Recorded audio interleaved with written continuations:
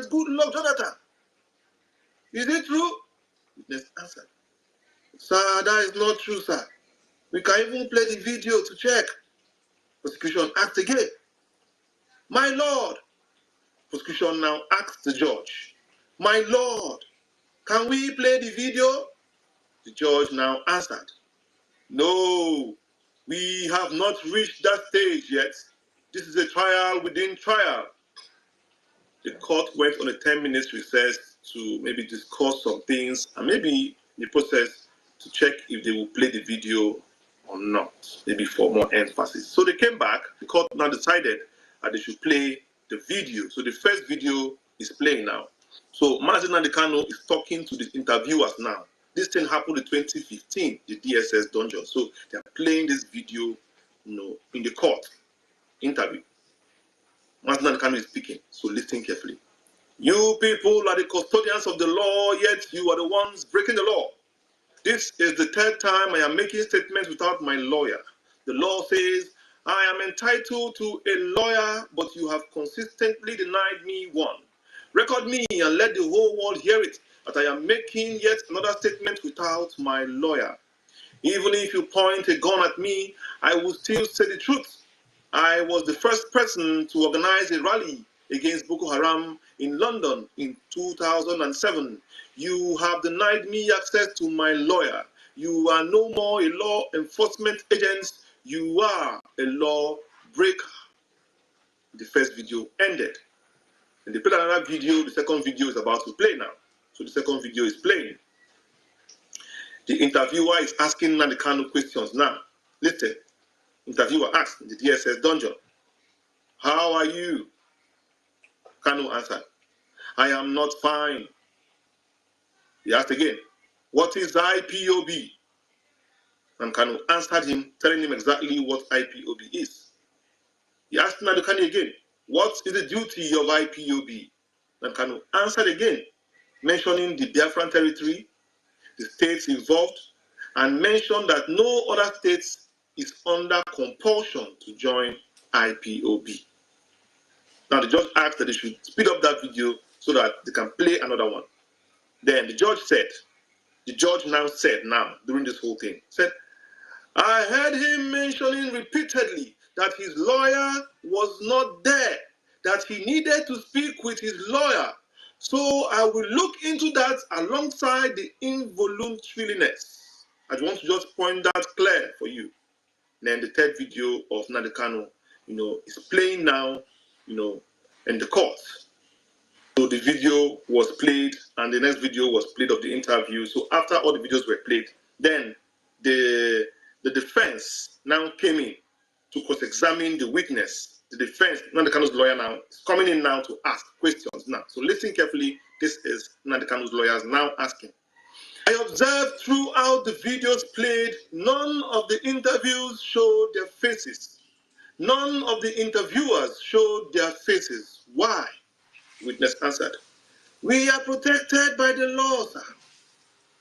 Kanu's lawyer asked again, did you introduce yourselves to the defendants before the interview?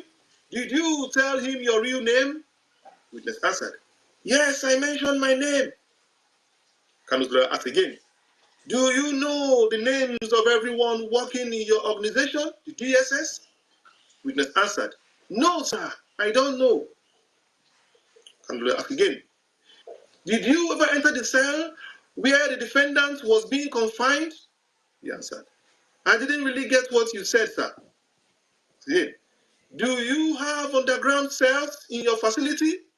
He answered, I am not aware of that, sir. He asked again, are you aware that so many people detained in your custody have announced that they were kept in an underground cell? He answered, I am just hearing that, sir. He asked again, did you hear when Sowore said he was detained in an underground cell? Witness answered, anybody can say anything to whip up public sympathy, sir. The defense asked. The defense asked again, are you aware the defendant was held in an underground cell? Witness answered, I am not aware. It cannot be true, sir. Then Kanu asked again, Did you notice you people were forcing the defendant on what to write? Witness answered, nobody was forcing him, sir. We were just trying to guide him. Lawyer asked, did you observe he wore the same shirt every day for the interview? Witness answered, yes. Lawyer asked again, did you notice how excited he was when he asked for water? The witness answered, I didn't notice, sir.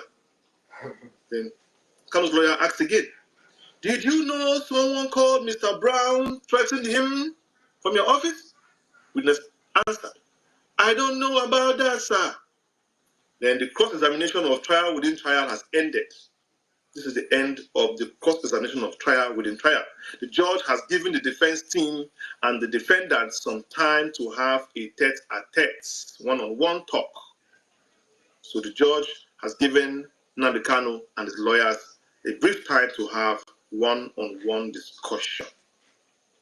After the brief discussion they had, then the trial continues. This time around, Nnamdi Kanu is going to witness himself. He is going to the witness dock.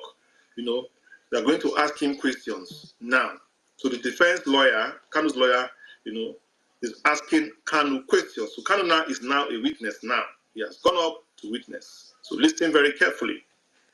Täglich Kaffee zu trinken, hat bei mir nicht funktioniert. Aber ich habe nicht kapiert, wieso, bis mein Gewicht von 84 auf 55 gesunken ist. Ich habe alles richtig gemacht, aber eine kleine Sache musste ich ändern. Das hier ist die einfache Methode, dank der ich seit September... Nnamdi Kanu is called in as a witness to the dock. Now the defense lawyer, which is Kanu's lawyer, asked him, if I have a letter to deliver to you, where will it be? Kanu answered, the DSS dungeon. Lawyer asked him again, how long have you been in the DSS dungeon? Kanu answered, 6 years. The defense asked him, you mentioned to the court you were under duress when you wrote that statement. Kanu answered, yes, I did. Then Nnamdi Kanu goes ahead to narrate to the court how he was tortured and brought to Abuja from Lagos blindfolded, and also mentioned how Mr. Brown threatened him unless he writes a statement as they wanted, that he, Mr. Brown, had the power to make sure that he was jailed. Also, he talked about how he was blindfolded and chained to be put in flight by the DSS as they wanted to bring him to Abuja in 2015. And also about how he was put in an underground because they did not want him to be around someone else. So he says the lighting of the underground was very dim. He talked about how he nose bled, how the blood was leaving a trail as he walked. Then the DSS noticed it and brought a doctor to him, who mentioned that they should give Nnamdi Kanu 1 hour airtime so that he doesn't die. He mentioned also that the videos played were heavily edited, removing the parts where the DSS officers who interviewed him were threatening him. Nnamdi Kanu also mentioned that he was repeatedly denied lawyers even when he asked repeatedly, and at no point was a lawyer brought to him until he was transferred to Kuje in 2015. So cross-examination of Nnamdi Kanu by the prosecution now begins. So the prosecution also took turns to ask Nnamdi Kanu questions. The prosecution is asking, which is FG lawyers, was the detention approved by a court? Nnamdi Kanu answered, no court approved my detention. The prosecution asked again, when you gave the DSS your name and contacts of your lawyer, did they come? Kanu answered, they never asked for the names and contacts of my lawyers. At this point, the cross-examination of Nnamdi Kanu has ended, and the chief judge, having seen this lengthy trial within trial, decided to adjourn the case till tomorrow, 29th May 2025 at 12 noon. You saw what happened in court today. You can see the kind of twist and turn this whole case is taking. The prosecution, they are under pressure, and they have seen that this case is no longer tilting to their favor, that to prosecute Nnamdi Kanu is not beans and rice. They have to work hard. And this thing may even backfire on some people who tortured Nnamdi Kanu. It might get to innocent people tell me like flies. Stop this killing, shooting, fighting. Hey, the righteous man say, no, we can't take it no longer. The poor people living in fear. No, this is a serious matter. So much blood, sweat, and tears. No, we can't take it no longer. The poor people living in fear. No, this is a serious matter. So much blood, sweat, and tears for so long, too long. So long, too long. The poor people living in fear. So long, too long. Hey, boy, for so long, too long. Corruption in high places. No, we can't take it no longer. The poor people living in fear. No, this is a serious matter. So much blood, sweat, and tears. No, we can't take it no longer. The poor people living in fear. No, this is a serious matter. So much blood, sweat, and tears. Ow, we and them are go walk this out. When they don't understand the poor man's language, the rich are getting richer, the poor getting poorer. And they say, shut up your mouth. What we are going to do? What we are going to do? Things are getting rough. What we are going to do? What we are going to do? Life is getting tough. What we are going to do? What we are going to do? In a time like a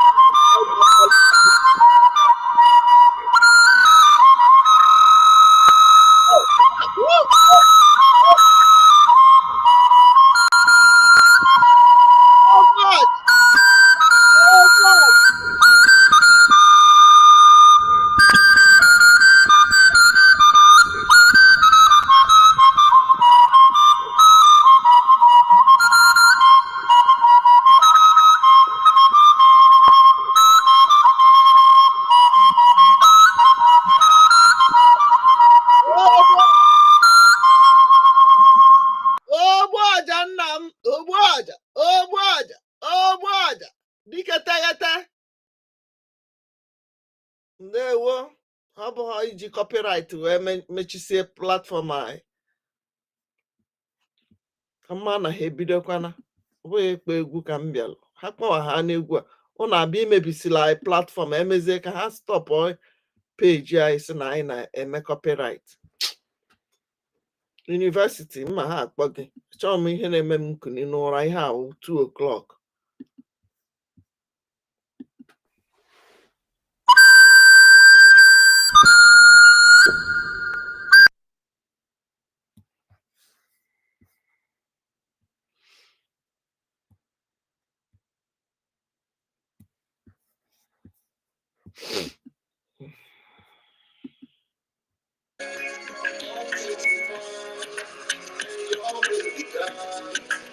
As we breathe in heaven, miracle and cycle.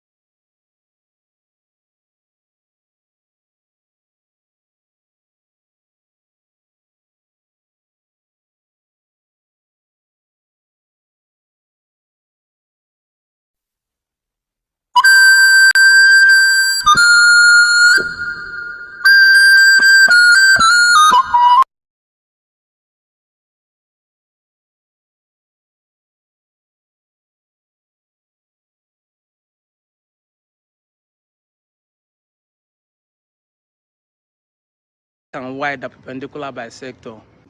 And now I told you I go to historical places. I travel to bring fact and evidence to you.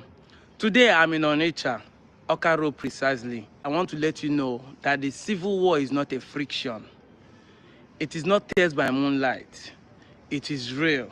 And evidence and fact shows it. Here, since 1967 to 70, 3 years of war, the evidence is still on the ground. And I want you to know, as we celebrate the Biafran Day, for all the past heroes, may their soul rest in peace. Yes, ma'am. Including those who died in Onchubo, my own town. I want all of them, may their soul rest in peace, and make the best of what they died for come to us, the remaining. Ise. You can see. One thing about this building is the strength of the wall. That despite all the piercing, the wall still remains standing. You can see, not be today whether they use one bag of cement, they mold 50 blocks. The bricks are still strong. very strong. The woods are still standing.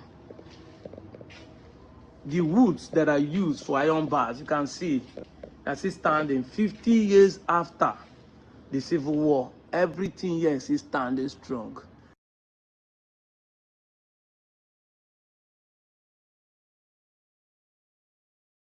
I am the Deputy Jesus.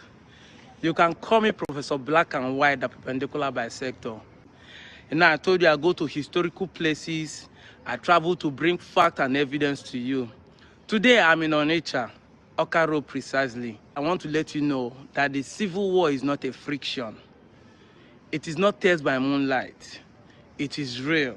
And evidence and fact shows it. Here, since 1967 to 70, 3 years of war, the evidence is still on the ground. And I want you to know, as we celebrate the Biafran Day, for all the past heroes, may their soul rest in peace. Yes, ma'am. Including those who died in Onchubo, my hometown. I want all of them, may their soul rest in peace, and make the best of what they died for come to us, the remaining. Ise. You can see. One thing about this building is the strength of the wall. That despite all the piercing, the wall still remains standing. You can see. Not be today whether they use one bag of cement, they mold 50 blocks. The bricks are still strong. Very strong. The woods are still standing. The woods that are used for iron bars, you can see, are still standing 50 years after the Civil War. Everything here is still standing strong. I am the Deputy Jesus. You can call me Professor Black and White, the perpendicular bisector. And I told you I go to historical places. I travel to bring fact and evidence to you. Today I'm in Onitsha, Oka Road precisely. I want to let you know that the Civil War is not a friction. It is not tears by moonlight. It is real. And evidence and fact shows it. Here, since 1967 to 70, 3 years of war, the evidence is still on the ground. And I want you to know, as we celebrate the Biafran Day, for all the past heroes, may their soul rest in peace. Yes, ma'am. Including those who died in Onchubo, my hometown. I want all of them, may their soul. Her government did on her behalf in her name to prop up her crown and to pad her coffers and her royal treasury, and never once said sorry. Dr. Anya was born in 1976 in the aftermath of this war. So what I saw was kind of the bombed out buildings and the reconstruction projects, and of course the conversations around the dinner table. My mom was pregnant during this war and running from village to village to escape the massacre. Like so many conflicts, the roots of this war can be traced back to colonial rule. In 1914, the British Empire forcibly merged 400 different ethnic groups and tribes to create its largest colony at the time, Nigeria. Take a look at this news report during the Queen's royal tour in the 1950s. These and many others marched slowly past the royal pavilion in salute to the Queen. Never before had such a magnificently comprehensive tribute been witnessed in Nigeria. Even after Nigeria gained independence in 1960, there were still people who felt they didn't want to be a part of this newly formed country. This desire to create the breakaway state of Biafra would set off a civil war that lasted nearly 3 years. Fight on, brave boys, fight on! Heroes of our fatherland! Pursue the enemy, harass him, destroy the invader. In response, the Nigerian government imposed a blockade on Biafra, which cut off all food supplies to the area. In living rooms across the world, people watched news clips of children with bloated bellies and sunken eyes. 3 million civilians were massacred, and they were done so using guns and bombs and supplies provided by the British government, at which Queen Elizabeth II was head. You see, Britain had a stake in this. It backed the Nigerian government because it wanted to protect the oil investments that happened to be in Biafra's territory. This brutal legacy is another reason why the British monarchy and the Queen in particular have become symbols for many Black and brown people around the world of colonial oppression. These are not just statues, these are not just figureheads, these are direct beneficiaries of centuries of abuse. Human enslavement, exploitation, extraction of natural resources, political destruction and devastation, until today, continued meddling in African affairs. Listen to us, read and learn, and join us when we ask the British government to recognize what they did to aid and support the Biafran genocide.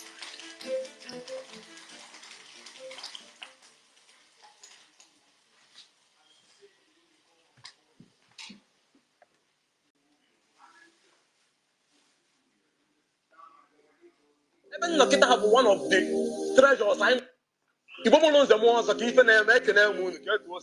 Okay, even Nakita have one of the treasures I wear and Igbo for the Nima and I want to even Nakita, this is one of the treasures I wear and Igbo. Kevin, I want to wife the hammer, but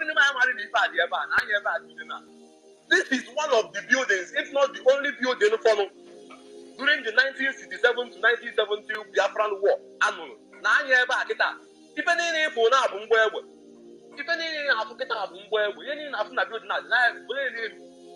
this is the handwork of Nigerian soldiers in the war during the 1970 war. This is their handwork. Many of us, this is the only building from since 1970 war till now. And open it basically, open it put them one people. If you ever, almost look at those bombs here. Like open it basically, we go blood. If that is place, almost look at those bombs here. And you met at this war. Don't go in at this war. Not any because they are yeah, no go down during the 1970 war. Open it basically, but I go. So if I was able a museum, if I was able a national treasure, was himself, we should guide. And I'll be a key now. This is the only building for me. But I go. So I'm in Italy.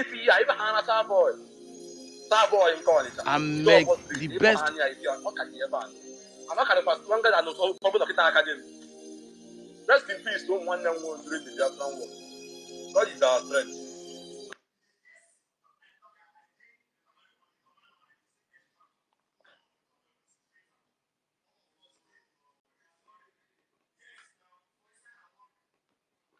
Audio go terrible.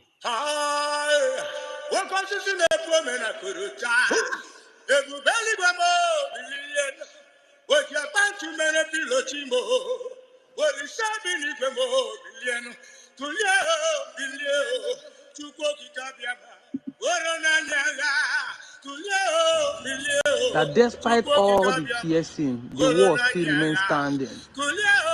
You can see, not be today whether they use one bag of cement, take more 50 blocks. The bricks are still strong.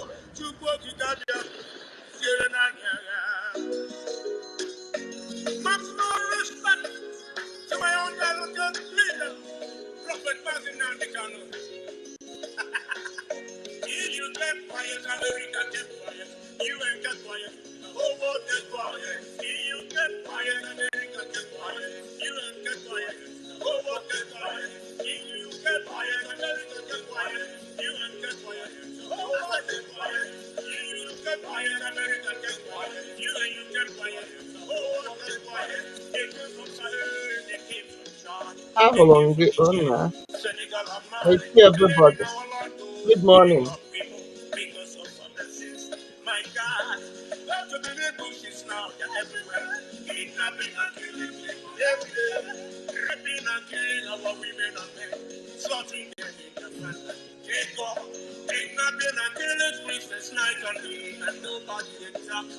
They fighting and ruling me anyhow. I think they're not human beings, my God. Attacking and killing Biafrans every day. And no one wants, no one is seeing.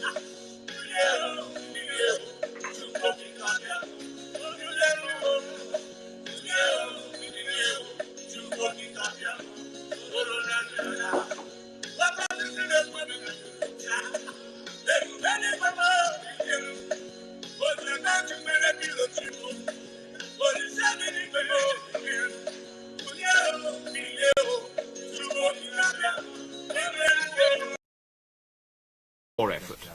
How good is your C1? Biafra has great oil reserves. It's a rich prize.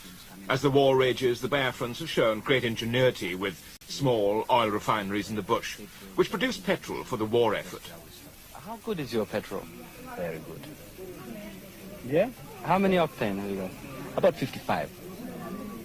That's low by our standards. What about your cars? Are they all right? It's not making any difference to our cars. Not now. We haven't noticed any. Yet much of the transport is out of action a lot of the time. The drum here is a 90-gallon drum in which we have about 70 gallons of crude oil. This is, as you see, boiled, and it comes out through what we call the heat exchanger. The vapors come out from the heat exchanger, and through the heat exchanger moves on into the pipes until we have at the effluent at the very end there. Are you all right? Shall I introduce one of, please, if you don't mind? That's it. That's it. You better move. One of the small refineries exploded while the students were there, but no one was hurt. The remarkable Biafran effort to be self. Our forefathers did it, and you are scared. Some people who live in diaspora. Biafra has great oil reserves, is a rich prize. As the war rages, the Biafrans have shown great ingenuity with small oil refineries in the bush, which produce petrol for the war effort. How good is your petrol? Very good. Yeah? How many octane have you got? About 55. That's low by our standards. What about your cars? Are they all right? It's not making any difference to our cars. Not now. We haven't noticed any. Yet much of the transport is out of action a lot of the time. The drum here is a 90-gallon drum in which we have about 70 gallons of crude oil. This is, as you see, boiled, and it comes out through what we call the heat exchanger. The vapors come out from the heat exchanger, and through the heat exchanger moves on into the pipes until we have at the effluent at the very end there. Are you all right? Shall I introduce one of, please, if you don't mind? That's it. That's it. You better move. One of the small refineries exploded while the students were there, but no one was hurt. The remarkable Biafran effort to be self.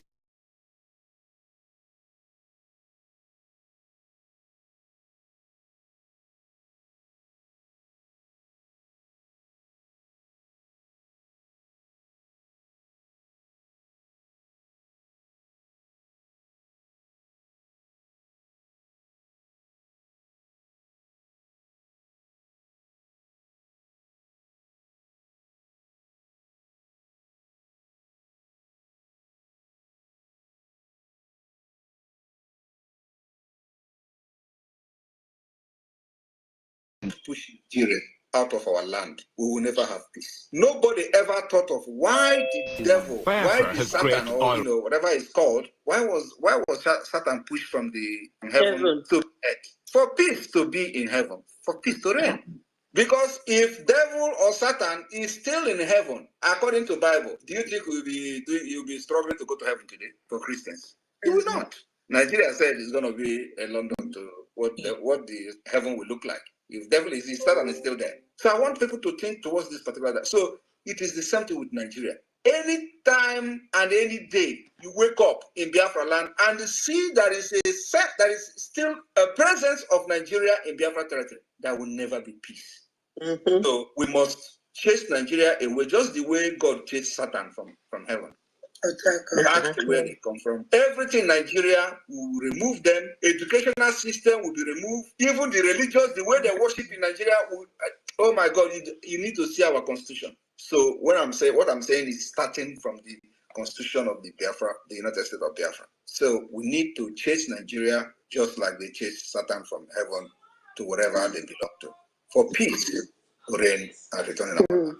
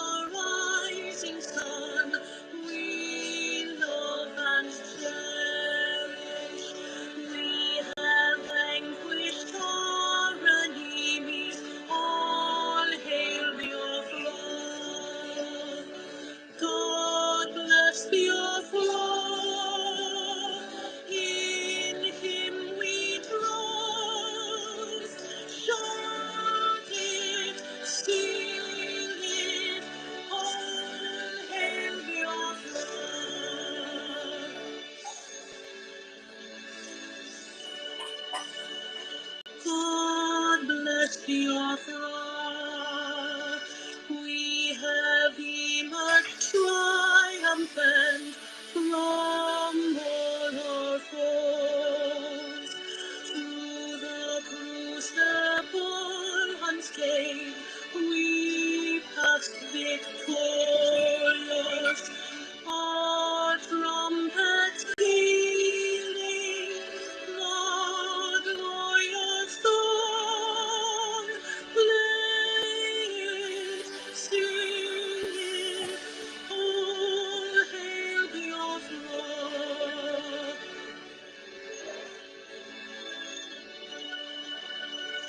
Oh, hail Biafra,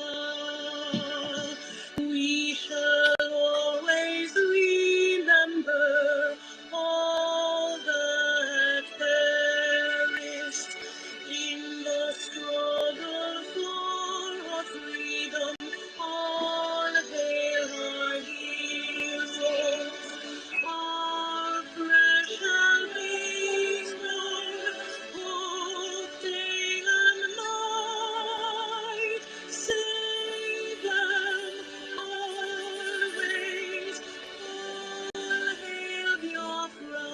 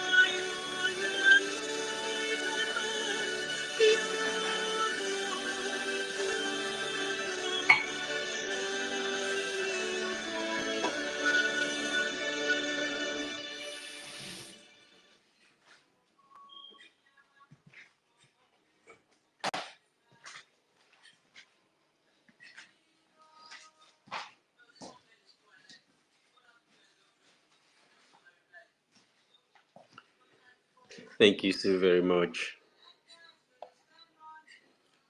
Thank you so very, very much for joining us this morning. And a very happy new month to all BIAFRANS. And happy Sunday to you. Good afternoon, fellow BIAFRANS all over the world. Today is 20th day of August 2024, and I am here speaking to you from my base in Finland. I want to inform every one of you because it has become very imperative as we approach December convention in Finland. You must know certain things. The declaration of the restoration of independence of Biafra that is to take place on the 2nd of December is targeted at achieving two objectives. One is the delegitimization of Nigeria. Two is the legitimization of Biafra. After the declaration, we are going to have a very long battle with Nigeria. But this battle, the good news is that we define how this battle will be fought. We will fight them diplomatically, we will fight them politically, we will fight them internationally, and of course, we will fight them locally. So, the 2nd of December is not after that. Some of you will come and say, oh, there is still military barracks, you are going to have them. But let me tell you, if the Vietnamese fought America for years and succeeded in making America to flee, we are ready to fight Nigeria even more than what the Vietnamese did. And we dictate how this particular war will be fought. We are never going into conventional warfare with Nigeria. But the delegitimization will take a different tone. And what I'm trying to tell you people today is that you must be prepared for a very long years of battle for the legitimacy of Biafra government. It is not something that happened in one day. It is not something that happened immediately after our declaration on 2nd of December. The 2nd of December will mark the beginning of a very long battle, which we are going to show our determination with our actions and inactions. So, my fellow Biafrans, all I'm here to tell you this afternoon is for you to understand that after the declaration on December 2nd, 2024, the battle begins. And we are not going to stop. If it is going to take us 20 years to fight Nigeria differently than what we did in 67 and 70, we are ready for it. If it takes also 23 years for Taliban to defeat America and they left their land, we are ready to fight even 40 years. Since 1967 to 2024, Nigeria continued to fight us. The only thing is that we have not fought Nigeria until now. And in this fight, we are still defending ourselves.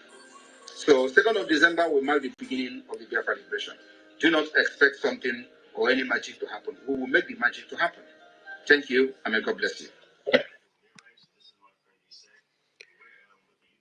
Thank you very much, fellow Biafrans, for joining us once again. And we have a lot of great men and women in the panel today. And ladies and gentlemen, we are witnessing the presence of Mercy. Mercy, thank you so much for joining us on this very hallowed chamber. Of course, I always like to remind us the importance of this very room where we are seated today on this very day. It is not by happenstance or by coincidence.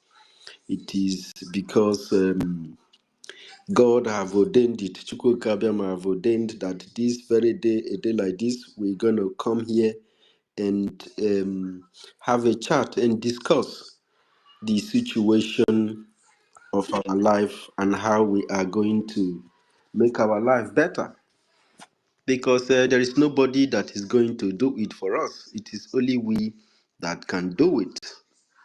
And then because of that, I salute the presence of our very big sister, the director and honorable of USCL. USCL is another ambit of the government that is going to be dismembering every negative information, every information that are untrue as regards to what the Biafran government is doing. The USCL we go very, very deep as to explaining phrase by phrase, words by words, about the objectives of our system and why it is very, very paramount that you support the Biafran Republic government in exile to achieve good results. So, seated here today, we have our one and only Ikuku One of Biafra land, and of course, Dr. David Nana, Honorable Nkiruka, our chef, our boss, and the chairman of Igodomigodo in exile, Chairman Dr. Ben Waboy. And we have Mr. Joe, and we have Madam Tutor Medias. Thank you very much, Tutors Media, for your work. May Chukwu Kikabiama continue to bless you. We can never ever forget the effort of our sister, our beautiful sister, Obi Chicago. Thank you so much, Obi Chicago, for what you're doing. And we send our special greeting to our brothers and sisters in Malaysia. The director of our people there is doing a very wonderful job. We thank you so much, Biafran Liaison Malaysia, for your leadership. Because of you, we are very confident about the success of our people in Malaysia. We thank you, our own Shimon, And ladies and gentlemen, Honorable Peters Helen, thank you so very much, Peters Helen. I don't know if they've been inaugurated, but these people are very, very strong intellectual people that are working under the Ministry of Education. And it is very, very important and very, very necessary that at this point where things have gotten so very tough, that the Ministry of of Education will begin to act in some certain areas in conjunction with the Ministry of Internal Affairs, because the affairs of Biafran people, the affairs of Biafran people, the internal affairs of Biafran people need to be checked, they need to be active in this area, and they may not be able to do enough without any education, without the Ministry of Education. So this connection, this network, and this energy is very, very powerful and very, very important as to, carrying Biafrans along, trying to disarm every false information and every lukewarmness and what you call it, loopholes from certain areas. So our system is entirely unique and is pushing so very hard to ensure that this year results upon results upon results will be achieved. So thank you so very much, our sister Helen Peters, Honorable, and of course Regent Fury, our one and only Regent Fury. Regent Fury, thank you so much. Your boss is back. I know that you've been very, very worried. So we have Onyijuwaka Annie. Thank you so very much for joining us. Dr. Storm, thank you, Storm, for joining us here. May Chukwukika bless you. Senator Endless and Lori, thank you so much for joining us. I'm going to call our name because we are not so many. And Mercy, thank you so much. Frank Agodem, the spirit man, thank you so much. And Odinangwa, Dr. Odinangwa, thank you so very much. We are very happy whenever we see you join us in the government programs. And our own brother, Efyong Akpan, thank you so very much. Essien, thank you so much. You people make the fight for Biafra very, very interesting. Ancestral warriors, Nkuwanine, Dr. Odogun, and Dr. Solomon Okonkwo. Thank you so very much for joining us. Dr. Evin, and Evin, thank you so much for your broadness and your awareness. Thank you. The government cannot thank all of us enough. Blessed child, thank you so much for joining us. Dr. Rita Alex, thank you so much, Mrs. Alex, for being with us. I don't know, I wanted to ask Nkiruka, don't you think that you need Dr. Alex on your side? She's very informed and very, very impressive. So we have Dr. EKID Biafra, thank you so much for joining us. Dr. Oscar Chooks, thank you for joining us. Okorie 0246, thank you so very much for being here with us. Of course, we have, ladies and gentlemen, Jenko, thank you so much for joining us. We have good news, Kuwanine. Thank you so very much. Good news for being here with us. Dr. Best, thank you for joining this morning, this very special Sunday. And Diokba William Eloy, thank you so very much for joining us, Diokba. And we have Michael, thank you so very much, Michael Okpara. Thank you for joining us here on this program. Today is Sunday and it's a very, very special day. It is important that we come here and receive the gospel of freedom, the gospel of salvation, the gospel of redemption, the gospel that we turn our lives around for the better. And you know that the gospel that is coming from the angles of the Biafran government is every word, every phrase, every input is a seed that the government is sowing on daily basis. So if you are carriers of this message, you are a very, very special person. And you are very, very important. You are a very important person because you carry an important message. This seed is the seed of light that you are sowing in Biafra land, and it will never be forgotten. Those who never want this light to shine are working tirelessly to ensure that they quench the light at all costs. To achieve this their evil act, they have killed so many people. They have even blamed many people for their own killing. These people organize killers, and thereby they destroy our society, trying to quench the light. They bring criminality to our land. They bring gangsterism. They gave gun to young men to kill themselves, all in the name and in the quest to kill the indigenous people of Biafra.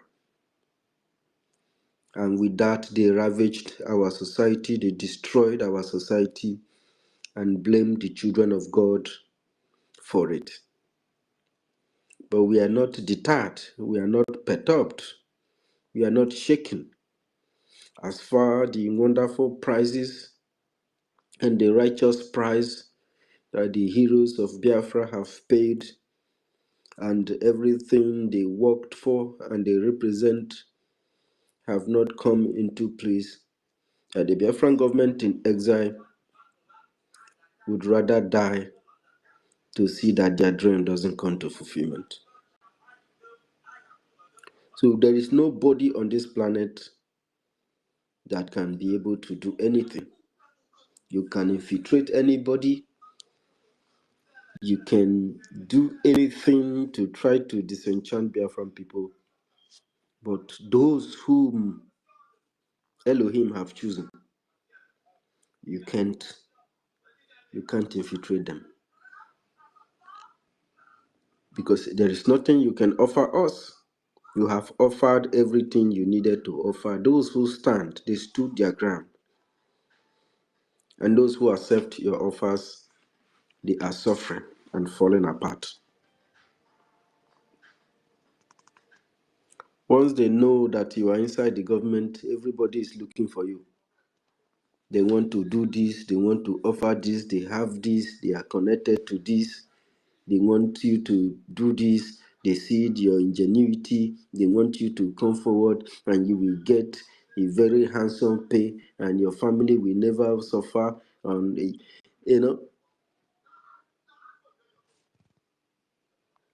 and then these tempting promises, you accept them and you begin to work against the future of millions of people.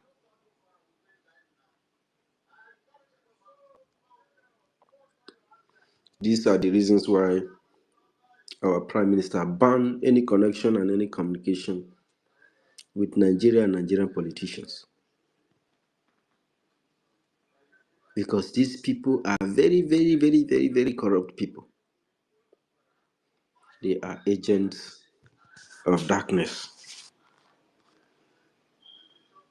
They stain everywhere they enter, they stain that place. They corrupt that place. That is what they do. But man, know thyself. Those who know themselves, they can never be bought. Because you are not a goose. You are not a product. that can just be market at any time. And once they see that maybe you've been promoted, they say, okay, this person might be a very serious person for us. They want to use you to derange everything. But if you know what you are here for, you will be steadfast. You will be upright. You can see Nnamdi Kanu every time he comes to court, he's very confident because he doesn't owe anybody anything. He did not accept anything from anybody. He has never eaten with the devil. There is no stain. He is as pure and as righteous as anything. Yes, he's not perfect. But nobody can come out and say, I gave you so amount of money. I gave you this. That is why Prime Minister was very clear. If you accept those things on his back, if you are building a system with someone, you have to follow the rule. You have to follow the rule. That's why this gospel, it's good we get this gospel. You cannot be in church. Even in the church, there are rules. Those rules are coming from the Bible that you are reading. You cannot say that you are a Christian and you don't obey the rules of Christianity. So, we have too many hypocrites in Biafra.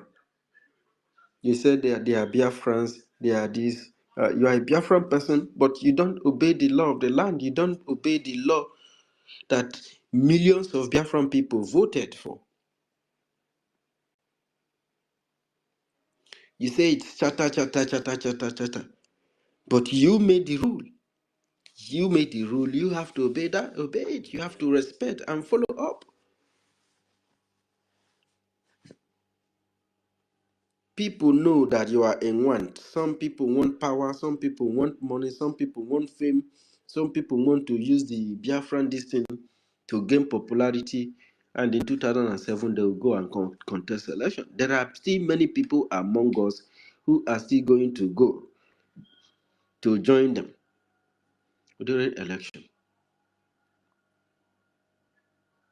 And this is person who voted for a charter in his own government. He cannot be able to work hard, take risk, fight, do everything to make sure that his own government succeed.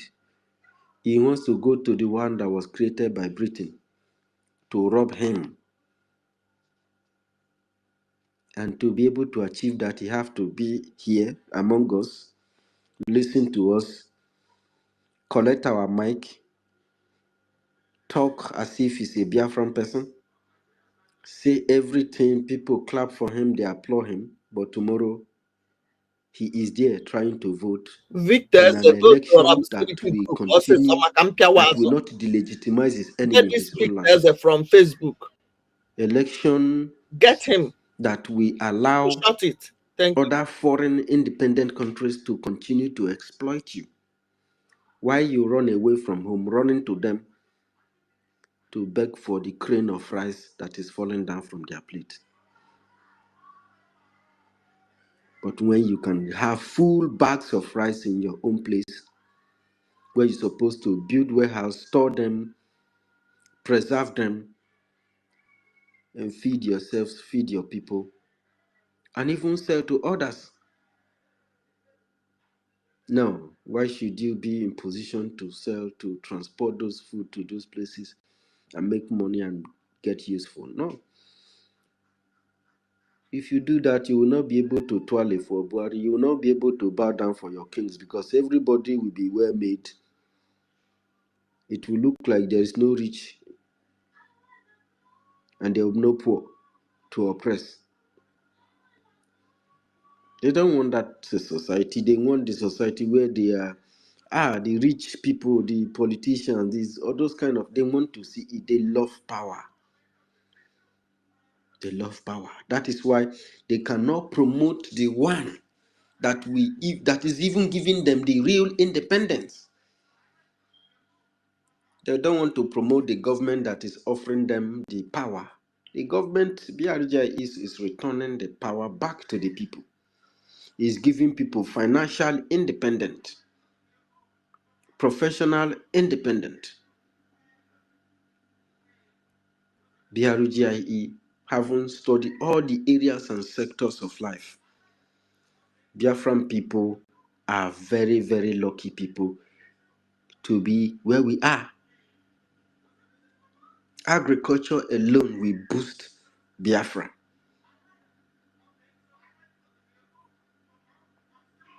There are numerous Biafran techniques, even the techniques of our ancestors that some people learn from them. We can develop these people. But here you are, trying to vote in an election that underdeveloped you. Election that promotes terrorism, that brings in terrorists into your father's land. You want to engage with them. Because of that, you have to come inside the means of Biafran people, pick the mic, talk, and people follow you. Thousands of Biafrans will follow you, your page. You are making money with the Biafran people's views.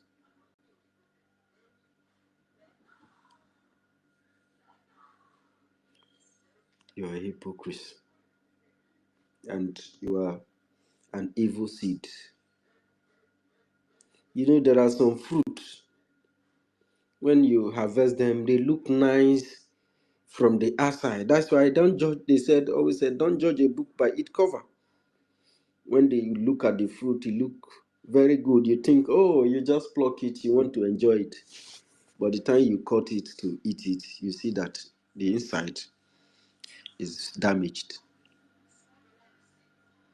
This is how many people are. As a Biafran, you have to be very, very cautious. You have to watch yourself. You have to build yourself because you are the chosen ones. And Onyendu has always given the characteristic of people who are chosen. There are those who are chosen, but they don't have the charisma because they have not been built. They have not developed. But there are those who are chosen from before they were conceived. These people, whenever the Spirit of God touches them, the Spirit of Biafra touches them, they begin to do wonders. No matter the rain, no matter the storm, no matter the wave, they remain solidly intact.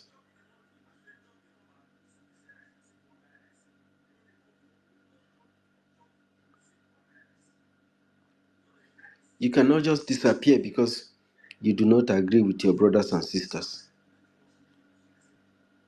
And then after the battle has been fought, victory has been won, then you will come back. So if they had lost the battle, then you were already lost from the first place. You and your brother is organizing a program because it doesn't suit what you want, and then you skip. That is not a good seed that you are trying to bear, because a lot of people are looking up to you.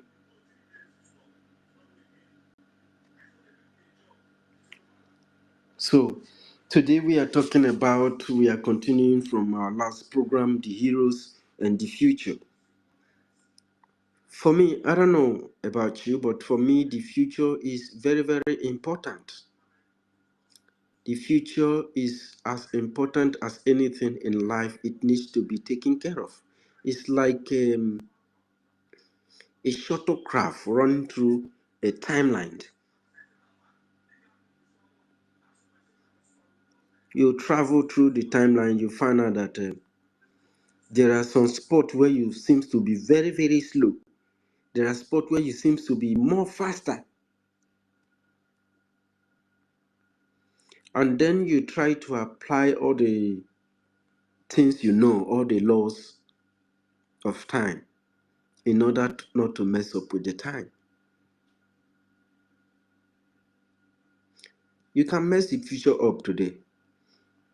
Like many Africans messed their future up because of lack of understanding, lack of reasoning, lack of love, lack of unity, lack of tolerance,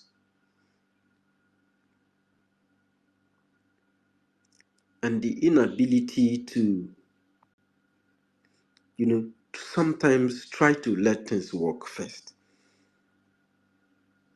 That is why any struggle, every mission is defined by the target, is defined by the mission itself. That's why Biafran people, the target is to secure Biafra land, to achieve Biafra. So when you are working on this timeline, you try hard not to mess up the time. How do you not mess up the time? How do you know the truth? How do you know the right people to follow? Because I will remember us of a story. 1 second.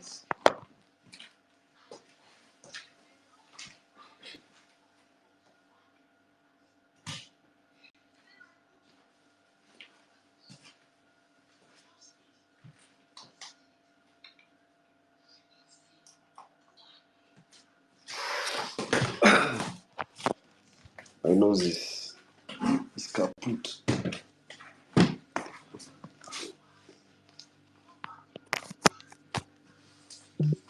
Sorry for the break. I want to tell us a story about a man who was a farmer.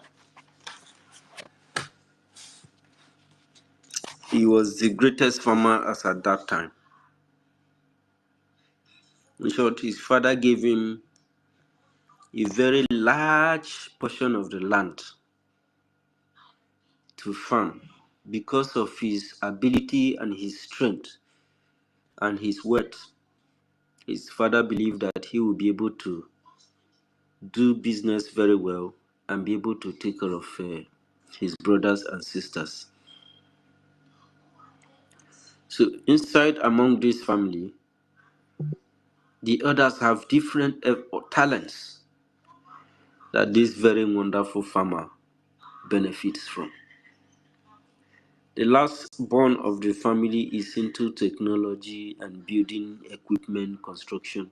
So because of that, he was very close to this their elder brother. He manufactures what he used in his industrial farming. So one day, he decided to sow a seed. And this very particular seed, he didn't just sow it the normal way he farms. He decided to do this because of the character he sees in some members of his family. There are the ones that are having jealousy. There are the ones that are not very happy with him because of his way of leadership.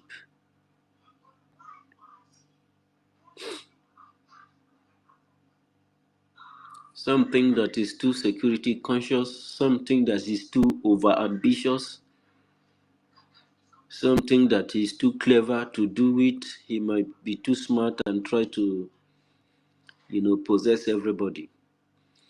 So in order to disarm this kind of thoughts, he took the family and they went to sow a seed. He told them to just spread the seed anywhere, blow them in the air. And they did. And when it was the time for the seed to sprout from the ground, they found out that some of the seed fell on the roadside, some fell on the stones, rocky areas, some fell on chukuchuku, some fell on fertile grounds, and some fell inside water, different places. And he told them, during your observation, take records, take catalogs, take the statistics of every observation. And they took data of the observation, and they also experiment another time. When they went to observe, the ones that fell on the fertile ground, they grew very well, they matured, and those ones are very fruitful. They produce a lot. The one that fell on the roadside, the passers-by matched them, and they died. The one that fell on inside, how do you say chukuchuku in English? So those ones, they try to grow, but those Tons. tons, tons, Tons. THORN. ton. Good. So those ones that fell on the tons, they try to grow, but the things, injured them, and they could not grow effectively. They died. The ones that fell on the stones and rocky area, they didn't even try to germinate at all. They perished. When the sun came, they dried them, and there was no life inside them. So the only one that produced was the one that fell on fertile grounds. So these observations was explained by each family member according to their report and according to what they observed and recorded in their catalog. On so day, I found out that the ones fell on the fertile ground grew very well and looked very healthy. The one that fell on the roadside, they died because they could not grow. Things killed them. The one that fell on the rock, blah blah blah, happened. The one that fell inside fire, they got burnt. The one that fell inside water could not be recovered, and stuff like this. And now he now told them, when I was planting, I look out, I study the topology of the ground, I study different grasses, different leaves. I did my assignment, my homework very well. I observed the trees, I observed the sand and everything, and I put them into record. And I study each different crop and different seed, where they can grow better and where they which can succeed. And I decided to impute them. I knew that I required some materials to do this, and Evans was very good in making this and making that, and I utilized him. Those of you who are good in this and good in that, I used you to do those ones. I am not using you because I am using you. It's because it's what you are good at.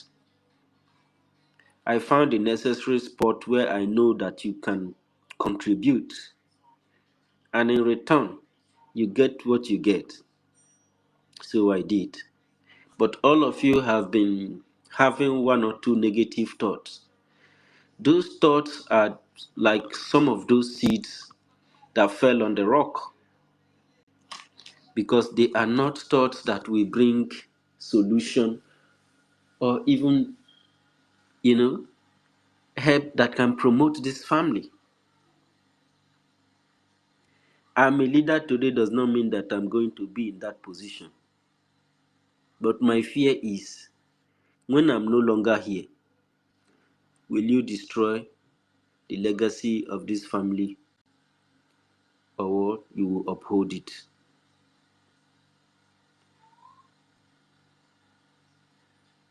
There are many seeds out there.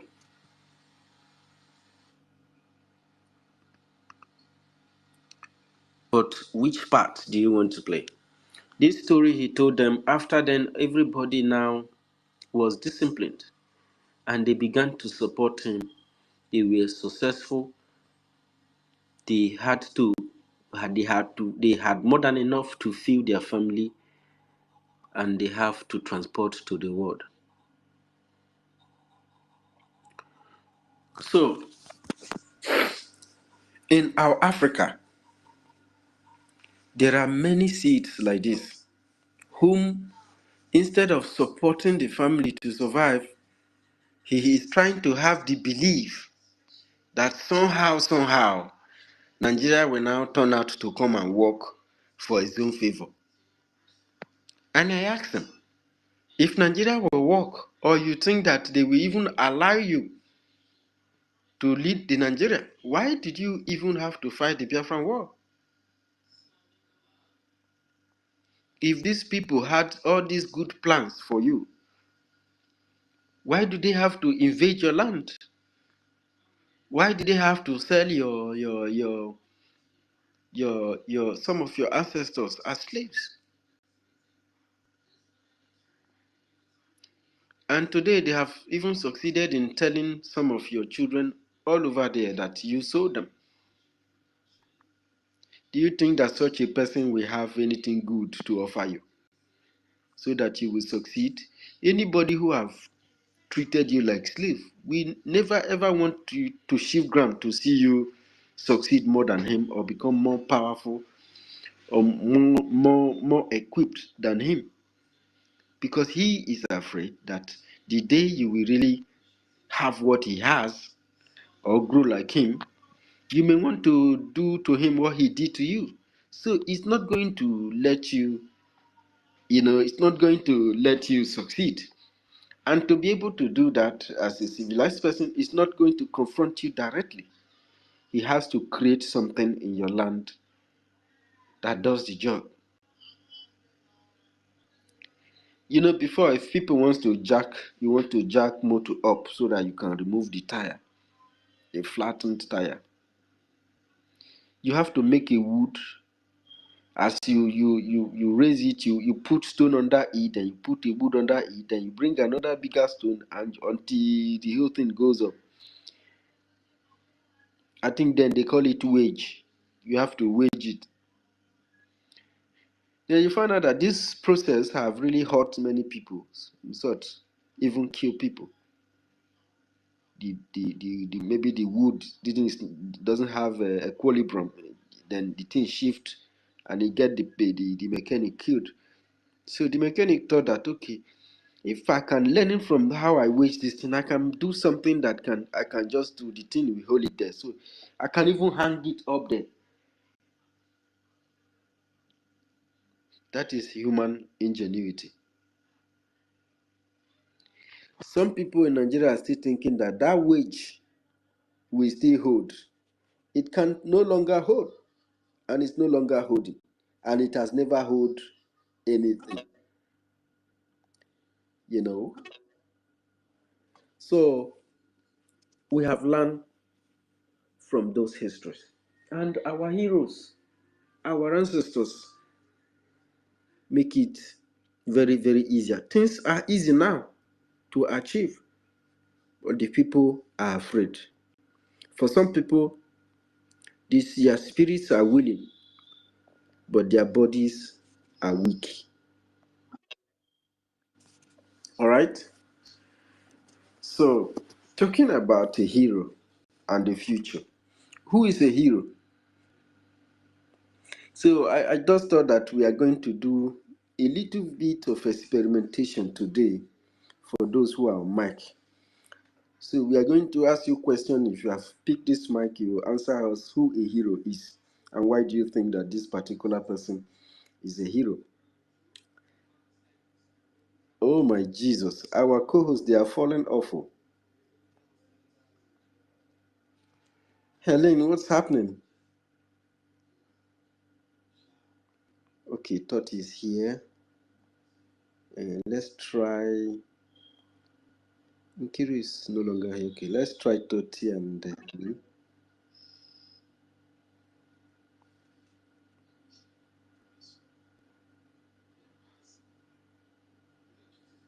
oh, David is back. Very good. So, David, we are going to have a. Can you open your mic, please? For some minutes. Yeah, thank you so much. Can you hear me? Yeah. I can hear you. So I want us to experiment something before you come to give your speech. I want you to tell us who is a hero to you. Thank you so much. There are so many meanings and definitions of heroes to individuals. For me, a hero is someone of group of individuals who actually stood for me when I needed them most. Somebody who can lay down his life for me. Somebody who can stand for me when I'm oppressed. Somebody who can speak for me, who speaks for people, even putting his life on the line for a friend, for a relation, for a nation. These are the people, to me, I regard as heroes. To put it in a nutshell, heroes are individuals who are not self-centered. Heroes are actually people who are courageous. Heroes are individuals who are fearless. Heroes are individuals who can as well fight for what is just and for what is right. These I regard as heroes. Thank you. Thank you so much. You will come back again when it's your time to make submission. Then your view as a hero is also as good as mine. So we are going to collect different information from people for one minute, because there are a lot of heroes out there. They don't even know that they are. Probably when they know that they are heroes and the services they offer to our communities, they will understand that truly they are big heroes because they are making impact. Imagine the woman hawking pure water in the streets, cold ones, making sure that people who are at work are not dehydrated. It's a hero. Who is this? Imagine somebody who makes sure that you are able to get to work. Screenshot.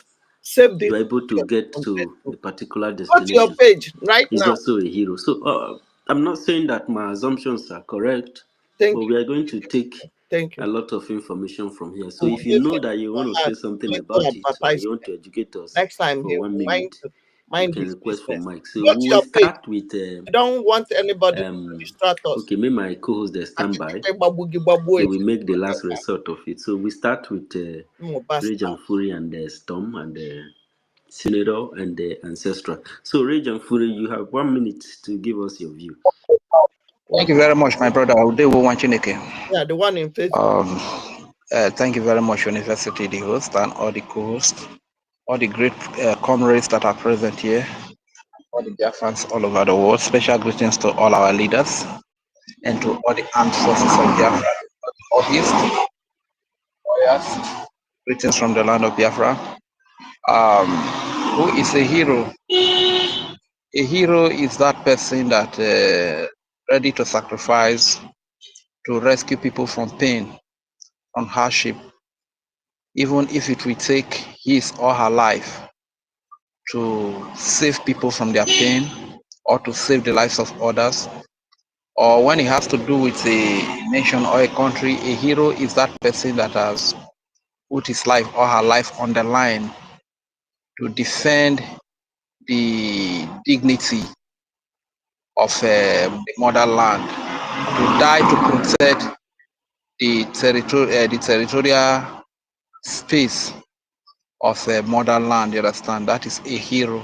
So a hero is ready to go all the length to the point of even giving his or her life just to rescue people from oppression, from slavery, from pain, from suffering, from death, Just name it.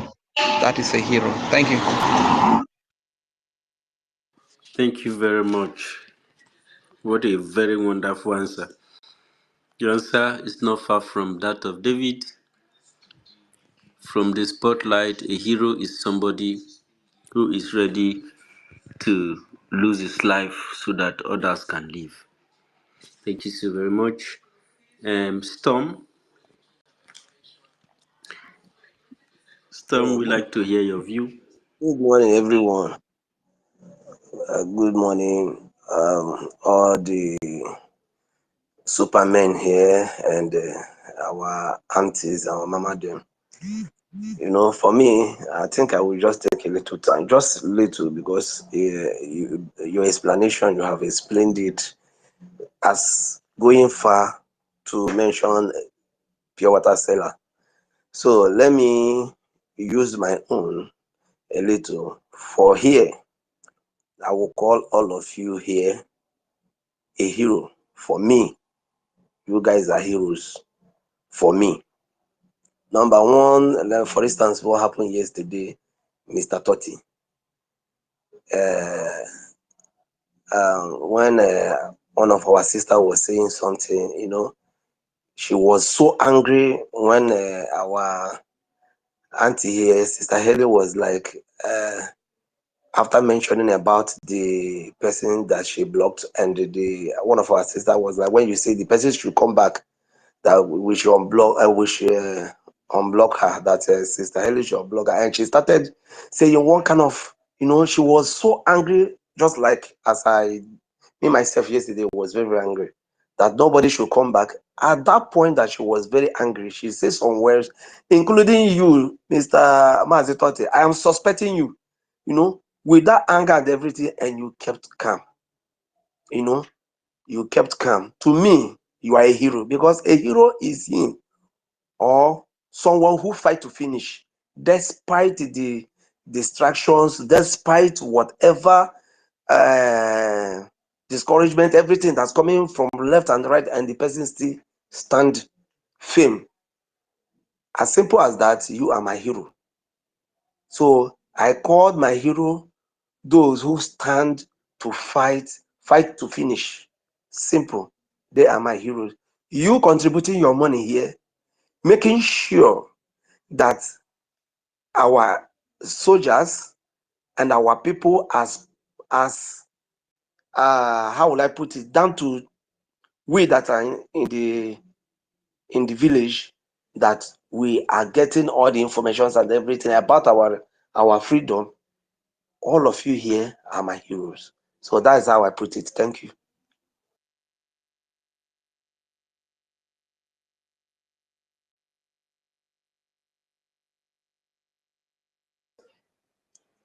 Yeah, University, are you finished? Okay.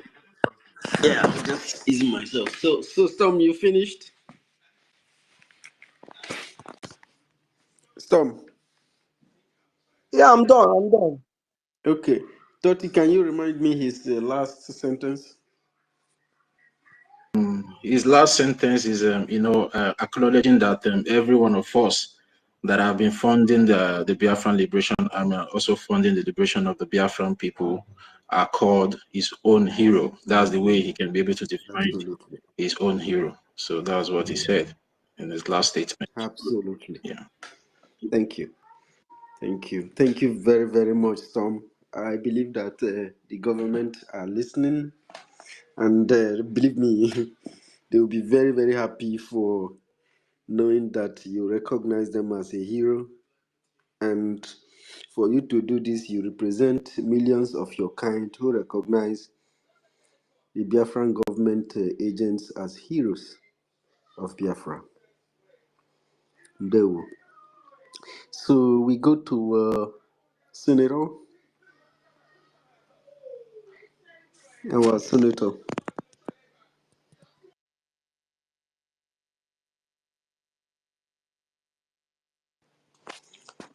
So Senator is not there. He will be back. Solomon, you want to say something about what we are saying? You have 1 minute. I want to say something.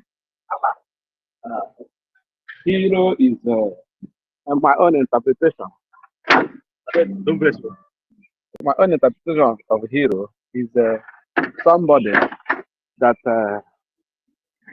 that is so bold, and when matters arise, the person distinguishes himself from what people thought he or she is, and the person stand on it without fear. Like when they go to animal kingdom, you see lion. Lion does not watch inside, but whatever I wanted to get, whatever I wanted to catch, whatever I wanted to eat, we will go for it, whether it will fail or not.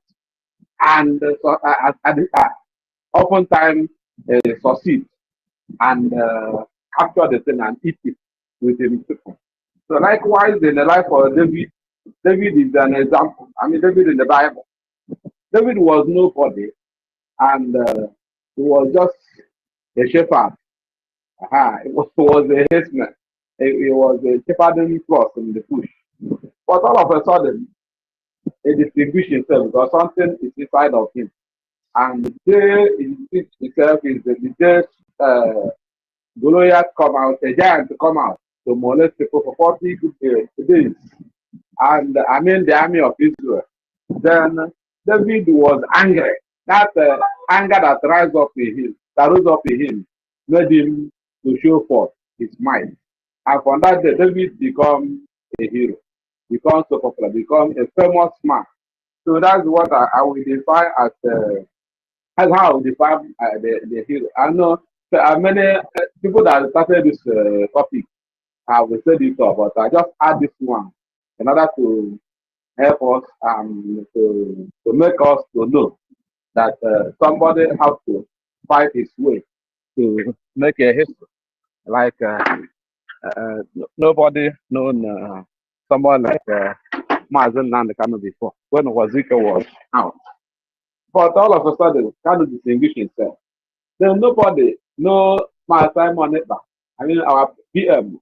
But he later distinguished himself, even in absence of those and those that are supposed to. I mean, in presence of those that are supposed to do something.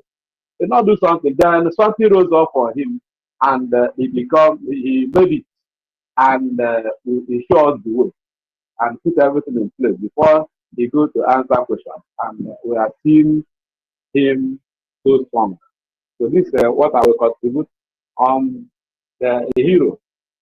That's what I know about hero. So I hang my mouth. Thank you. Thank you so much. Your answers are very, very perfect. Thank you so much for that. University one can I just come in a bit? Yes, network was you offer. Go ahead. Yeah, I'm very, very sorry. First of all, I want to thank everyone that is present here, and for all those who were present and who made their donations yesterday. May God Almighty continue to bless and replenish your pockets. I'm very sorry on that yet. The Heroes Day, the program was on. Eventually, I was in. I pick up the mic, raise my hand. But there is one nature that we cannot overcome. And when that nature comes to me, I only found myself again around 3 a.m. in the morning. Time difference is really affecting. So I want to thank you all. May Abiyama continue to bless us. On the topic, I'm gonna take a bit from the past. Is it that you don't want to say that you slept off? I slept off like that.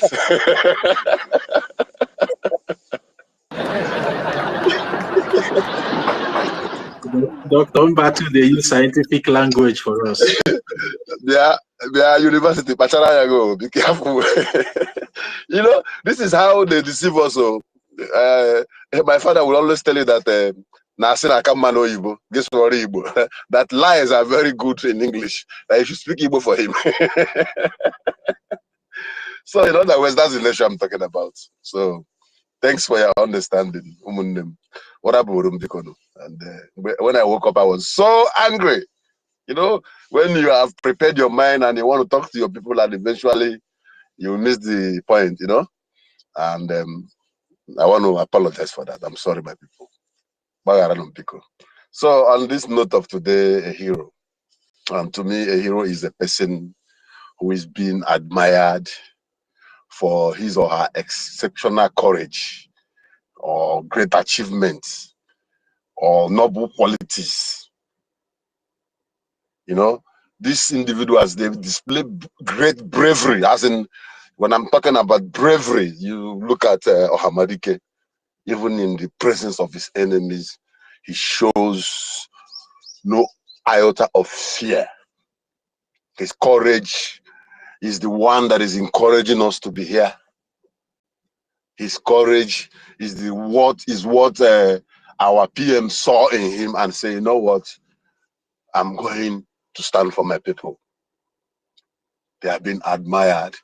You can see how, despite all that the zoo have done, to see how they can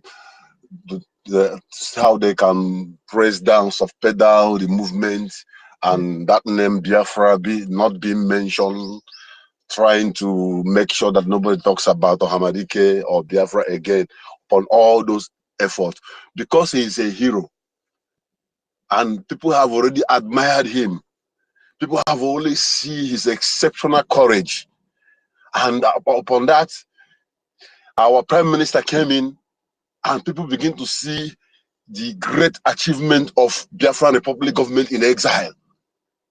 Their noble qualities, mostly the qualities of our great soldiers, BLAs, who are showing to the zoo the difference between real qualitative soldier or army, let me put it that way.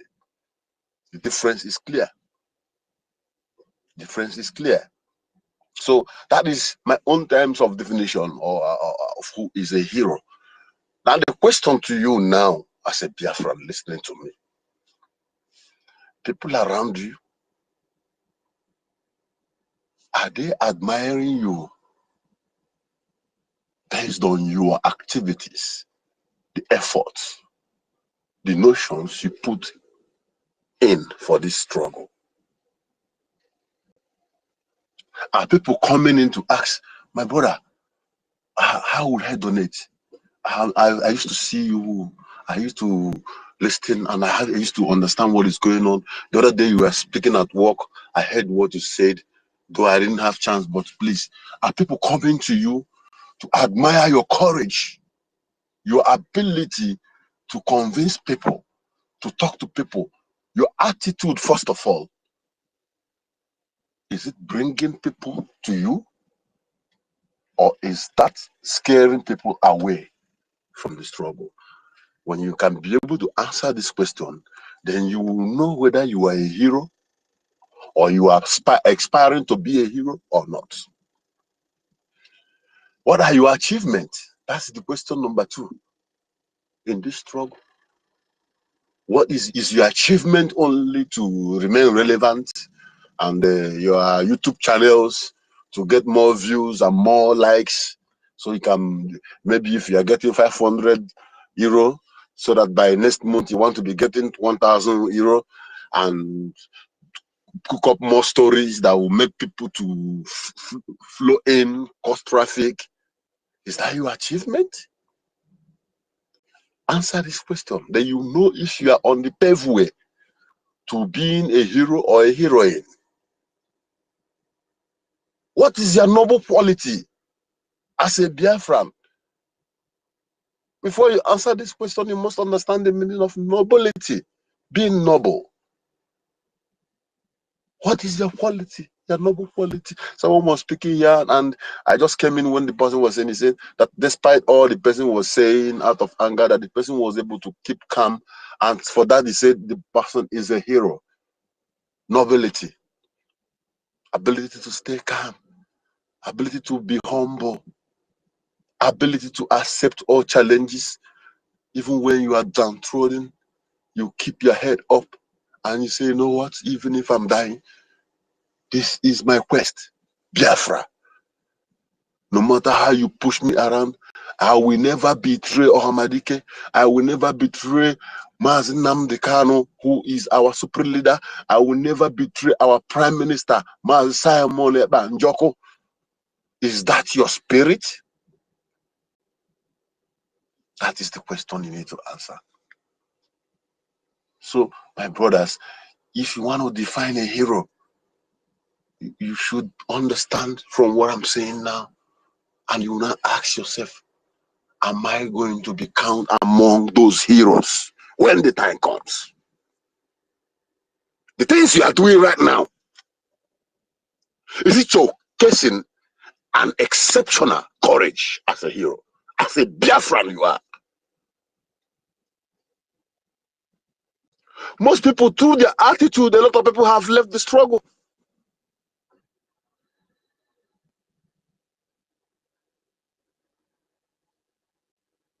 Are you a hero? Answer me. When you get this answer and you find out that you're not doing well, my brother, my sister, make a U-turn. Your people are dying. Your leader you said you believe so much in is in the dungeon of DSS. Your prime minister is also over there facing the European Union. They are already heroes, we know. And you, who have once admired them, you choose to climb on the fence and say, you know what, let me stand on this fence. The question is, in few years coming, will people remember you as a hero or as a coward? Because if those you admire did not give up, if those you admire stood their ground and say, you know what, I'm ready to die for my people, and you that they are ready to die for decided to climb the fence, you are a coward. Fulani is even more better than you.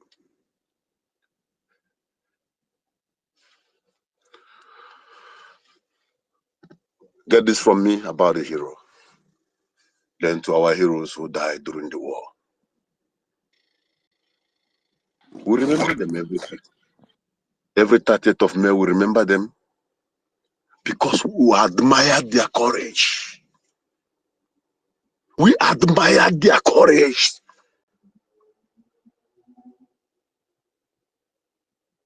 They did not leave any stone unturned. They moved in, they came massive, they supported Ojukwu, they were there. You know when in a group, in a squad of Biafra soldiers those days, maybe there are 100, in that 100, 30 is having gone. And as they are moving, you hear the commander saying, stay behind your brother. If your brother fall, pick him up. You beside, pick the gun. As in you that is handling the gun, once you are hit by a bullet on your leg or anywhere, even if you are shot dead, the person behind you who is seeing you dead supposed to do what? In a normal sense, take cover or run away. But in the spirit of our heroes we are admiring today, when the person in the front fall down and die, the next person behind pick the gun and continue, ready to die for you and I to be alive today. They are the heroes.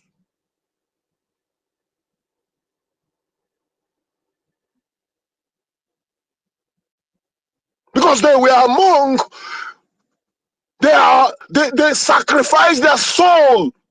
They have submitted everything they have. They have decided, you know what? It is Biafra or death.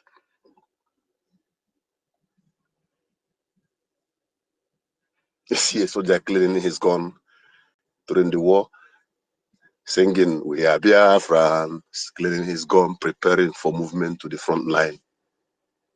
At that moment, he never knew whether he will come back.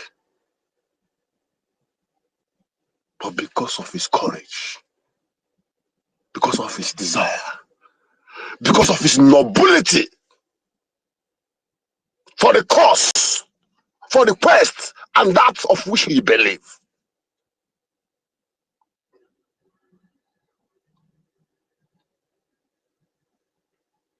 From what I'm saying now, look at what is going on today.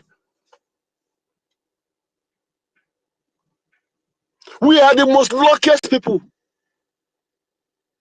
because most of us living abroad, enjoying ourselves, we don't know what is going on back home. And people have volunteered themselves, not 10,000, not 20,000.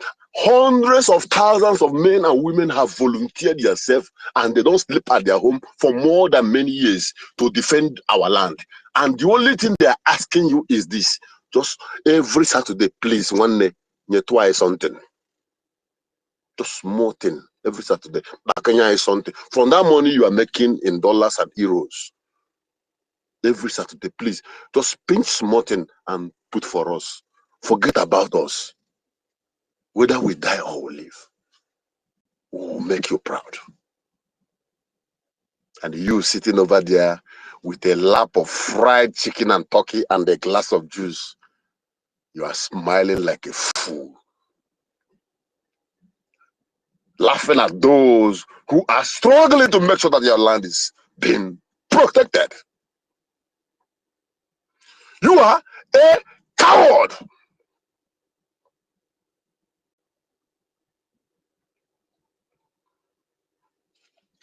Look at that lady in the interview. I was watching her. She said, my father was the first person they killed in the north. They killed him. And not only they killed him, they cut him into two. They sliced him like bread. And she said, a very beautiful queen, that in this our era now, that kind of lady now is on TikTok.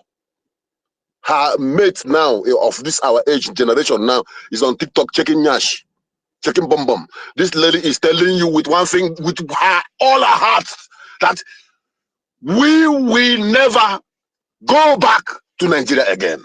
In God's name.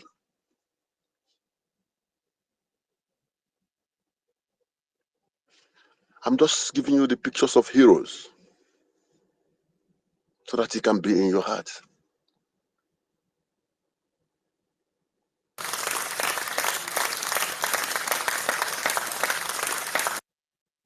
General Achuzie took it upon himself. He dismantled the enemies. He made the zoo and the Britain to record the highest casualties during the war. That is courage.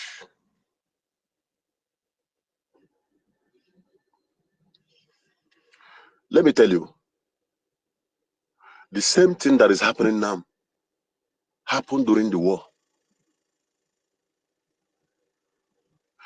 As we are remembering our heroes during that war, there are some cowards that we cannot remember today. Before I go deep, let me use Azikiwe Nnamdi. Let me remove Nnamdi because I don't want to equate him with our supreme leader. Azikiwe. Have you heard an Igbo man gave birth to a child and named that child Azikiwe? No. What does it mean? Have you heard that a child was born somewhere and that child was named Ifeajuna? Dr. Mbato. Yes, my brother. What does Azikiwe mean, sir? Hey, man, you know, Onitsha people, not be just Onitsha, any Onitsha have their own way of putting down Igbo language. To me, Azikiwe bu Azu Kaiwe. Even that Azu Kaiwe, I don't even know the name. So what does it The mean? camera na Azukaiwe, that is that thing you did behind me that I don't know is more painful to me. Azukaiwe. Okay. The betrayers behind, which I'm not aware of, is more painful. Azukaiwe.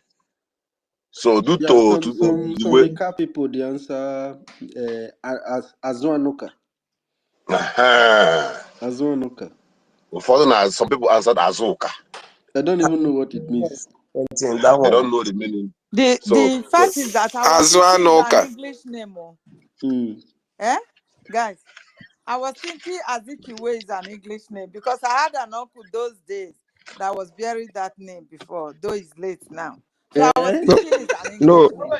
No, Azukiwe abụrụkwa English name. Then Azuanoka bụ Azuada anụ asịrị. Eji gị na-agba asịrị. Ịnanụ ya m na-ekwu biko na-ewekwana iwe. Azuanoka bụ mmadụ jiri gị na-agba asịrị ime ntị ka ọ na-enu ọ ya bụ Azuanoka.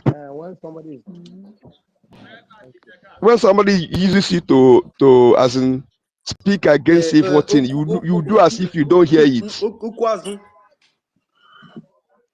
Abi? Should I go on? We learn every day. Can I continue? I'm still on the mic, please.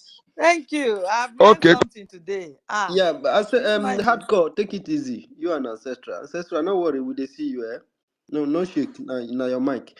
So hardcore, Dr. Mbato. Did you hear what Helen said? She said she has learned something today.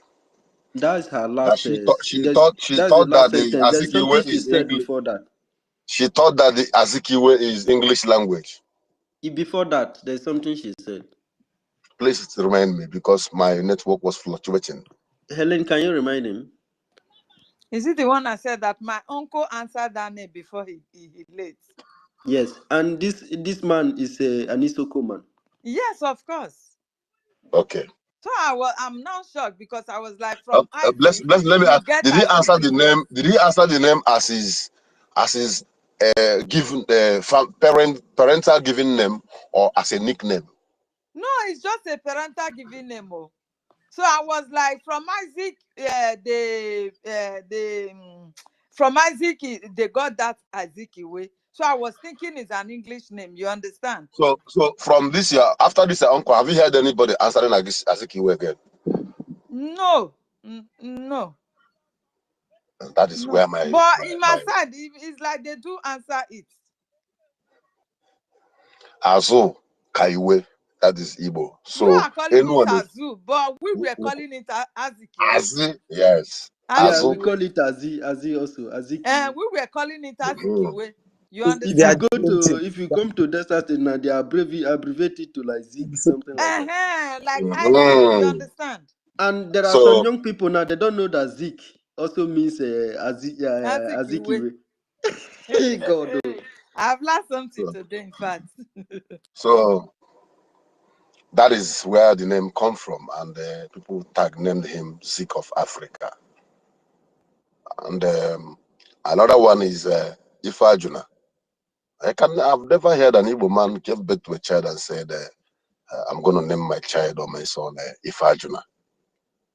It means, you know what this is telling us. What does it mean? Does it mean forbidden fruit or something like that? Forbidden Ifajuna. Something that is forbidden. Something that is never to be forgiven. A kind of something that you cannot reject.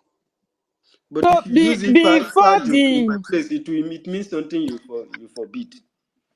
Before they started dividing us, hardcore and university, it's like we were all answering the same name. Exactly.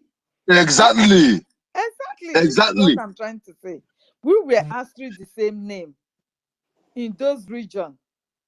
You understand? Before they divided us, we were all buried the same name.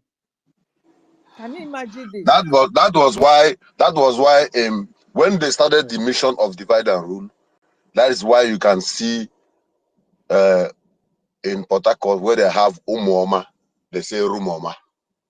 Umuola. Umuola is a woman, they say Rumuola. They will use one word to confuse. They begin to twist and change all those things.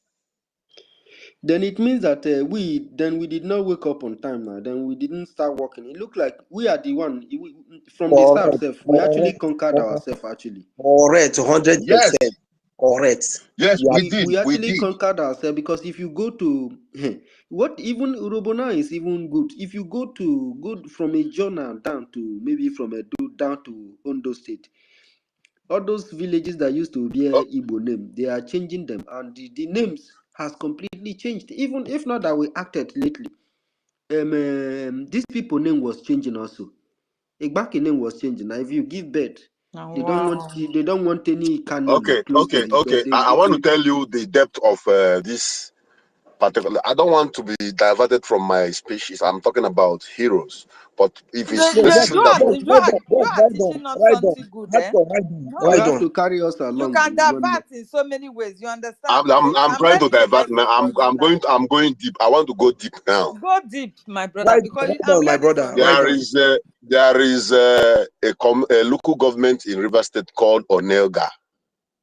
Onega means Oba, Eba, Ndoni local government in River State. In that local government, you find a Oba Mandoni, the local government, the capital is in a city called Omoko. Omoko, if you listen to their language, they speak Igbo with a little twisted tongues. What do you call that? Omok. Omoko, M-O-K-U. Is it? We answer Omok in my place. Okay, that's why I'm telling you, I want to go deep right now. Hey. In this Omok now, in this local government, that is where you have Egbema River State. So from that Egbema River State, you use leg and cross to Egbema Imo State. You see the divide and rule. The person in Egbema River State is telling you that he is not Igbo. The person in Egbema Imo State is Igbo. Meanwhile, the person in Egbema and the person in Egbema River State and the person in Egbema River State, Imo State, they are speaking the same language. They are doing the same. They have the same culture. Everything. You see the level these people have gone. Now, in this Omok now, I'm telling you, then you will see somebody called Chukwuemeka telling you that he's not Igbo.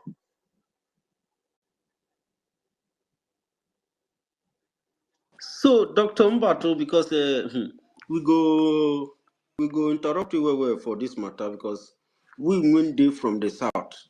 We get too many things to deal with, and because of that, we cannot just let only you speak on this very subject. What we do. So, because the Ministry of Education in BRGIE has been giving it a thought for a long time, that it now get to the level where, okay, if they come now and create another state again now, so it means that once that state is created, they are no longer what they used to be before. So right from that moment, their life begins to change and change and change and change and change until they no longer have anything to do with their ancestral. Correct. You are absolutely correct, because those who were originally from before the creation of Ebonyi State and Enugu State are all under Enugu.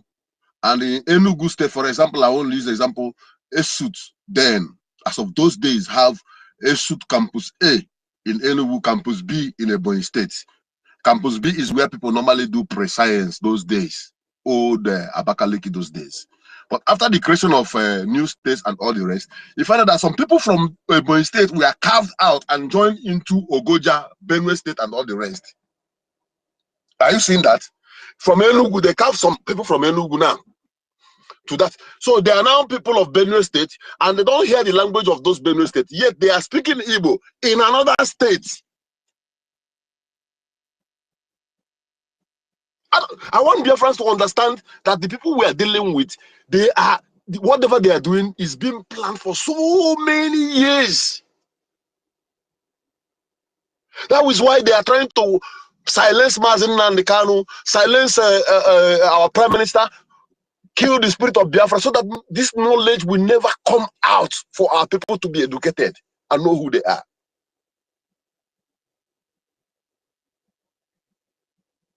Back to that Omok now. Hello, is someone speaking? Solomon, if you just want to say something as regard to what he is saying, then you can say just 1 minute so that he can also continue, because Yes, Ancestra is waiting. yes. Many topics is coming. Topics is coming from this issue of land and the divide and rule. So what where I want to just talk is another way of a thing. The I've had the just go as out of P2B, you know. So people that cannot be stable to defend their people, people that cannot behave like Kano, people that cannot stick to what they need, but they would like to do flexibly, do politics here and after to put their people in bondage. That's why nobody they like to be in son or in that as you because they don't do well. In our account now, we found out that it's taught in a dungeon. Likewise, Judas Iscariot in the Bible. Likewise, Saul in the Bible. Nobody named his son in Israel Saul, named his son Saul or Judas Iscariot. Now, so because of the bad life, the life they live. So this is what I just want to add to this divide and rule of the zoo and the Britain. Okay, Yes, Solomon. yes, my brother. Thank you so 1 minute much. is up, sir. Thank you, sir. Do you know that you just mentioned P2B now? I've been able to go through his page on X. Do you know that he never posted anything about 30th of May, Heroes Day? He's desperate But how will P2B do that? P2B is pure Nigerian. I cannot do that. P2B that regretted to be a Biafran will go and post something about Biafra. Oh, how do you? He will never post. So he tell me that in future time, just like Ifajuna and Azikiwe names cannot be replicated to any child given birth as a Biafran. So you ask yourself, will someone be so happy to name his or her child after my name because of my courage when I was alive? We'll take it from there. I go back to the same Omok I was talking about. Omok is the only place in the whole of South, East, South, Niger Delta, whatever, call it whatever, that Igbo man is not permitted to buy land. Go on. I thought Omok is a secret code. Amok is a secret code. Amok, recruitment crime. Okay, Amok is a secret code, but Omok is a name Omok of town. Amok is recruitment crime.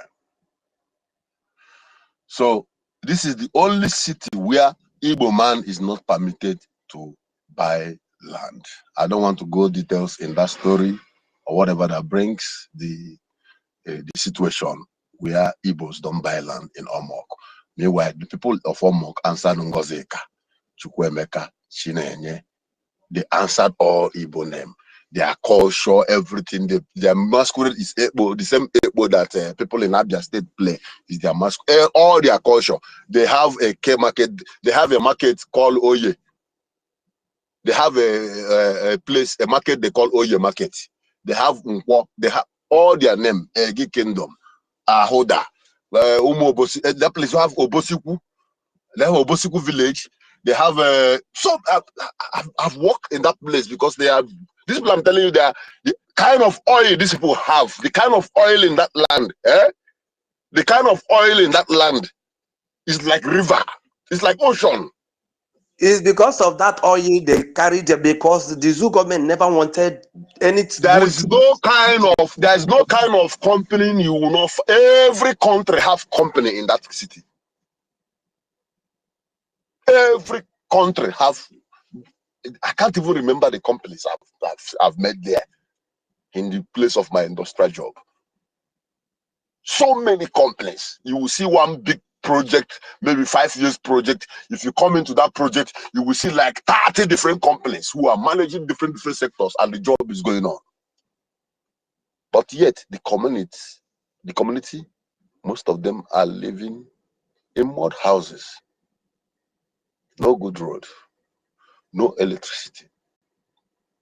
Ajip was the one who took the contract of giving them light, and all of a sudden the zoo fought to take away the contract from the white man and manage it on the Ajip.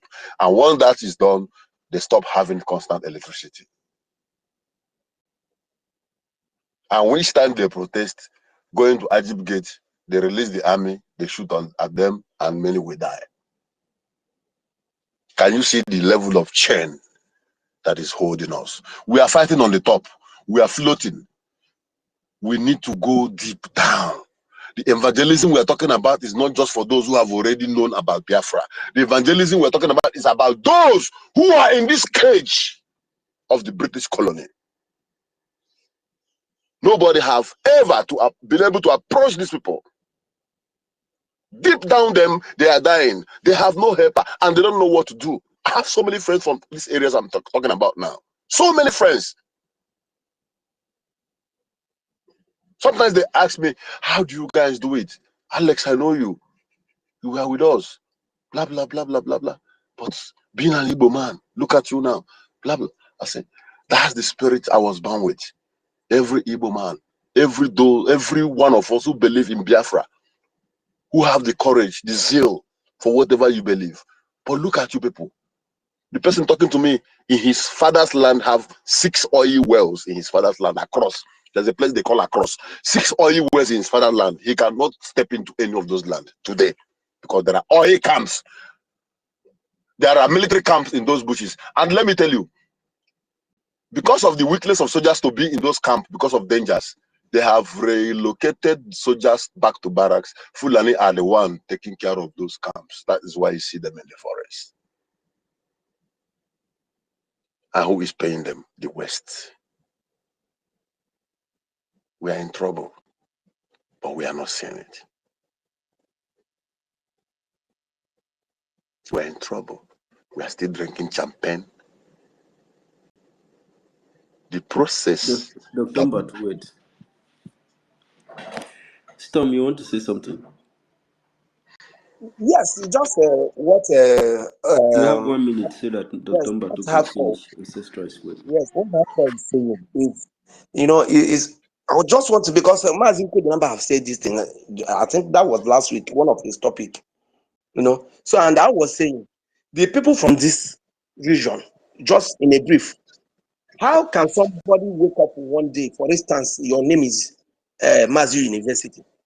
Somebody wake up one day and begin to tell you are no longer Mazu University, that your name is no longer Mazu University, that your name as from today will be Mazu City or Uni or Urine, and your children, you accepted it, your children come up, you tell them from today, my name is no longer Mazu University, it's Urine.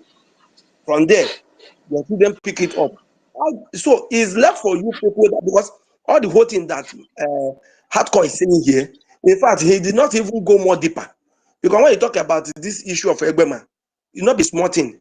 The war going on there, Egbema from Imo State, and the same people before, Egbema from Imo State, and Egbema from this other side that is talking. You will see some Koro, you know that you are together. Do you know that they hated to the level that they almost wanted to take Imo State as a whole out of that east because of the oil that some parties still having, like Uguta and no, brother. Can I tell you? I want to give you one secret. I have said it here on this space. The oil in Imo State is more than the whole Nigeria. The whole of Owerri heartland, the whole of that Owerri city, people are floating on top, driving, keke is moving. Under that ground is pure natural gas, first grade, pure one. That is why you will know why they are concentrating on Olu and all the rest. The whole of Imo State is pure mineral, natural gas, pure original, highest standard. But the intention was this. We are not going to let these people know that they have this in underground. Let's divide this particular community, Egbema. Take this one so that from here we'll come close, so that we can do what they call conventional drilling. There's what we call conventional drilling. I will put a pipe from my community and I'll be drilling oil in your community and I'll be telling you that you don't have oil. But because I have those who are loyal to me in this community, I will be using this community to drill their oil. Now, the range of that conventional drilling is no longer giving them enough gas. They need to move closer.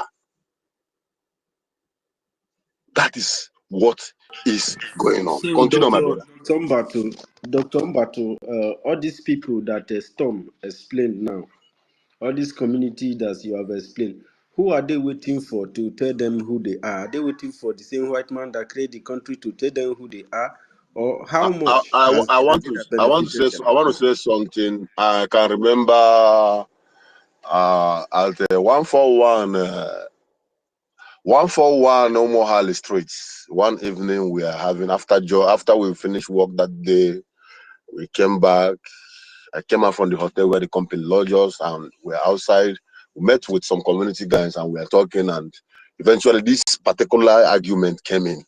So I was speaking on top of my voice, and the thing really nearly want to cause problem between the workers who came out to enjoy themselves and the communities. You know, if not that I have one of my men who were with me those days, were in school in the campus, who was also from that community. So I think I was able to shun his brothers and caution them. So, but one thing happened that evening. After that moment, I went to ease myself as we were drinking. One old man who is sitting by the side, he get up and he was following me. So I turned back and said, Papa, what happened now? He said, my son, you are saying the truth. We are Igbos. All of us, we are Igbos. We used to intermarry. We do everything together. We live together. We are Igbos. We used to go to Owerri. We used to go to Anambra. He mentioned many communities where they used to go and trade and come back through their waterways. That they are all together. That is fear during the war that made their people to deny their identity. But him, he cannot speak because these boys, they are bad boys. If he speak now, they might kill him. I said, okay, Papa, that's everything will be fine. The most important is that Biafra must be restored. An old man, he told me that he fought the war. And that he's suffering now with his family is because they never play the role of those who play the part of betrayal. So, to your question, my brother, most of them know the truth. Most of them know the truth. Listen, when you are drowning in a river and there's no one to assist you, definitely you are gone. As long as you don't know how to swim. It's different from when you are drowning and those with a boat around you who are supposed to throw a jacket for you or throw a rope for you, they are watching you. They are telling you, why is it that you don't know how to swim? You are supposed to have known how to swim. After all, you are living in the river for so many years. That mentality must be deleted among us. We are all brothers. That was why Nnamdi Kanu was able to cross that Rubicon. He was able to break that line. That was why when he was arrested, you see Avengers rise. He made the attempt to break that Rubicon, and it worked. But no one is there to continue pushing, to extend that hands. We need to continue extending that hand to them. They are drowning. But those who will rescue them are blaming them for the past. I've been in those communities. I know their lifestyle. I know everything. My brother, they need help. Go to Ndoni.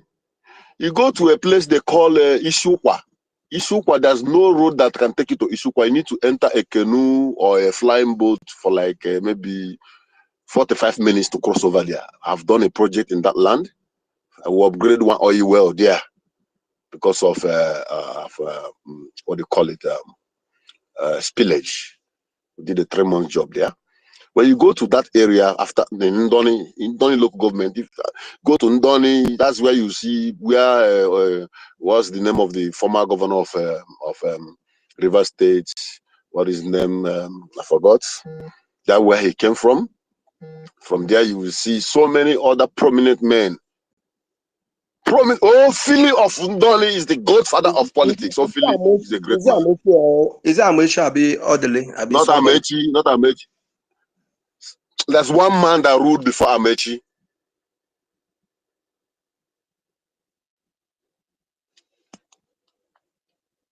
I thought Ojele was the other Anambra.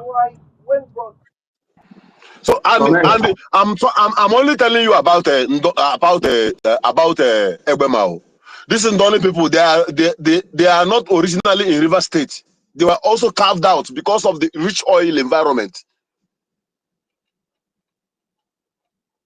The oil in that area, you can. Jesus, we are blessed. I swear to God, we are fucking blessed. We are blessed. You are not even supposed to be in abroad working for anybody. I swear. We have if they can open mouth and tell the world the truth. What is Dubai? Dubai don't have any oil compared to what we have. I'm in this sector. That's why I'm telling you this. Have I accepted their dirty politics and all the rest? I have been to a level where a construction SP manager who is from a community who works directly from the white man, there's a position that if I have got to that position, I would. The question was where you belong. Of course, I told him I don't belong anywhere. Even if I belong anywhere, I cannot get that position because I belong somewhere. I was relegated. And after the project, they maintain those who believe in their society. Then I go home. And God helped me, after some months, I got another project. I don't go, they call me for another project, and I go because of what I can do. So we are blessed. We are blessed. Let us extend our hands to our brothers and sisters over there. The moment we begin to do this, the awareness begin to reach them, you will see that a lot of things will change. You see these people? You see these people? They are rugged. You see people from this area, I'm telling you, if they got angry today, if they got angry today, waiting the barracks, everyone go run. Because one thing they do is, they may not have money, they may not have anything, but every young big boy have at least one kala, AK, one kala. They make sure they equip themselves with something to defend their land. Imagine when the knowledge of freedom is given to them with their spirit. And once we capture their heart and they are with us, just one wish, one order you will give. Any day they are able to shut down the whole of oil wells. Otilo, the West will abandon Nigeria. They will be calling you, come, let's talk. As long as that oil is still flowing and people are taking it, crossing it over, whatever we are doing, I don't want to go far. You are right, my brother. You are right. Go on, right on. I don't want to go far. So let's go back to our heroes. I don't want to go deep.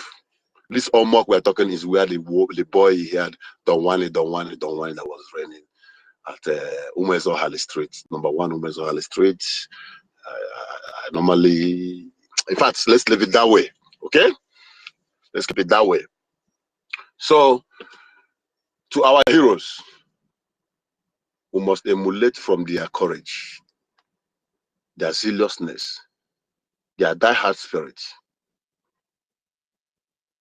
One of my uncles was telling me that, you know, that sometimes they will be walking months without shoes, as in a soldier in the forest, months, no shoe, as in no safety boot.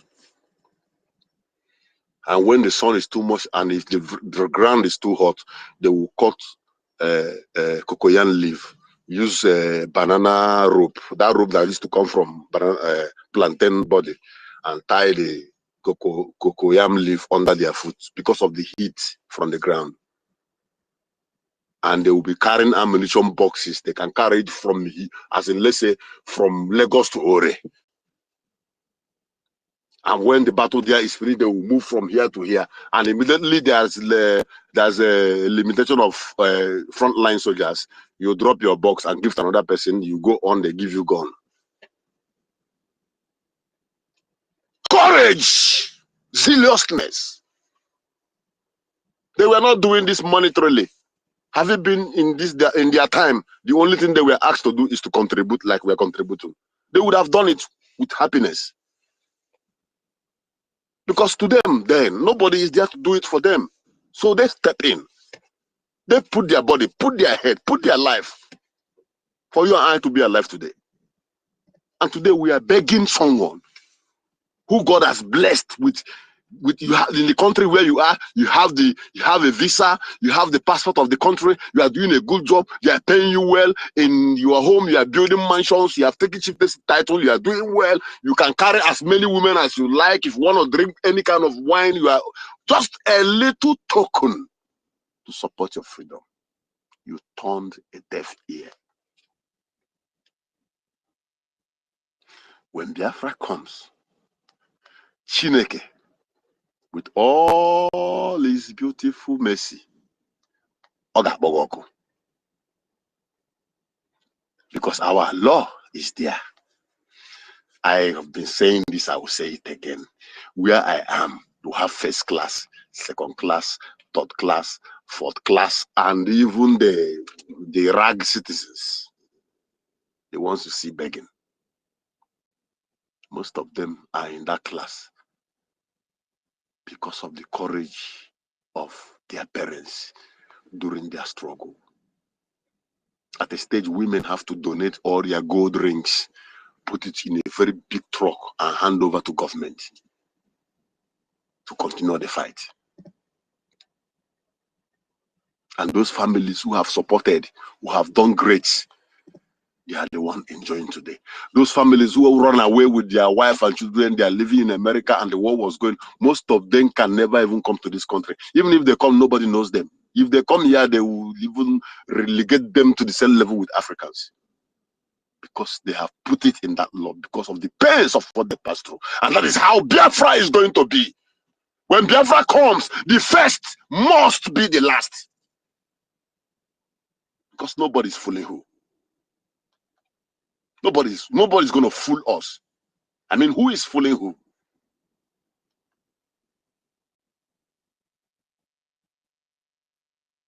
And that is how we are going to do it. And that's how it's going to be. Because you and I, you are suffering. You know what you passed through? Look at the university now. He's sick. And believe me, after this place, tomorrow morning he's going to work. Many of us are working, struggling, suffering, taking all the shit, all the insult from the Westerners, from the Asians, all the embarrassment. You swallow them. You keep your head down. From that money you got, you contribute. You make sure that you give to your family to also eat. And you are doing everything. And at the end of the day, somebody from nowhere, when Biafra come, we now come to tell you, no one can see him here. Chineke ga-akpọ ọkụ mabasi. Chineke ga-akpọ onye ahụ ọkụ. Onwe ka esi eme ya. Ka esi eme ya bụ now. Contribute. Ka esi eme ya bụ now. What you do can no one if can tell. What you are doing right now is what will be recorded for you. That is what people will admire. The world is ready to support us. But what we do is the only thing that can attract them. Let the government take one thing from me today. Do not call those ones who have been twisted, whose brain has been twisted, fools. Why can't they do this? Extend your hands. Nandi can did it. He did a practical. He tested the microphone and it worked. They embraced him. They came in full. They came in full. We can still do it. You and I know. Me, I know. Somebody know. Somebody that knows somebody that knows somebody that can even reach Tompolo tomorrow.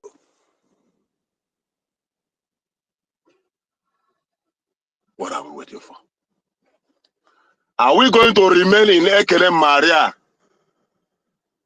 and church will close?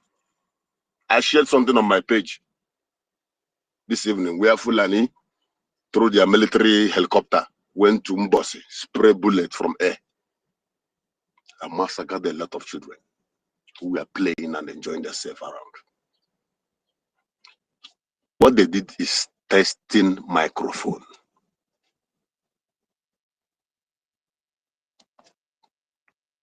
and someone is at the restaurant shouting, "Oh, in a restaurant," telling you that it's an embassy. And you see those who call themselves doctors, professors, following the person and say, "Yes, right on, yes, right on." Nobody is coming to help you. Biafrans, I'm telling you, nobody. It is only you that will help yourself. Only you. Nobody's coming to help you. So this is the more reason why we must give honor to all our heroes for all they have done for us, for all they have been through, for all their fight, for everything they did. Even, do you know the most painful one? Biafran soldiers, as of then, they have reached Ore. They have conquered Ore. Because the law is, when you get to the capital, if you can conquer the capital and bring down the flag on the state capital, the country that is fighting you will surrender. While we are defending our life, there is a special squad that was busy heading to Lagos. And as their movement, imagine someone heading to Lagos from east. And whatever he met on the way, he's destroying that thing until he gets to Ore. Where is Ore and where is Lagos? And that is where they are when the war ended. The British ended the war because they have put everything in place. Hunger. They use every method. They closed even the Cameroon border where we're supposed to get things. They did everything. They betrayed. They used some of our people. Do you know the most painful one? Do you know the most painful one? There are some prominent Biafrans who, out of fear, went to Nigerian soldiers during the war and say, Ojukwu have given me money. Oh. He said I should go to so place to go and carry ammunition and pass through the so route, hand over to so person. Please, I want to give you their secret. Help me and my family. And they tell them, okay, thank you. You are a good citizen. Bring your wife and your children. They brought their wife and their children. They promised to take them to the airport. On the way, they kill all of them. Many, uncountable. Many families lost like that. Betrayers who died in the hand of their masters. Are you doubting it? What of the young man you saw the video circulating around? I am not a Biafra. I am not a Biafra. I will show you who you are. I pray may you not find yourself in that situation where you will be confessing to show your enemy where your brothers are. Imagine if that man was in the camp and he trained and is in the war front. Maybe he will survive the war. He's among those who are hiding, not to go to the front line, not to even join the military. In a nutshell, he is sitting on fence and the enemy caught him on that fence. The Biafran soldiers, they are the one that killed my family. Let me take you to where they are. And the Western journalists, the BBC journalist is there with his camera watching them and is asking soldiers, what are you going to do to him? The Yoruba soldier who is not putting on any clothes say that we are going to take him as a prisoner. And the Hausa soldier, the Fulani soldier who is standing there say, what are you wasting time? Bah, bah, bah. And that was how the man who is sitting on the fence like Biafran Unite, that was how that man was gone down. Because if he was among his people, today he might be alive. A lot happened during the war. A lot of stories on my head, but I can't say them all. A lot of events, a lot of things that have not been uncovered. And many people know them. We're only waiting for the appropriate time. A lot of written notebooks that were handed over to so many people. As a secret, keep this. Why is chemical engineering government department in Nsukka shut down till today? When you think about that, you now ask yourself, how did Biafrans come about Ogbonigwe? Forget about Ogbonigwe. The English name is atomic missile. The same thing that make the world to respect Russia. Our ancestors did it in a local form. I don't want to go deep. If you are sitting on the fence, may that fence break. And when you are falling from that fence, I want two sticks to choke inside your eye so that you go blind. And may you break your waist. If I die, if you are supporting the liberation, may God continue to bless you. And open ways for you in everything you do. While I listen and follow up the activities of the day, I remember my home self, the hardcore. Airborne! Airborne! Airborne! All hell, Biafra. Airborne! Akụ na aka na-akụ na aka na-akụkwa aka ebe a na-akụkwa aka ebe a ọ gịnị na-eme dị? Kedu ebe unu nọ? Kụọnụ m aka biko. Mazi University. Our co-host, on another day again. Kedu ebe ịkụ aka m? When I don't enter research to know who and who to come. We are here.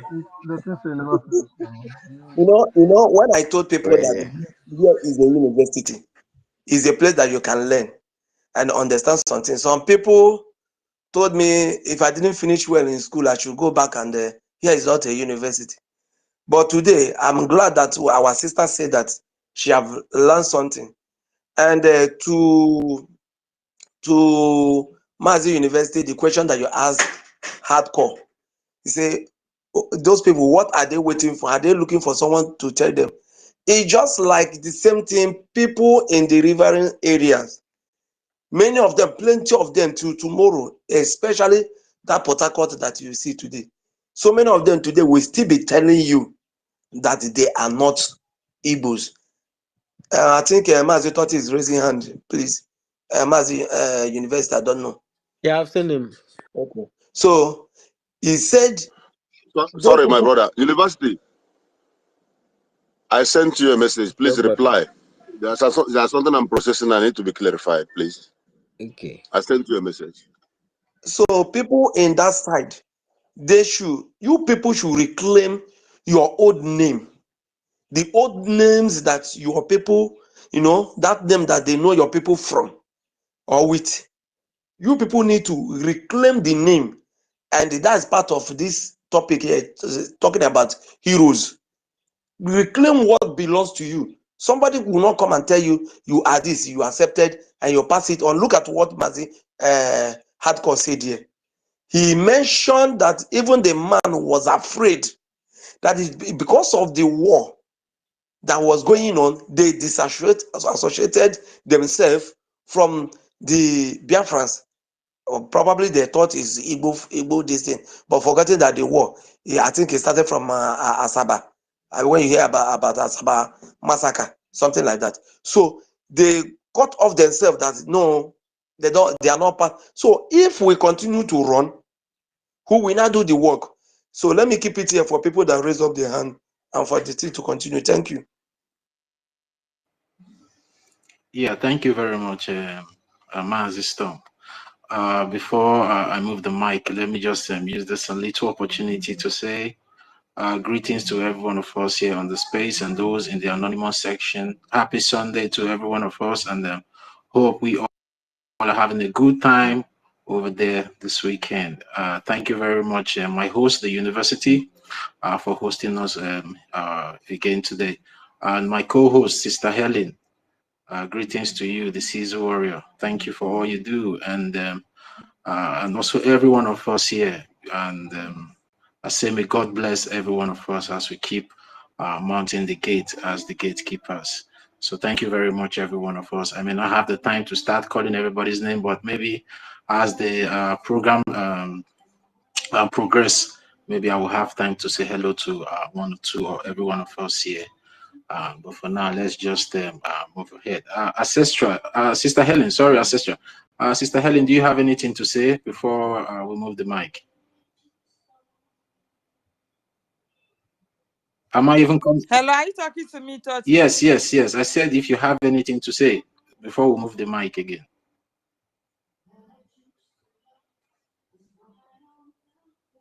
Sister Heleno, can you hear me? She not get later. Maybe she's not hearing me. Ancestral warrior, your hand is up. Senator, have you spoken? Senator. No, I have not spoken. No. Oh, yeah, ancestral warrior, you can go. You can go. Yeah. Okay. Good afternoon. Good afternoon. Good evening. Good morning, depending on our time zone. Am I coming out? Yes, you are. You can go ahead. Yeah. So, based on our topic, the question they were asked before, for everybody to give his own understanding about a hero. So, let me give my own little understanding about a hero.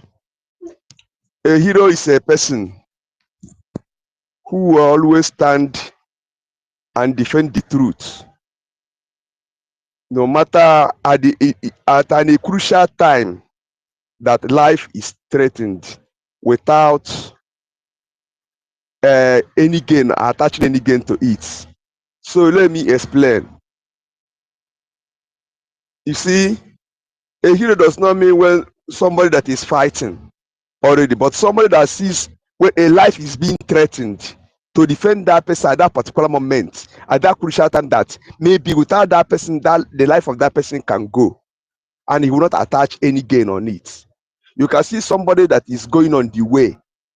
He doesn't have a transport money, maybe on the mistakenly his transport fare finished and he's begging nobody. So you that gives a helping hand to him, you are a hero at that particular moment. You see those people that are begging for food, not those people that have made it to be a routine, a daily time, every day they go to the road, beg. No, somebody that you know that he has been having food, but something happened, he cannot be able to feed, and that thing is threatening his life. Maybe he will die, and you are unable to give him assistance. You are a hero. Then another one is a hero. You see, sometimes there are some certain things that our people used to do these days in name of content creation. They will see people maybe in a need to survive. Maybe there was an accident that happened.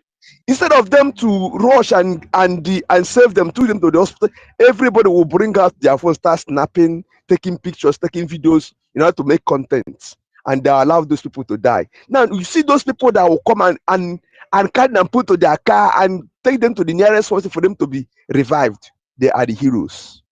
So anybody that says the truth or sees somebody that is being maltreated, maybe other people have left that person because everybody is fearing because of his life. And it is only one this person that stand that say, even if this thing will take me my life, I'll speak the truth. That person is a hero. So, and can't on and on and on and on. So every of us here that is defending this truth, that is here, that we know the truth. There's so many people that knows the truth, but they are afraid to defend it, or they're afraid to follow the truth. All of us are heroes. So we must continue being these heroes. There are some people who cannot fight. There are some people who cannot listen. Maybe there are people who can give information for their fellow human being to survive. They are heroes. They have categories of heroes everywhere. And there are some people who were born heroes, that they cannot see evil trend. You understand me? They cannot see where they are manipulating their fellow human being. They are heroes. So now, for me to conclude my word, based on this identity crisis, there's something that I have vowed. I have vowed that I will continue to worship God in the ways of my forefathers before Christianity came. Christianity has already remained 147 years in Africa, or in Igbo, or in Biafra land. Before then, what of 5 million years ago, 3,000 years ago, my ancestors, my fathers have been worshiping their Chukwukika in their own way, and they have not died. And nobody tell them they are worshiping idol or anything. So all this is one of the identity crises that we are suffering today. Till then, we will recognize who we are, where we are coming from. Even our brothers in the river states or other places that say they are not Igbo. Okay, let me just say it. I'm from a place called Isigwe in Enugu State. There was this time around about 2015, 2016, we were on Facebook chat. people that were saying their names, their villages, everything. You see, there's no one village or one community that has only one that existed in Biafra land. If you have Ugwashuku in Delta State, there's another Ugwashuku in somewhere in Ekpofu, in Nkano, or what did they call it? Amankano in Nkano. Okay, let me call. There's a place called in Amagunse. They have a people, they call them Onichagu or Onichagu. Onichagu means the same thing. Agu means the same thing in Ubo. So we have people in Onichubo in Delta State, and we have people in Onichubo in Amagunze. There are one people. Like I said, I'm from Isigwe, from Nkano in Oboka. There's a place called Isigwe in River State, Port Harcourt. All of us are one people. So anybody saying that they are not Igbo, that is just that identity crisis. So by the time we should come, like our brother Hardcore said, if these are people from River State, they have the mind. If anybody who can convince them that all of us are one, any day that those people rise, that is the end of Nigeria. Understand me? Because those people, they have what we don't have here. We here in Igbo land and in the upland, they have what we don't have. You understand? So, and it is our duty to be educating them. Despite that, they will be denying us. Despite they can slap us, they can kill us. We have to pay the price. That's why we are called heroes. We need to be educating them. See the reason why you are a Biafran, you are an Igbo man. Everybody, like I already said, any language or any city that starts from I, you are Igbo. So let me just keep it here so that another person will speak. There are a lot of lessons to talk. Thank you very much. Yeah, thank you very much, Ancestor. And you can still come back if you have more time to, deliberate more and make more submission on what you have upstairs over there, the informations that you have, because we, the Biafran people, needs to, get as much information about, the things that joined us together as Biafrans. I think is very, very important and imperative at this point in time that we start, learning and then getting the information on things that will bring us more closer as one people at the end of the day. So you can request for the mic whenever you're free. Senator, are you there? Yes, so thank you so much. Good morning, good afternoon, good night, depending on where you are. Thank you so much for this opportunity. A hero, who is a hero? A hero is that person that says the truth. A hero is that person. Let me just bring it down, back home, what we are in now. A hero is that one that sees A and call it A. Like those ones that are there with Bow Wow, none of them is a hero. What they are is coward. They are cowards. Okay? Anyone that sees someone drowning in a river and saves him, anyone that sees a gun coming, a bullet coming, you dodge it. You see it going to your friend, to your brother, you dodge the person from the bullet hitting him, you are a hero. You see a car coming, a car of the enemy to jam your brother, you dodge the brother from being jammed. Unlike Bao Bao, instead of fighting along with people, anyway, it's not our people. Yeah, that's why sometimes I begin to wonder why some idiots haven't seen it, that this is a danger herself. When the time comes, I will still bring, there are some voice notes that I kept of people, some people that blocked me. As you see me, for this struggle, me, I know they go back, to play my shot. I know where I'm going. I haven't made any mistake. I can tell you that if there is, though I don't pray for it any longer, if anything happens, that if you ask me, if I tell you which one is the right side, you must.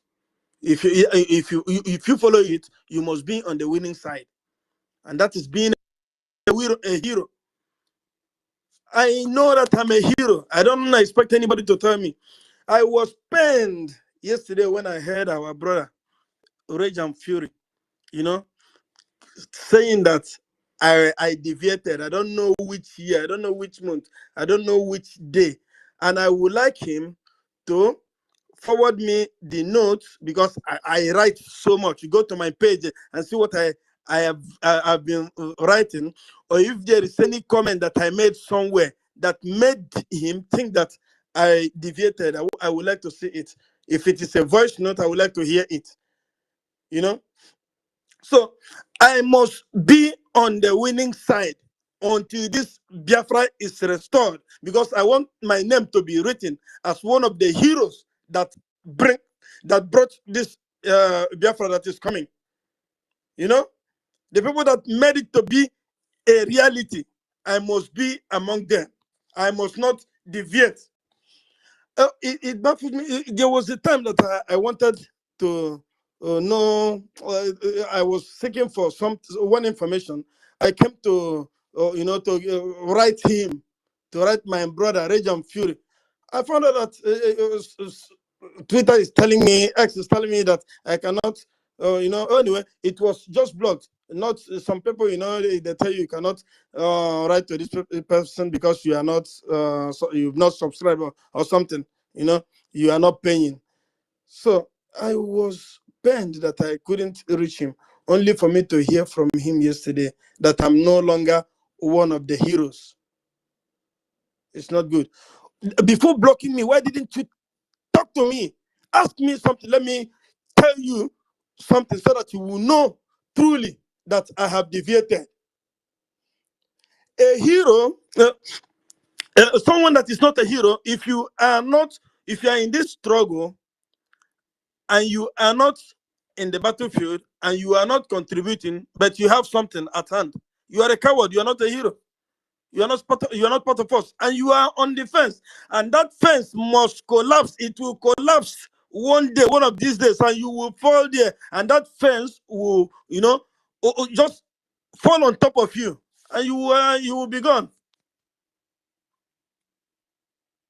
A hero must always stand at the gap between the enemy and his people, because he is there to defend his people. He must defend his people. I must be there, because I'm not back home there. I must be here acting as a hero that I am, no matter how little it is. If you don't hear my name during the fundraising, doesn't mean that I'm not contributing. It just means that sometimes I will be there, then I will contribute. I will just send my receipt to one of them, either to Akbarawa or to any other person, or even I won't even send it. But sending it, do you know what it does? It doesn't do anything. It just encourage those people that are there, those cabinet members that people are contributing. If not, I will just do it. I don't send anything. I myself, I know that I did it and the receipt is there. But to encourage them that that I didn't come there to speak, I didn't come there to talk about it, doesn't mean that I'm not contributing. That is why when I contribute, I will send this thing, even if I was there. But you won't see me on the mic or on the video there. So we must be heroes.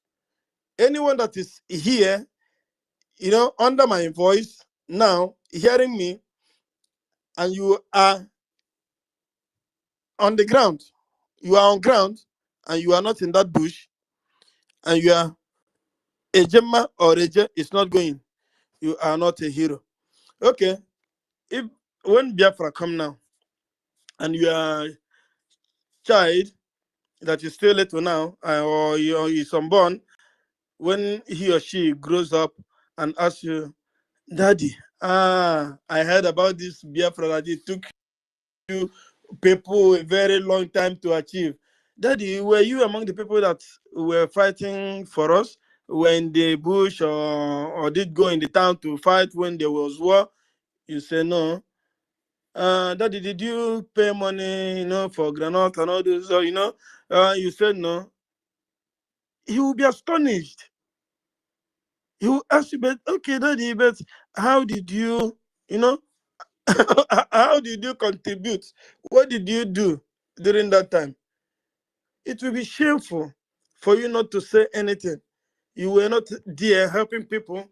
You know, you were not a doctor. You were not a nurse that was treating people when something happened or something, you know. So that is why I will choose to be a hero today, tomorrow, until Biafra is restored. I rest my case now. Thank you.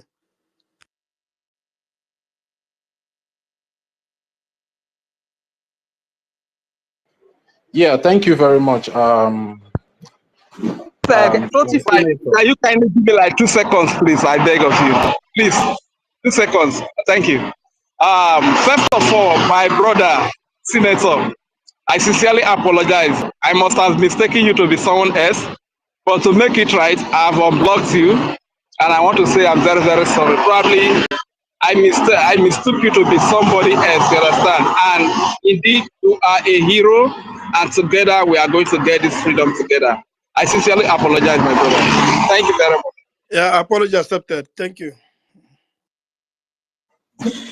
Yeah, thank you very much, Senator and Rage. You know, I like the way you guys just, settle the whole misinformation and misconception.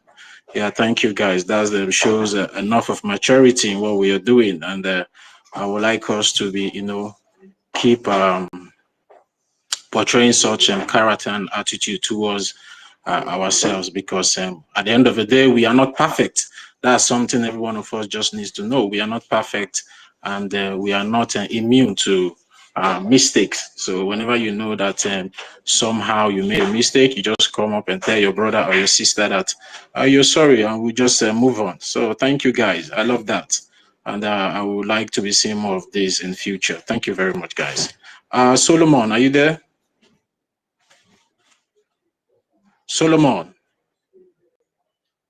Yes, I'm there. All right, you can have the mic, Yeah. Solomon. Well, about the hero, and I believe that all we have said, are saying the same thing, and capitulated it well, that everybody has to, that we have to fight and become hero, along with and here, Simon.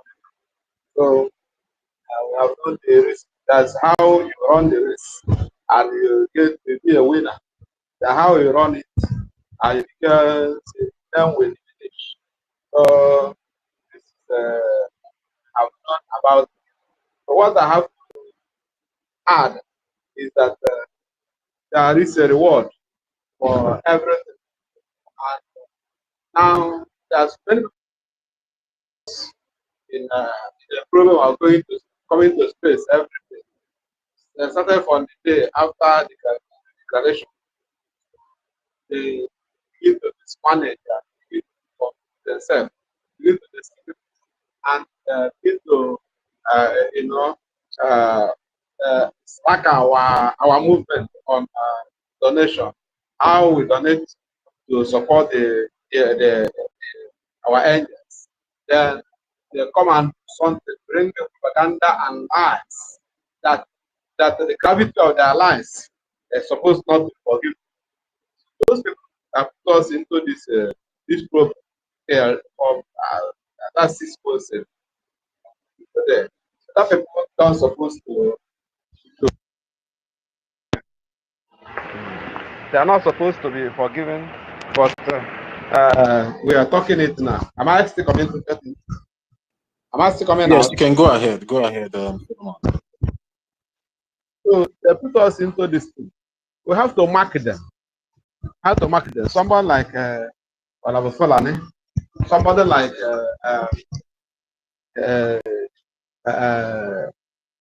Kelena TV, and people like him, 419. You go 419. So those people have to be. We have to mark them because they are now a virus. They are more than virus in our midst, because as winning is coming now, many of them we use the idea enter again, begin to tweet sweet word and join us again in freakishly. So we have to market them because they have caused many damage. Though everything is will of God, because if they did not do that, we could have no think that they are good, and they will still do it in future and jeopardize everything. So we have to market them. People like last week,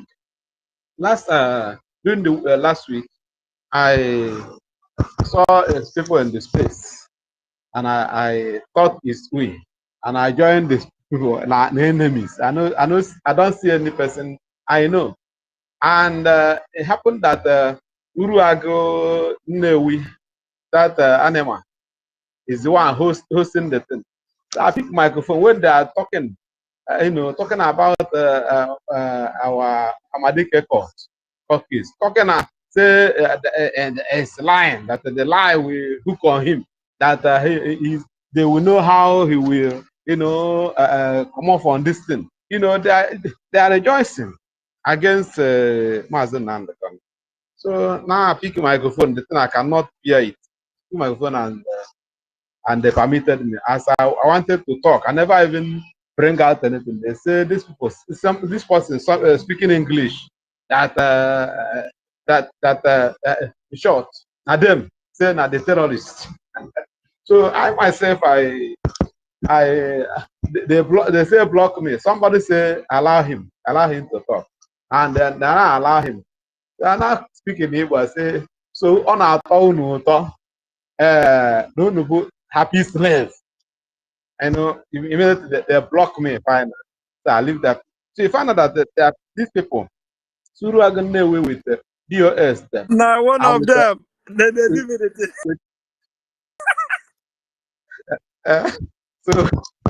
So all of them they are one. Go to our Fulani. They are one with the Fulani people. That's if you go to the Twitter account of Alabo Fulani, you find out that some people that is retweeting his dissing had her comments and liking. All those people is one Nigerianist. Many of them are Northern people. Many are DOS. Many Uruagenewu is working with Alabo Fulani. So we don't need any visionary or any prophet to tell us. It's clear. So this I will not continue to talk, but we have to market them, because very soon, when the weight will be heavier on our side and they become wanted, they will love to chip in and begin to do well as if they are good.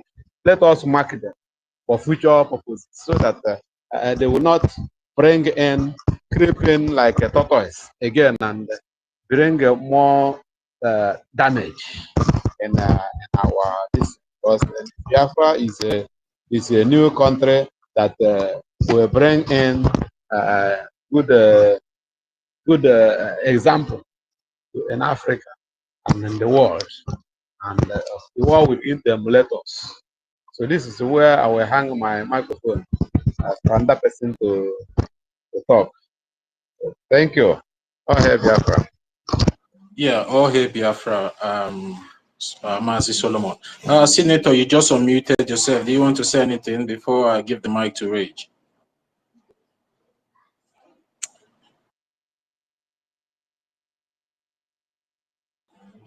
Rage, you can have the mic now if you can hear the sound of my voice.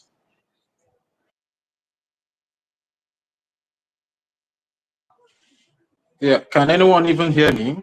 I'm not hearing anyone. I can hear you. Am I coming out? Okay, you can go ahead. Go ahead, you're coming out now. Okay, thank you very much. Once again, I greet the House. I greet the honorable comrades that are here present on this airspace. Once again, I greet all our leaders, starting from Dimo Dimego Juku, Philip Effiong, and all the heroes that fought for us and gave us a future where we find ourselves today, even though in the future that is being messed with this nomadic Nigeria Fulani system. But I thank God that our lands are still preserved. They handed over the land to us 100%. And today we are here. So greetings to them. May their memories be a blessing to us in this our journey to freedom. Greetings to Rafu Wazirike for the role and the part that he played before our very own people betrayed him. Thank you very much, sir. We respect you. Greetings to our leader, Onyeduman Zimnadi Kano, for the great work that he has done for us. And today, he has been able to expose Nigeria to the international community, how lawless Nigeria is, how fraudulent Nigeria is. Nigeria is sponsoring terrorism, and they want to even harbor this terrorism for future purpose so that they can launch terrorism against the West and Europe. The world can see it today. But unfortunately, it seems like the West and Europe are not seeing it. A situation whereby a terrorist will be barred from Saudi Arabia and deported in the name of Sheikh Gumi, deported to Nigeria, and Nigeria will welcome that terrorist with open hands. They welcome such terrorists like a king. Not only that, Hamas will go to Israel and bombard innocent babies, children, women, innocent youth, old fathers and mothers, massacre them. If you are fighting for your sovereign nation and you are having a war against Israel, and you go for the military, you go and fight the military and you kill the military, I have no problem with you. Like it is today, if the Nigerian army comes to Biafra land to kill the Biafran army, let them do it army to army, let them do it military to military. We have no problem with that. The only place we have problem is when you come to kill innocent civilians. You come to bomb innocent babies that are playing. You throw bomb on them, bomb innocent old fathers and mothers that are sleeping in their houses, innocent civilians, women and children. You come in the name of security, you rape women, you sight wood in their vagina, you commit all manner of atrocity, you go to the market and spray bomb there. Man, this is what we have problem against. But if you come to Biafra territory as a Nigeria army or as a Nigeria police or DSS, that you are fighting against the Biafra army and you engage yourselves men to men and you are able to defeat the Biafra army, we don't have a problem with that. You understand? Where I have problem is when you come to kill innocent civilians and you are military. You see, I have a problem. You understand? So it's quite unfortunate that the West and Europe is not seeing this. That people that welcome Hamas that have gone to kill the innocent people of Israel and they come to Nigeria, Nigeria welcome them as kings and queens. Nigeria gave them land. Nigeria welcomed them. You understand? And the West, America, is still supporting such a country. America is still giving to Kano jet to such a country to kill innocent civilian Biafrans. Man, that is something that I don't understand. And Europe is still supporting such country, giving them military training, giving, man, that is something that I can't understand. You understand? So, but still on still, we forge ahead. And before I will proceed, there's somebody I want to talk to. There's this lady they call Shine Baby. I think her name is Chichi. Is it Chichi? I don't even know. She used to be among the Umada that exposed the DOS. And respect to the Umada of that time. Thank you very much. Wherever you are, you might not be coming on air right now, but I strongly believe before things that happen, you played your role. Respect to Madam Azuka for the role you played. This is a true Biafra, Madam Azuka. After the issue she had with the government, and she is suspended up to date, nobody has heard from Madam Azuka. He doesn't castigate the government. He doesn't fight against the government. Likewise, this man called Gaddafi. This is the true spirit of people that want freedom. You understand? So why am I talking to Shashine Baby today? I came across one of her picture where she said she was calling the Fulani woman Ngozi Rapweze, their mother DOS, and she put the picture of that woman, our acting Prime Minister Ogechukwu Kere, and she was referring to Ogechukwu Kere as the BOS boy. It's very, very laughable. Fine. If Ogechukwu Ukere is the DOS boy, and he is the acting Prime Minister of the BRGIE today, whose Prime Minister is Simon Ekpa, and Simon Ekpa is arrested, and your madam you call the surrogate who the Prime Minister chose to stand in for her. She knows nothing about what is going on with the Prime Minister. But the person that is standing in for the Prime Minister. Wait. The Prime Minister never chose her to stand in for him. Please correct that. No, according to them. No, according to them, my brother. I'm not saying that is. Didn't you hear me when I said that the acting Prime Minister, Ogechukwu Kere, who is standing for the Prime Minister, but according to them, they say she is the surrogate. But I'm even trying to judge her by her Western, calling the acting Prime Minister the DOS boy. Now the DOS boy is the one that is representing the Prime Minister in Finland. It is the government BRGIE that is an acting Prime Minister that is representing the Prime Minister Simon Ekpa in Finland, in Finnish courts today. And your so-called Madam DPM, who you call surrogate or surrogate, can't even visit the Prime Minister simply because she has betrayed the Prime Minister and the Prime Minister doesn't want to see her. She has broken away from the Prime Minister, and because of the fear and the shame, she can't even come closer to the Prime Minister. My question now is that, is it now the DOS boy, Ogechukwu Ukere, that is now representing the Prime Minister? Why your Madam DPO, I mean PDP or whatever, DPC, I don't know what you call her, Ugozu or Apufulani, she can't go there to represent the Prime Minister. BIAFRANS, let us be very wise, honestly speaking. These are very clear signs that then this woman has scammed you, this woman has deceived you. And anybody at this point in time who is truly a Biafran and says that he or she is confused, that person run very far away from that person. That is an enemy, and you must do everything possible to fight against such person. Anybody that is still claiming that he or she is still ignorant that Ngozi Orebeze is being used by Nigeria to fight against the freedom of Biafra, then you are the biggest fool, and we cannot help you, and you will remain like that. Nobody can help your case, because your case is a very critical and difficult case, you understand? Because all the signs are there. And that aside, there is something I still want to talk about hero. The topic says the heroes / the future, part 2.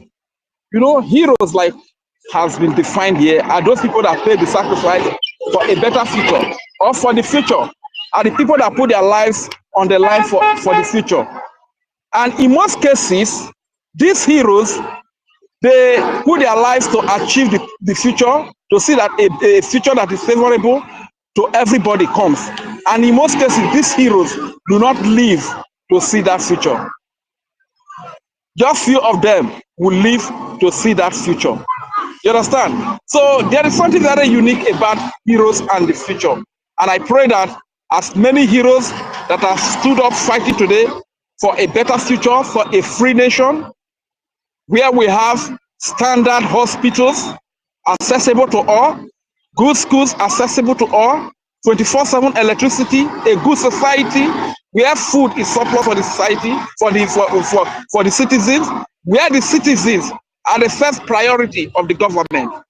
Every hero that is fighting today to see that we get such nation, to see that we get such future, God is going to keep each and every one of us to live to see the future that we are fighting for in Jesus' mighty name. So my people, we must not relent, and let's not forget that what we need right now is money. The enemies that are coming to kill us all, they have a lot of established nations that are funding them. It is one thing for the enemy to accumulate or get enough wealth to purchase weapons to come and kill us. And it is our right also to rally around, raise money to defend ourselves, and raise money for our recognition as a people who want to be on their own. So our people, do not be deceived. When Hardcore was speaking, he said something that during the war, some people were caught and they were denying that they are not Biafrans, that they want to show the houses or the relations of those that are fighting the Biafra cause. That those people were not spared. What if they did not choose to sit on the fence and they stand up for who they are? They stand up for their identity and go into the and train with their brothers and sisters. Maybe they might not have been killed. Maybe today they will be some of the veterans that are speaking to us, that are encouraging us today. You understand? So my people, let all of these things be a lesson to us. Our people from the Asaba area, Isoko and Urobo, Wari, Shekiri, Agbo, there is a lesson we must learn from Asaba massacre. You know, when these people came, the enemies came, and we went to go and hug them and identify with them that, hey, we are one Nigeria, we are one this. What happened to us? Thousands of our people were killed. That is where the name Asaba massacre came from. Let the past be a lesson to you today to build a better future. Don't allow the mistakes of the past to repeat themselves today. Because if you sit on the fence and the enemies come to kill, they are not going to know whether you are in support of the freedom or you are sitting on the fence. So long as you are our brother, you are our sisters, what they will give to us is what they will also give to you, which is death. We must come together, support our freedom, support our defense, support our recognition, support our liberation, so that we can be free from this crime scene that we find ourselves, this British company that we find ourselves called Nigeria. Nigeria doesn't have a meaning in Isoko language. It doesn't have a meaning in Urobo language. It doesn't have a meaning in Ika, Ikodo, Mikodo, Igbo, Kwere, EFIK, Igala, Idoma, all the Biafran languages. Nigeria doesn't have a meaning. You understand? So let us come together and fight for the restoration of our nation. Biafra, a nation we can be proud of, a nation whose army's loyalty is to first God Almighty and to the people of the land and to the land itself, whose army's loyalty is not to one caliphate or one Islamic jihadist country. This is the nation we are fighting for, a nation of peace, a nation where there is no terrorism, where the security is top-notch. You understand? This is the kind of a nation we are fighting for. Whenever we talk of Biafra, we want a better life, a life where everybody can live comfortable, everybody can have that sense of value, everybody can have sense of belonging. This is the kind of Biafra we are talking about. We are not fighting for Biafra to go and kill anybody. Rather, we are fighting for Biafra to have good schools for our children.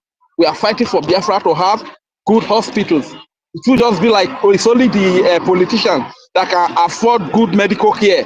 That whenever they are sick, they are stolen all the wealth, they can fly abroad and take care of themselves and have good medical care.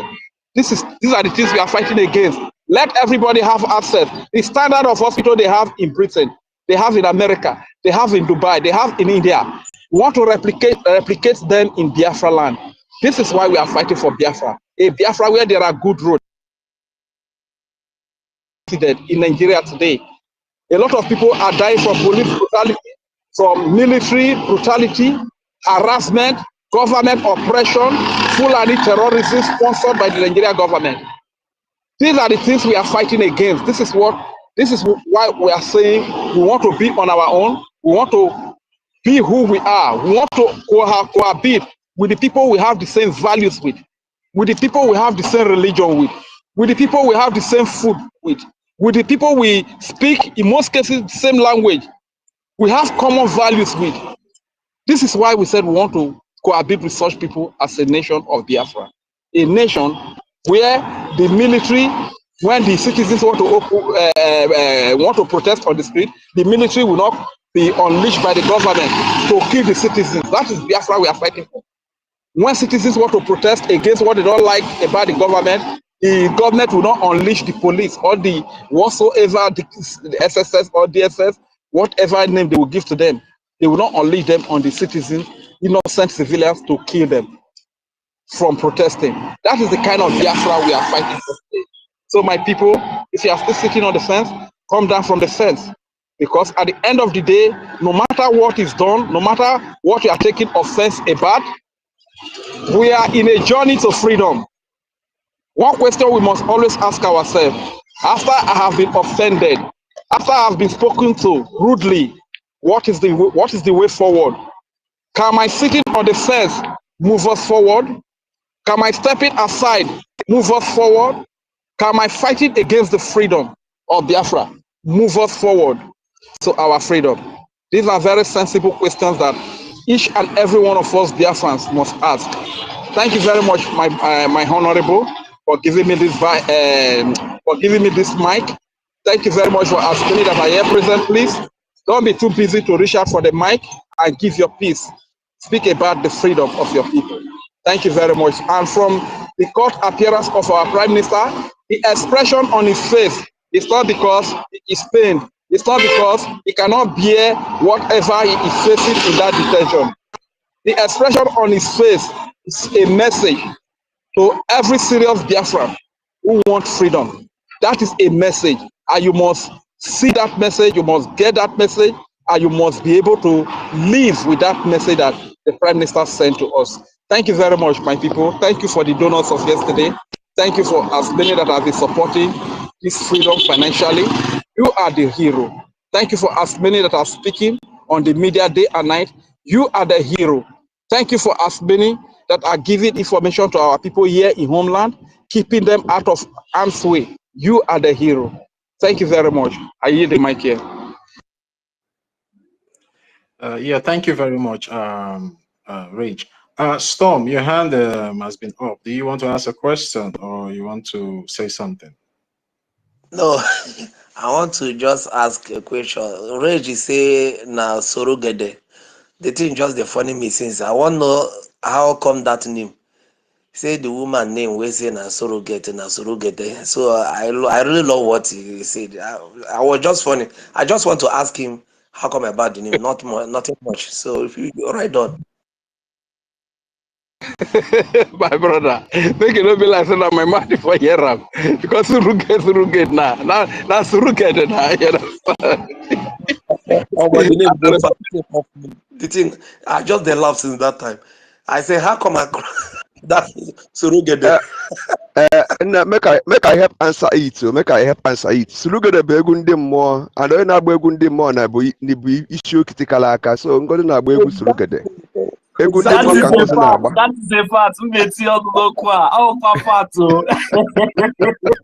And he who does not understand the dance of the spirit, he will fall into the don't do.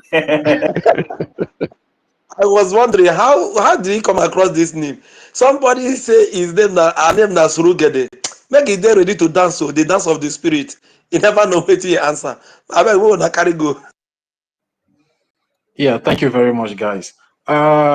University, if you are there, please bring up Sister Helen up to the co-host. Though it's like the network kicked her out. And before I pass the mic, let me just take this opportunity to check on our senior citizen.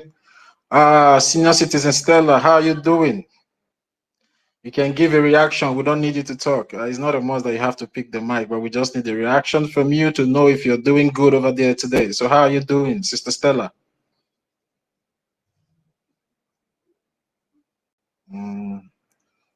All right, maybe she's not close to her phone, but I want to see a reaction from you. Okay, good. Yeah, thank you very much for that reaction. We the Biafran people, we are always praying for you, and we are waiting for your arrival. So get well soon and come back, because we are missing those thunderous voice of yours, and it's like Musa have begun to chew bubble gum again. So we want you to come back. So use that your voice to fire Musa. So Musa will throw away that bubble gum that is always chewing whenever you're not around. Yeah, so much love from us to you, senior citizen. Yeah, stay safe. Tutors, you can have the mic now if you're there. Okay, happy Sunday, everyone. Can you hear me? Yes, you can go ahead, Tutors. We can hear the beautiful voice. Thank you so much. I take that as a compliment. Happy Sunday, everyone. Yeah, I picked up the mic to wish all of us a happy Sunday and to thank everyone that contributed yesterday towards our fundraising. Yeah, Thank you, University. Oh, my one and only lecturer. Okay. I'm still waiting to hear you lecture us once again. Toti Villa, thank you so much. 1 million, where are you? Hardcore. Ancestral, Rage and Fury, I picked this mic because of you. I did not hear the fury side of you today. My brother Stomp, I hope you are still on the Iroko tree. So that you will get sick now. Anyway, Senator Afam, Sister Eunice, our senior citizen, I love you all. Biafra, Lyson, Malaysia, Sister Helen, oh my God, we are so many. Happy Sunday to every one of you. We love you so much. And thank you for squeezing out your time to join us in this space. All right. I really wanted to come in and pick the mic when Sister Nkiru is here, but I'll still come back. I just want to make a contribution to what our brother said, Rage and Fury, about that shine night. I don't even know what to call her, whether darkness or whatever. I don't know. You know, that woman, frustration has taken over her life. You know why? If you go back, you will listen to the video that this Fulani woman brought out from their executive meeting, cabinet meeting that they had, that our PM was talking and warning Caroline. You know, she was under suspension, and ever since she has not been at a good mind with our PM. And to crown it all, remember that pastor that came to Van Van Van program and said we should pray, I think 3 weeks ago. I feel that it is that pastor that gave that shine message to our prime minister that our prime minister turned down.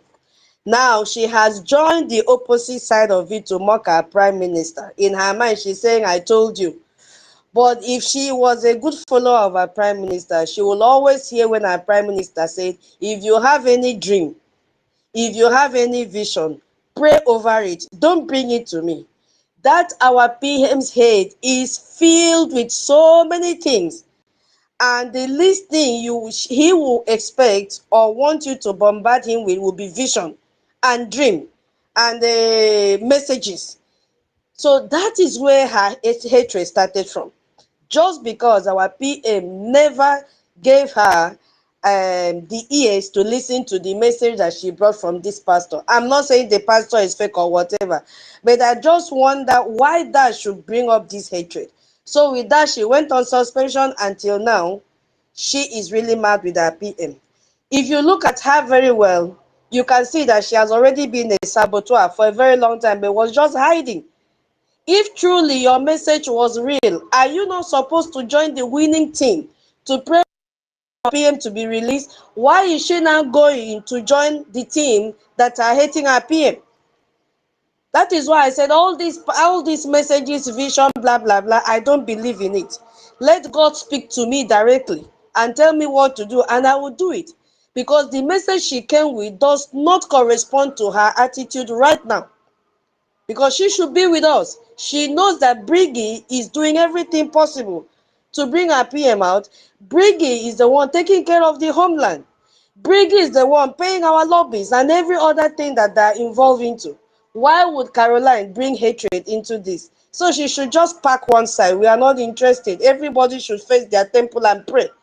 And we all have one goal, and that goal is to achieve Biafra, nothing more. No sentiment in this liberation, because a lot of people have died and we have spent so much time in it, and we must achieve our desire. So that was why I picked up this mic, you know, to also support what Rach and Fury discuss in respect to this topic. Thank you so much. I yield my mic now. I will pick the mic again. Thank you. All right. Thank you very much, and Tutos. Mazia Farm, if you're there, you can have the mic now.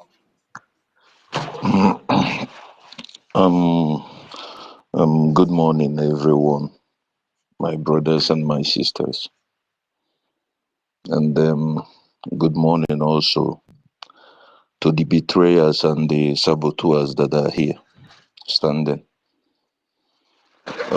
First of all, I don't, sometimes when I wake up, it depends on the way I wake up because I will not be greeting my heroes,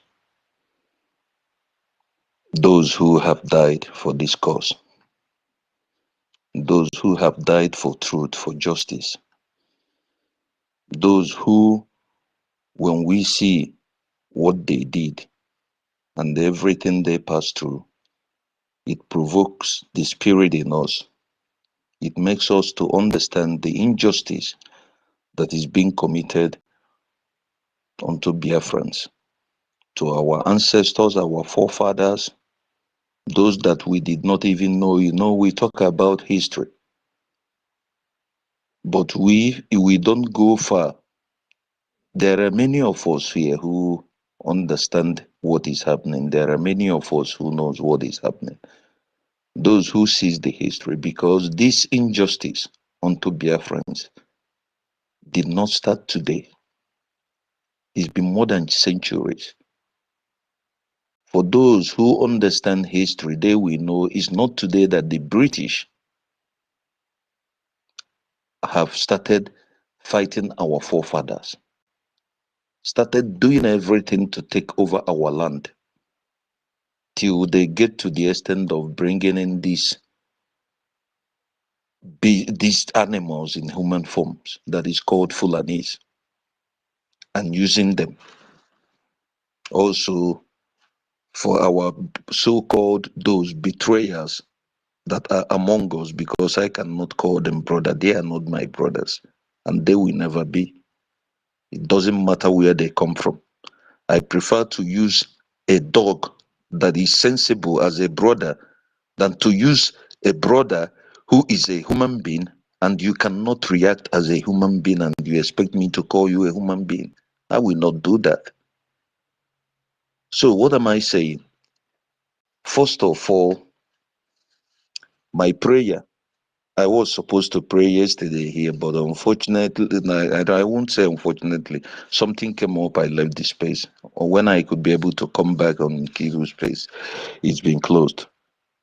My prayer goes to those who did the greatest humiliation unto us, unto the heroes of our time, unto those that have died for us. But before us, they did the greatest taboo in the name of trying to play whatever they call it. And many of us did not know what these people did. Because wherever our leader is, wherever our PM is, they will be crying, they will be shedding tears of what these people did, each and every one of them. I pray that the spirit of those that have died for this cause, those that has been killed, the 3 million children, that they will never forgive them and their generations, and they will never know peace, they will never know any positivity in their lives, because they did the greatest injustice that no one could do. The day of us remembering our heroes, mourning them, some group of people said they were opening an embassy. What else could they do to us that is worse than this? Many did not know the gravity of what these people did. And somebody will tell me that any of them, and in that mix, somebody came out to pray in the name of, maybe he calls himself pastor. When we restore our Biafra, a lot of things is going to change. Even these pastors will be screamed. All of them, even those in the men, they will be screamed. Because a lot of things, these are the worst. If you tell me you are God, you tell me you know God, you preach Bible to me, and still you do things that is unacceptable. This Biafra project, people are doing things, they don't know what they are building in people. They don't know. And people are dying, bloods are being shed. And these people, they did this thing, and they think they will ever go free. The only thing that makes me so happy no matter how sometimes I said, whatever will happen, let it happen, is one thing I remember that I heard from our leader, Mazin Nandekano. He said something that none that betrayed this Biafra, one way or the other, we ever go unpunished. That you will never go unpunished. It doesn't matter how little you betrayed in this cause. That is why when some people tells me that, hey, those people that have messed up, that have millions of bloods have wasted, you tell me their money, they should come and bring their money, no problem. I said the spirit of Biafra land will bring those that will always give us what we need. Because this Biafra, we must clean our land, we must go back to who we are, to who we used to be. Because this thing we are living is not life. Those who call it life is not life for me. And now I have seen that, money is just a necessity, but it's nothing. It's just a necessity, but it's nothing. And if it goes to the hands to those who doesn't know, who does not know why it comes to them, it becomes what? It becomes a negativity. We are here. People are dying every day. Souls are being killed. They are trying to wipe us out on earth or turn us to be slaves that we will not have home to go back to. And people will now be playing politics or ping pong on it, like I keep saying. Our minister, COS, used to say this, and many of us will not understand this. If we don't fund our nation, if we don't bring this our nation by ourselves, any nation that helps us to do that we allows for them, we allows them to come in because we want to negotiate with them, it will become on their benefit because they will want to negotiate for something that they will benefit. They will still want to tell us how to do this. They will still want to tell us how to take our resources. They will still want to tell us the language to speak. Or they will tell us our culture that is not good, that we should abandon and accept their culture. Just like what they did to us today. Many are graduates. You tell me you did go to school. I keep saying it. I'm a primary 5 dropout. I don't know what is called primary 6. But you that is educated, I'm talking about those who are, because there are many of wonderful brothers here and sisters who understand what is happening. But shame unto you. You call yourself a human being. You are educated. And you cannot reason with your brain. You cannot reason with your own God-given reasoning as a human being. And you wake up, you watch yourself in the mirror, you see what is happening. And you are expecting me to come and beg you, or maybe to tell you what is truth, or what is right, or what to do. I keep saying you don't deserve to live. And there is something our brother said here yesterday, Stone. Time have come for those betrayers, because most of the people that is causing us pain are those who have been outside, who has been in the so-called Western world, Asia, everywhere. They see what is called freedom. They see the good things. They see the things, what is called government, and what we lack, and what our people are going through.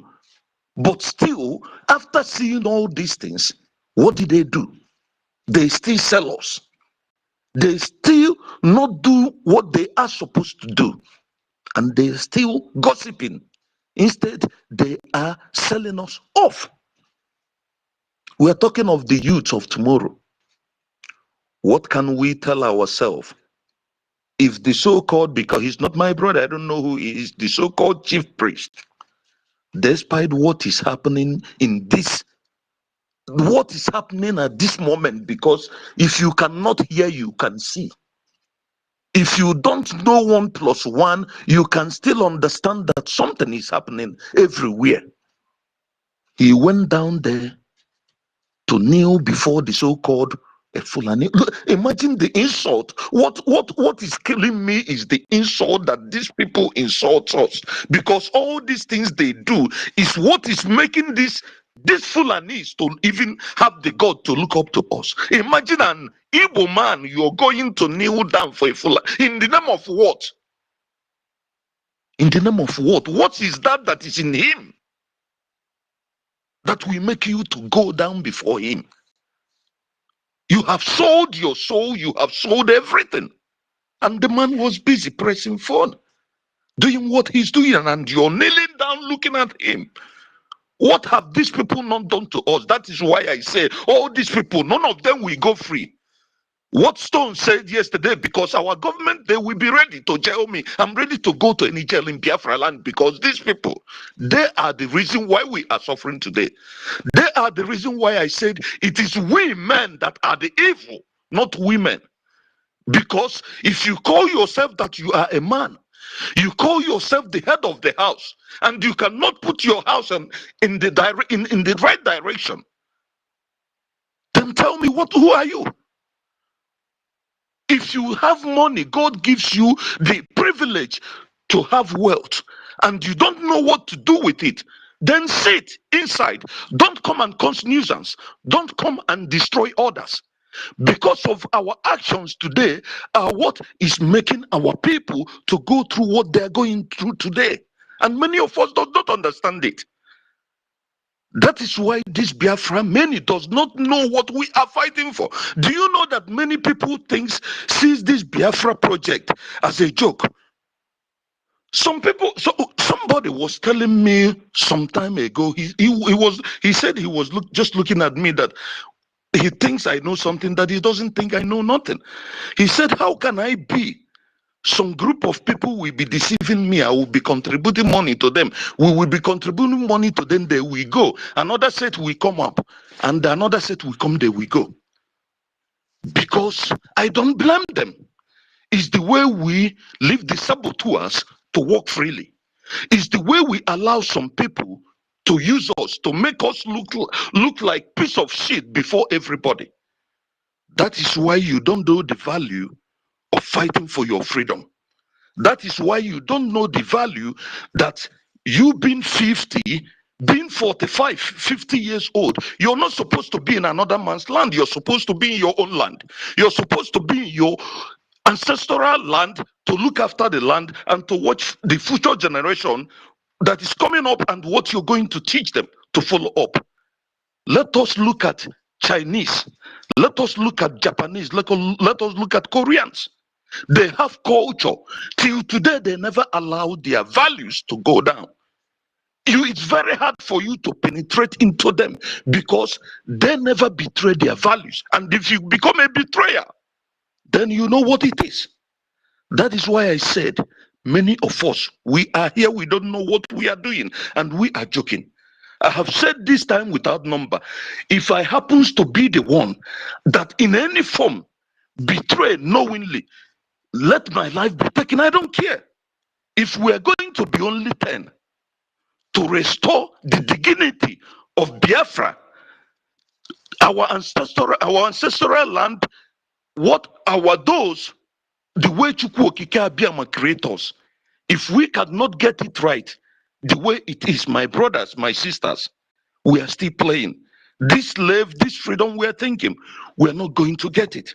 But if we understand what we are fighting for, that we are fighting to live, to restore our dignity, to restore who we are, and become the first, not the last, not beggars, we will understand what we are fighting for. Because if you are a Biafran, you should know that you are first. Look at what we are doing without nothing. What can we do when we have something? Why can't we take off jealousy? It must not be me, it must not be you. God creates each and every one of us differently. There are those who are meant to do something, and when they come, what do? You push them, you help push them up, you support them. You are not supposed to be jealous to distract them, because whatever they are doing is for your own benefit and my own benefit, for everyone. Look at our PM. I keep saying this. Look at a young man.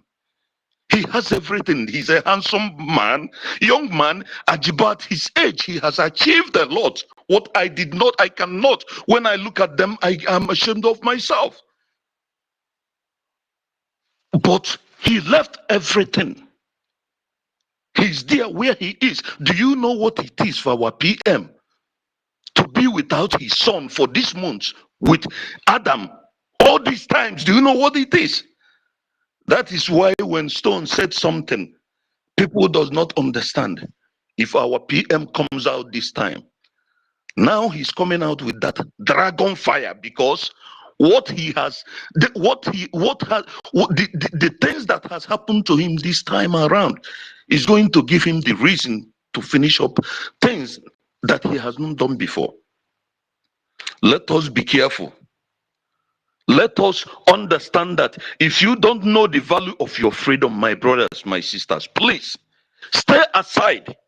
God will bring those that will do it. But for you that decide that you are saboteur, you watch your people die, you watch your people being killed, you are waiting for them to wipe us out, for them to take our ancestral land. You watch us, you want us to be slaves everywhere in the whole world, thinking that we are living life, we are living our home, and others are occupying our home. It's better you restrict your steps, because none will be forgiven. None will be forgiven. None. It does not matter what happens. I have said it. For me, I'm not living anymore. Whatever I'm doing is for my children, because they have. When I look at my life at my age 49, where I should be, where I want to be, the things I have missed is only because I was born in that place called Country Zoo. That is why my life is useless. Because when you look at those who are trying to take away everything, to those who prefer our resources but not our life, at 20 you already established. Before 45 you already getting to retire, you already a grandfather or so. But look at us at 60, still our people are still trying to discover your future, trying to discover your destiny at 60. Many of us, we have built things in our homes. We have built beautiful things. We have cars, we parked all those things in the villages. What is the need? You go home once in a while. What is the need? You can't even go to your home because of rubbish is happening. We allow these so-called few individuals that call themselves politicians, and the so-called few individuals that is calls themselves Igwes, they mess our life up. And we, those who call themselves the youth, some of them, we move with them. You're trying to become a sense man where they die for foolish man backyard, and you're not asking yourself questions. I yield my mic for now. Thank you. Thank you very much, Mazi Afam. You really spoke well, and your submission is well understood. Thank you very much for all you do also for the Biafran people. Hey, Mazi, so the network have kicked you out though. Senator, you have been unmuting and muting. Can you have the mic now? Do you want to ask a question? No, I lost my thoughts. It was network that took me out that time. I will come back later. Yeah, I noticed that the network have been messing you up, so that is why I want you to pick up the mic. But whenever your line of thought comes back, you can request for the mic. And please, if you have not shared the space, try and share the space so other people can be able to join us. Please share and like the space. It's very, very important. Mazin. Yes, my brother. Can you hear me? Yes. Okay, thank you very much. Sorry, there's something I just want to quickly say. There is one of our brother that has YouTube channel. His name is David Nana, BWOC. Please, you can even if you go to YouTube right now, as I speak to you, you go to YouTube right now and you type that name, David Unana, BWOC. The channel will pump up, and you can just subscribe. And the beautiful thing about the whole thing is that they will not even charge you any money. They will not take any money from you if you subscribe. You understand? So please, and it's going to be to our advantage. It will be another medium of also pushing our message out. So please, if you have not subscribed to David Unana, kindly go and do so. And as many of you that are here that have YouTube channels or Facebook that are propagating this gospel, sending our messages out there, please don't be shy or don't be scared, don't be afraid to come out. Let us know. We are all going there to subscribe, and I can assure you of one thing: if nobody here will go and subscribe, me, Regent Fury, I will go and find you and subscribe to you, so long as you are going to use it to the benefit of Biafra. So that aside, I was speaking about that lady called Shanshan Baby Chichi earlier. Yeah, You know, yeah, Rage, please, let's allow 1 million to go first so I can come back to you. I thought you just wanted to pass this information that you just passed now about Mazi David Nana. And, you know, I think the YouTube channel is David Nana BTV, right, Rage? I think it's... okay, yeah. I think I don't even know whether it's BTV or BW. Yeah, BWC, BWOC TV. No, it's BTV. Or David Nana no, it's David same Nana thing. BTV. No, it's David Nana Yeah, BTV. BTV. Yes. Yeah, that's the name on YouTube. All right. Yeah, thank you very much for that information, Rich. Thank you very much. 1 million Simon Ekpa, you can have the mic now if you are there close to your mic. I have pasted it on the comment section now. Senator Mazi. Right, thank you. Yeah, they were my university. They were watching Mazi Rich. They were our professor Toti, our sister Tuto. I greet you, Storm, Mazia Farm, even our own brother had called, even though you are not here. I heard all your submissions. You all have all spoken very, very well. You see, today we are talking about our heroes, and to God be the glory. We have so many heroes, you know, that we are celebrating at this moment.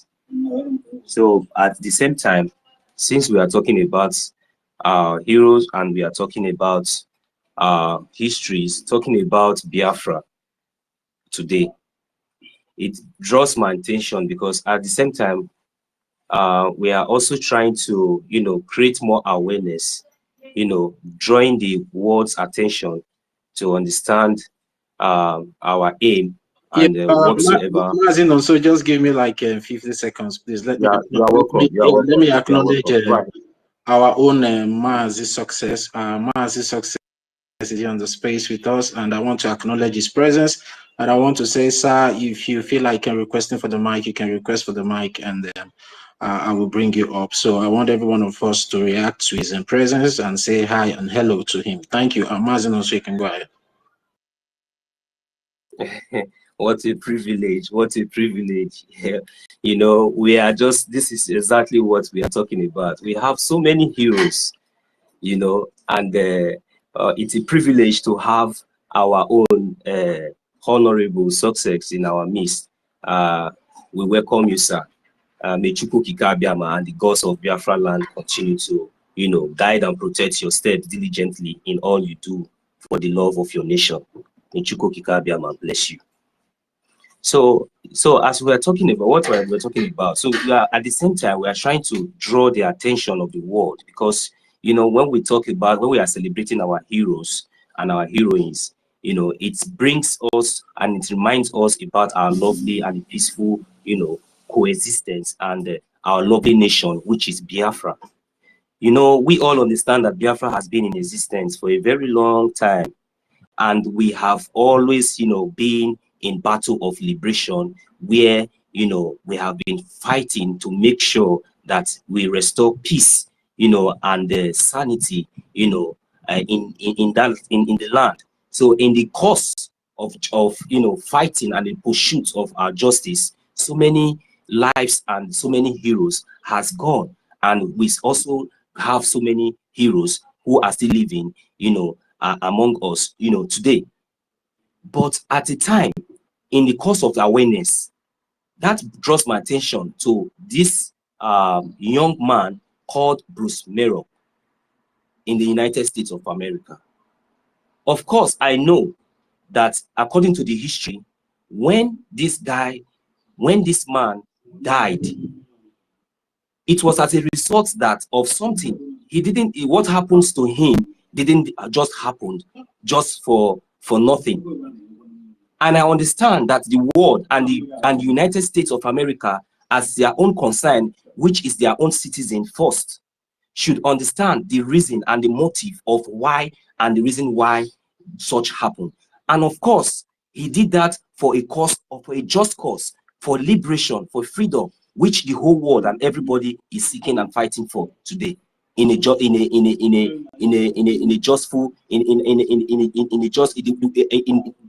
way they claim to say, because anywhere you go, everybody wants to talk about justice, everybody wants to talk about freedom.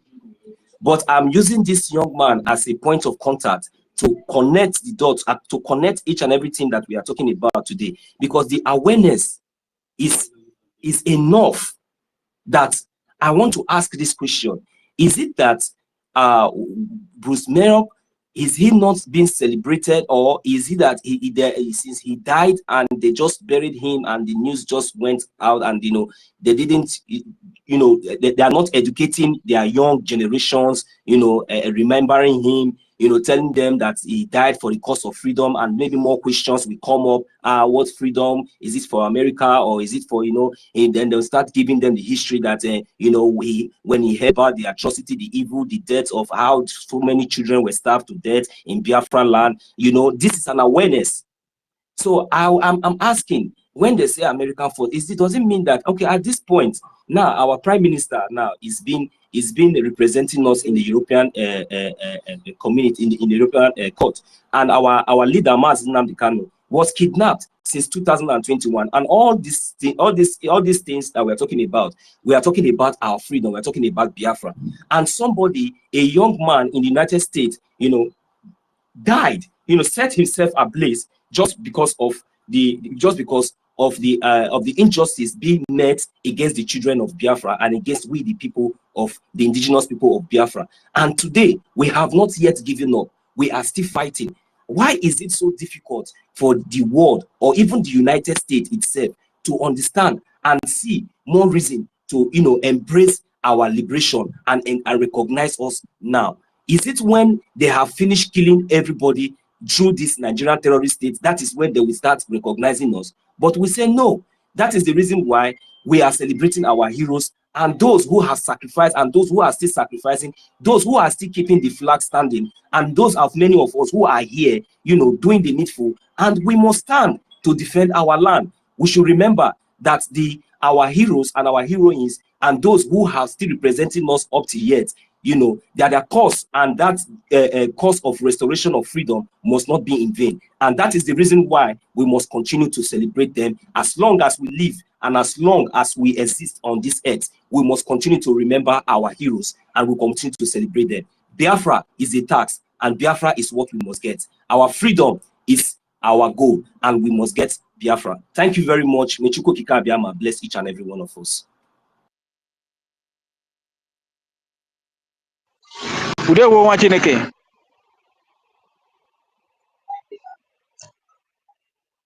Toti, are you there?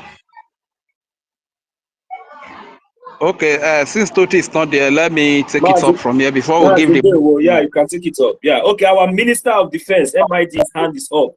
Are you aware? I know. Okay. I'm aware, yes. I'm aware. I want to handle the mic over to him, but before then, I will still say to Shine Baby Chichi, you have invested, you have fought so much into this freedom, you have sacrificed so much. You know, back then that I used to worship people, then I did not even know much about all this social media when they just kidnapped our leaders. And you and the Umada, you did a very great job.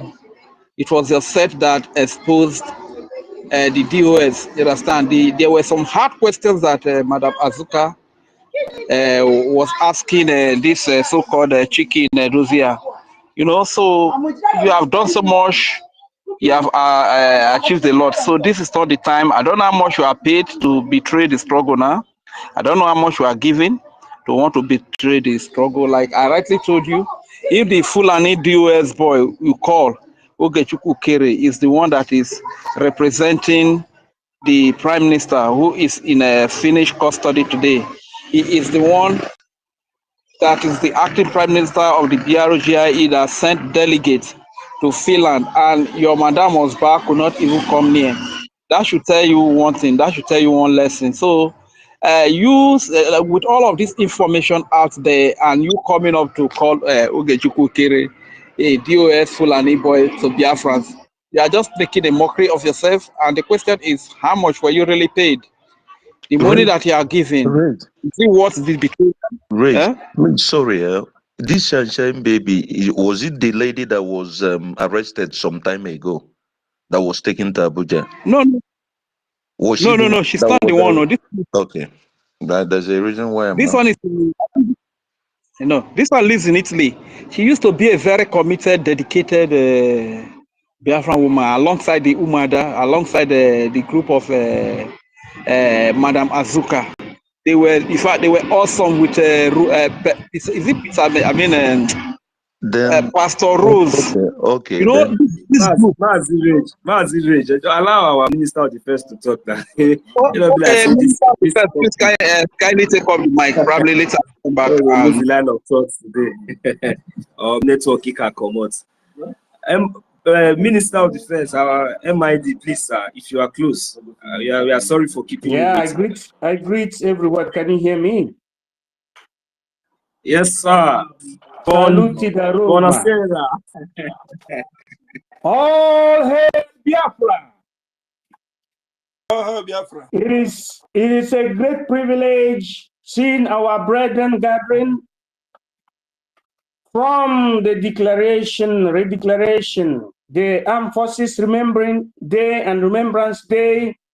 Today it marks the first day of the month of June, right? 2025, and all brothers are gathered here in the spirit of freedom. And I wanted to use this little time that has been given to me to acknowledge all our heroes, past, present, and future, especially our hero, His Excellency Dequius Viventis, Chief Odumegu Chukwemeko Ojukwu, Chief Philip Epiong, Chief, and all the children that fought for us during the time of the pogrom, otherwise known as the Biafran genocide, and the living ones, His Excellency Mazi Nnamdi Kanu, His Excellency Chief Uwazuri Keraf, His Excellency Mazi Simon Ekpanjoku, who is currently representing presenting Biafra at the European Union Court in Finland, precisely to be speaking, and also the living heroes in the Biafran Republic government in exile, headed as acting Prime Ministerial, Ogechukwu Kere, all the media personnel, the BRGIE cabinet members, the Biafran that preach this gospel in the spaces, especially X-Space, YouTube, etc., etc. As we remember our heroes past, we are still remembering our present heroes. At the same time, we remember our heroes that are representing us in diplomatic stanza, the likes of Moran Ventures Global, represented by Elias Girasolis, and the conspirators. Positively speaking, and I encourage each and every one of us, it is not an easy task for us to know that this is what we're supposed to do at the same time, especially when we are facing crisis. It is not an easy one.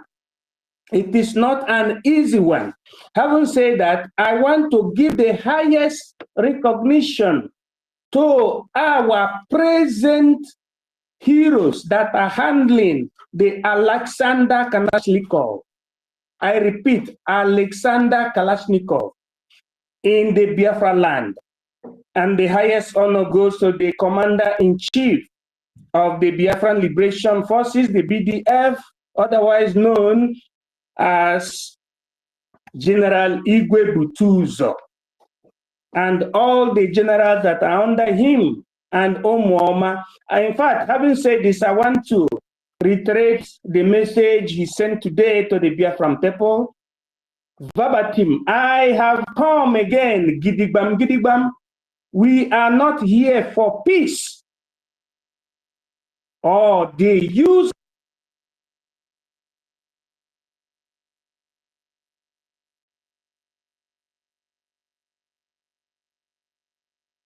nna ha academic biko Chineke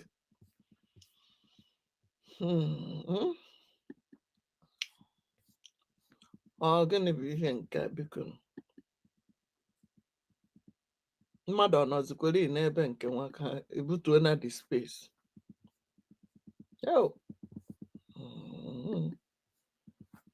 nsogbu adịkwa n'Katanga.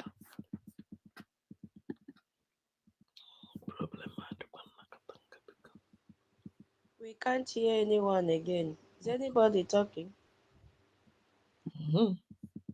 Maybe he's being kicked out or something like that. Yeah, it's like I was waiting for him to. The Defense BRGIE, are you there? And yes. if you can, okay, you can go ahead now. You can go ahead. Okay, I was being interrupted. I am sending a message from General Igwe Butuzo.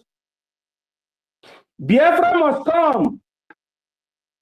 Freedom is not something that you or anybody can get with love, but freedom is something you can get with.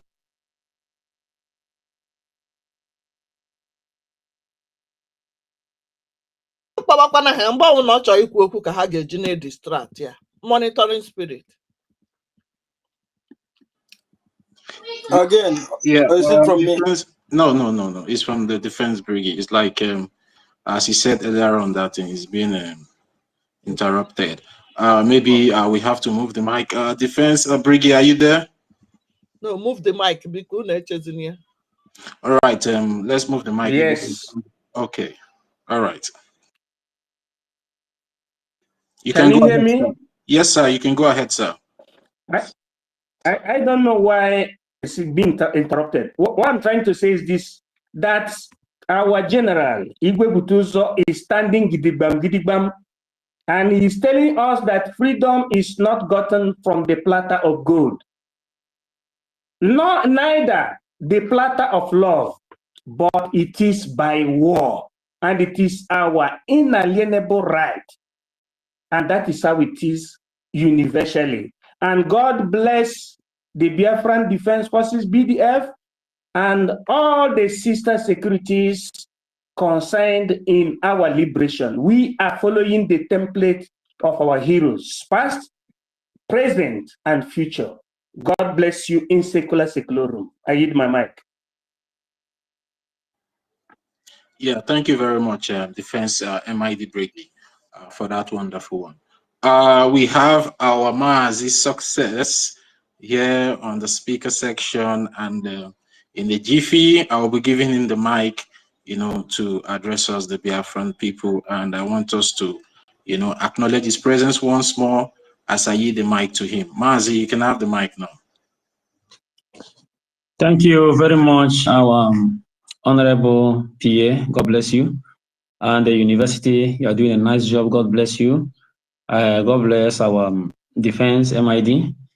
God bless Raja Fury. Chicago, Chicago. for the first time, let me recognize you. God bless you.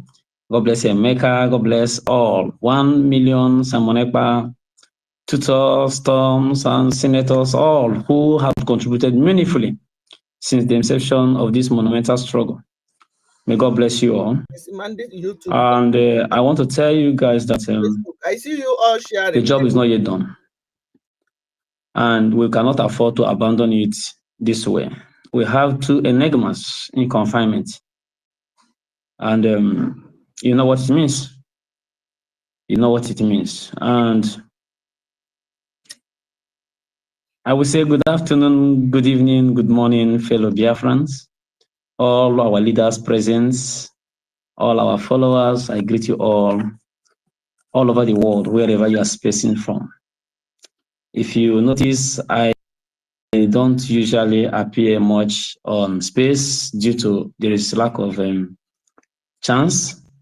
I have not been chance to come and speak, but sometimes I do listen and commend the good work, especially the good work university is doing. It's so much consistent from the one. Those who started with him has capitulated. They are nowhere to be found, and he is still standing strong. And I will tell him, continue standing, remain standing. So also to everyone, Stella and all who have engaged in one space or the other, educating our people on the cause of freedom, not even on the need of freedom. The cause of freedom. Our people have already known the need of freedom, but they are yet to understand the real cause of freedom. And Dr. Chaiba, I will quote from his words, said, freedom, it is not given, it is taken.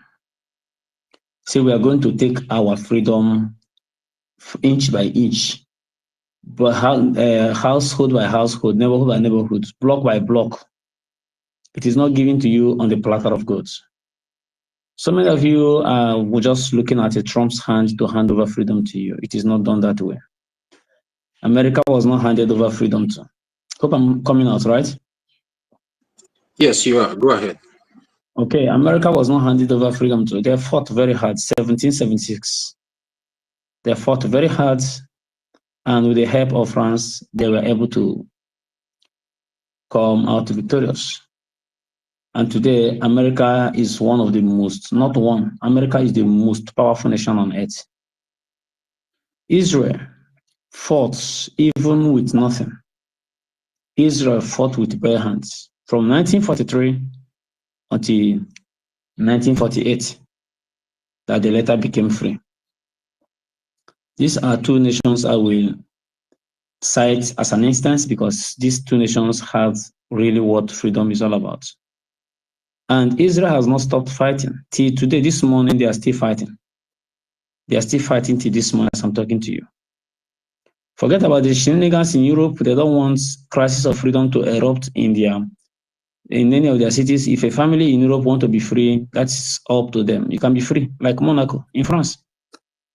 No war, no shed of blood. They'll just carve it out because they know whether you are answering Odogo Republic, you are still part of Europe. You are using the European currency, and also within the European law, you are also being abandoned by it. So, but in Africa, they instigate crisis, they instigate wars, terrorisms, and everything to ensure they kept us in perpetual bondage and milk our resources. But Africa have refused to learn. I wish Africa would get it right this time around. Mazi Nnamdi Kanu brought the message first, and a whole lot of people, his own kinsmen were against him. He only not till today. But what is happening? All his prophecies, have they not come to pass? They have come to pass, and many more is still going to pass. The only prophet that has not come to pass is that at last they will let us go. That one has not come to pass, and it is yet to pass. And his preacher son, our Prime Minister Simon Ekpa, picked it up. And today, Simon Ekpa is the first Biafran to preach this Biafra in the highest seats in Europe. Every paper in Europe and in America will write about him wherever he goes since this crisis of his arrest started. He has become an international figure representing this Biafra in Europe. And to our fallen heroes from 1967, should I say from 1945, when we have been massacred, up until now, people are still fighting for freedom. And a lot of people saying, when is this freedom going to come? Let me shock you. Summerland is celebrating the 30 years of independence. Summerland is celebrated 30 years of independence. And you tell me, are they sovereign nation? Are they free? Are they recognized? That is not true. They are still fighting. People will say our acting prime minister used to go to Washington and take pictures. You can see the foreign minister and the president of Summerland also doing the same thing that he does. That is the process. That is the process. You must convince, according to them beyond reasonable doubt, that you are due for freedom. And you cannot be a nuisance to the world before they can consider, say, oh yeah, go and be free. But on the other hand, as you are going to the international level, convincing diplomats, dragging think tankers into it, you must also show resilience back home, that you are fit for this, to defend an external aggression. This is where our people are getting it wrong. You don't have two armies in a nation. What is happening in Southern Sudan is not going to be our portion. You don't arm two groups in a nation, especially the nation that have worked together to make sure they bring in all the armed groups together and they form one unitary military system. Simon Ekpa, our prime minister, has also worked so much hard alongside with his cabinet. In the same way, you don't have two cabinets in a government. If our people can only understand this, things will get better for us. Because this war, according to PM, is going to be a very long war. It's going to be a very long war. We have established the facts and the reason to fight this war. And that reason is the redeclaration of Biafra in Latin Finland. That's just the reason. And we're going to fight it until we get it. This is not time to heed to distractions. This is not time to heed to complain. If your brother offends you, tap him in love and say, bros, you did this, I don't like it. He will apologize. Otherwise, wait until we finish restoring Biafra. Then we can hand over a basket of apology to you. We can even invite our grandfathers to come and apologize to you. But for now, it is no going back and no looking back. Disregard everything that is going to cause you distractions and make sure you support the Biafran Defense Force, ably led by General Butuzo. He is still the general administrator of the provincial de facto government of Biafra until one will be elected. The government back home is strong. I must tell you, if you have not located your region, please locate your regions and make sure you support your regions. Biafran's governmental system is going to be one of the sweetest and most transparent system you can ever see. So, brethren, we have celebrated our heroes. We have celebrated their doggedness and their resistance, their braveness. Can we as well be also remember like as we are remembering them today? By the good arts. Remember when we are remembering our heroes, we did not name Opa Beseka. We did not name Emmanuel, what do you call that man that betrayed Major Emmanuel is somebody that also led the queue with Nzogo, because he is not to be remembered anyway. So these are the things I want to say. Make sure you fight the side of the truth and side of righteousness. Keep the fire burning. PM is coming out. Onyendu is coming out.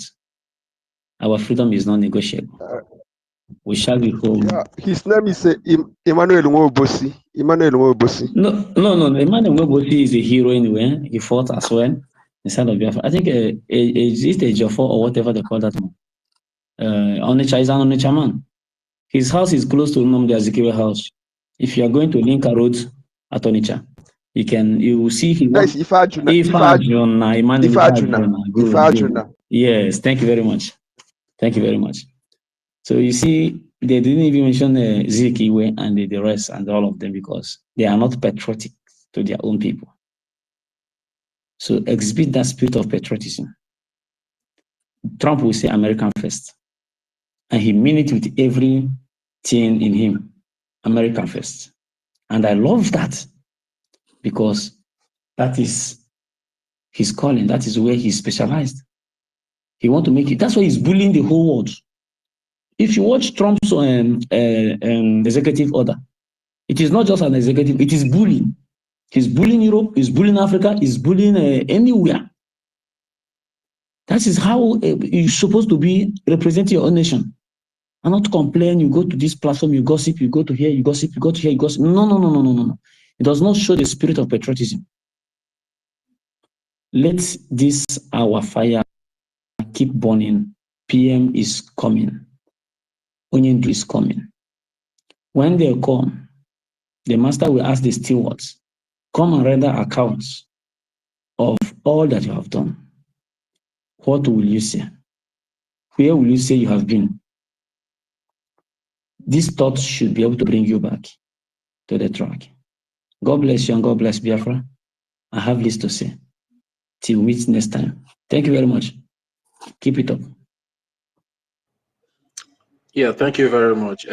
My man has a success for that brilliant one. Thank you very much. And we, the Biafran people, are saying thank you very much for all you're doing. And may Chukwu EKIBIBIO continue to strengthen you and give you the wisdom to overcome your temptations and also your struggles in this fight for the liberation of the Biafran people.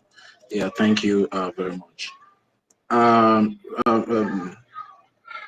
Rage, Senator, is your line of thought back now?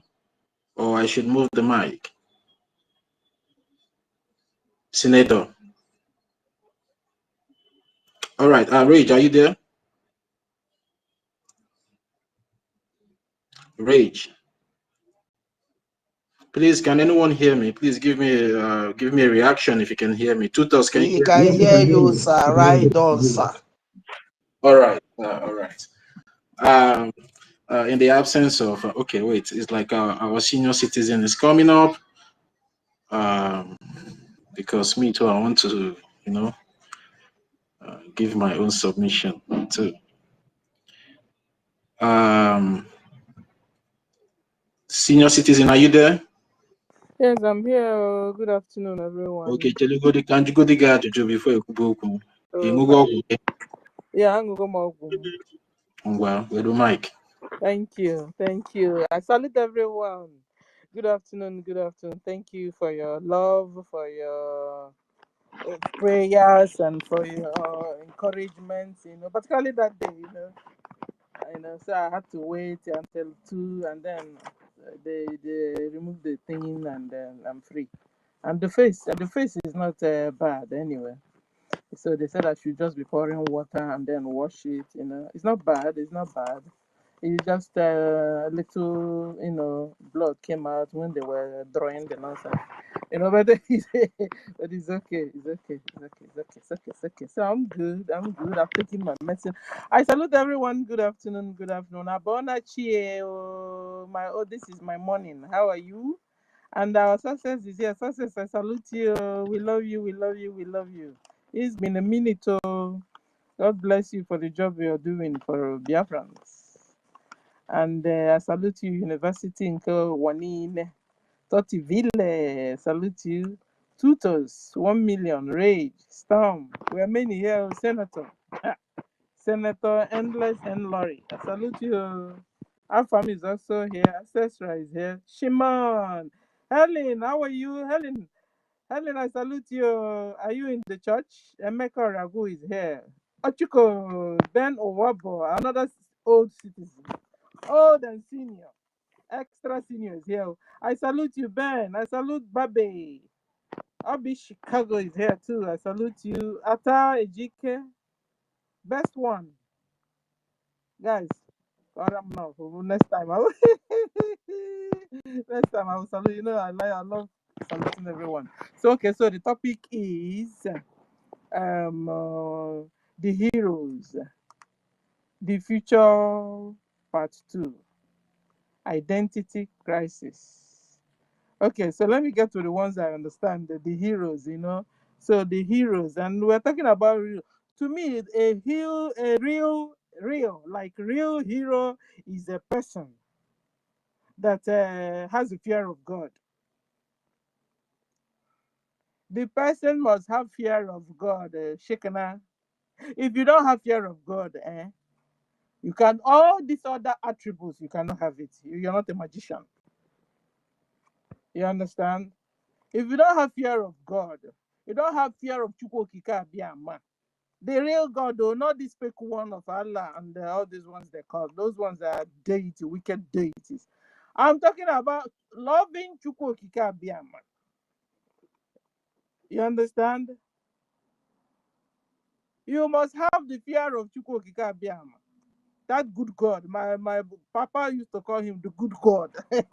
So that good God, if you don't have the fear of good God, forget you. You can't be a hero.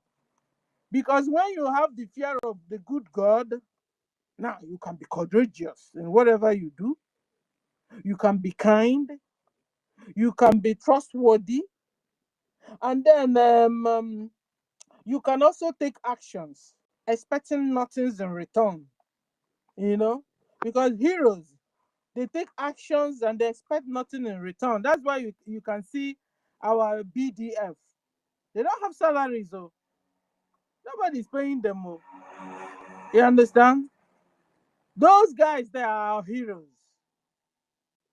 They are our heroes. Both the ones dead and alive. Mazen Nandakan is our hero. Bold. He has the fear of God. Listen, anything you're doing without fear of God, forget you. You can't be a hero. First of all, how do you want to become, like people that believe some heroes are born and some are not born? So when heroes are not born, how do you start? It's by you knowing who is Chukwokika Abiyama. Onye keregi. You know those days in catechism when we were small. Onye keremu, Chukwu kelemu, kedi hoji kegi, o kelemu kam mali afia na anya nefi ofufe. Nime mo nezoku. So if you want to really be a hero, like you are not born, but you want to construct it, you can. How do? You start first of all by knowing who is Chukwokika Abiyama, the good God. God the creator. You must first of all start there, and then you begin to work. You must be selfless. You must be kind. You must be ready to die for others. For others, so it must be others first, you second. You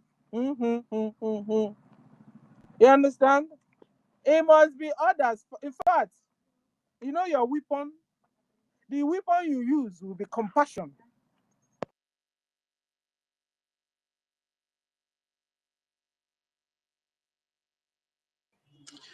Senior citizen, you are muted. Unmute yourself if you can hear the sound of my voice. Yeah, thank you. I was distracted here anyway. So the weapon of your warfare, let me use it this way. The weapon you use in achieving being a hero, because everything have a format or has a format. So your format must be compassion. You can't work to be a hero without you having compassion. So your format towards being a hero is compassion. You must have it. Okay. in huge quantity. You know, like Baba said that those days now, when she tried to topple the government, the BRGIE government, she said, you guys shouldn't worry. That Biafra has money and our money is huge, huge, you know. So like this afternoon, for you to be a hero, number one step you must take is having compassion in a huge quantity. You understand? You must be truthful, oh. You understand? Courageous, so, and you must be a very strict person. You know, some people misuse or mistake strictness with wickedness. When you're strict, you're not wicked. You can be strict and you're not wicked. So for you to be a hero, since you're not born hero, to prepare yourself being a hero, the steps you must take or the characteristics you must have to achieve being a hero or heroine, you must be a very strict person. Forget this thing. He's not even saying, well, before you know it, you must be very strict. Yeah, so now we have found out that the dangerous people amongst us are the women, Biafran women. Or they say they are Biafrans. Let's just give them the, call them the way they call themselves, that they are Biafran women, like Bianco Ono, like Chinchi, like Rabu Fulani. You understand? If you want to be a hero in this Biafra, you must be very strict. And when he at least Biafra betches and we try make. You see, hell, they will put something in their mouth and begin to talk, and before you know it, that is Ibawa. I heard you guys discussing about it. If you want to be a hero, give women distance. So I'm telling you, we have seen over and over and over and over same pattern everywhere. That who will tell me today that Bianco no will not be me, will not stand like me here talking? I can't believe it. Who will tell me that today that Chinchi will not be the one talking like I'm talking now? I can't believe it. Now, you want to be a hero? Let me bring it down, Kukuma. You want to be a Biafran leader? Are you eyeing offices? You want to be a commissioner in this new Biafra? You want to be administrator? You want to be give me other names, offices. Maybe an ambassador in this our new Biafra that is coming. You must be a very strict person. You must not. In fact, you must be sent, because before you take an office in Biafra nation, in Biafra state, so you know how you want to get married, they will go begin to ask about the boy and the girl, questions, who is he, who is she, where are they from? That's the way we'll be doing on our leaders. So you are planning to be a hero. Make sure your slate is clean. If your slate is not clean, or your cupboard is clean, if your cupboard is not clean, forget doing anything for Biafra nation. You understand? I want in area cars. Iwe ekperima, iwe onye ohi, iwe ogbu mmadụ, iwe kidnapper, iwe dibia ritualist, iwe talking about ritualists. So let me confess, guys, did you hear what I just heard? I heard the former Akwa Ibom governor. We put former to them because we have delegitimized all of them there. They are just occupying space. They should leave us alone so we can establish our Biafran nation. So the former Akwa Ibom state, I saw something. Wait, let me just Kukuma follow the list. I saw something somebody wrote. He said the former Akwa Ibom state governor, the daughter is crying. The daughter said that the father, the governor, Akwa Ibom governor, killed her mother. With rich. Who have heard this news? Okay, you guys have. Tuto, you have heard it. Aha. So it's not so that it won't be only me hearing it. Recent news. Eh? Recent. Yeah. So. So the daughter is crying, said that even her coming out, after all, that I have killed her mother. So that there's no need, because that she's supposed to be the next targeted, or target. So that the father killed the mother with the ritual. So that the governor, Akwa Ibom governor, I want to also call, I've seen the old Akwa Ibom, the governor, the name is Umo Eno. Umo Eno, UMO Eno. The daughter is Jane Edidiong, who fought. Accused the father of killing the mother with ritual. The name of the mother of this is Patience Oluwakemi. Okonye Yoruba. Patience Oluwakemi Omo Eno. She died in September 2024. So the problem is that now that the man is targeting to kill her too, and the daughter or the son, So she's crying out for a help. That any day anybody we didn't see her again. We should go and ask the father. No, Anaya Fulani, Anaya who in strange governors. We have these legitimate balloon on all of you governors. Leave Biafra land there. Leave all of you. So Ludo, Oti, give me their names. Hope, who's a danger? All of you governors, carry your bags and packages straight to Abuja or Kanu, wherever you have who is sending you. Go there and stay. Leave Biafra land. Biafra has been redeclared. And we must remove all of you from our land.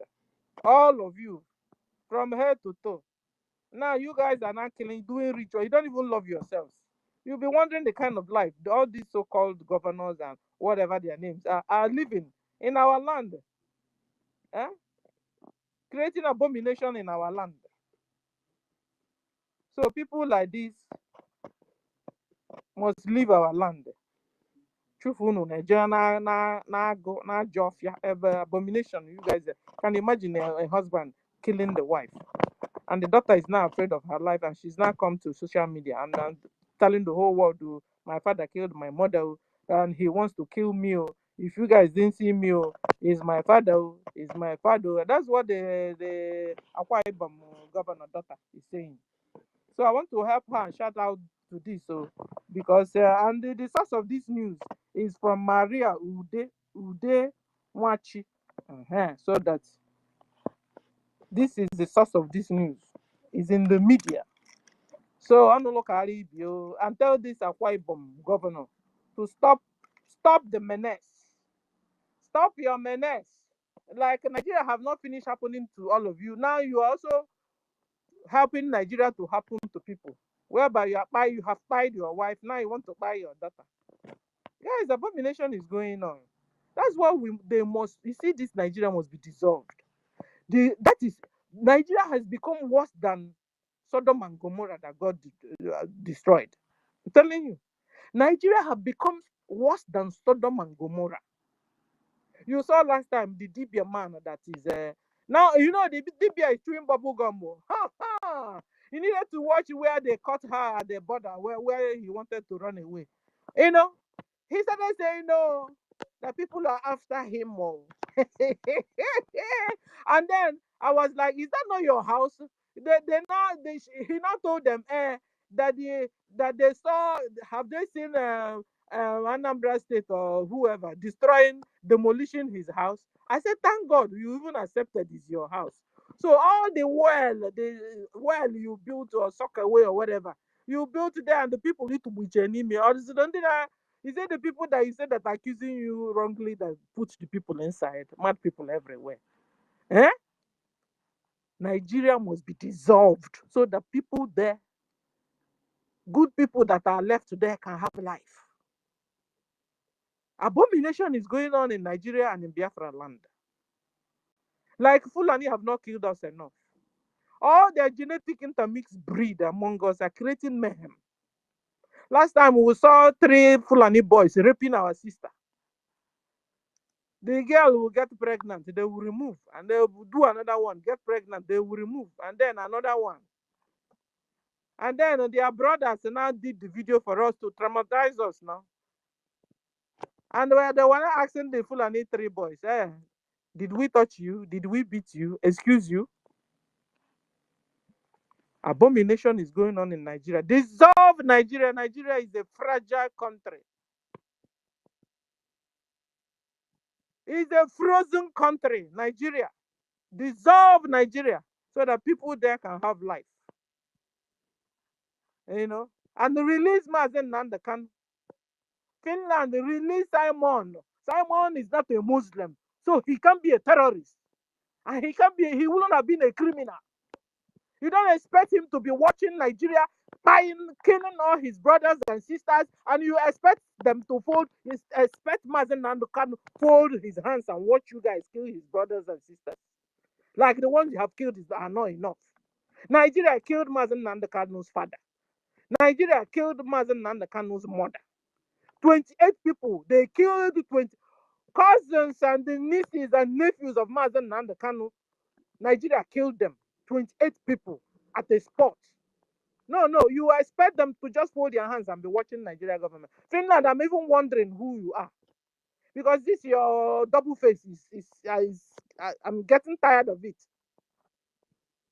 Show your face, Finland. Show your face. Show your real color. Enough is enough of your menace. Now your president is moving up and down now with he has become the next Ukraine president. You know the way Ukraine president will move up and down, look for money. I don't even know the one Ukraine Finland president is looking for. He's not going everywhere. Who is sending him? I don't know. I've not said don't go where you want to go, but just release prime minister.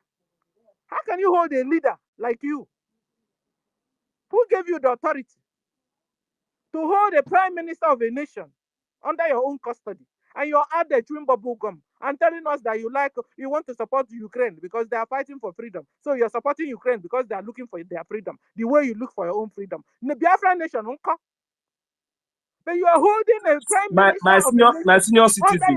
Do you know that what Finland is doing there? It is because of the evil that they have sold their hand. That is the reason why you are seeing all this move, because they have already sabotaged themselves. You understand? You holding your own citizen against what is just is an evil, and that is the reason why you see him running at Hasketa, because they have already sabotaged themselves. And this thing, I don't know how they are going to come out from it. That is the fact. Because Mazi Samonepa, our prime minister, is their own citizen, and everything this man is fighting for and everything he stands for is just and is right. And these people has no right, even under their law or whatsoever, to continue to detain him as he stands, even up till now, without any evidence. That is a fact, if they are not compromised. But the blood of the innocent Biafrans in Biafran land, I am telling each and every one of them, we hunt all of them from A to Z. Go ahead, my senior citizen. I'm very sorry for interrupting you. I'm sorry, man.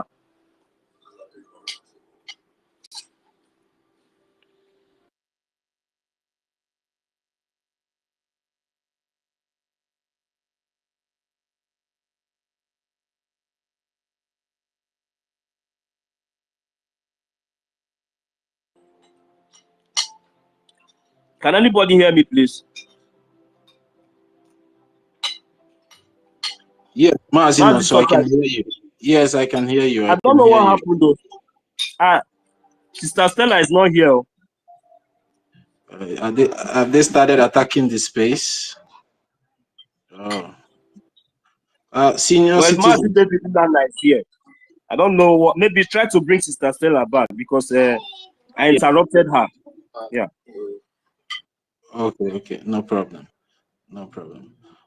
Senior citizen, if you are there, you can request for the mic again so I can bring you up. Mazi David Nana, are you there? Mazi David. Mazi David, are you there? Okay. Tutos. Tutos, do you want to say something, because you're muted when Sister Stella was talking about the so-called illegitimate governor of the old Akwa Ibom state, you know, their scandals and their shenanigans? Yeah, I just want to contribute that it is an authentic news. You know, that is what they have turned politics into. And that will never happen in Biafra. It's not possible. I saw it in the news yesterday when the daughter, you know, when the mother died, and the woman died mysteriously from what I heard. You know, and immediately the mother died, it was the daughter that took over. So I don't know, maybe they've been fighting over the position and all that. You know how politics is. So for the woman, the girl now to come out to the public and raise an alarm, that means it is true, because she cannot just accuse the father like that. So something is wrong somewhere. That means she is not safe. So that is just what I wanted to add to senior citizen discussion. That it is true. A lot is happening behind the scene. And you know now the man wants to join APC. And as he wants to join APC, he wants to drag everyone to follow him. If you don't want to follow him to APC, you are asked to resign. You know, once you join this APC, you become a slave. Now he's going to see what the Southeast governors have been seeing. He's going to experience that, is if he has not already experienced it, because they're forcing him. And that also means that he's preparing to dupe a lot of money from the state. What does that boil down to? Poverty rate will increase. So it is an authentic news anyway. That is not our business. Our business is liberation of this Biafra, so that we'll have a clean state. Thank you so much. Yeah, thank you very much. Senior citizen, you are up now. You can have the mic. Thank you. Thank you. Yeah, Tutor, you know, I heard you. The guy, Odukobido Chafu, and now Nigeria is talking about one party system. I don't understand. This one party system, Toti, what is it all about? If they are doing one party system, they can as well not do any party, no party, and they continue ruling themselves, because after all, voting do not count. People's vote do not count. People's idea do not count. Now they have become an Islamic nation. So why are they still deceiving some people? One party system, what does that mean? Sister Stella, the one-party system is part of the Islamization agenda. Do you understand me? Because Islam doesn't like any opposition. You understand? Anything that will oppose Islam must go down. So what they are doing is trying to make a one-party system that can enable them, you know, function effectively whenever they decide to announce the full blow jihad against them. The ignorant people that are still calling themselves one Nigerian is the fools that are still thinking that there's going to be a new Nigeria. The new Nigeria you guys will have is when your women will start wearing hijab, and maybe when you refuse to convert, they will just put your neck on a spike and then toss your head like a football at the end of the day. Pastor, like, you can have your mic back. Thank you. And last time I saw one video where they wrote in Nigeria, Islamic army school. Can you imagine? Islamic army school, something like that. And some people are still believing that they are secular nation. You are not secular nation anymore. You are an Islamic country. Nigeria is an Islamic country. Whether you believe it or yes, you must believe it. Oh. It's there now. They are not hiding it, my sister. They are not hiding it. Oh, it's there. It's there. So, but some people still don't understand where the Obo Niger. Obo Naga. No, some people have not understood this vehicle, where the thing is going. It's going to that soon. All you men will be wearing what do you call it? Is it kaftan or babariga? All the men know. Because when you change to Islam, you change all. They will change your dressing, change your culture, change your even name. Like Toti Ville. Toti, this your Toti too sweet. Because with Islam, or if you refuse, Biafrans refuse to liberate themselves. With this Islam now, you become Ahmed Vile.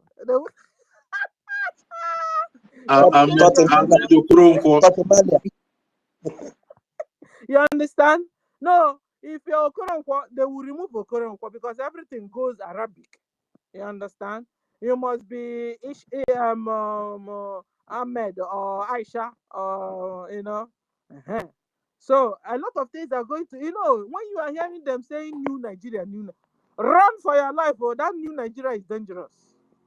This new Nigeria you are hearing, don't be deceived though. It's not this where they will tell you Yoruba, go to your nation. When they say new Nigeria, some people believe it's dividing Nigeria. No, new Nigeria means that you become totally Islamized, 100% Islamized.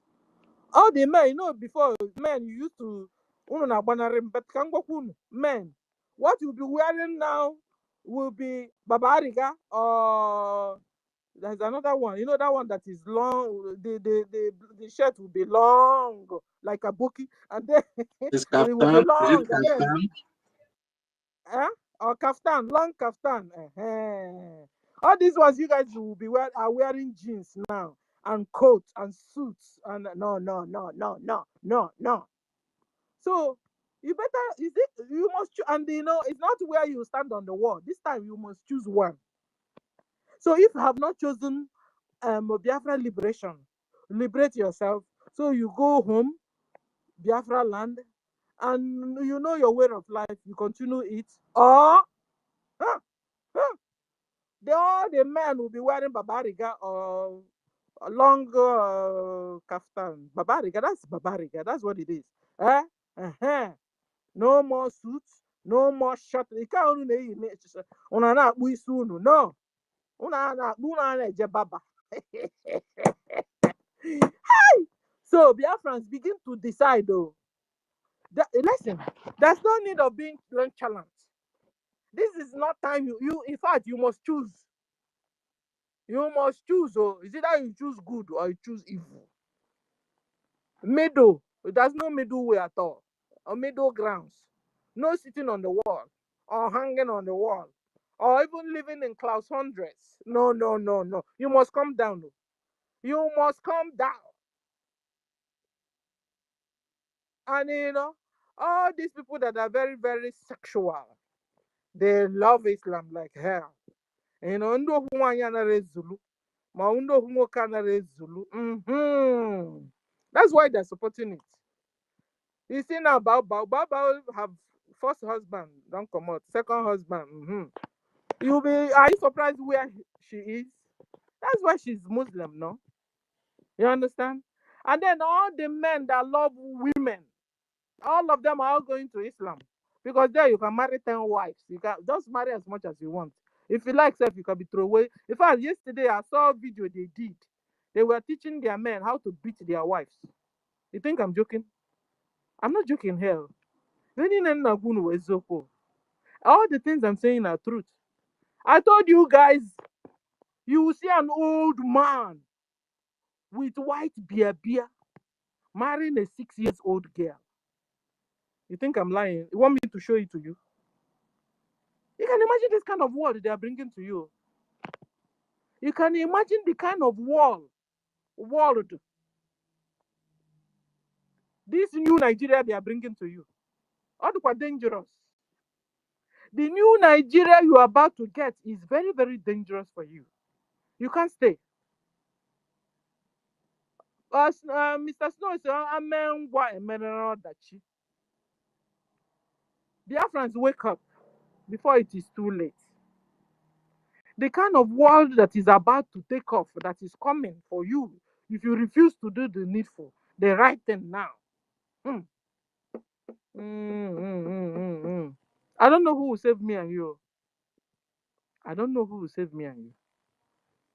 So it's better for us to support and fund our liberation. We don't even have a choice. Except you are for the other way around. Where abomination is the order of the day. Where because you just failed the traffic light, a simple traffic light sign, your finger will be chopped off. Your hand will be chopped off. And you'll be wondering why in every 3 Hausa man you see or woman you see, and in every 3, one of them must have one leg or one hand or one finger or one ear chopped off. Because you just fail a traffic light. In Sharia law, your one hand or your one finger will be chopped off. Yeah, so you guys don't even know what we are up against. So. If we don't do the needful now, I'm not going as someone. That's your baby girl you love so much. You're working so hard, training her and everything. Huh. Yeah. Very soon, one old man with white beard will come to your house. Hey, university. You see that your daughter there, that you're 5 years old. I want to marry her. You will be like, excuse you? I want to marry her. To you, it's strange. To them, it's normal. Though. You see what they're doing in London? They are boys taking 10 years old British girls and 11 years. Britain are now crying red. Though. These people are crying. Oh. How would you go? They have seen what they have not seen before. Now, little kids don't go to school alone anymore. Parents will take their kids to school, stay there and bring them back. No more even entering school bus. How dangerous the thing is. This life we don't want. Listen, we have been suffering and suffering and suffering for decades, for centuries, only to, at this age, to still go back, use our leg, walk into the same captivity, the same slavery. God forbid, God forbid, God forbid. It's just like when you're hearing Bao Bao. Bao Bao is a bloody Muslim, a bloody Fulani that don't care about me and you. Bao Bao have teamed up with all the enemies of Biafrans. And they are killing Biafrans in homeland. That's why Biafrans are dying. Ngozi is in LA or New York, partying, doing disco, going from one party to the other, dancing and doing video for you guys to see. Meanwhile, buying our walk, Fulani are chopping our heads off. We can't sleep in the night. Nigeria government is throwing bomb in our houses. Meanwhile, Ngozi is in America chewing bubble gum. He will tell you, bring your money, it's for humanitarian, no problem. Bring your money, no problem, it's for humanitarian. And that I brought you a survival whistle. That whenever you Biafrans here do, Fulani will run. Musa's Tucano jet fighter will do a Bantogari. Can you imagine? Is this a joke or a brainwash or what is that? And Sister Stella, sorry, let me just interject for a minute. And what you're saying now just remind me of the latest post that this particular woman of concern made. I don't know, maybe if you have come across that post where she's now telling everybody that she's confidently working with the enemies of Biafra. And who are these enemies of Biafra? She's confidently working with the defunct IPOB-DOS and Ikenga, the terrorist. I don't know, maybe if some of us have seen the post that she made yesterday. She has accepted. We've been saying it now. She's been hiding it. Exactly. So this now proves that whatever that we have been saying about this woman, this particular post have vindicated every one of us, and most especially the Biafran Republic government in exile, and also our prime minister that disassociated themselves from this particular woman of concern. And if you go to her page, you will see what I'm talking about there, because it is obviously stated very clearly in that her ex handle that she's working with the enemy. She's working with people that sold our supreme leader, Mazi Nnamdi Kanu, and also people that joined hand in making sure that our prime minister was invited for questioning, and people that have killed the Biafran people all these years, that have been killing the Biafran people on behalf of the Nigerian terrorist government, is whom this woman is working with. Anyways, we are not surprised about the latest development coming out from our shenanigans, because we've been telling the Biafran people, but they have been, keeping to deaf ears. And I believe that this recent revelation will open their eyes to see the person that they have been supporting all this while ignorantly. Sister Stella, you can have the mic back. Thank you. You can make a comment on it as well if you want.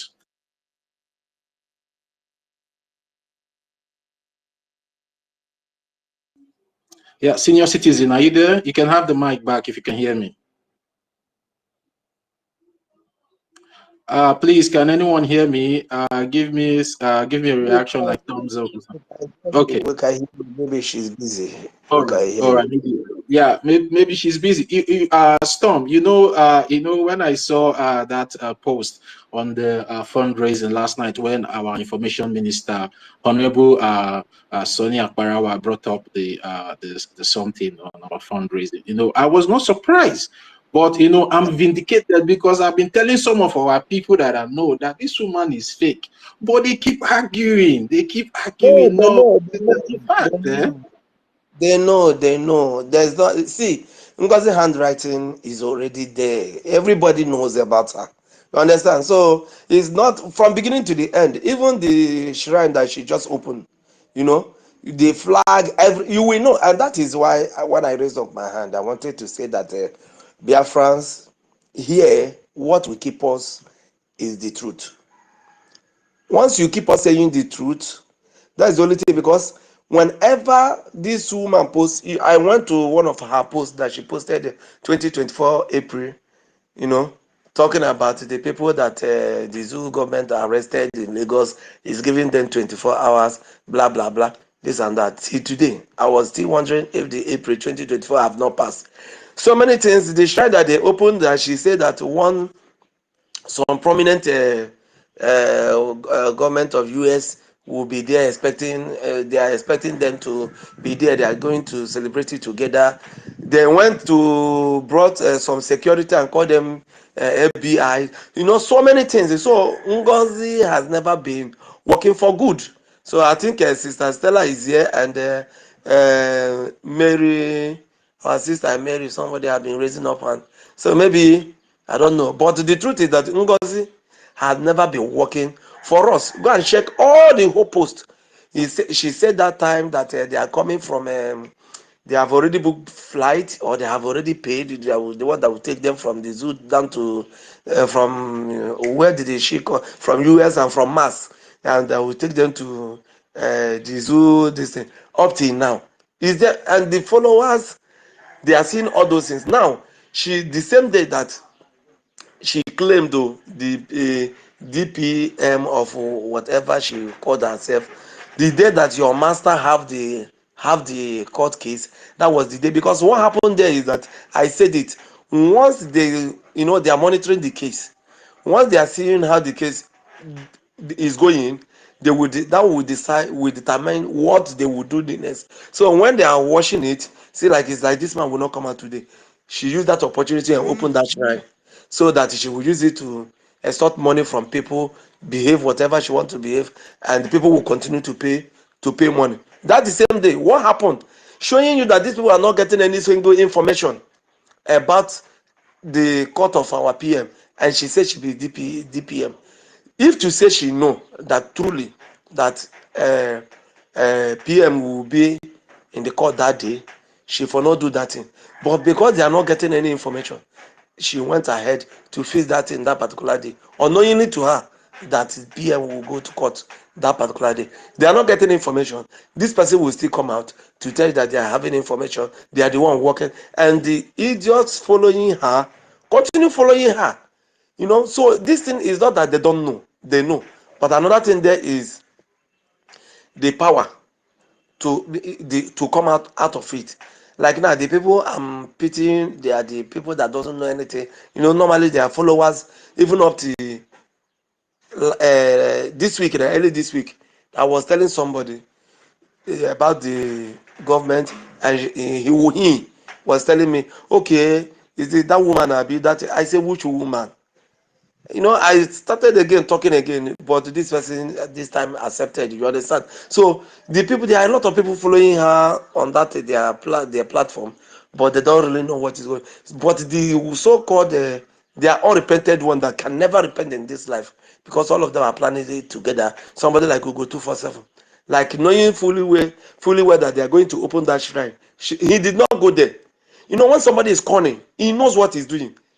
He know that this thing we are using it to collect money from those people. All he will be waiting is his own fund. Oh God, John Godon mature, send me my own money. So he will not go. He knows. You know that all those things, they are not going anywhere. So you only collect money for that day, then the foolish ones will be there rolling about.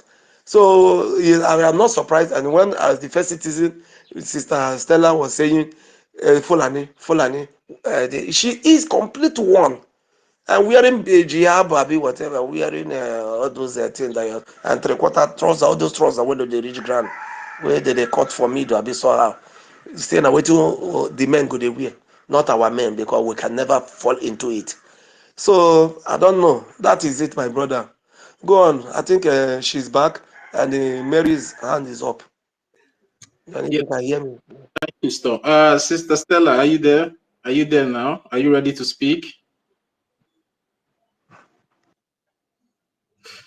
Sister Stella, are you there? Yeah. Sister Mary Tekam, you can go ahead. You can have the mic. Go ahead. Okay. Thank you very much. Thank you very, very much. Thank you. Thank you. Thank you to giving me the opportunity. Yes, so my people. Good afternoon, everyone. Good afternoon, University. Good afternoon, Tochi. Good afternoon, 1 million men. Good afternoon, Reggie. Good afternoon, Senator. Good afternoon, Afam. Good afternoon.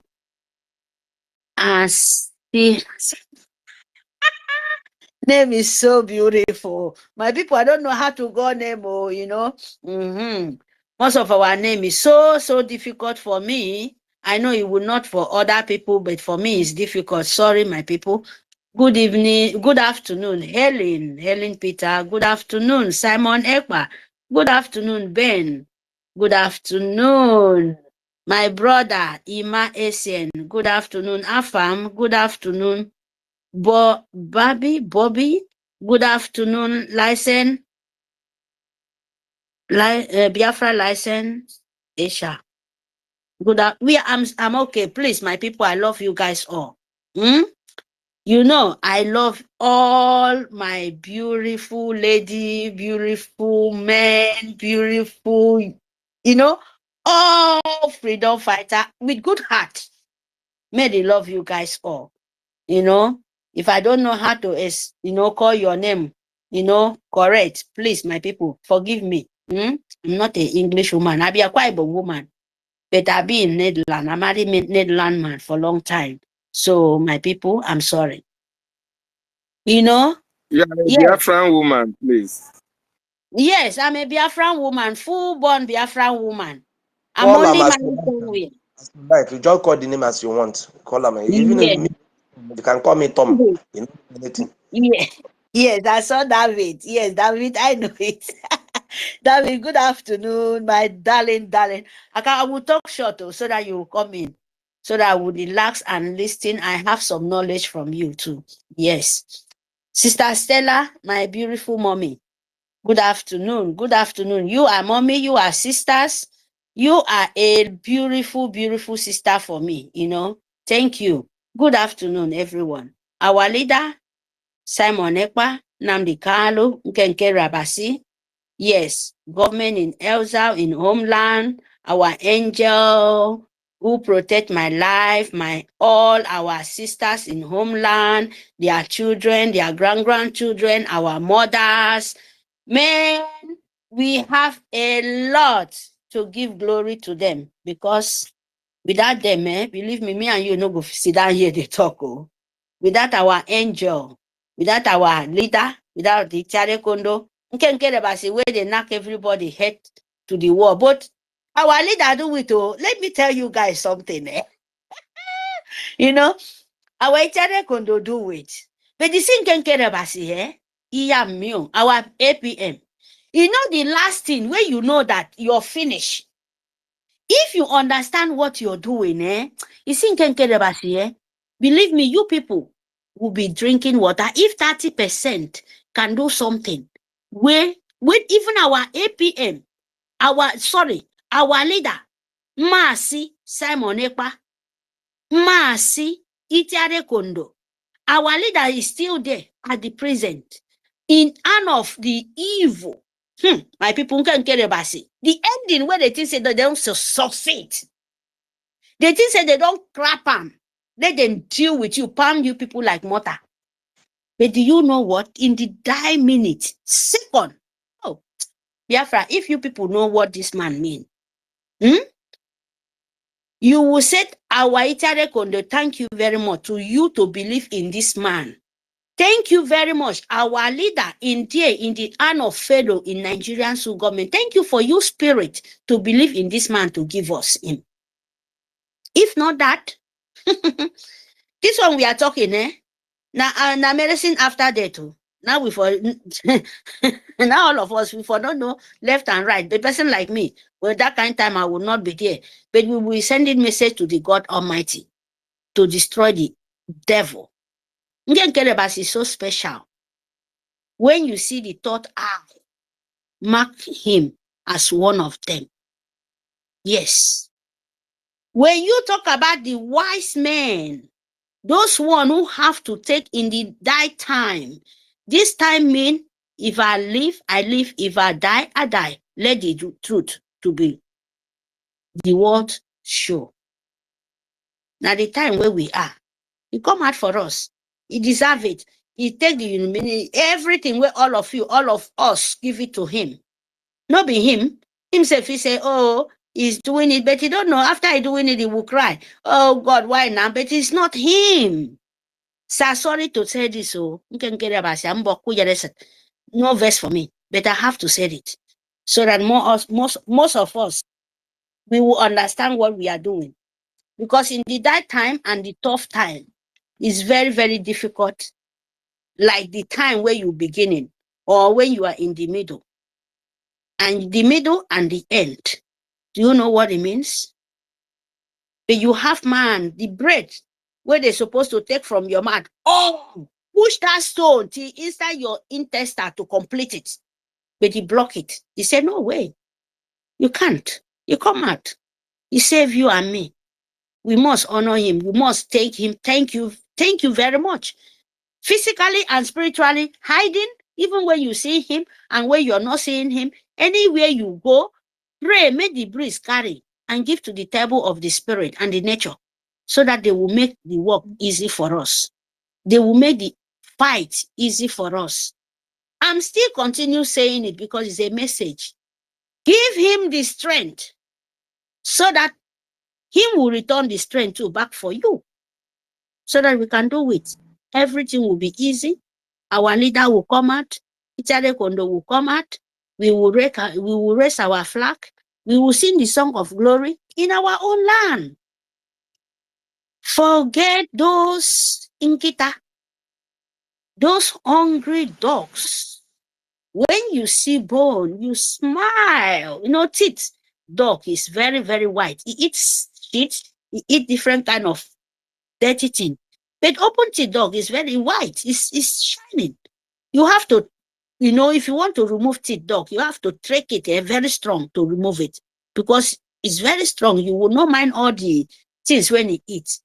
When he smiles for you, think, oh my God, my dog is very, no matter how you train the dog, rich. But he get the dark side where we say when when that time come, he's shining, he will pin it into your leg and your hand. Do you understand what I mean? So, Biafra, please, we should not stand in the side of the dogs. When they are hungry, they feel like, oh my God, when they see the food, they turn to like angel. You where they bear the hungry because it's not all food. It's not, everything is not about food. Your strength is not about food. Your future is not about food. Your land is not about food. It's not about name. That is the thing.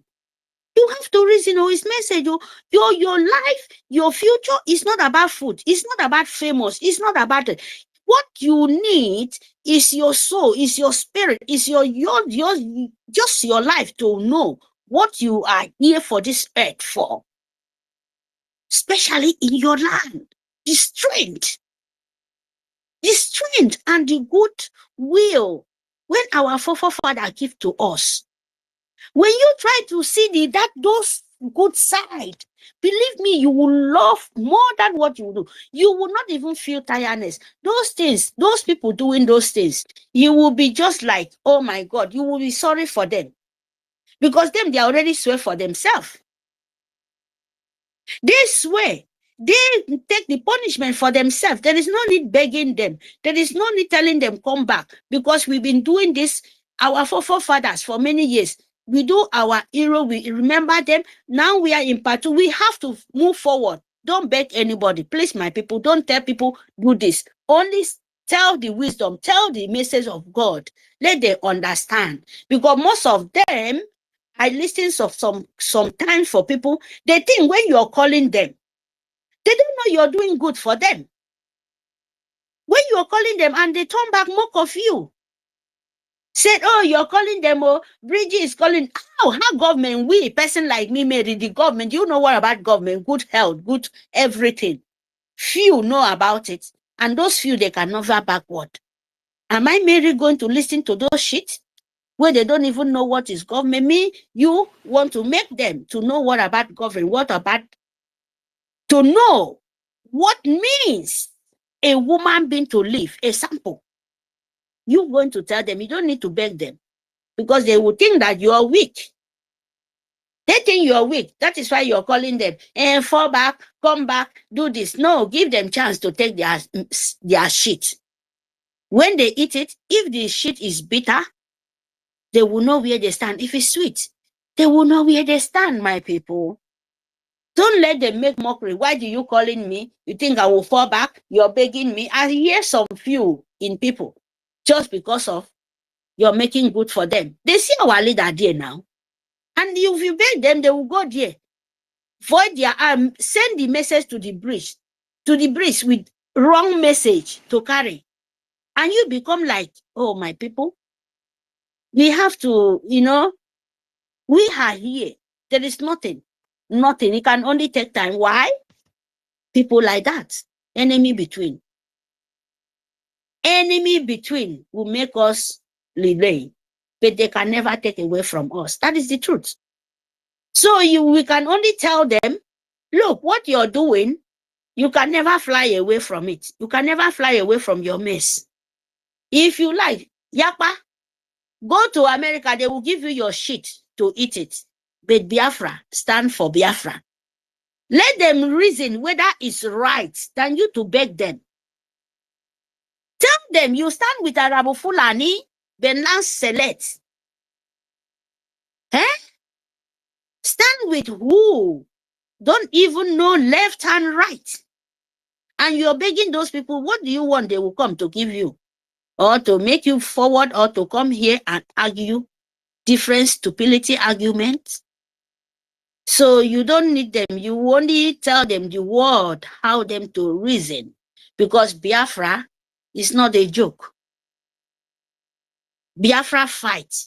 Biafran war as this 2025 century. If you like it, call it laughing things, but it's a war. Yes. A war, not the war where they say, oh, confident war, where they will bring war. They will bring jet fighter open, like in the 1967 or 1914, and they will fly. Everybody will stand up. Of course, now they are still standing and die without no food. Of course, this is economic jihad, manipulation in your brain. You will not know where you want to stand. That is war for you. A war when you know that a woman being supposed to get hospital, but they doesn't have it. But you call yourself a nation. When you sick, nowhere to go. Yeah, then you will die. Because before going there, the hospital don't already your kidney test you whether all your part of your body is okay to sell and make money. Because you don't have money, you mean nothing for them because you have no work. So they sell your part, sell your woman part, sell you, make meaningful for them.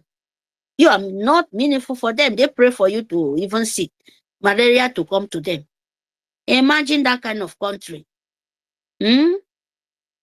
Biafra told you, you say, oh, you're living in Europe and you have everything. But the people living in Europe crying for Biafra said, we want to bring what Europe enjoying, like we living in Europe, we want to bring the same thing for you to test it.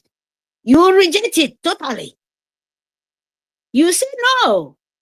The people in Europe, yeah, they are the terrorists. They want to confuse you for the hell when you are. They want to save you so that you will enter fry pan to fire. You understand? My people, please, I am still saying it. Don't beg them. Don't beg anybody. Don't beg anybody. Instead of that, say your wisdom. Tell Nigerian government that if you come to our land, you will die. Yes. The small Ejema, we bring it. Our God, God of Biafra land, the spirit of Almighty, the spirit of heaven and earth, He will stand with us. He will go a long way for us. And if they come, the spirit of the land will fight too. You don't know. He will fight for us. That is they fight for us from the beginning till the end. You know, you don't have oil. You have oil, but you don't have access to it. You have gold, but you don't have access for it. You have all mineral resources in the ground. You don't have access for it. But they cannot win you. They have all those access for those things. They are still going out there and borrow money to fight you where they keep you hungry. Can't you ask yourself, who does that thing? Who walk? Who do that thing? It's nature. So that is why we beg. Bring your Ejema. Don't look for anybody. Don't look for Arabu Fulani. Don't look at them. They are condemned. Believe me, Arabu Fulani Ngozi Orabeze is nothing. He meant to be. Because if he's not be, you would not know what woman being is. So you will not put your strength there. Arabu Fulani cannot stop you by you taking your nation. Arabu Fulani cannot stop you by you bringing your Ejema to give to our angel in homeland to do the needful, to save our life. Arabu Fulani will not stop you to bring your Ejema for the right place to make sure say our lobby, they are doing the right thing, because without lobby, nobody knows you. You think your fight you're fighting, you just go, like the way all of us saying, go and meet Russia, we sell oil, we do this, why can't you attack them? Can you imagine? How do you sit down and, most of us, it's not that way, oh, my people. Believe me, it's not that way. The whole world know you. What are you going to do to them to notice you? The oil, is it in your hand?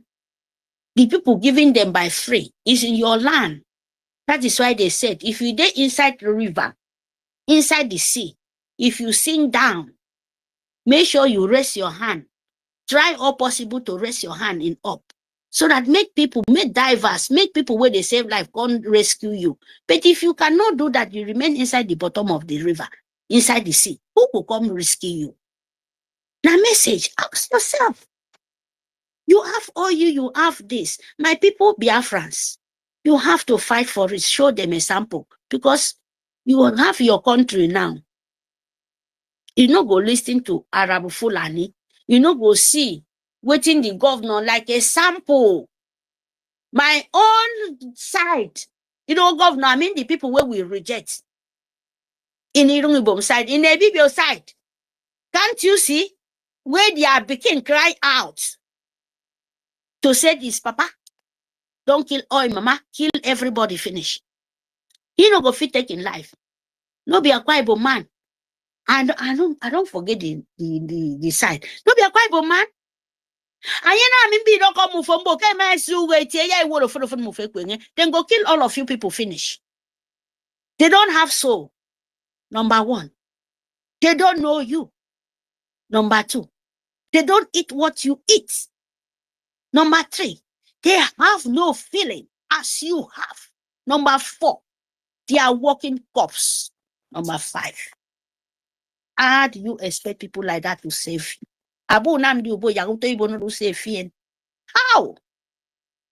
How? Abun do come in. Ete woroyen because of power, because of evil power, because of what you cannot enjoy. The father don't pass more than 60 years or 50 something age, and you're killing the children will be from 18, 19, 20, 20 something. How long do you want to live? What is your mission in this head? Why do you bring? Oh my goodness. Nitoyaka me. And you made an example, is in the public. Is in the public. To see example with Masin Nambikalu, where no be your papa, no be your mama. You don't know where you come from. But is fighting for the whole. I don't talk of make I just say, like it momento economy into the economy into the Biafra will be economy. In economy. That is, do you know how many local government there for economy? One person go come out. How do you want to make him he would. After free corner, young be a second me we both in a word over and suffer. All kind of manner of this word. They say, oh, this person must die so that the economy, the whole economy side would they life. How many? Can you point out? Your governor was saying they go cover you, they killing children to be there. You no get light, you no get road, you no get anything, you no get hospital, nothing. And he's signing your life 24 hours to Fulani to come and kill you because of cow. Because of they want to keep you one word power. One word power, one word polity. What does it mean? Is it not one word power? Jihad Muslim. Because when one you accept it, as they said, that Africa is a Muslim country. When once the target of them, let me tell you, most of the African country, they are Muslim. They mix. It's not like us. They never be like us. That is why they fight. Most of Kocheko, all the country, both Burkina Faso, both Ghana, both everywhere, they are Muslim.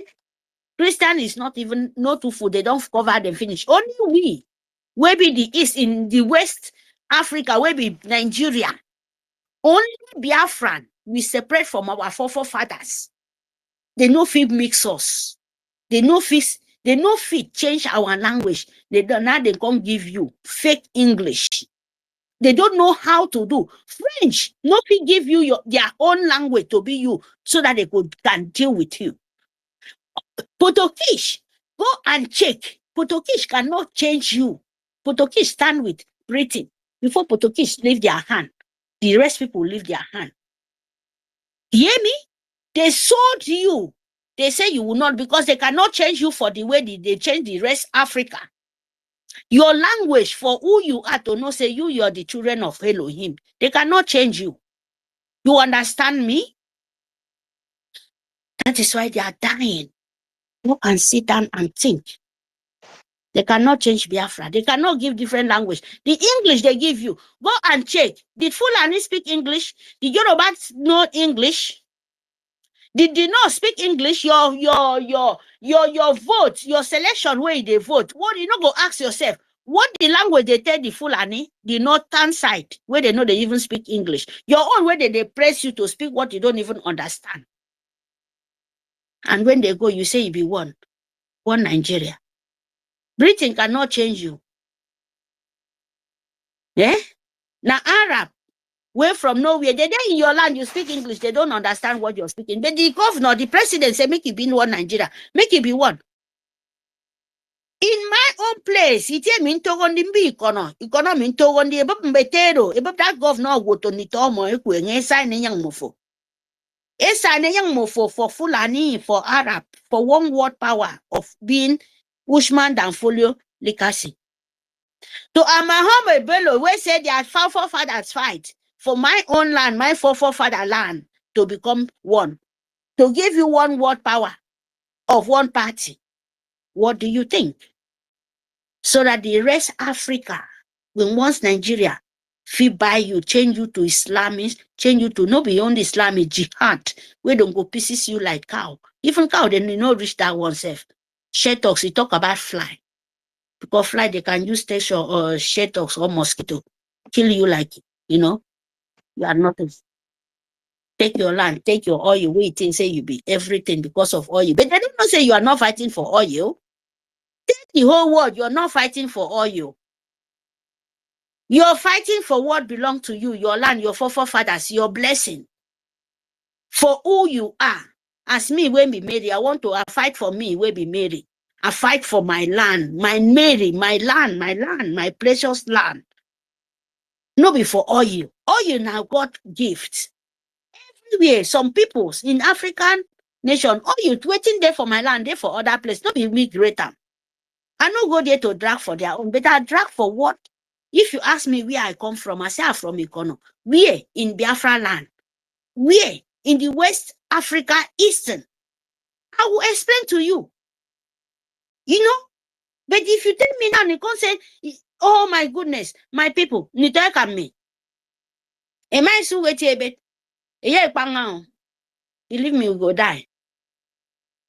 If you sit down, wait. Able sit down, wait, sit down, look, na dog name. If you sit down, do, you go die, finish. Yes. But we may Biafran, we no go wait, oh. And we will fight for the righteous. We will never die. No anything go touch us. If we go wait the long sleep. No, we say we no go die. You no misunderstand me, oh, because no be we hold the breast, no be we hold life. But we pray for the nature to give us the strength till it reach the time when decide for us. So that when we go to long sleep, we will not regret it. They say you have everything for this world. You have mission for the earth to fulfill. If you have mission for this earth to fulfill, you have to play for nature. So that you must to fulfill your promise in the good way. You understand? Maybe your own promise, your own work for this earth, now to make Biafra restore, so that the rest people will live peace. Then you have to stand with it to restore it. You ask for God for that time to reach. You should not make anything to touch that time. When that time reach, if your time don't reach, okay, no problem. You're okay for it. Because you don't promise, you don't fulfill your promise in earth. You understand? So that wherever you go, you will be free. You will be free. You will not regret. You understand? No, nobody will, anybody remember you will be for good. They pray for you to be their own guidance angel. But if you're evil, they will be pray for you to become a dark. They will be condemn you. But even when your spirit is, they will be condemn you. Even make sure say you are not never exist. You see, you don't think only the people where they are alive for now then they know. No, the people will go for long sleep where you don't pass away. If you have a bad name, you have to condemn you. Wherever you go to, you will never have peace. You know? So you don't think that it's only the year where we there. We have to ask for wherever we go, when we go to the, leave the flesh, go to sit, you will stand there, they look what they do. Whether it was good or bad or this. You know what I mean? Feel it when you're here in earth, so that you will not scare. If you not feel it here, and I make most of the governors, them they are scared like that. They need to kill everybody so that they still remain. And they go sit down, they see the dead like Obasanjo. Obasanjo, they see the dead, they cry. But he no fit die because in they cry, make them come out. They no fit take them because people like that, they are condemned. You don't think they enjoy? All the people will make this pain for us, all the governors, them. But one day there, he run for church, they reject him. He run for God, God reject him. They are crying for death, but God can never visit them. And imagine those kind of people, when you go to death, how do you want to be? Think people go pray for good prayer for them? No. Their punishment remain forever, ever and ever. Now those kind of people, they say, if the word come, next life, it can never come to my side. You can never. You reject it and reject it. That is how it is. You see, as that lady cried out, the father of his punishment of his father can never penetrate that lady. That governor, that Akwa governor, that Sioux government, that devil, he killing wife, killing his son. Now the wife, the daughter is crying out that he don't know him. The punishment, even if they do it, or maybe now they touch all of them, they see, they enjoy him before. Now they see it that he's not the way they think, I know they pity people like that. But I just said it, because that kind of lady, He don't cry out. His father is evil. The punishment no go reach him. He no go reach the children because he no say yes. Even God say he even forgive him. Spirit he forgive him. Hide in life for where his father did. Because he reject it. But if he still stand, maybe that is why the father no fit kill him because he did not stand with his father from the beginning. The spirit strong, you know. He said the energy where they inside him, you know, he rejects what his father has. That is why that lady have the strength to fight. His father rejects him. That governor, governor, he don't kill him, his wife, kill him. I would one amo, I would panamo, I would because of the rule of Nigerian government. The daughter come out, now Bible man. I will go check because I forget. You know, now yesterday they said I know get chance, but I have to say it. I know I will go back again. He killing son, he killing wife, he want to penetrate in daughter. Because the daughter, spirit model, the model. That in daughter spirit strong well because he's moving with good angel. And in that in daughter, I believe he did not take anything from his father. You know, all the killer, all the woman, all the evil, the satanic way the father they do because of power. Maybe the father, the daughter did not accept all. That is why you see he has no strength for where the father for that in daughter did. And who is exposing him so that the daughter will live, so that the nature, the spirit of the Biafra land will know the daughter hand is clean. They will stand with him. And I pray, make the daughter, make the spirit of heaven and earth, if it's clean, make the spirit stand with him, stand with her, and fight the battle of his father till the father enter grave. Because he did not share hand with the evil. If that is share hand, he will not come out to the world to tell. That is why you will not get the punishment of your father and your generation. Come out and say the truth to be safe. Without that, all of you people will die finished. The innocent children, the spirit of innocent and mother and father, he will kill all of you people finished. Yes, I stand with it. There is no forgiveness. No. And I'm so happy. That is why we said, don't take your father, don't say, punishment of the father will not be in Peking head. No, you must understand what you're doing. Don't say that. If your father get evil and you know your father is doing evil, don't stand with it. If your wife, you say you be woman, you know your husband is killing because of power of innocent, the blood of innocent, you stand with it. Your husband will kill you. You will die very miserable death because you stand with evil. Your evil will turn back and kill you. But you see this Biafra? Nobody, even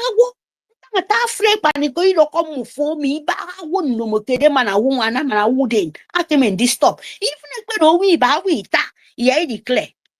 We don't have time to the evil. And I'm not ready. Believe me, Mary, not ready to beg anybody. I'm not ready to beg anybody because I don't know. Before you come to Biafra, you know what you're doing. And I will not beg you because I will not know whether I will beg you. Then the next moment you will change and you continue to punish us. You know what yourself you're doing. I will not use myself and take punishment from your life. No. Because there is some kind beg. They beg. You go come carry punishment from that. No, you not go beg like that. Leave them to do their own way. Don't force. Don't force. Don't tell them. So that you will not take another person punishment carry for your body. All of us, we don't born come. No any of us fight 1967 war or genocide. But we know what it is. You have don't come in. Okay, all of us, most of us, they here. Young mothers, young sisters, them. You won't tell me they see 1967 war. Most of them don't even know. They know, we know it from our leader. But people will know from that time, and you read it and you see it. People, most of you people will go school.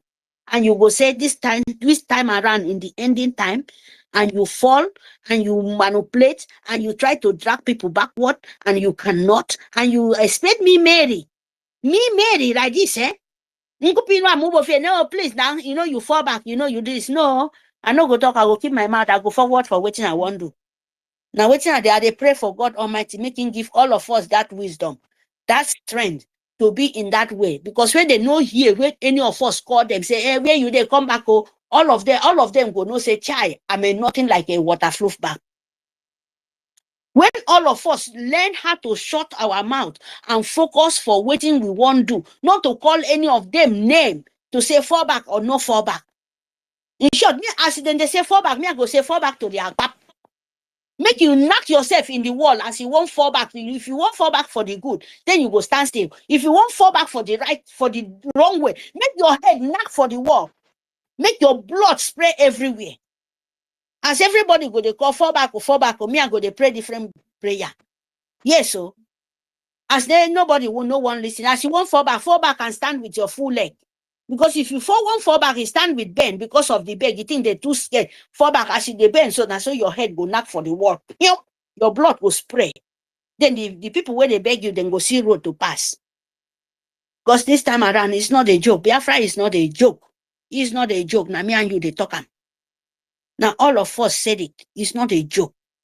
So fight for your rights. Make over. In one ado mufebi win. In one ado so that this the way Europe did now. If you pass for every win, you go see where they put fence from down to the high level. But in Africa, you go there safe. Money way for take build your own house because of na criminal land, because of na evil land. You go put fence. You go be like say na where criminal people you are going to prison. Prison safe, you know high rich like that for one person house. In that one, not go show you say example like this kind of life, you know, be waiting woman being they live. In Europe here, where you they run come, they know the fence anywhere. Everywhere is open. If you like live inside the village, live here 3 days. You know get fence. You know get way to say, oh, make them protect, make them do this. No, you know they. But your own, you go leave money where you go take buy food, you go put fence, you go put this, you go take security, you go ask yourself question, you where they travel come Europe. Now see there for that kind of land. To fear kwa you people. To fear kwa. May God bless our leader for us. May God Almighty, may the Mother Earth, may the heaven and earth bless him. Stand with all of them, this strength, because we cannot wait. Because sometimes you people is like, you know, sometimes they want to say, I'm forbidden. Make I just put that way. Sometimes you people are so forbidden woman being. You go they cry for another person country. You know, waiting you they fight. You have to bring money. Those things is not a joke. You know how many much where lobby they collect? You think it's a joke? You think it's a joke? That is why foreigner will continue to they laugh you people. When they go see they ask money, money. You think Nigerian will collect all your things, then they borrow everywhere just to fight you. Why they no stand say, make them go fight Biafra for mouth? You wait, yours they stand to do instead to bring all waiting you get. I know say me, I know they get too much. At least small when I get. God be my witness. And if I get much, I go give. I know they say they talk of money, but that is what we supposed. This is the time. 10 ejema, 20 ejema, every time you go a long way. If in short, €30 every month, it go a long way for all of us here. Sister Marita, just use a minute to round up so we can move the mic because so many people are up here now. Thank you. Thank you, my brother. You know how much that mean? You think all these things, then they walk around. Even our APM, going all those things. All of you people expect making you see money, making you not gonna eat. You think they'll fight now? Just come out now mouth and talk. No, you know they like that. Oh, you have to pay, and everything are for dollars and euro. You know, be this tissue paper Nigeria money. Everything you have to pay. Everything. You know how cost it is before the other nation will notice you. I beg my people, but men I can tap. I say young people move, but a wongedi. Don't look of Arabo Fulani. Don't look the saboteur between. Don't look any evil. Only tell them anybody will stand with evil. Make evil pay and back. That is the truth. If you do evil, your hand is not clean. if you do things where it's not right for this Biafra, believe me, you must pay it. Your evil must surely find you back. You can never escape. No way. No way in this earth. Spirit must find you back. The spirit of the innocent must surely find you back. Unless una hand clean, no be say una hand clean, say, hey, this be your saboteur with using the blood of innocent to make money, to using to be famous, to make sure say you take mockery for the people who do the right thing. Different way to you to pay the evil price. That is very, very sure. 100%. You can never run away. And so shall it be. He say, better do the better thing and fund your life, my people, because we don't have time. We have to focus. Because our leader very soon, Itare Kondo very soon, where they are out now, no be small work. All of you people, they make, you know, happy say this time don't reach. You think anyhow you fight Biafra, let me tell you people before I make my mic, Biafra must surely go to court. You don't expect something of 1914. Come out, they just collect and make the European Union, make the word of the leader of the world say, hey, take Biafra, go. Now so it be. This time where you've been they pray for many, many years to go to the court, let the world see. Now this time be this. Now this time where you say, because Biafra, know how where you fight, you will not go to the court. Know how our leader is there, been begging to take them to the highest, decision as the fun of earth where then they decide. We they beg for a long time, we no see. I don't want to talk too much, go that side, but I just want to put a little bit tippy, because we must go to the court. This is the time. Itare Kondo. That is why, if you don't know what you're doing, you better know it, because this is the time. Itare Kondo go say, now I'm in the end, not the whole evil Nigerian empire of Jihad. Now I'm in the end, not the Britain. This is the time, because the whole world have to know our own problem. They say they will not know. But you see how it works? All of us, they say, why these people keep them? Why finish? Keep our leader. Why finish? No, take them this. My people, is not come and chop business. There is a lot of paperwork. Thank you very much. Sister Maritekam, just take 30 seconds to round up so we can move the mic, because your 1 minute have elapsed for a very long time. Are you there? Yes, my love. I've already ended. I said it's not a day job, because we pray for this time. That is my end of the job. We should stand with we just they send the good spirit, evoke good energy, send good energy there. Because this is the time ending. Because Biafra, know how you fight, you will not go to Den Haag. Know how where you fight, you will not go to European Union. If it be so quick for us, is it a bad thing? It's not a bad thing, because you will not go there. They say, hand over Biafra to you. No, you must go to the court. You must judge. Everybody, Nigerians who government, where they run for the... My brother, let me stop here, my people. Please, thank you very much. Fund your Biafran. Love your Itare Kondo.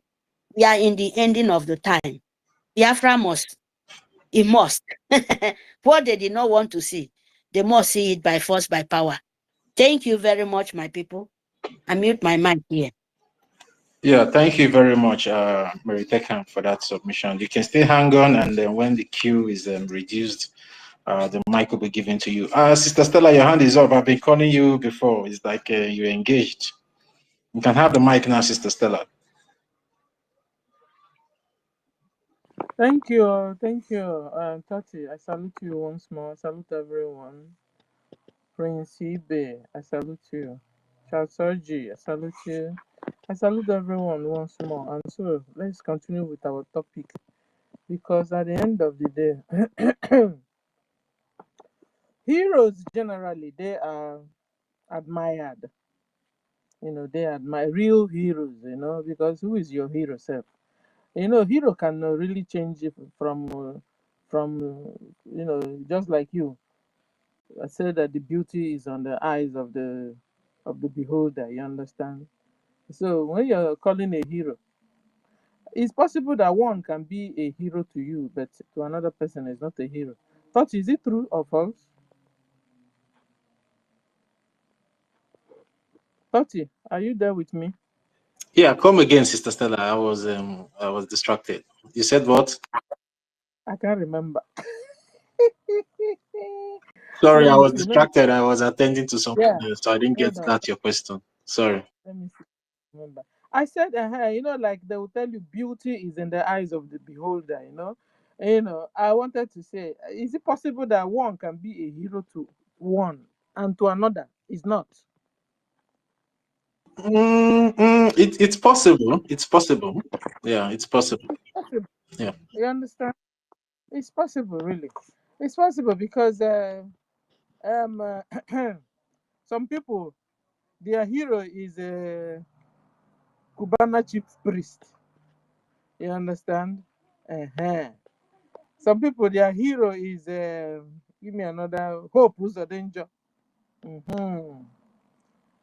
Some people, their hero is, what's the name of a governor that is building this road from Calabar to Lagos? What's the name of this? From Port Harcourt to Lagos. What's the name of that governor there?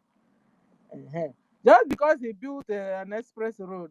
No, it's not even the governor, it's even the president, because the guy was attributing it to the official Abat.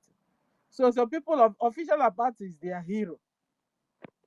Tati, is official about your hero? Tati, can you call official about a hero?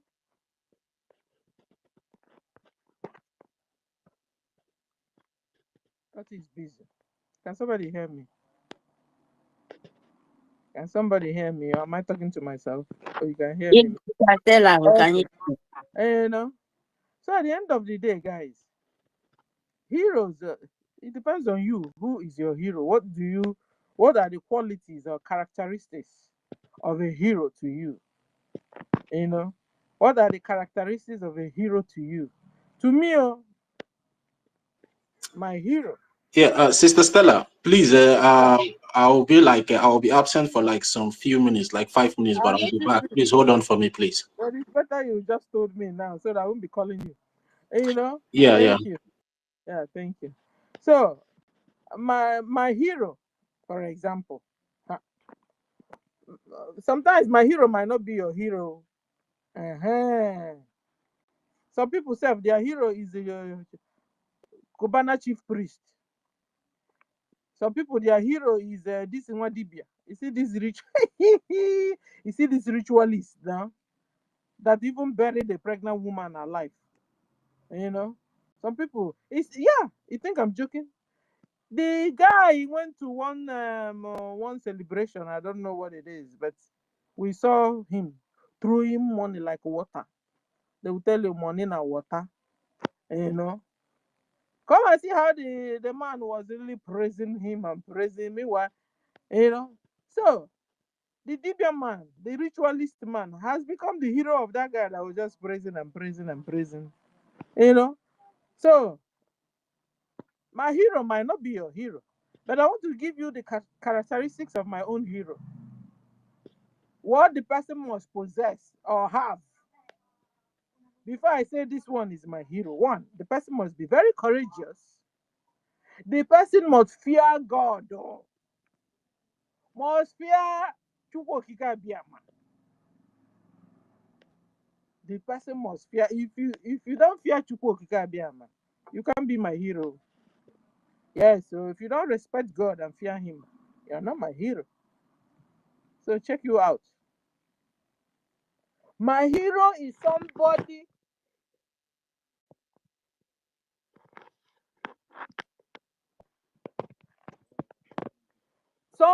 that does things for others but expect nothing in return.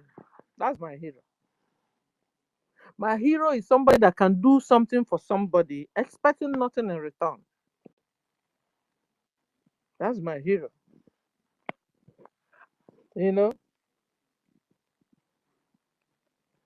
My hero is somebody that can help others.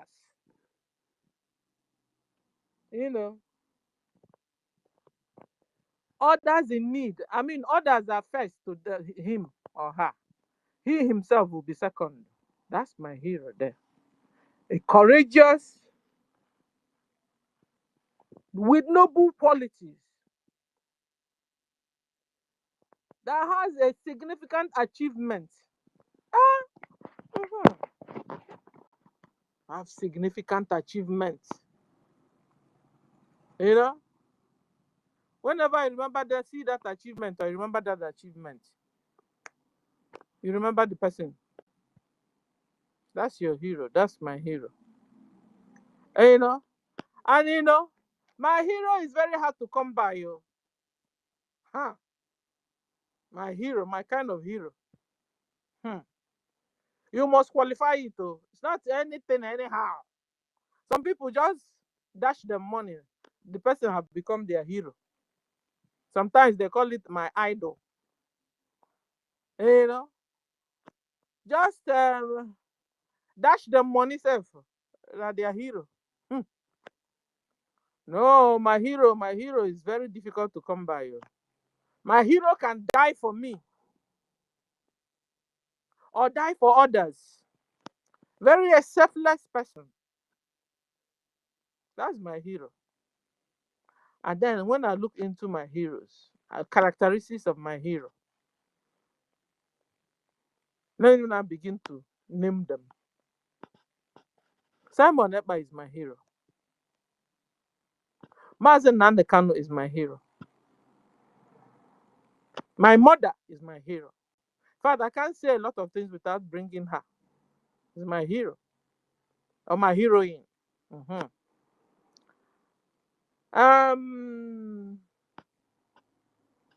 Who again? Odumegwu Ojukwu, my hero. You know, my mother, for example, Hero Mbuzofo. That is my first hero I identified. Sister Stella, I The lady was awesome. yes. Sorry to, I say yes. Mother is the first hero in this earth. Sorry, I beg. No, it depends. No. No, for me too. For me too. No, for me too. No, not all mothers. So no mother. Not all mother. You're right. But mother, especially as for my own, and as your own, as you said, it touched me to bring a word here. Sorry, please. But for mother, they are the hero because they bring the word come. I'm telling you the truth. That is the truth. My mother is my hero. I don't know about your mother. Not all mothers are heroes. Yes, sir. Not all mothers are heroes. Some born pikin carry and throw away. I beg. Come up for road. Who be you? What cause sperm? She will even have the baby. She won't give her mama milk. So says you want my breast to fall down. Please, I don't want to go to that other side. I said my own mother is my hero. He taught me the word of God. He taught me to know Chukwokika. She taught me the word of God. Taught me how to know Chukwokika. I saw her live it. She taught me how to pray, and all those things she taught me. It has been always true in my life. It has been true. I don't want to dive in too deep. But I don't know about you. My hero is Mazen Nandakan. First of all, he fears God. Because I'm not living in the same house with him, but he fears God. Most of the prophecies, we call it prophecy, even when your common sense, you add one or two together, it becomes what it is. But to us, all of them, we call it prophecy. So most of the prophecies have said have come to happening. A true man of God, opened our eyes, defended us, showed us our enemies that they are coming. Fulanis are coming. I will never forget this. Fulanis are coming. Guys, Fulanis are here and they are killing us in our hundreds and thousands. Biafrans believed after that 1967 war, that war ended. No, it didn't end. From that 1967, the war has been on till today. The only thing that they modified the war. They changed their tactics. Can even call it secret war have been on. After the all-out war, they changed into secret wars, where they will make sure nothing, where they will make sure that you don't have an equipped hospitals, you don't have good medicine or drugs. What they have there is uluma in ampicillin. Quack doctors everywhere. In fact, the only doctor they have in Nigeria is doctor that harvest organs. That's all the doctor they have. That's the only doctor they have. Every doctor in Nigeria knows how to harvest organs, heart, kidney. They know how to do that. But to treat an ailment or do a research on a particular ailment that they've not gotten the treatment, it's a wicked world out there. Nigeria is a frozen country. Nigeria is a failed country, and as such must be dissolved, so that people inside there can have life. Divide Nigeria, pieces it at least into 4, so that we can have Hausa nation, or even into 3. Have Hausa nation, Yoruba nation, Biafra nation. Yes, so in Nigeria we have 225 million people. 225 million. Why nations are 4 million, 5 million, 6 million, 7 million? I think where I am, there are only 7 million. Some are even 4 million.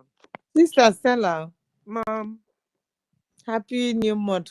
First of all, let me first of all greet you and thank you for what you do. Like the killings, upon the killings going on in Nigeria, are you sure we are still up to that number? No, we are no more up to that number. No, because we have to be sincere. Yes, very, very sincere. We are no more up to that number. Do you know how many they are killing in northern Nigeria that nobody is talking? Every day they are burying them in mass graves. Every day. You know, the governors are even afraid of their lives now to talk. The ones that are not already part of them. If there's any, they said up to 18 or 16 of them there are governors are working, bringing, have accepted Sharia laws. So how many is left? Divide Nigeria, divide it into 3 at least. 225 million. Can you imagine staying in the same place? No wonder the country will have never worked. How can you work? You don't even know how the number of the people. The population, you don't know their number. How can you be able to govern Nigeria? But Nigerians are not governing Nigeria anyway. Arabs are governing Nigeria. Fulani Mujahid Arabs are governing Nigeria. Arabs are governing Africa. Every time you guys are calling Britain. Britain has gone home since. So your problems are Arabs. They've been hiding. Your real problems are Arabs. From the day Queen is no more, your problem turned to be Arabs. I'm telling you, I don't know if that his son cares about anybody. I think the only person that was making the thing was the Queen. Queen is no more. Your real colonists, your colonizers now are Arabs. You know, did you know you make a point there? Sister Stella. Sister Stella. No. Oh, sorry, yes, Sister Ellen. You know, the first time when I started this word where you said, it make word come out in my brain. The first time in my work, when I start Biafra, you know, when I talk about Biafra and Africa, they tell me that Africa is Islamist nation. This thing, when I'm telling you, this thing make me, my friend, when we talk about Africa with Fulani where they come, him na Muslim.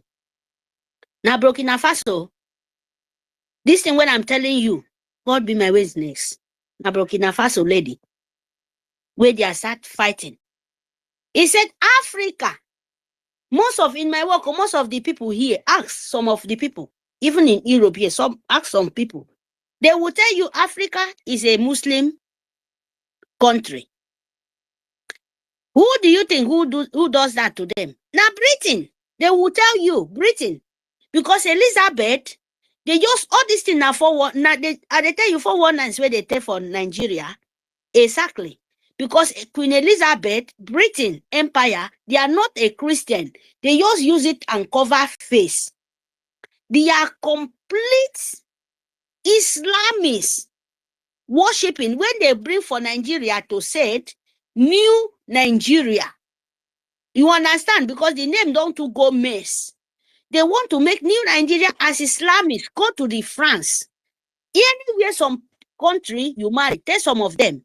They will first of all ask you whether na Islamists or say in Nigeria na Islamists. Some of them say they go force you to your marriage certificate to Islamist nation, especially as a France.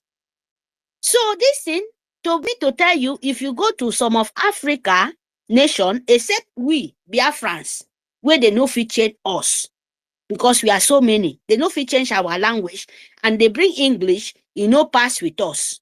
That is what Britain did because we are different language, but we are one.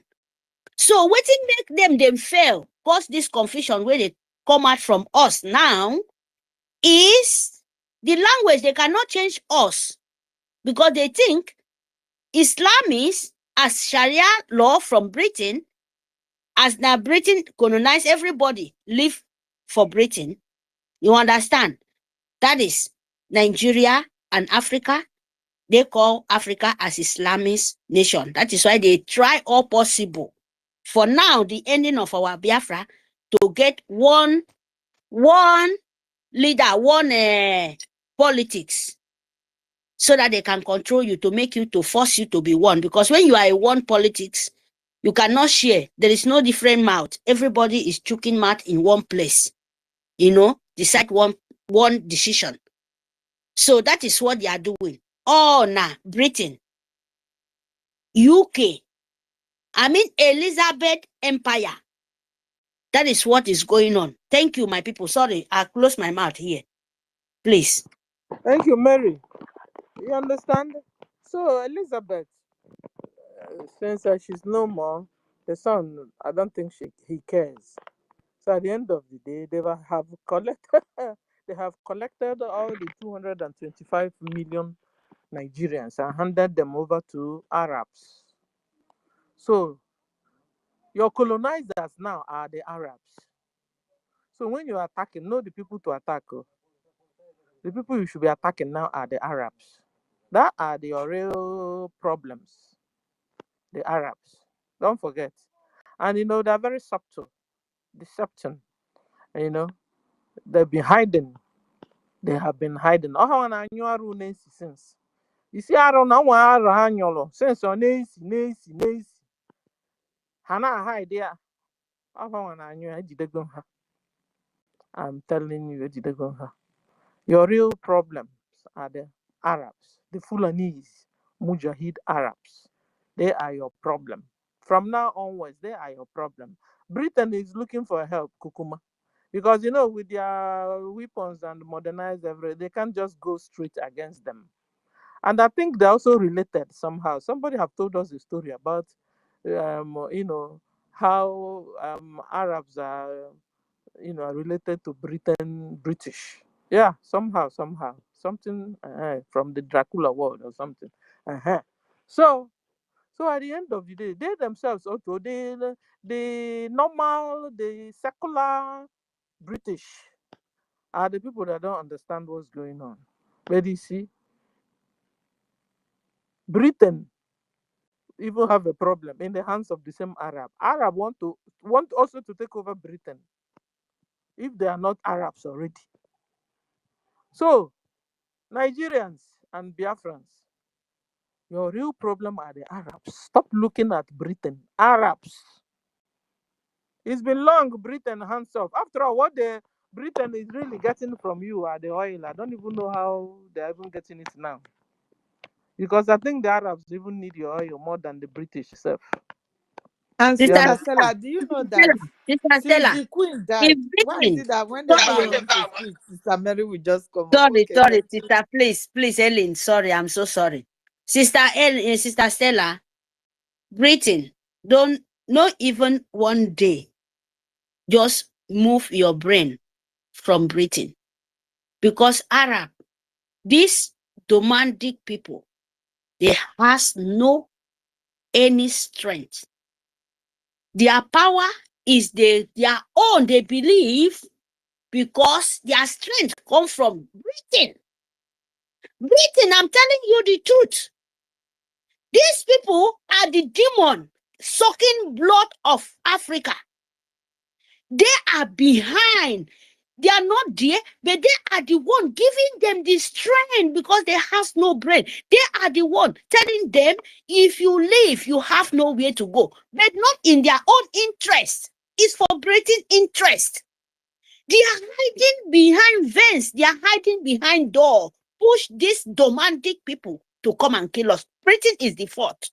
Till tomorrow, till today, next world, unless Britain will vanish in this world. They are the sucking blood. They have the bottle of sucking blood. They has the pot.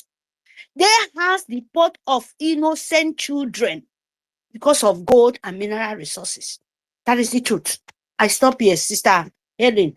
Please, sorry. I will go back to mine. I will just stop here.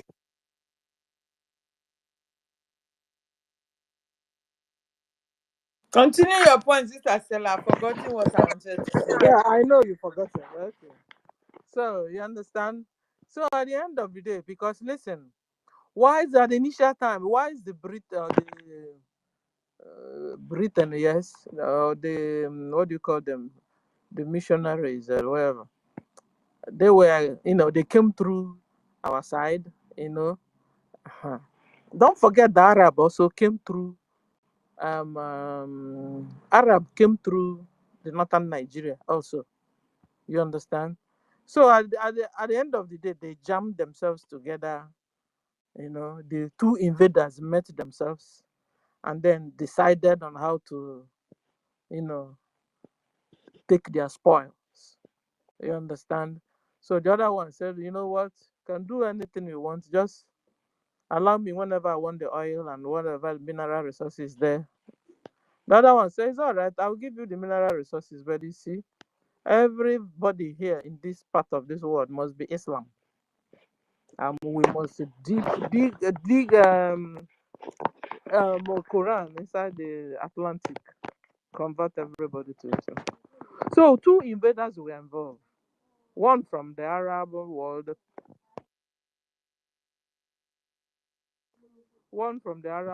and one from Europe or British or Kukuma.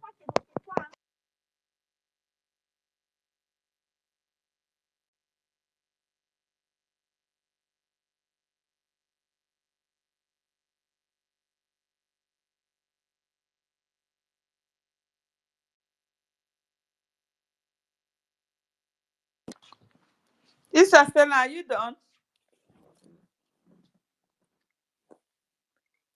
I don't know if you are done or you just mute your mic. Storm, you have the mic, please. I wanted to ask Sister Stella, you say Arab come from us too, through us a bit somehow. I wanted to ask her because I did not understand what she meant that by say the Arab come through us. It's only the Christian, this thing that come. Arab did not come near us anyway. Me, I don't know. Maybe she have to clarify that one. Then our sister here said, that sister that spoke, Sister Mary, I think, that it's only Biafran that they did not succeeded in changing the language. So I said somehow, Sha, she's not that correct, Sha, but somehow.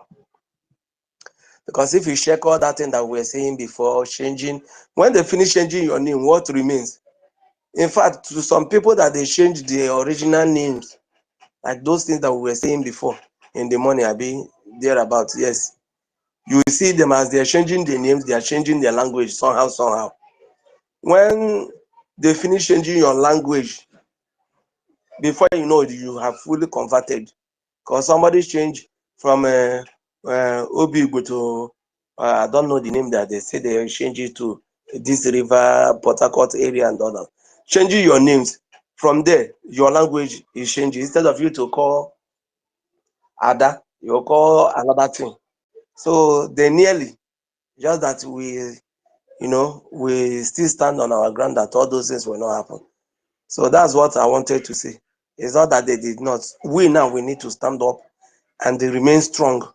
We need to stand up and remain strong, especially people, our brothers and sisters from the other side, that they will up till now. Yesterday I was asking somebody question, because to me, I believe for you to be in the village, you must be an able person. Or there are some areas that I will see, I will say that yes, you are an able person. I was asking, where are you from? I was speaking Igbo. Where are you from? He said, Igbo, from Delta. So a lot of people are still having that is, and meanwhile, na Igbo person who has her name is Amarachi, something like that. She's still telling me that she's not Igbo, that she's from Delta. So what are we saying? They have almost succeeded in doing what they want to do. So that area, they need to beat a serious drum. I don't know, serious drum, so that they can stand up from this all this dream. Sometimes it turns stomach when you hear your sister or whatever saying, she's not this, she's not that. Inside this thing, somebody, one idiot, say you people should stop this Biafra fighting. That you people are distracting Igbo people with this Biafra fighting. Wonderful, and they are here listening to us. They will come here, come fool themselves. Listen. Maybe this is the same person that is saying this now. Maybe he's a member from the other side. So it's just for we to stand strong and continue doing what we are doing. If not, they will still take over. That's what I want to say. Another thing I wanted to say is this, because the people that are doing this thing, when you check their life, you understand, they don't fear God. And so far as you don't fear God, anyway, chances that you lie more on the other side. A lot of them are ritualists. A lot of them are into one secret society or the other. So most of the time, you see them incline. How do you say it? Lying towards or going towards one Nigerianness, because at the end of the day, Allah is a deity. You understand? It's not a true living God. It's not Chukwu Okike Abiyama. Allah is not Chukwu Okike Abiyama. It's not. There's no way it can be Chukwu Okike. Chukwu Okike Abiyama don't chop off people's head. Chukwu Okike Abiyama don't force anybody to belong to worship him. Chukwu Okike Abiyama don't do that. Chukwu Okike Abiyama is a loving God. Because I hear my mother call Chukwu Okike Abiyama. He call him Nwoke Ogologo Anya, Nwoke no n'enu ọgọdọ ya na-akpọ n'ala. Nwanne otu onye. O mere ihe nyere enyi. Ezigbo Chukwu. Chukwu na-eme m obi m alituo ana. Chukwu na-emelụ m ihe ọma. All this is what I hear my mother call him. So, Chukwu Okike Abiyama is not the same with Allah. So when you're believing, so you know what you're believing. They will tell you Allah is God. No, it's not. Anyway, there are fake gods also. Or man-made gods also. There's no fake God. God is God. There's no fake God, my sister. No fake God. Just only one God. Others I don't know. Can call them anything. They are gods. They are gods. They are gods, but they are.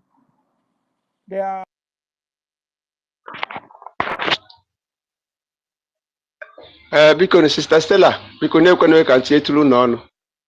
Asị m kwuo na nghọta nke m. This God I na in English, we don't even understand the meaning.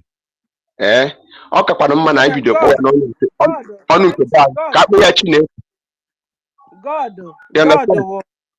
God ihe onye nwere ikike, o nwere ike, o nwere ike ime certain things. Mana enwe the real God, the real living God. What I wanted to say is this, before you change the topic, because what I was trying to go to, where I was trying to go to is that most of these people that you see them inclining towards NGOZI, inclining towards the one Nigerian is, inclining towards Nigeria. Most of them are ritualists. Most of them don't believe in Chukwu Okike Abiama. Most of them, exactly. You understand? So at the end of the day, their God and Allah are the same. And when you're telling them to understand your freedom fight and they don't understand it, how would they understand it? They can't, because it's the way they do, the way they do takia. That's the same way their God also do takia, no? There is the originator of the takia. To them, for example, when you lie, to them is normal. And so you see all of them lying. So at the end of the day, their God they tend leaning to. So at the end of the day, they're all the same one and the same God they are serving. So you don't expect them to understand your Biafra. You understand? So that's why we must also continue to pray, because it's also a spiritual fight, physical and a spiritual fight. It's a fight between the good and the evil. We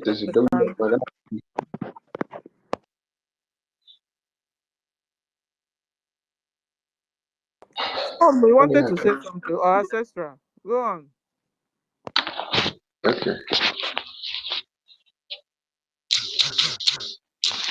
So na-apụta, so ihe na-ekwu bụ na, like, to my own understanding now, anywhere they made me to pray or they appoint me to pray, after praying, I conclude it in the name of Chukwu Okike Abiama, Chineke nna bi n'igwe, nke n'asụsụ Igbo anyị. Ịghọtago? Ka m nwa ma. So another thing mma bụ na this Allah ndị a na-adị na-ekwu, onye gị na ya bịara ikwu, sị gị Allah. Nke a ka anyị mago that Allah is totally different from God. In English word, it's totally different. Then before you ekwu eziokwu Chineke Chukwu Okike Abiama. Because if you listen to these people, anytime they want to commit their atrocity, they are killing, they begin to shout Allah Kuba, or they want to kill. So like you said, our own God, our own Chukwu Okike Abiama does not kill. Our own Chukwu Okike Abiama gives life. He is the supreme God. If you understand the meaning of our Chukwu Okike Abiama, the name is the Igbo people that have the best qualifying name to the supreme God, Chukwu Okike, Chineke Chukwu. You understand? So I prefer that name Chineke than any other name. But that Allah is an ideal name. It's they are called occultic name. They used to kill people with other evil they are committing. You watch all this system all over the whole world. They make use of this the same word Allah, Kuba, Allah this, Allah that, and it's like if you want to tell them, like, I don't know this word, what did they call it? If they want to deceive somebody, what is they use it? Please tell me.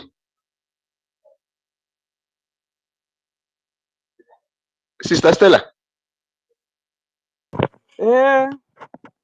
Like this, if they all this all this Islamism, they want to deceive people. What is that thing they call it? Takia. Takia. And that name for that Allah is Takia.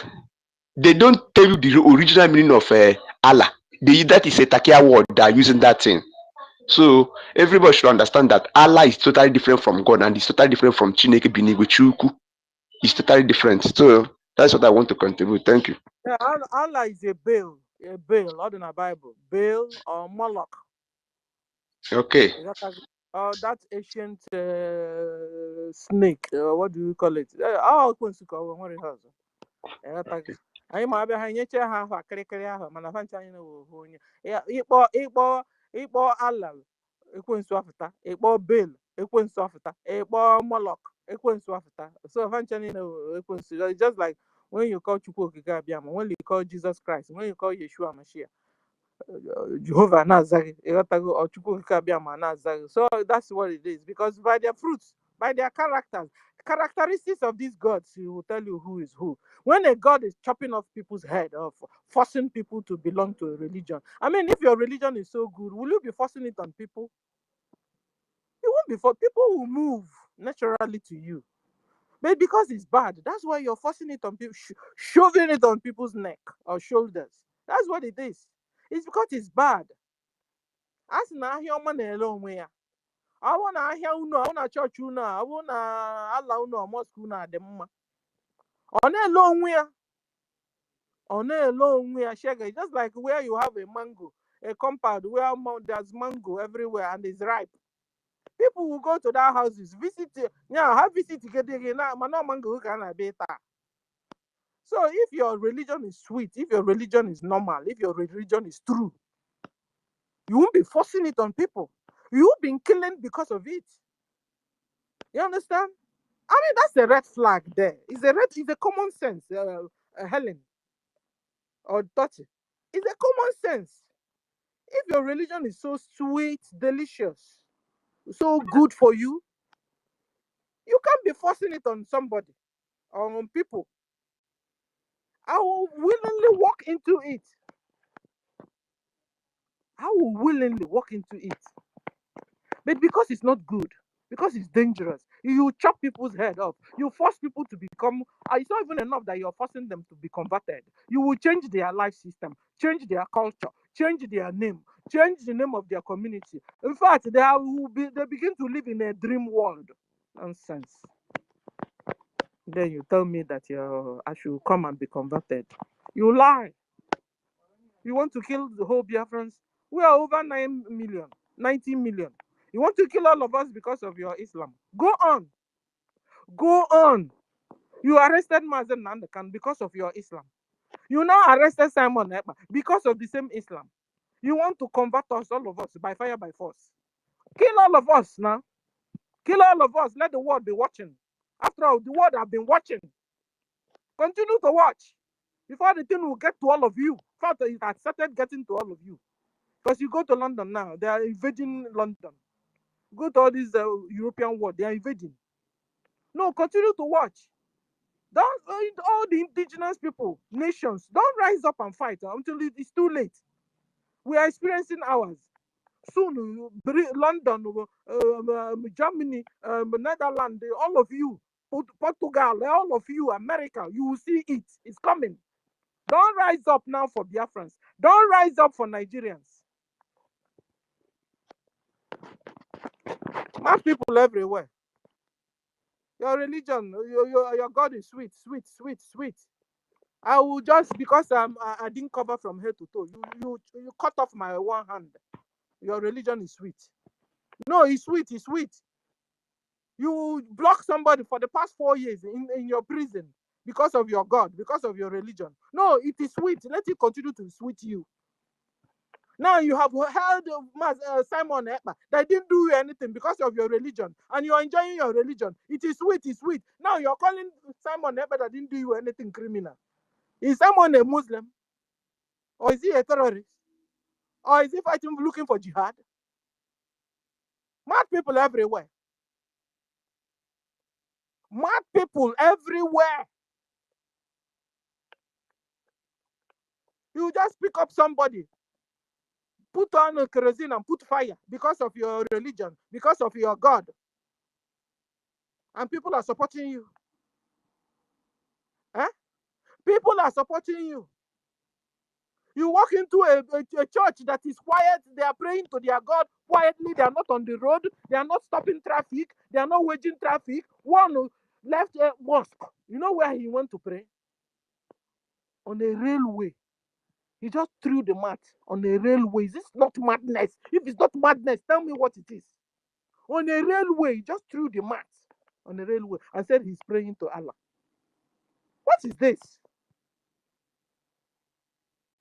No wonder, no one. I want to read it for you, all of you again. What Trump told the Middle East concerning their religion. You know, when they say terrorism, what it means, Islamization. You understand? When you hear Trump say, terrorism. It's indirectly your Islamization. That's what it is. Let me read it to you again. Men and women, they seek for great futures to build a place of their families to call home. But they are faced with bloodshed and terror and violence. And there is no excuse or pretending about what's going on. Every time a terrorist murder an innocent person and falsely invoke the name of God, it should be an insult of every faith, he said. It should be an insult to your faith, to faith of Muslim or to faith of Islam. And now you now call the name of your God, you know, Allah Akbar, you now kill somebody. It's an insult to the name of that your God and to your faith, what you believe in. But because how are you killing people? Why are you killing people? Because of what? Why? You just invoke a name of a God and then you begin to massacre people. Trump said issue is an insult to that. Is an insult, is a shame to that faith. He said terrorists do not worship God. Oh, this is Trump saying, you know, he will always say his mind. If you like, be annoyed. If you like, don't be. He told them in the Middle East there, at the Middle East, everybody around him there was a Muslim, and he was talking to them. Terrorists do not worship God. All of one after the other, because they worship death. Trump told them, you worship death. You don't worship God. You worship death. If they or we don't do something about this, everybody knows the end result. He told them. Terrorism will continue to spread if you don't do the needful. Terrorism will continue to spread. Peaceful society will continue to be engulfed by violence, and the futures of many generations will be sadly squandered, Trump said. If we don't stand in uniform condemnation of these killings, we will not only be judged by our people or history, but by God. This God now, because he's a good God. This good God don't like killing people, don't like people's head being chopped off. Trump told them it's not enough. This time it's not even people that will be judging you or your neighbors. This one now, God will judge you. Trump. It is not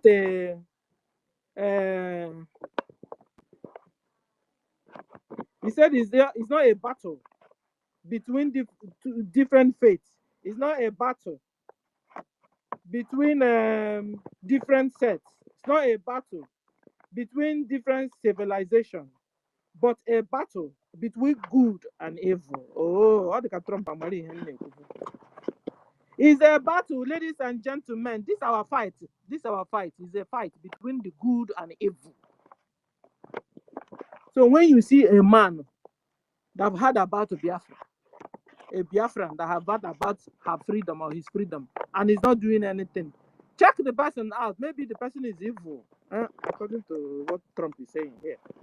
It's a fight between the good and evil, because if you're good, you will join for the freedom, or with the freedom of your people and yourself. How can you hate yourself so much that you don't want freedom for yourself and for your generations to come? Aren't you evil? Isn't it an evil act? Okay. So Trump said,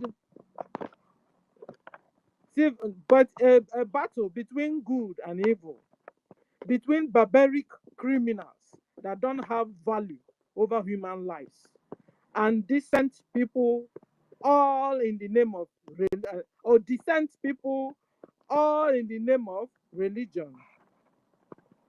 When we see people that are killed, they are children of God. Simple. When you see terrorists kill people, forget to say that they are the Northerners, the Hausa, or the Yorubas, or the Biafrans. They are all children of God, Trump said. We can only overcome the evil if the forces of good are united and strong. So we can overcome this evil that has fallen upon us, this evil of Fulani Mujahid Arabs, these killings going on in our land. The forces of good must unite and be strong. Trump said if everyone in the room will fulfill their fair share of the burden, terrorism has spread across the world. But the path to peace begins right here, he said. On this ancient soil, in the secret or sacred land, now holy land. America is prepared to stand with you in pursuit of shared interests and common security, he said. But the nations of the Middle East cannot have to wait, or do not have to wait for Americans to crush their enemies for them, Trump said. The nations of the Middle East will have to, the Middle East are Arabs now. The nations of the Middle East will have to decide what kind of future do they want for themselves. Hausa must have to decide what kind of future do they want for themselves. Yorubas must decide what kind of future do they want for themselves. Biafrans also must decide. The nonchalant Biafrans, the Biafrans sitting on the walls or under the walls, the Biafrans sitting on the clouds hundreds, must have to decide what kind of future do they want for themselves and their countries and their families and their children. The choice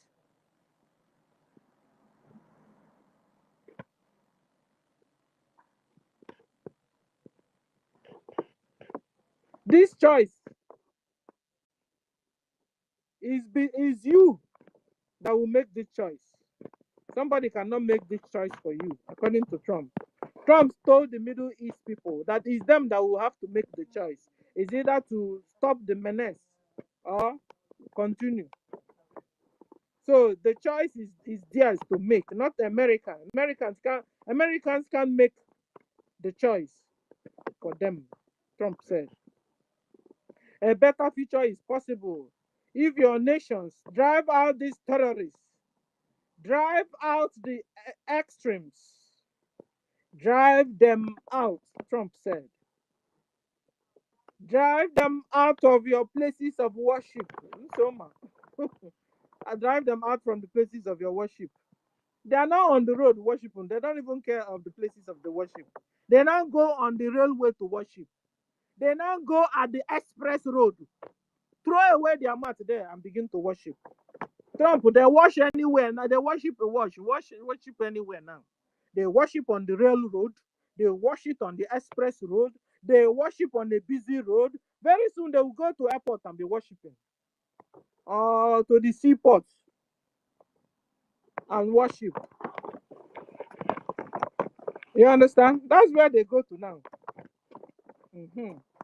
So because Trump is saying The better future is possible.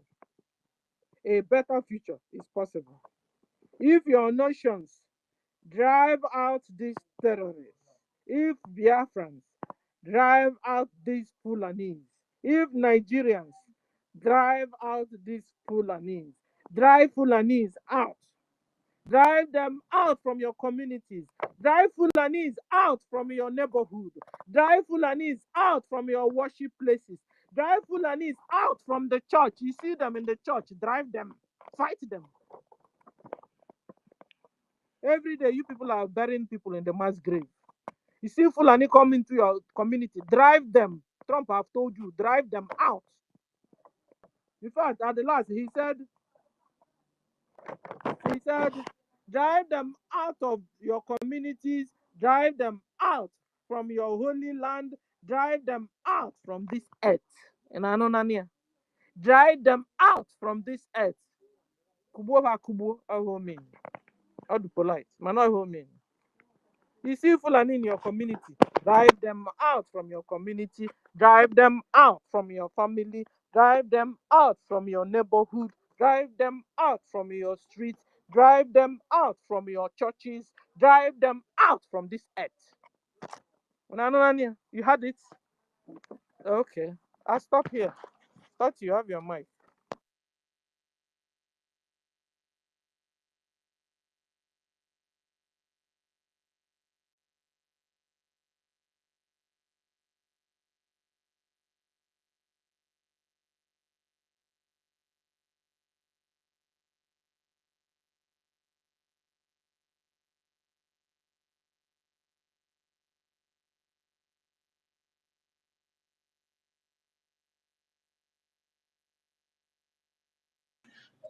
Yeah, thank you very much, Sister Stella, for holding on to the space. Maazi Dake, Professor Engineer Maazi Dake, are you there? All right. Sister Helen, are you there? Sister Helen. Sister Helen. Wait, okay. I don't know, maybe if Biafran lies in Bahrain, have you spoken?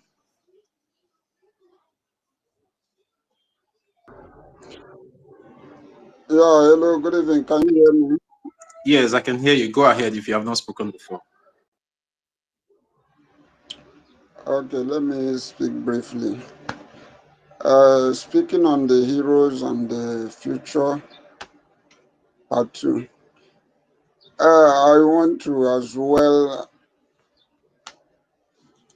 wish all our heroes, every Biafrans, happy Heroes Day, because we are still on the celebration.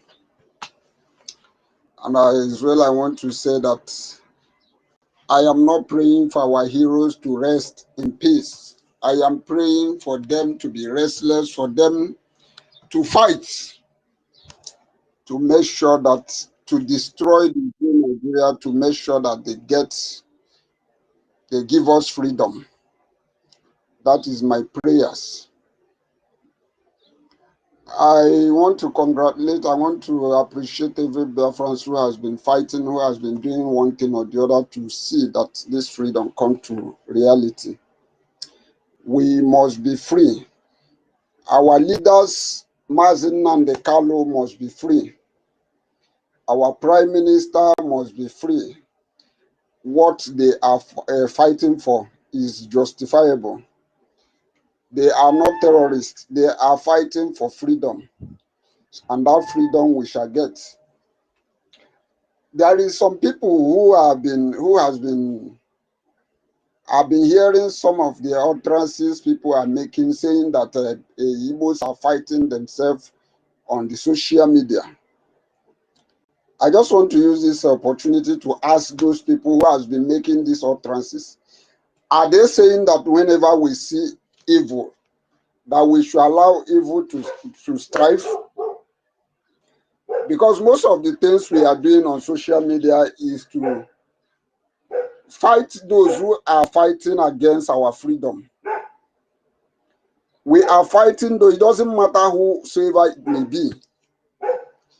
If it is my mother that is fighting against my freedom, I will fight that my mother. If it is my brother that is fighting against my freedom, I will fight against that my brother. Whosoever it may be that is fighting against my freedom, I must not keep silent. And besides, every one of us have heard our Prime Minister say that when the good people keep silent, the evil will thrive. The point I am trying to make here is that we are not here to fight against our brother who is not in any way standing against our freedom. So I am just saying, it's not something we are discussing here, but I'm just using this opportunity to pass this message for some people who are going in the media saying that instead of fighting for the freedom, that what we are doing is attacking each other. You cannot expect me to fold my hand and watch Madam You Must Bow, who is doing everything possible to destroy this struggle, who has been going up and down unveiling this Boko Haram or Fulani, whatever it may be, in the name of Biafra Liberation Army. And when I try to speak, somebody out there will say, what we are doing in the social media is attacking each other. It's never done that. It's not. Are you expecting me to keep silent? So I am just making it clear to everyone who cares to listen that we are not here to attack anyone who believes in freedom. It is clear to every one of us that Nigeria is not workable. It's not going to work. It's not workable. Why are you forcing me? Why, for your own one reason or the other, for your own selfish interests, you are forcing me to be where I am not, where I don't want to be? So this is the point I just want to make. Thank you very much for giving me the opportunity to make my point. I have to yield the mic here. Thank you.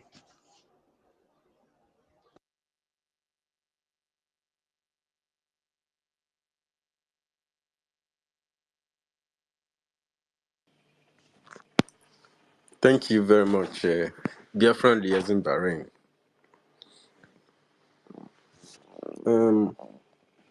For that, nobody has to tell you whether people are attacking each other or they are not attacking each other. They are not to determine what we're doing. People have been saying a lot of things. People will say things are going to happen. Things will continue to happen. As far Nigeria is still occupying our land, there is no peace. So we expect more from them. They cannot tell our government how to run the government. If you attack the government or you break out of the government, then you have broken out. Those representatives of the government who goes to the media talking, like you and I, will do our job. It is our job to, in short, it is our job to even subdue that thing that they are saying. You understand? Because after this battle is won, they will be the one of those that we even enjoy more better than you. You understand? So let them continue to say what they are saying and let us be doing what we should do. So that's my response to them. And then thank you so very much for that. Sister Stella is back. Sister Stella, you have the mic. Toti, are you there? Thank you. Yes, I'm here. I'm here. Thank you. Okay. So what I forgot to say is that when they see a colored somebody like me, they tend to say or tend to believe in that I'm a Muslim. But I'm not. All Africans are not Islamic nations. All African nations are not Islamic nations. All Africans are not Muslims. They better put it in your skull. You understand? Uh-huh. When Arab was invading the northern Nigeria. Europe, what do you call them, invaded our own side, brought Christianity. And the other side, they invaded and brought Islam. Biafrans are still cool with Christianity. We are still cool with Judaism. We are still cool with the traditional we have, the real ones, the good ones. So stop shoving your Islam over our neck. Stay in the north where you came in. Stay there. Hold yourself there. Stop coming down because it will not work. You understand? No matter the people that colonized us then with Christianity are not even coming to help us or fight on our behalf or support us. The people that brought Islam to the northern Nigeria, they are helping them to fight jihad. They are bringing ammunition to them and everything. At the end of the day, we Biafrans, we are on our own. But I want to correct the notion that all Africans are Muslims or Islam. We are not. We are not. And we are not interested. We are not interested to be. We are comfortable with Christianity. Be comfortable with your Islam in the northern Nigeria. Stay there. Enjoy it. Stop shoving it on people's head or neck. Stop forcing it on people. We don't want it. If it's good, you won't be begging me. You won't be forcing me to. You won't be forcing me if it's good. It's me that will be begging you to give it to me. So hold it there. Hold your Islam there. Stop plotting to dig or deep or how do you say it? Your Quran in the Atlantic. It will not work. We will not allow you. So if you like, you will hold Mazen Nandekan, you will hold Simon Epa, you will be soon hold APM. You will hold all of us. We are 90 million Biafrans. You hold all of us. Let the world continue to watch you. Even the so-called missionarists.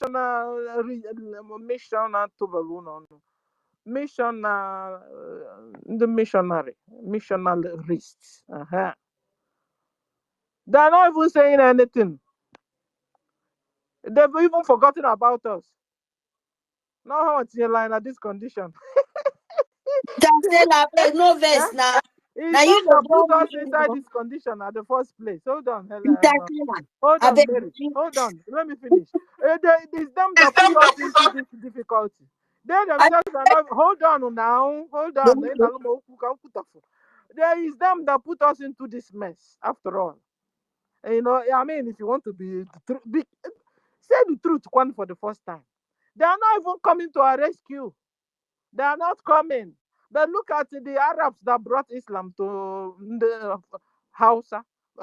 They have come to their rescue. They are bringing them, training them in their jihad, training them in the military, giving them weapons, drones, jet fighter, Tucano jet fighter, everything of weapons you can imagine. They are giving it to them to finish us up.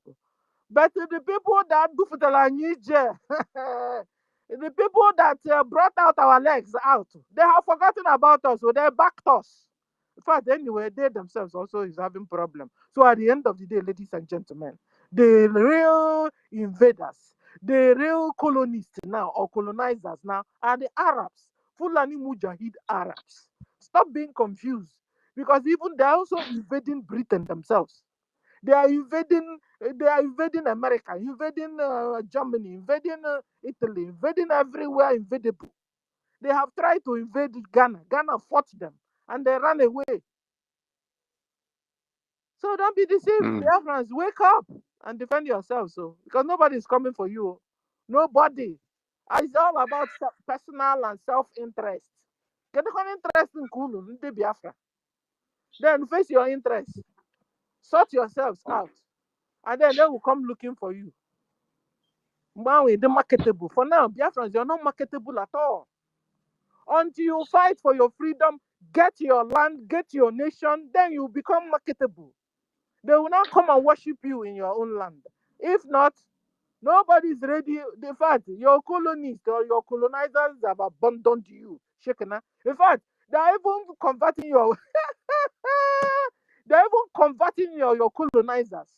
Oh, they are converting your colonizers. Arabs are converting your colonizers. In fact, they are even colonizing your colonizers. Open your eyes, Biafra. They are colonizing your colonizers. At the end of the day, who's the real colonizer? Arabs. Deadly. Sister Stella, let me talk small. I bet. Terrorists. I That's whom they I are. want to add something on what you are saying, Sister Stella. Should I go on? Yes, sir.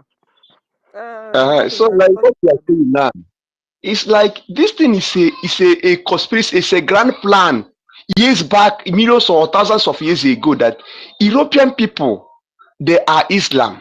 It's just the same thing Takia, then that and these Arab people did. Because I've watched is it Queen Elizabeth the First or the Second said he's on Facebook, he said he's a direct descendant from Mohammed. Now you can tell what that means. These people, they are from the other side, from Arab people. Really? Yes. Yes, I watched it on Facebook. He said University, are you hearing what I'm hearing? Really? Are you sure of what you're yes, yes, I watched him. Said he's a direct descendant from Mohammed. Queen Elizabeth, either the first or the second. She said it before her death. Then and this like what you are saying now, come to remind me that these people, they have a conspiracy with this Arab. They other town, say this Arab, go and conquer these people. Let us use Christianity, because they saw that we are people who are very religious and very, very industrious and very, very hardworking, and they had to break. Okay, they say let us use Christianity and deceive them in a way. Now, people that brought Christianity to us, when these people are killing us, if we are shouting, they cannot even try, they will not give you ear. Instead, they are sponsoring people that will be killing you. Now, they are doing it in a way that they don't what they do. They are making themselves to be weak, that Islam will conquer them. Do you know it is a grand plan? So Islam will take over all over Europe. It will take like they are weak. They are not. This is a grand plan. So all this plan is against the Biafrans. Just like that. So that they will, all of them, they will combine and fight against Biafra. That's only their mission. That's what I say. That let me just put in now. Thank you. So, guys, if Queen is a direct descendant of then what I'm talking now is making sense. Then, Helen, are you there, my co-host? If this is true, then that means that what I'm talking is real. Because listen, guys, the people you're calling Britain, you're colonizer. They have been colonized also. They have been invaded also by the same Arabs that have colonized you now. So how can you be getting a help from them when they have the same problem like you? You have to first of all remove the plank that is blocking your eyes now before you can see somebody's dust that is blocked. At the end of the day, they themselves also need the help. Oh, at the end of the day, they will also pursue all of us. Now this thing is becoming clearer. They will... So Nigerians, your real colonizer from now onwards are the Arabs. They are the Arabs. They've been hiding. These people are so conny. They are so conny. Oh.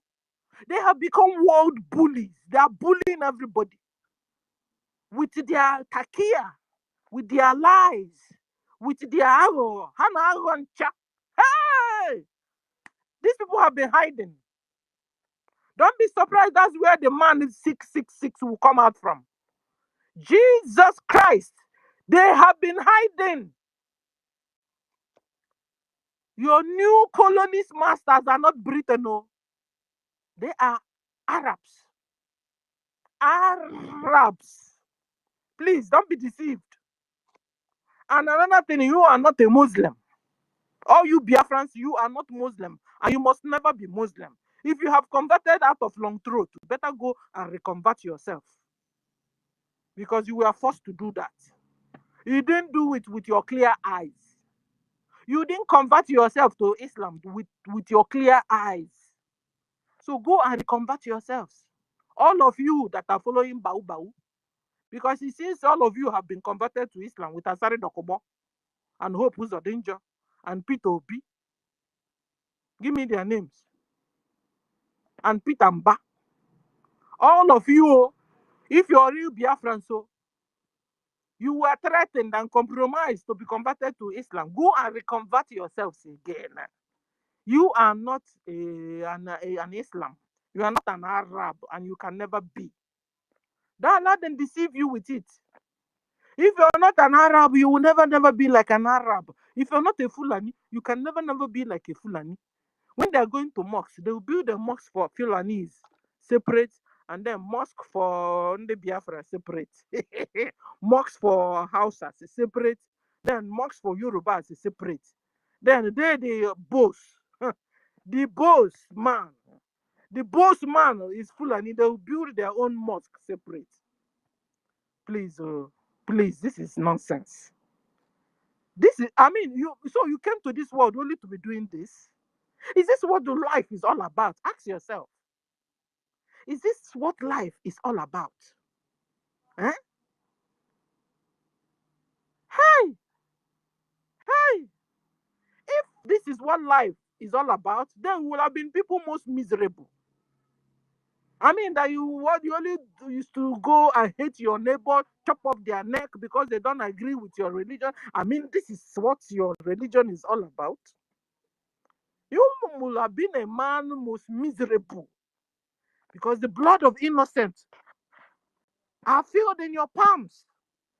He told me this is normal. It's not normal, oh. Repent, for the kingdom of God has come upon you. Repent, or you go to hell. Hell is real. Hell is real, and paradise is real. You close your eyes in a deep sleep, you will find it, and then it will be too late for you. Repent, and be good, and do good, and love your neighbors. Stop killing your neighbors. Stop chopping people's head off in the name of your Allah. Because Allah is not a true God. Allah is a Satan. He's a Moloch. He's a Baal. Not a good God that chop off neck. That force people, their hand will be chopped off. Their fingers will be chopped off. They'll force people to cover themselves under a heavy sun with a black material from head to toe. And you'll be sweating. Smelling. You know, when sun comes, you have to really take good care of yourself so that your armpits wouldn't smell. Or to watch the kind of dress you dress. You can't be dressing black. You dress in fair colors because that color absorbs heat. And then they will tell you to be wearing that. Everywhere. You seem like get away. And then you're killing innocent souls because of this nonsense. You're killing people and massacring people because of this. I tell you, if you don't repent and stop your killings, you go to hell. And when you die, you will not find out that this hell is real and that you have a fake God. And it must be too late for you. Repent, for the kingdom of God. The kingdom of Yeshua is upon you. Repent and come out of this nonsense before it's too late for you. Don't say now you don't know it. You don't know the truth. The truth you know shall set you free. Be free. So all of you have a good Sunday. Thank you. I stop here now. Yeah, thank you very much, Sister Stella. Yeah, you stopped at the right time because Honorable Kelo is up here on the speaker section. Sir, if you're there on the mic, you can have the mic now. Kelo Israel. Kelo Israel, you can have the mic now if you're free to speak. Okay, can you hear me, please? Yes, sir. Go ahead, sir. All right, my honorable. Thank you very much for this opportunity. Thank you very much. I just logged in now and I'm hearing what our brother and our sister are saying. They are all true, but I just want to throw a little bit more light to what they are saying. Okay. But let me throw a bumper first. Throw a bomb first. What is holding us is we are the one holding ourselves. We did it to ourselves, and then I will explain. Okay, I just want to use it to hold everybody's attention. At the end, if you don't understand why I say that we are the one holding ourselves, please let me know, and I will explain again. Okay, now I heard a brother saying that they brought Christianity to destroy us. That is exactly correct, and I'll give you a scripture for it. Okay, the Most High gave us his commandments, his laws, statutes, and judgments to do. But we've gone into all kinds of religion. And that is why what they are using to destroy us. Let me point you to one short a couple of verses. This is the time of Maccabees. I don't know if any of you have heard of it, but I'm just gonna read the scripture there, and then if you want, we can go into more detail. Now, this is Judith chapter 5, verse 20, 21. This is what the nations know, which we don't know here. I don't think we know that. He said, Judith chapter 5, verse 20. This is, by the way, in the Apocrypha. The Apocrypha is part of the Bible that they removed and hide away from us, because a lot of things, revealing things, are in it. Okay? When you buy a Bible now, you just get the Old Testament and the New. The Apocrypha is supposed to be in the middle. If you read about the translation of the Bible, KJV, it will tell you that 47 scholars that King James, which is of course a black man, got 47 scholars, and then divided into 6 groups. 3 of the groups worked in a different place on the Old Testament. 1 worked on the Apocrypha, and then 2 on the New Testament. And then they put it together. But nowadays they remove the Apocrypha. So I'm reading from the book of Judith in chapter 5, verse 20. This is what the nations know about us. And then I'll give you more details on that. It says, now therefore, my Lord and Governor. This is a stranger talking about this. Okay? Now therefore, my Lord and Governor, if there be any error against this people, and they sin against their God, let us consider that this shall be their ruin, and let us go up, and we shall overcome them. This is when the Babylonian armies came to overcome Israel, and said, "This is one of the Holofernes, the general of the Babylonians, was asking about why are the Jews not surrendering to them, because everybody is surrendering to them. They are very powerful, but except the Jews. So he's asking why. Who are these people? What is their power? Who is their leader? Things like that. So this guy gave him analysis of who we are, and then told him the summary of what he told him is, he says, now, therefore, my Lord and Governor, if there be any error against these people, and they sin against their God, let us consider that this shall be their ruin, and let us go up, and we shall overcome them. This is Judith 5:20. Now 5:21 says, but if there be no iniquity in their nation, let my Lord now pass by, lest their Lord, which is our God, defend them, and their God be for them, and we become a reproach before all the world. So what he's saying here basically is, if we have sinned, okay, our Heavenly Father will not be with us to defend us. But if we have not sinned, they dare not come close, because our Heavenly Father will defeat them. All right, this is what the world knows. Okay, if you go to Psalm 83, they know that too. Psalm 83. Okay, I hear the brother saying that Queen Elizabeth says he's descendant of Muhammad. If you go to Psalm 83, you see that the whole world have conspired because they know that we are the children of the Most High. All of us know that. Our leader, Mazen Nandikari, have been saying it. President Nixon says that we are the wandering Jews of Africa or West Africa or something like that. We all know that we are the children of the Most High, and the Most High has given us. Let me point out one thing. Deuteronomy chapter 4. This will blow your mind. Why the whole world is against us? Okay, Deuteronomy chapter 4. Let me go there quickly, and then I'll tell you why the whole world is against us. We are the chosen of the Most High, and then the Most High gave the whole world, allowed them to worship idols. But we, his children, he says, no, you must worship me and only me. Okay, Deuteronomy chapter 4 and verse, let me see. Let me find it. Deuteronomy chapter 4, I think verse 20. Let me find it real quick. The Most High gave us commandments in Deuteronomy chapter 10, verse 12. He says, and now Israel, what does the Lord thy God require of thee? But to worship, to fear the Lord thy God, to walk in all his ways, and to love him, and to serve the Lord thy God with all thy heart and with all thy soul, to keep his commandments, to keep the commandments of the Lord and his statutes, which I command thee this day. Okay, he gave us these commandments and he said we are to worship him. Now, if I go to Deuteronomy chapter 4, you will see again in Deuteronomy chapter 4, he told us all the world, he allowed them to worship any idols that they choose. Actually, he said he divided the idols to them. But we, his children, he said he banished us not to do that. Okay, let me find it real quick. Deuteronomy chapter 4, verse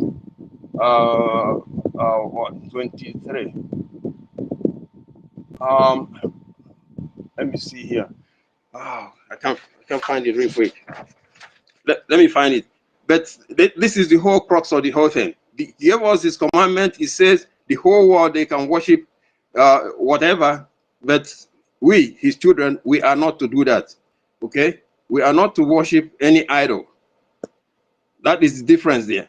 But today we don't know it. They brought religion to us, and then we start worshiping the gods of other people. For example, a good example is the Roman Catholic Church. We are not Romans. We are not Romans. And the Roman Catholic Church is the epitome of idolatry worship. They have all these things that some of them they call Christ, or white Christ, which is actually not Christ. We know that Christ is a black man if you read Revelation chapter 1, verse 14, and in Daniel chapter 5, Christ is a black man. But they put something on a stick and then tell you it's Christ, and people bow down to it and then kiss it and do all kinds of stuff. And then they have the one they call Madonna, a white looking thing. But then what do they worship during, where do they lift up during the Eucharist? Image of the sun. Okay, Roman Catholic Church is the one that changed the Sabbath day from Saturday to Sunday, and they worship the sun. If you doubt me, go to any Roman Catholic Church. When they do their Eucharist, they don't lift up the one they call Christ. They don't lift up the one they call Mary. They lift up something that looks like the image of the sun, worshiping the sun. And then the other Protestant churches came out from it. Okay, they came out from the Roman Catholic Church, and then, but they still keep the doctrines of the white man supremacist religion. The Most High never gave us any of that. Okay, I'm trying to find out that's scripture where it says, okay, yeah, I've seen it now. It says, take it. Let me read this one, and then I'll go back to talk with you on the what is going on here. Again, I said we are the ones holding ourselves. I will later on, I'll tell you what we need to do to come out of this captivity, so that the Most High will, even this year give us our freedom. Okay. Deuteronomy chapter 4, verse 15. It says, take ye therefore good heed unto yourselves, for you saw no manner of similitude on the day that the Lord spake unto you in Horeb, out of the midst of the fire, lest you corrupt yourselves and make you a graven image, the similitude of any figure, the likeness of male or female, the likeness of any beast that is on the earth, the likeness of any winged fowl that flieth in the air, the likeness of anything, verse 18, the likeness of anything that creepeth on the ground, the likeness of any fish that is in these waters beneath this earth. Unless thou lift up thine eyes unto heaven, and when thou seest the sun and the moon and the stars, even all the host of heaven, shouldest be driven to worship them and serve them. Now this is the kicker here. It says, which the Lord thy God hath divided unto all nations under the whole heaven. Which the Lord thy God hath divided unto all nations under heaven. Okay, the Most High allowed the whole nations under heaven to worship any idol.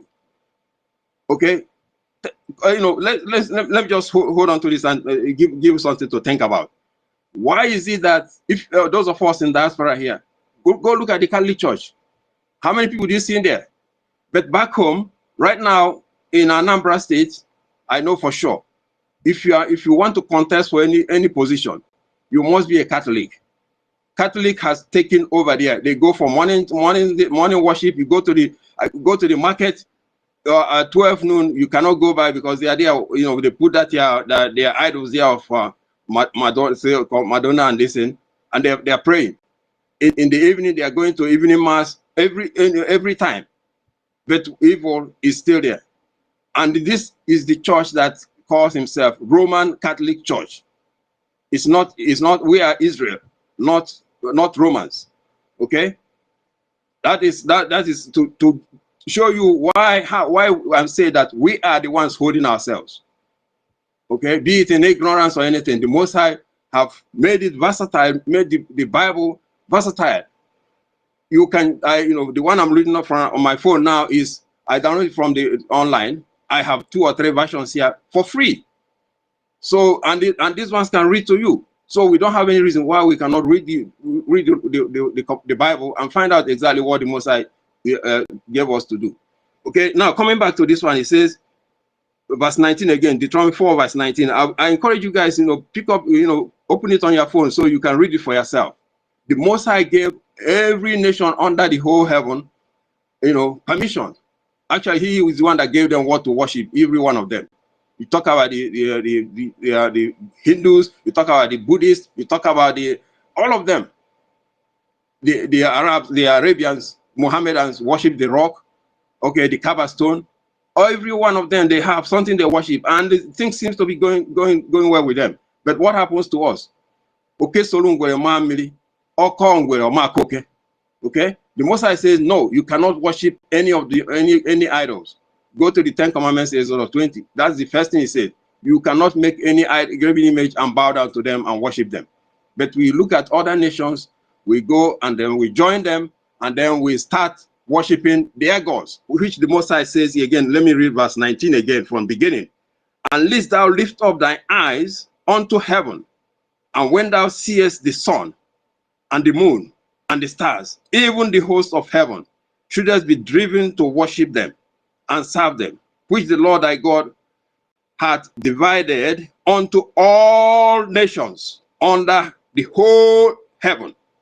But the Lord had taken you and brought you forth out of iron furnace, even out of Egypt, to be unto him a people of inheritance, as ye are this day.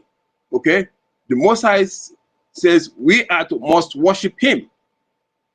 But have we done that? No. In Christianity, we pick up religion, Roman Catholic Church, or the Protestant churches that break out from it, but they are all worshiping the parts of the Roman. They are observing part of the Roman doctrines.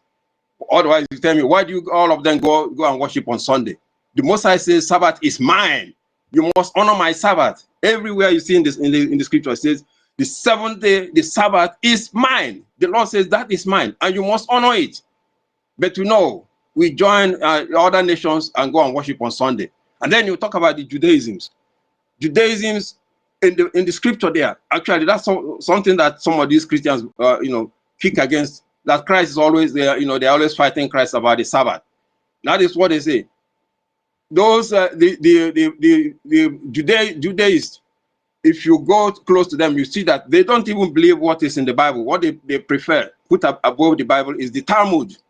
Okay, the Talmud, which is they call it a book of their traditions. That is what the Judaists follow, not the scriptures.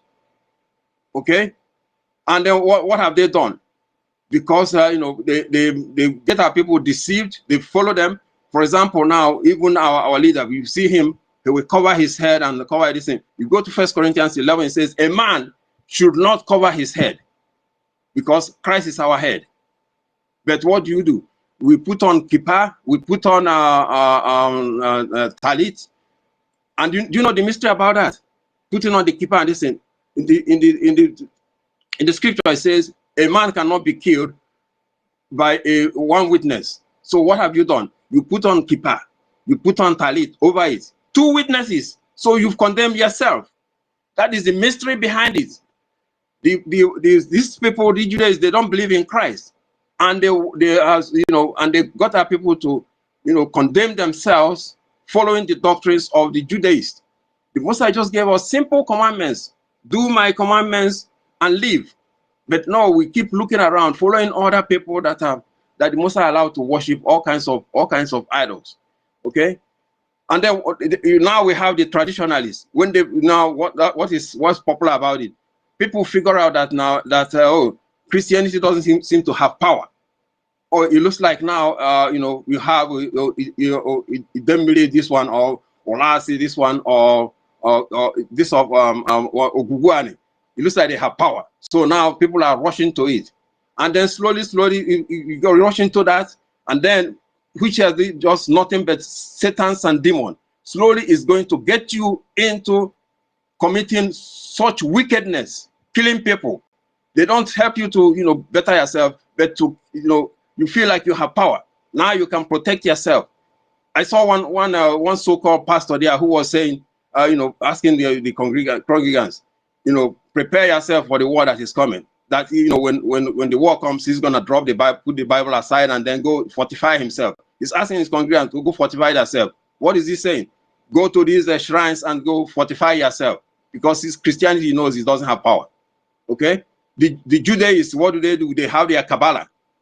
That is why they have these 5-pointed stars and 6-pointed stars. You can commit very grievous things against your brethren, with those things. Those things are not what the Most High gave us. The Most High gave us simple thing. Deuteronomy 6:25 says, keep His commandments, and the commandments are not. You say you love God. 1 John 5:4 says, the love of God is to keep His commandments, which are not grievous. Simple commandments. Okay? If you don't have time to read, the Most High is so mysterious and so gracious to us, have allowed the nations to develop these scriptures, these apps. Every one of you listening to me now is either listening to me through a smartphone or a computer. You can download this app. It can read for you if you don't have time. If you are driving, you can turn it on. It will read to you. Okay, so what the nations have known is that so long as we are not keeping the commandments of God, they will, they will overcome us. What happened during the war, during the Civil War? With all the hatred, okay, the hatred that the Nigerian armies have for us. That's why at that time we called them Northern Vandals. Think of what they did at Asaba. When Varona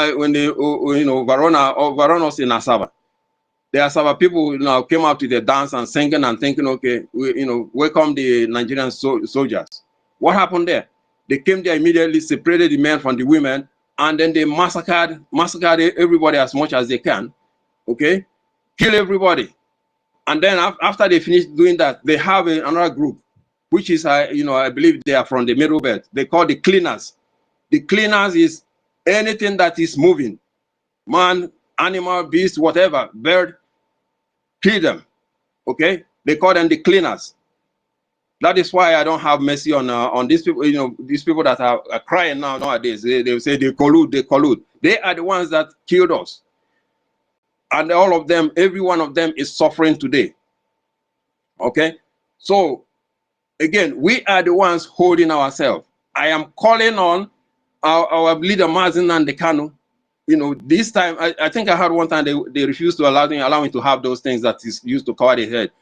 To look in the scriptures. Let's just do exactly the Most High tell us in Joshua 1. Do not add, do not subtract. In the last book of the Bible, it says, do not go left, do not go right, do not add, do not subtract to what His word says.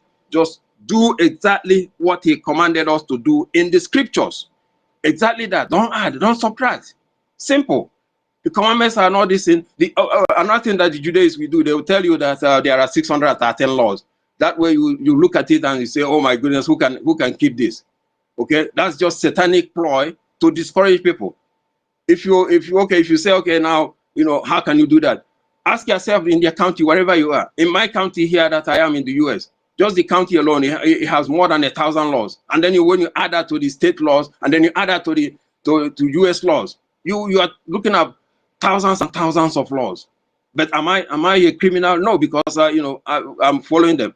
Why is it that you think about 613 laws, you think that's too many? But that is not what the issue is. The Most High just gave us simple commandments to follow.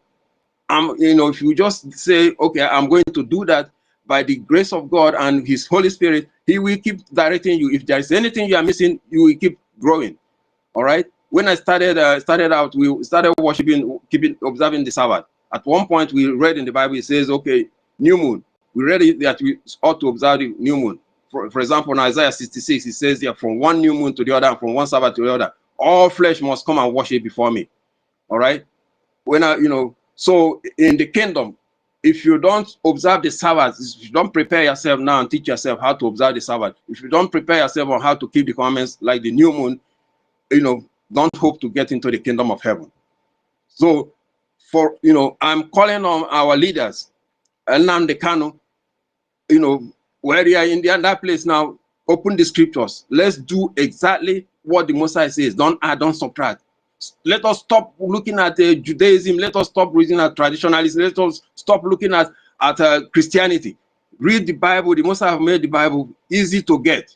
Every one of us have a phone. Download the app there. Read it. Do what he says. Okay, exactly as he said it. All right.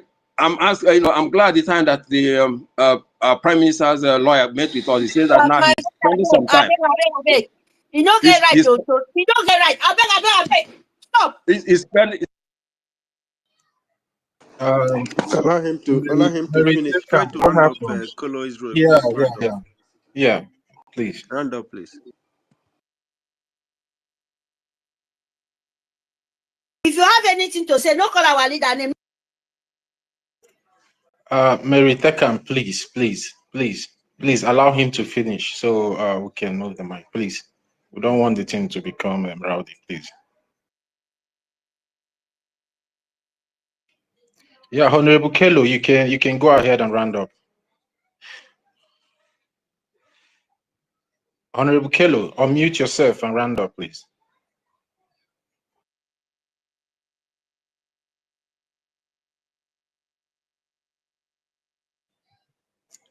Honorable Kelo, are you there?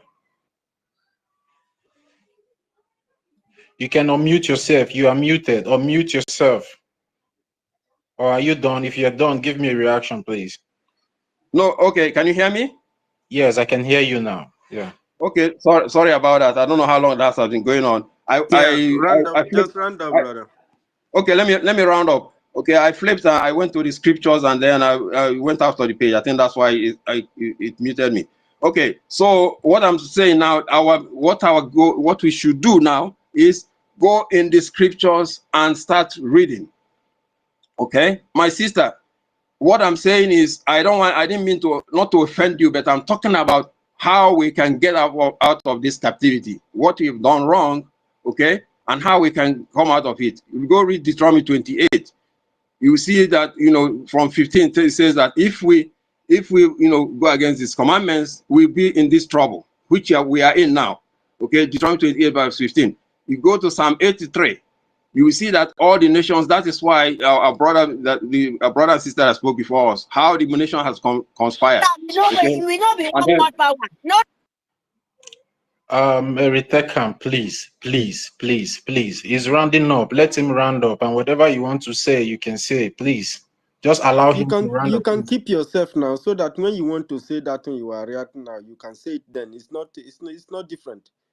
You don't have to disorganize the forum. Okay, so okay, let me round up. Now, what I'm saying that the way we can get out of this, the mess that we are in, the captivity that we are in now, okay, if you read in the old scriptures, Old Testament, you say that, for example, King Asa did what is right in the eyes of the Lord, and the Most High blessed the nation. And then he says Jeroboam did what is wrong. We brought in idolatry, and then the nation suffered. Before you know it, the northern kingdom was taken into captivity. So I'm calling on our leaders, okay, our APM, Mazio Genkere, our back chairman, Mazi Mike Emmanuel Madabum, and then our cabinets. Okay, let us return to the simple thing of looking at the scriptures, talking about the commandments. Return to keep the commandments of the Most High, the Sabbaths, all those things. Come out of Christianity. Come out of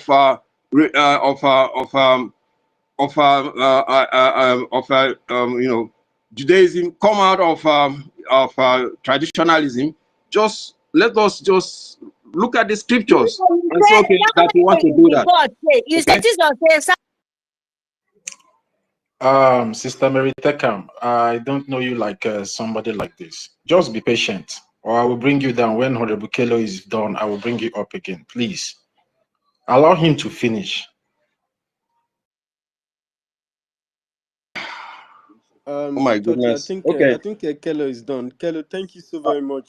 Okay, so yeah, so thank you so much. Yes, so what I'm requesting is, if let us return, keep the commandments of the Most High, and the Most High will have mercy on us even this day, just like He had mercy on us during when the war ended in Biafra. Without the hatred that He have, He just flipped it and made go on to say, "No victor, no vanquish." That is why we are not decimated. Okay, any of you that is old enough at that time will know the kind of hatred that the Northern Vandals had for Biafrans.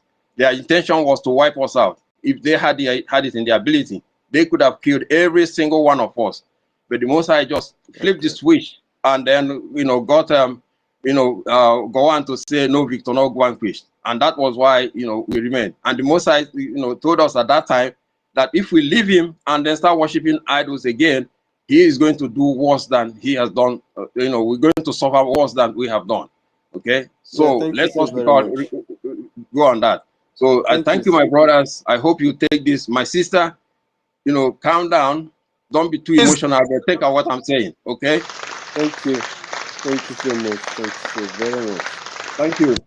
Of course, even after going through all that and still becoming Nigeria is even worse than idol worship. God was very, very angry. You understand? Since that time up until now, we've been trying to be hopeful, working hard, hoping that things will be better. But as we build, Nigeria is destroying. Nigeria is a very, very bad thing, something that people must get rid of. It has harmed us so very much. So, thank you very much for the advice. Of course, the Biafran Republic government in exile respect all the groups and all the religious groups according to the law. And if you come out here and tell us how you are still going to use Omenane to support the liberation and what we should do so that will work and our liberation will come out of this captivity, as Kelo said, then you are very, very welcome. So, but you are not welcome to attack any Biafran on this very program because of what he believes in. So I just wanted to make that to be very, very clear for everybody. And then thank you. Toti, please, you have your mic. Yeah, thank you very much, University. The way you address the issue. See, my own take on the issue is that we should learn how to be tolerant, because at the end of the day, Jewish traditionalists and Omenana, we live together. And if we don't start now to be learning how we are going to live when Biafra comes, it will become a problem. What Honorable Kelo did here is to preach his belief, and you are free to come out and preach your belief. So there's a religious right in Biafra. Do you understand me? So it's not something that whenever somebody comes here to preach what he believes in, you start getting worked up, start trying to come out and tell us what your own is all about. Convince the people that you can be able to convince, and let him convince people that he can be able to convince. You understand? But he did not come here to criticize anybody, but he's just trying to make you understand that if you follow this path, you will get something. Then you come and tell me, if I follow that path, I will get something. At the end of the way, anyone that walks, people will follow. You understand? The government have recognized these three religions, and everybody is free to come up here and preach the way he or she understands about his own religion. So we shouldn't be, when somebody is talking about Christianity, we are getting worked up. When somebody is talking about Omenana, we are getting worked up. When somebody is talking about Jewish, as long as you did not criticize, You are just be diplomatic with your words, you understand, and channel it in a way. And you can see he was preaching, he was quoting verses. That is how he understands his own religion. He was quoting Bible, quoting verses for you to go and check. You understand? So if you come here and start quoting Domenana for me, tell me to go and check, I will go and check. And if it is true, I will follow. If you come here and start quoting Christianity, I will go and check. If it is true, I will follow. So we should learn how to be tolerant amongst one another. You understand? Please, at the end of the day, we are all brothers. We shouldn't allow anything religion to divide us, because me, I don't even like going into anything religion, because for me, it's Biafra that I want. You understand? When Biafra comes, then I start thinking about religion. So please, we should just be patient with one another. Thank you very much. Professor Engineer Mazda K, are you ready to speak now? Your hand is up. What? Yeah, I think you should how let is everybody? Storm take 1 minute. I hope everyone is doing great. Yes, Can you hear me? I am here before him. Raise my hand. Why are you submitting me? Who is speaking, please? I'm not seeing the person talking. I want to ask Who is someone speaking, a please? question. No, Please it's just mute your mic, okay? Onyekachuku, no, you are not If here you hear before. your name, you're going to unmute Master yourself. K has been here before you, Mazi Onyeka. No, Master K, I've Leave called him him. I before. think He said he's busy. his anger is already going up again. That's not Just up. mute your mic. You're going to speak. Yeah, it's not by force to speak now. I'm there, Master K. When you hear your name, you will unmute your mic, okay? It's I not beg. hard. Yeah. I don't even understand. Say they do first position for me for speaking. If you know hear your name, I'm unmuting. So I want to ask Mazi Kelo, I love your preaching, I love the teaching that you just gave. You really made references to what you said, and it was very, very, very mind-blowing. The way you ended it was a bit brutal though, but I just have a question for you. I want to ask you, knowing that knowing what the British has done over the years with brainwashing us and with all these scriptures that you opened, it has lasted for a couple of years, over 100 years now. I want to ask you, how many years do you think we would use to reverse that brainwash? Because the reason why I'm asking this question was because of the advice you gave when you ended your submission. You said we should tell our government, we should advise our government to. Yes? Who is Are you speaking? sure your question is not going to No, generate it's not something going to be else? controversial. I just want him to say something. It's not going to be controversial. Yeah, because we understand what he was saying. He's saying that if you know that you believe in God, you should do so thing, because we have deviated from what we are actually supposed to do. So if we want our freedom, we have to follow the principles of God. And I think he mentioned verses where those things they can be read and do those prayers. It's not hard to do now. Everybody do prayers. Everybody do a lot of things.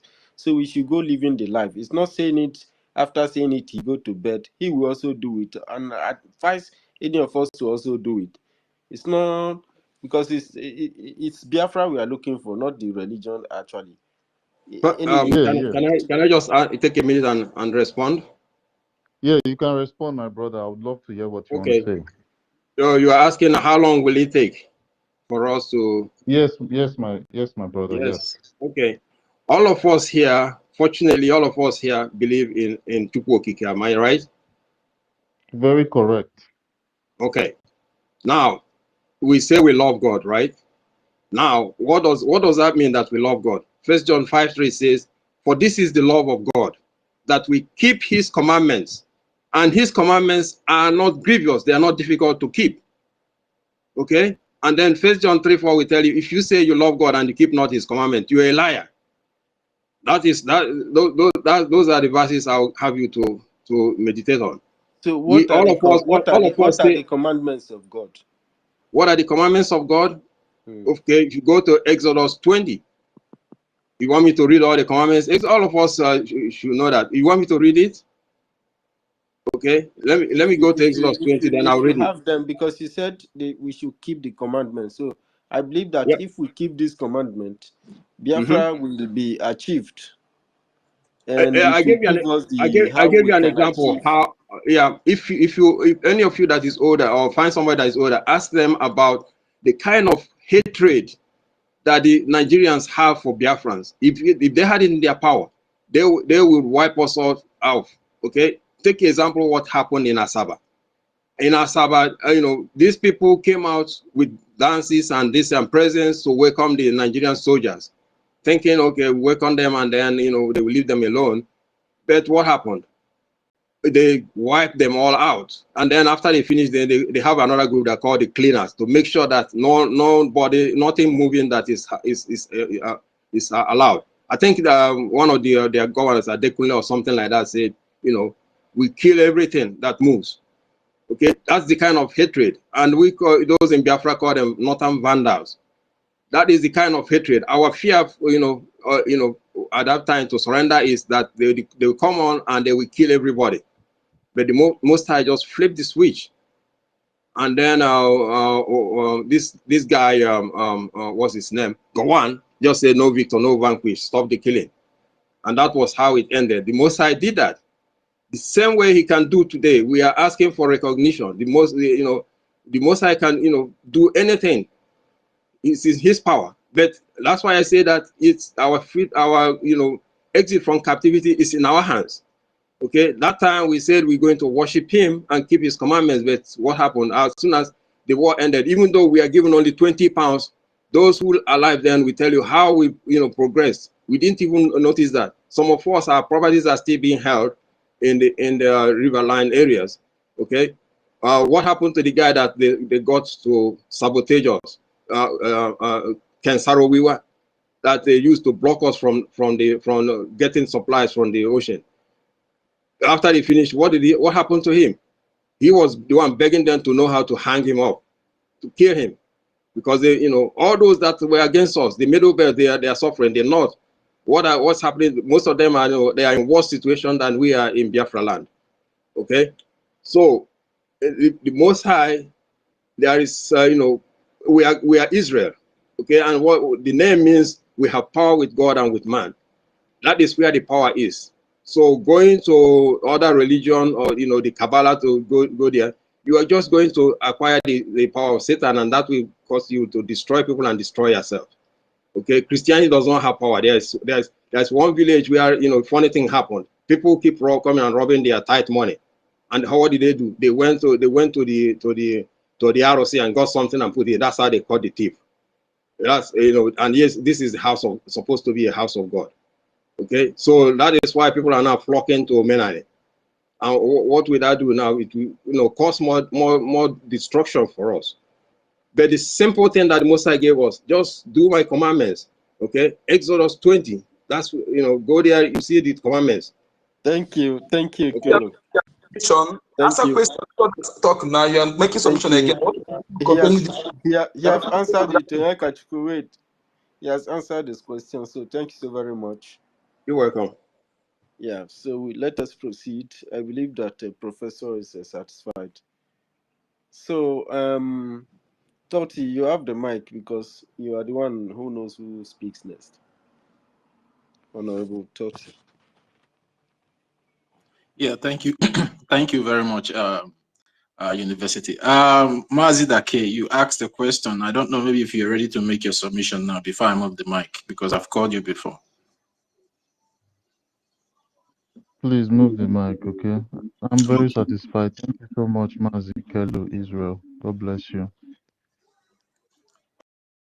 Mazi Onyeka, you can have the mic now. They will move to wait. I am okay now. My head is done. All protocol observed. Those I never see long time when I welcome. Mazi Onyeka, wait, please. Wait, Onyeka, somebody is speaking, please. Obi is trying to speak. Okay. Obi, mommy. Good morning. Mommy. Now miracle be this, oh. Sister Obi Yes. Chicago, you're welcome. Happy Sunday. Now miracle be this. You collect mic today.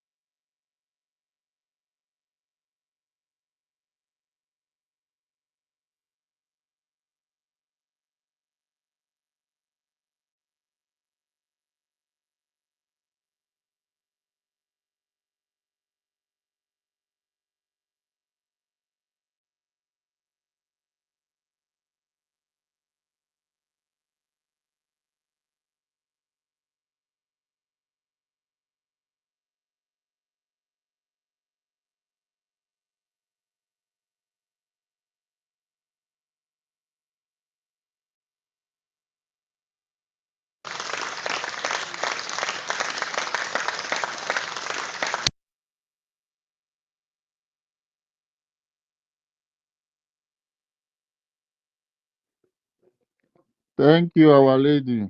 Thank you so much. Don't. Thank you very much, Obi. Even Kalu said that there is a village, a church where armed robbers were robbing the church. So they have placed anointing on that particular spot where the armed robber follow come, but the anointing anointing oil could not stop them. So they have to go and consult a babalawo, and the babalawo made his own experiment and gave them. And when they put it there, the armed robber came and they were all caught. So because of that, many people are tripping to now babalawo. But in his own view, he felt that them tripping to babalawo might cause some kind of disruption in Christian religion. And in that,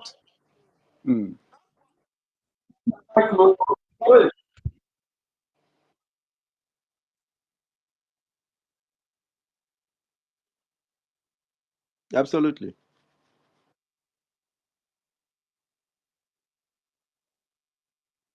Thank you. You always correct our neck Thank you. as a big sister, big auntie. Thank you so much. Thank you, Obi. We appreciate your work. We cannot appreciate you enough, my lady. Thank you so much. Fellow BIAFRANS, I'm better now. Whenever I am not, I having something like sore throat. I don't know how my throat just catching me somehow. Thank you so much for a good work, my people. Thank you, University. I hope you get better. Yesterday you were sounding. Was it yesterday? Yes, colds, cough, and yeah. One of my nose is open, but the other one is still. Keep doing the steaming, okay? Keep doing the steaming, and see, BIAFRANS, please, we need to actually focus. And I thank you, my ladies who are here. I appreciate you so much. I try how to make my donation since yesterday, but I thank God the Lagos Liaison let respond to me. When I have money to pay like this, if I don't pay it, if I spend it, because so I was able to. So what am I about to say, my people? Well, like what I used to say before, you see, let us focus, my people. There was a time we see a video when these people was fighting. We see how they are pressing their bullets, where they are touching their bullets. You see, I used to say this: nobody will leave your continent, bring you something that will benefit you in your continent. All the leaders are not good. No matter how the person come to pretend, they have something ulterior motive. When Malaysia needed to take our palm fruit, they came to our land. There was one of our uncle. I saw the picture, black and white, in his sitting room. His late. I saw the Malaysia. They carried that palm fruit in their hands. All I knew, they came to our land. Whether they took it for free, I don't know. All I knew, they came to our land to take it. They never took it to Malaysia people. So nobody will leave your land and bring you something that will benefit you. And we are compatible in weather, in organic food, in color, in tongue, many things. So also our way to do our things is compatible. It's incompatible, okay? It's incompatible. So anybody who bring it on, like I told you, Arab has remained the worst enemy of the Africa from the date, followed by the West, okay? Some part of the West. Arab have not brought anything good to African people. I'm telling African youth, anything that will make you to go after your own brother in the name of this thing, that thing is your worst enemy. Okay? So you must understand and wake up. They want to Arabize our continent. They have Arabized Libya, they have Arabized Egypt, Arabized Tunisia, Morocco. Be wise. Okay? That is my message. African youth, wake up. Okay? So my people, the only thing I want to tell our people is this. I don't care what you are area, but all I know, you must be in a good town with your ancestors. The owner of that land we are fighting to secure. If you are not in good town with them, you are deceiving yourself.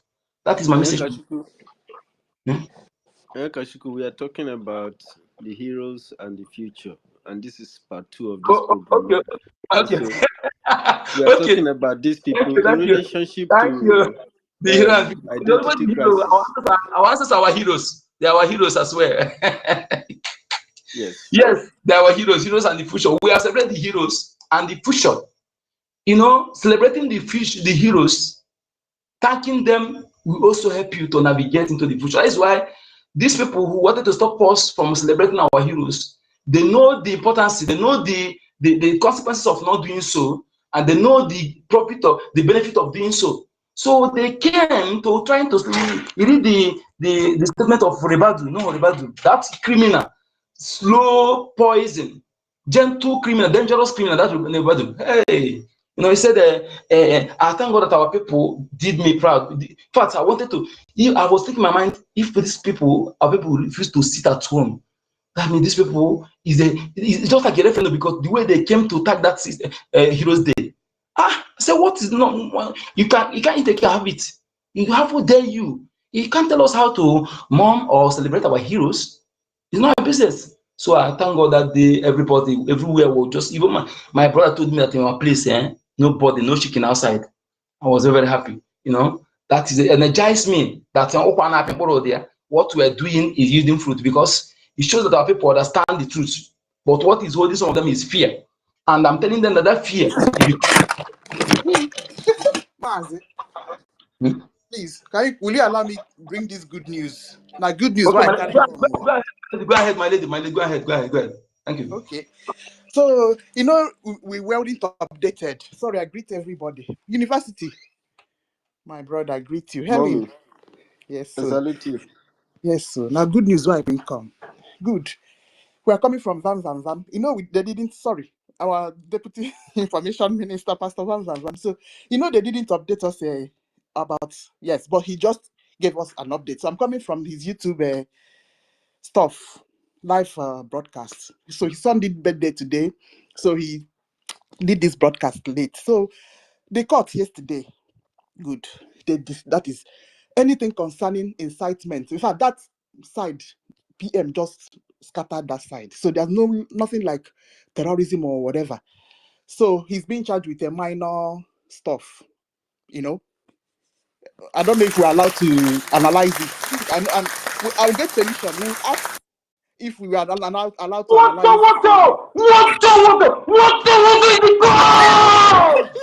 Water.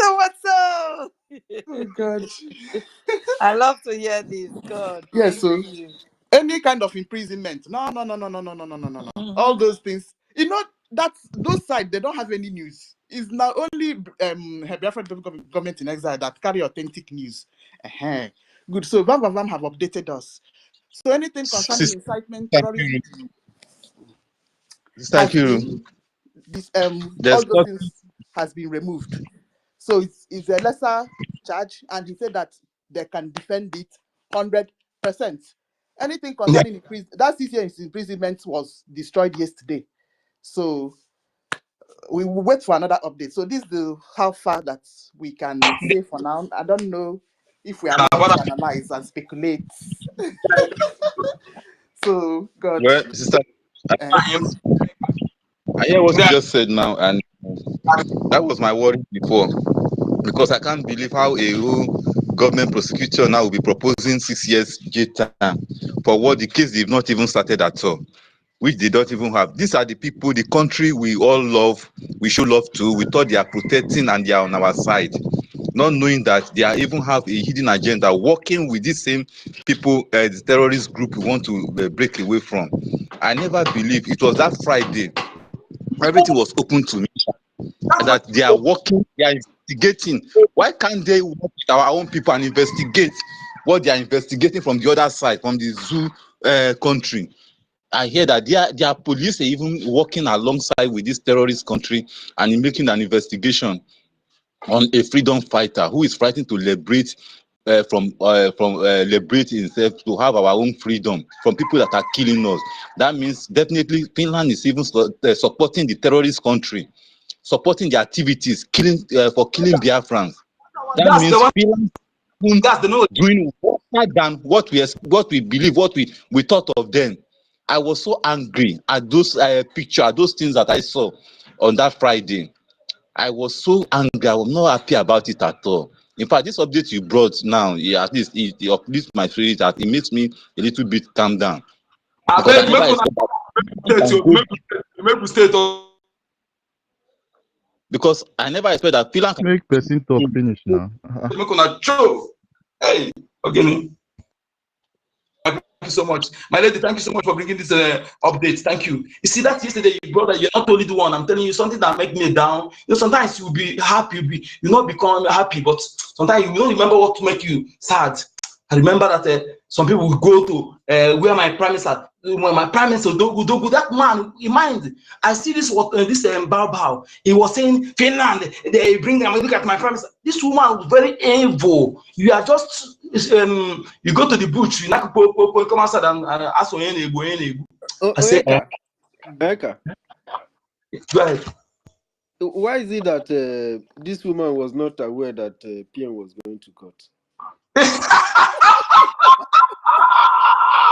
Ojomu,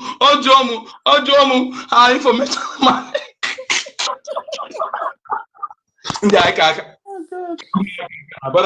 He was busy creating and launching. That is why she's not aware. He was busy doing her own thing, which is very irrelevant to us. Very irrelevant to her. But they say she be DP. They say she be DPM now. She was busy in creating what will destroy her. That's it. He buy him. We don't want to see him there.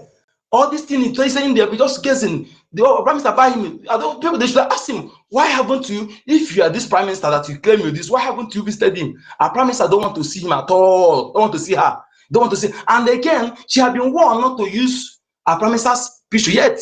She continued using our prime minister's picture and our and to that woman, she will be, when the time comes, at least she need to be taught a lesson, you know, because continuing impersonation. They say embassy. I don't know why people more wrong. Now you still have liaison. You have to go to through mission before embassy. Now when you get recognition, you call it a mission. Now it's liaison. Then we're going to become embassy, become a mission. Then we have something to become embassy. You're still in exile. You have not had even any recognition. You are calling it embassy. All I see that she know what she's doing. Okay, and whenever she do it, we tag all the world leaders, every important people, to be using Biafra to make us see these people, the people that they don't know what they're doing, as if making us caricature. You know, how can you say you embassy? Why in one room, when you are still in exile, you have not even have any recognition, you're calling yourself embassy? When you suppose liaison, when you have recognition, you call a mission, Biafra mission. Then when you have sovereignty, you call an embassy. And you're saying that thing, you think that people will say it. She just want to make mockery. She know what he's doing, okay? And I've already cost her, because if she made herself enemy as a Fulani, and yes, but now you claim to be Biafra. Why you're not a Biafra? You're a Fulani woman. You hide under that nomenclature because you speak Biafra language and Biafra name you gave to yourself to be an enemy, to doing something that is not obtainable, so ridiculous, very, very laughable. And you know, to make what we're doing to be a child, a child play. I think it goes scot-free. I've already caused her, you know, sorrow is her shadow. And her days is dark and slippery. You know, destruction will come upon her on her way. And calamity is a member of her household. You know, till the earth become her shelter.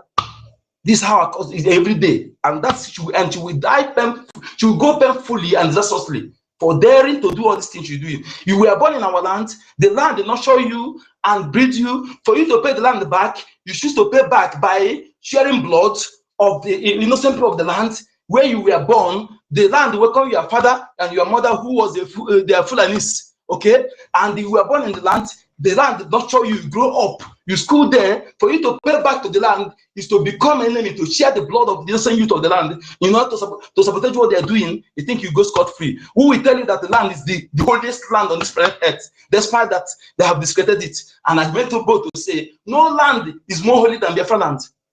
And I challenge anybody. So also I challenge them that no language exists now that is older than Igbo language. They know it. Thank you so much. I have a question to Sankiru. I don't know, maybe she's still here. I just want to know the next court update of our Prime Minister and how long is the case going to take? Because the way it's dragging, I don't know.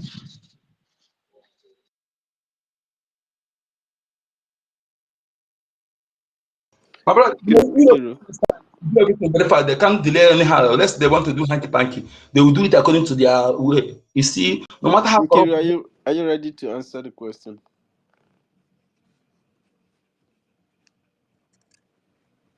Is Nkiru not there? Yeah, university. What question? Who asked the question? Nkiru is having the secretary of Ika State. Mimi.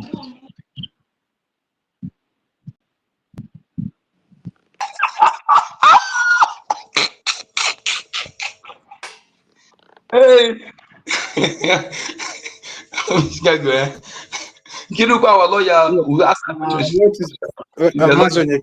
Please mute yourself for 1 minute, please. University.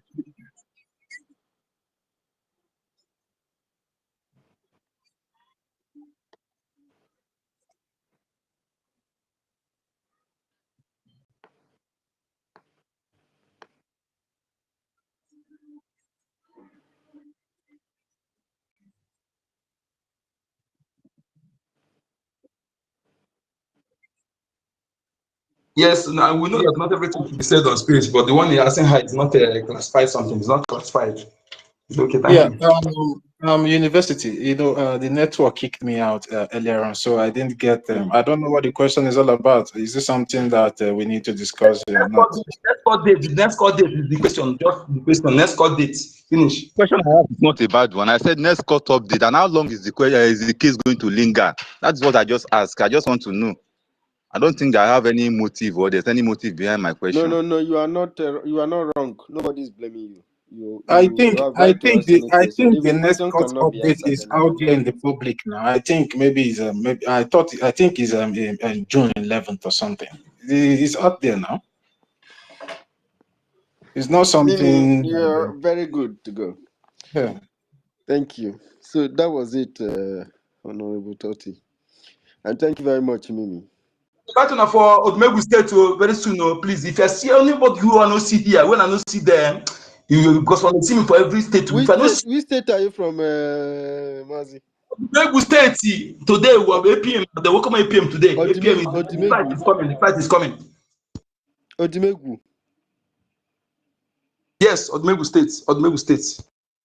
Okay. Yeah, Mazi, you have my distance now. If you start, you call me now. I'll join you. No, it's not yet time. It's not yet time. It's 7 p.m. Biafran time. It's not yet time. When we get to that stage. So I think that one is cleared now. I think that one is cleared concerning the question Mimi's venture was asking before. So there's no problem. And court date will not stop them from releasing our prime minister. Moreover, our prime minister have committed no crime. So no problem, Mimi Ventures. I don't know. Ancestral, your hand has been off for quite some time. Are you there? Yes, I'm there. Am I coming out? Yes, you're coming out. You can have the mic now. So there's one. I want to make a little contribution, just a minute, and then there is this video that we are seeing. They presented one day. I saw it, the video on X Space. There one foreign journalist. They were saying that the world map of 1775 or 1705, where they were saying Garden of Eden. That Garden of Eden is somewhere in Africa. It's in Nigeria. So I begin to know that these people they truly know. Map of 1707. You mean? Okay, the Judea you're talking about is Biafra land. The Judea you're talking in the Bible today is Biafra land in that map. So then I want to tell you something. There is somewhere in our place we are calling Eden. And do we know the meaning of Eden? Because they translated in their own word, call it Eden. But actually in my place we answer name Eden. Eden means plenty, land of plenty. Land of plenty. That is in my language. When you see the kind of Eden. Understand me? So all these things that are trying to do is just identity crisis that we don't know who we are. Change the characters to deceive everything about Biafra land, everything. So the what we used to say, this Bible they brought us is all about our laws and commandments and things concerned them, but they remove some things and put some things. So I thank God for this generation that we are trying to know who we are. As this lecture is going on, by the time Biafra will come, it will not be so hard for us to know who we are. We'll then go back to our this thing and know it is only God that will change. And see, Biafra will become the I don't know how to put it. In short, people will start to envy us because of the type of a progress and the ingenuity that will be in our land. Biafra, like according to our leader, it's too much. You make they don't envy us because they beg. Make this once No, I more. know they omit this mic now. Why they omit your mic? Okay, so another person should talk. That is my submission. Thank you very much. Yeah. Before I move the mic, let me. I want to say something and pass on. And wait, please. You put anything, matter okay. If you say I correct your wife, you go tell me the wife will come to time for you. Another like it, wait till they enter me. Your own done too much. No, they omit this mic. Your own done too much. Okay, no verse. They don't tell you before. No mute again. You don't do. Okay, thank you. Bye bye. Let me go prepare for my meeting. Yeah, let me make this important announcement. You know that the BRGIE government scheduled a nationwide, worldwide protest concerning our Prime Minister, and our Information Minister made a statement concerning that today, and everybody in every country that you are domiciled, start organizing yourself, because now is the right time for us to kick off that protest for our Prime Minister in all Finnish embassy all over the world. So please, if you can identify yourself with your liaison office, in whatever country that you're domiciled, so you guys can start, getting yourself ready, and then get in touch with the BRGIE government, and schedule a date, because the protest, I think the protest will not be one day something. Maybe people from UK can schedule to go tomorrow or next tomorrow. Depends on how prepared they are. And then people from Netherlands can, you can choose your date, but the day that you think is free or good for you to do the protest. And as our information minister said, a letter will be given to the protesters from the liaison office through the Biafran Republic government in exile to be submitted in those embassies. So we should be organizing ourselves now, because now is the best time to make that protest happen. So yeah, university, I don't know, maybe if you have anything to say about it. You can have the mic now. I don't have anything to say about it. Can you continue a bit? I have something done. All right, no problem. You can continue. Have Mimi Ventures make his submission, or you just ask a question previously? Mimi Ventures, you made your sub. Sister Nkiru, yeah, take mic. Yeah. Okay. All right. Oh, I went in there. My sister Helen, did you go to listen? Okay, let me say another one. Okay, so the minor charges that he's being charged now does not carry any jail. That is not jailable. Let me just put it like that. It's not jailable. There's no prison term attached to it. That is what Vam said. Make una go listen, so that in fact, he told us to go and celebrate, so that it will not be only to my ears. That is what I came to say. But Vam updated us. He said that was what happened in court yesterday, sort of Friday, and and I'm sure he won't put up our hopes high like this now. You ought to go. I'm sure. So I'm happy. I'm happy. I'm very happy. The charges now does not carry any prison term, so I'm happy. And he has already spent 7 months plus one spent already. Sister Nkiru, Sister Nkiru, our Deputy Information Minister cannot say what he knows nothing about now. I think he was the one that brought up the court date of our Prime Minister to be on the 30th of May last month, you understand? And to confirm what you just said, I was also following up. I was also listening to him and, multitasking myself over here as well. He made a statement that anything terrorism charges against our prime minister has been defeated yesterday in court. And what he said is not going to make public the two charges that are still there for our prime minister because the case is still ongoing in court. So whatever Nkiru said here, yes, I can be able to confirm it that is coming from the BRGIE Deputy Information Minister in the person of Honorable Chiamaka Jerry, Pastor Van Van Van, the Shaoli Eggmaster of Biafra. Some pretenders, their stomach don't turn bad. Some pretenders not happy for this news. Now go man. Thank God. Thank God. Yeah, so our prime minister is coming out strong and bold. So everybody should jettison whatever information. You know, sometimes some people can be just funny. You know, after the court hearing of the court appearance of our prime minister yesterday, this Orabuburu Fulani media era started making videos saying things that they know nothing about. You know, just trying to put fear in the minds of people. But I'm so happy that I've heard it from the horse's mouth from our Deputy Information Minister today in his live program. And I think he's still all right. Nkiru, Sister Nkiru, is still all right? No. It's just 1 hour. Okay. He's done. So, when I heard him say those words, I just switched over back to this place. I said, said, no problem.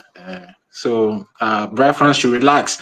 You know, like we always tell you guys, the BRGIE, their eyes, their eyes is like a hawk towards the case of our prime minister, and then they are doing all they can, all the best they know they can be able to do to see that our prime minister comes out from that mess as soon as possible. So all we need to be doing at this point in time is to be praying and also funding our liberation. At the end of the day, we are going to get Biafra. So there's no cause for alarm anywhere. We are good to go. We're a government now. Some people will not believe this government. Maybe now I go believe. So the BRGIE is good to go. So I forget whatever noises or whatever shenanigans that is coming out from all these fake people, parading themselves as Biafrans, while in the normal sense they are not Biafrans. So, Nigeria state has fallen in the gutter. You understand? Shame on them. Wait, Shame on them.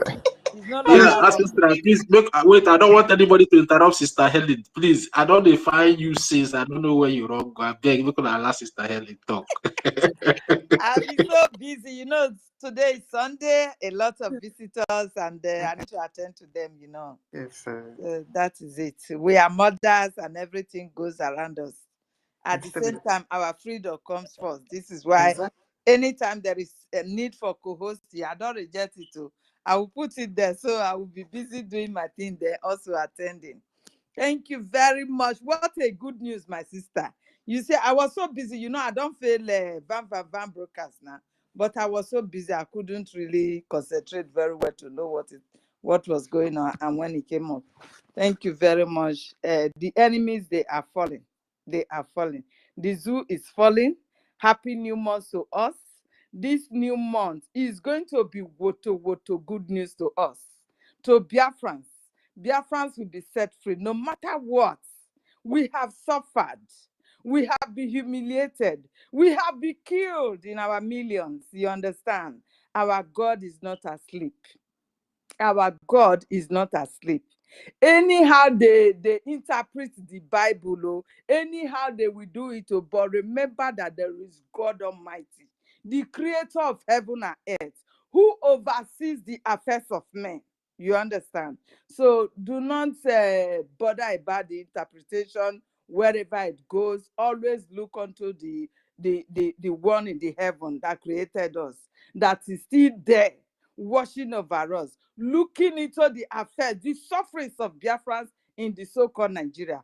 God is still with us. Please, our people, Biafrans, we must hold on to God. We must hold on to our faith that is with us day and night, and victory will be ours. You can imagine what was going on. They want to change everything, carrying propaganda to put fears in our hearts.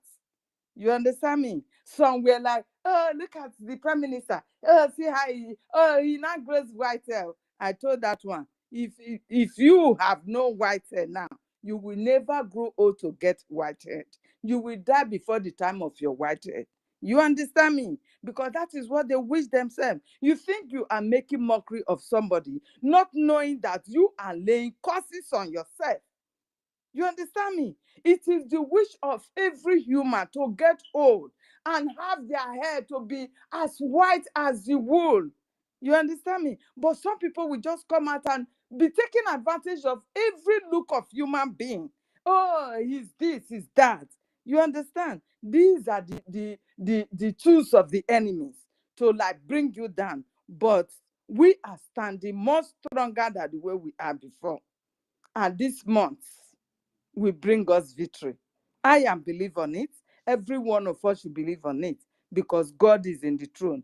He sees our affairs. He sees our tears every day. Most people here, they cannot go back to Nigeria any longer.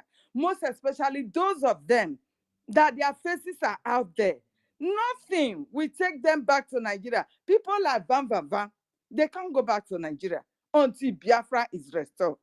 You understand? My prime minister, the same thing. Until Biafra is restored. Every one of them, is it Adadi or Rama, the rest of them, no matter how it is, they can't go back to Nigeria. It is only those who are working with the Nigeria terrorist state that will be so bold to see buy ticket like the mad woman have told them, promise them that they are going to go back to Nigeria. Those are the people that can still boldly go back to Nigeria because they are working for the terrorist states. Not to allow Biafra to be restored. So people like us now, we pray. We are praying every day that Biafra should come. I want to live in my land. I want to be secured in my land. I want to have every opportunity that I'm enjoying here. I want to have it in my place. I want to have it there. So this is the reason why nothing will make us like getting weak in this journey. We will not go weak, no matter what. We will never go weak. We grow stronger every day. You know, we are peculiar people. When the Bible talk about peculiar people, know that you, the Biafrans, you are the peculiar people. We are finding it difficult to get our freedom because of who we are. The world don't want you to be free because they know who you are. And this is just the truth. They know who you are. They know how important you are as a human being, as a Biafran. They know our history. They know our stories more than us. It is these days now that they are gradually telling us. You will see this one. We may broadcast if it is on TikTok. Anyone They will here talk about speak? us. Okay. Hello? Are you referring Yeah, to me? you can go ahead now. You Well, went on mute for some seconds. Go ahead now. no, if somebody wants to come up, they are free. Me, I'm still busy anyway. So that is it, my people. They know who we are. This is the reason why they don't want us to be free, because they know that if we are free, everything around the world will change. It will change, not only for Africa, not only for the so-called indigenous of Nigeria, for the whole world, everything will change. God's sovereignty will reign when Biafra is restored. And the evil that we have been witnessing will be wiped away. And you see, the devil is fighting to still have his way, to still grab to that power that he has before. This is the reason why they don't want it to come. But our leader told us, he promised us that Biafra must come in a miraculous way. Do you understand? We will not expect it, and it will come. And that is the step we are now. Everybody were thinking that, the leader is being arrested, captured, kidnapped, and renditioned to Nigeria. Look at the prime minister is now being arrested, and this and that. How are they going to achieve? Just hold on. Our leader has already decimated the zoo courts.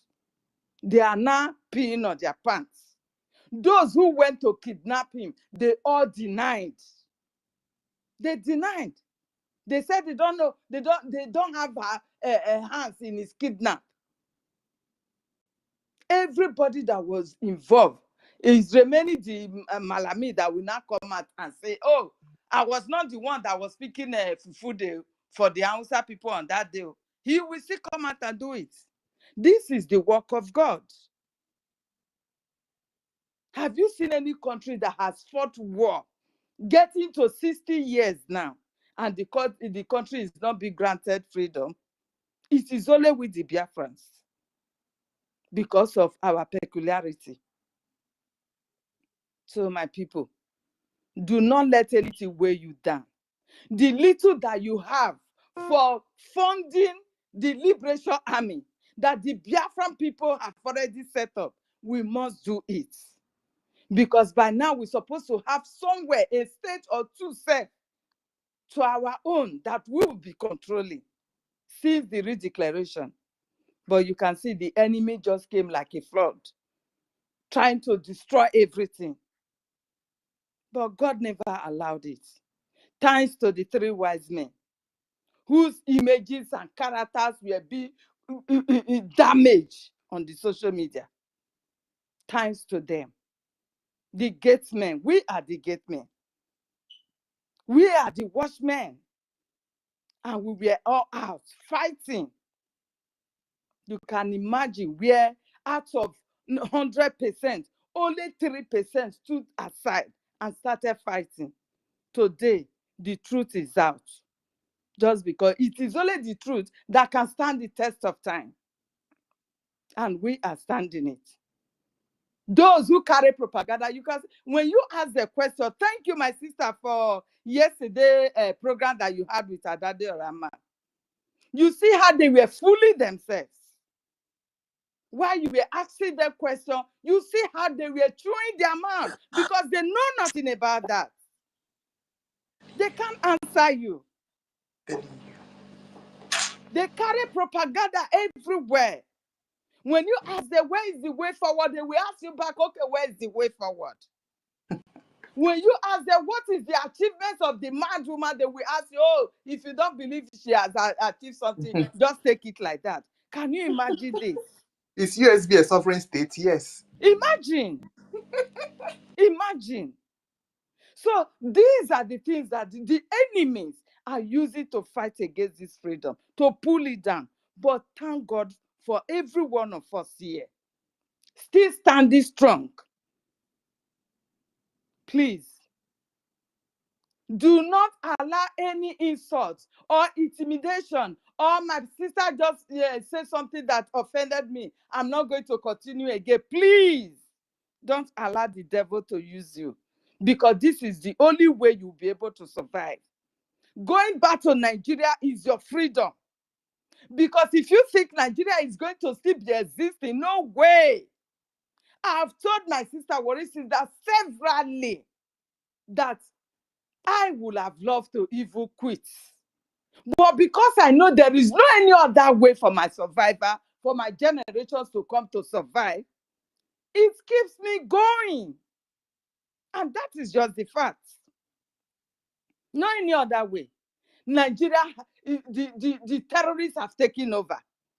Every aspect of Nigeria now, the Nigeria terrorist government, the Fulani Caliphate terrorists, they are in charge. They are the people leading. They are the one telling Tinubu what to do. Whatsoever Tinubu promised them during the election is what is executed today. That is just it. He told them that wherever Buhari stopped, that is where he will continue. The killings that Buhari was killing us, where Tinubu came and continued, if we intensify it more, for them to say, yes, you are our guy. You are doing the needful as you promised. He did not even mind his people being killed, even though we knew he's not from the Yoruba indigenous.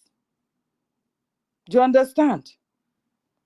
So this is the reason why we will keep to fight. Nigeria is no more. The only place they are holding as Nigeria today is Biafra land, nowhere else. The north is gone. Yoruba land is being occupied. Even the Biafra land itself, most villages have been occupied. If not for the fact that we are still fighting, they would have taken us down totally. They enter into us, they use our own, they enter into our governors, they use them against us, they enter into the kings, they use them against us. We have no one to call unto but God Almighty. God Almighty, that He alone will grant us this freedom. He is the only one we are looking unto. He's the only one. So do not be afraid that something is going to happen to our prime minister. For the fact that Finland, they fought for their freedom. They did not fight for their freedom holding whistle to blow against Russia government. They did not use whistle. They were using gun and bullets. They were using gun and bullets to liberate themselves for the Russia.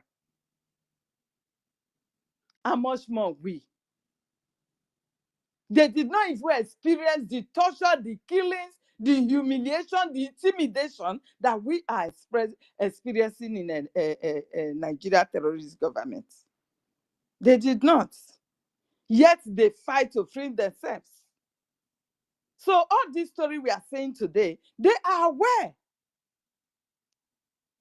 Whatsoever that is happening in Nigeria today, the terrorism that the Arab world has brought to us, they are aware.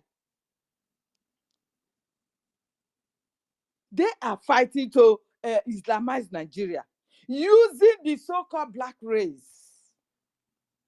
They are using them to conquer us, promising them, most especially these ones that have been dispersed by God, that they have been cursed, the Fulanis.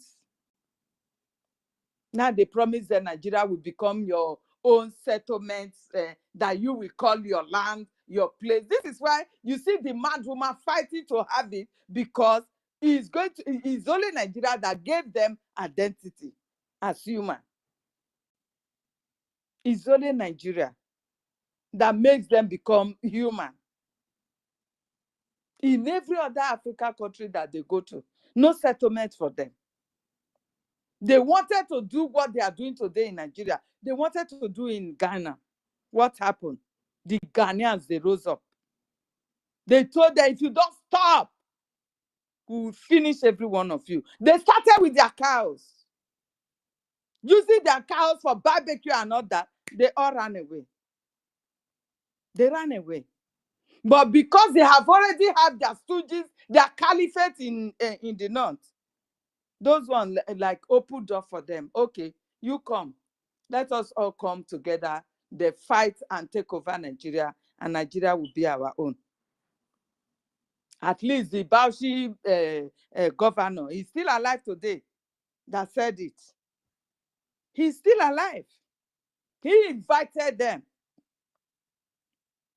when he was questioned that how can you invite foreigners to an indigenous place and say they will use the resources to take care of them. Oh, he said, don't bother, they are all Nigerians. Don't worry, once they cross the border and enter the soil of the so-called Nigeria soil, they become Nigeria. Even when they travel from the north to Delta State, they become Urobo Isoko speaking Nigeria. Do you understand? This is what they are telling us. So there is no way out. Without Biafra, we will be gone. In summary of what I'm saying now, without Biafra, there is no survivor for you, that they have divided with so many things. They divide us with our languages, that similarly, you will call Umukoro in my place, they call it Okoro in Igbo-speaking Biafrans. They change everything for us in order to be able to conquer us. They first of all call us from Eastern region, they divide us and tear us into apart, and they call us states in order to have their way. And while they are doing this, they will be using our own. Make sure they enrich those that they know they can pick out of us and say they are their leaders. They will enrich them. Give them money. Pop money into their family. So far, just intimidate them. Kill them. For us to have our way to the resources. So if you think Nigeria will be there tomorrow, those of you preparing for 2027 election, you are only wasting your time, my dear. It will only gone worse. Nigeria can never see betterness again. It will continue to go worse. Nothing will make Nigeria to be better. No, even when Jesus Christ comes down, nothing will make it to be better. It can never be better again. It will go worse. Your beautiful houses will be occupied by these aliens coming from Sahel. The labor that you have been laboring since to have a roof over your head, it will be occupied by these aliens. And nothing you can do about it. Not just occupying your land. They will change your religion for you. What will you do then? Like my beautiful sister, Sister Kiruka, you will see her on that black hijab, coming like, I don't know, masquerade. I will not even see her face again, let alone I will know it is Sister Kiruka that is there.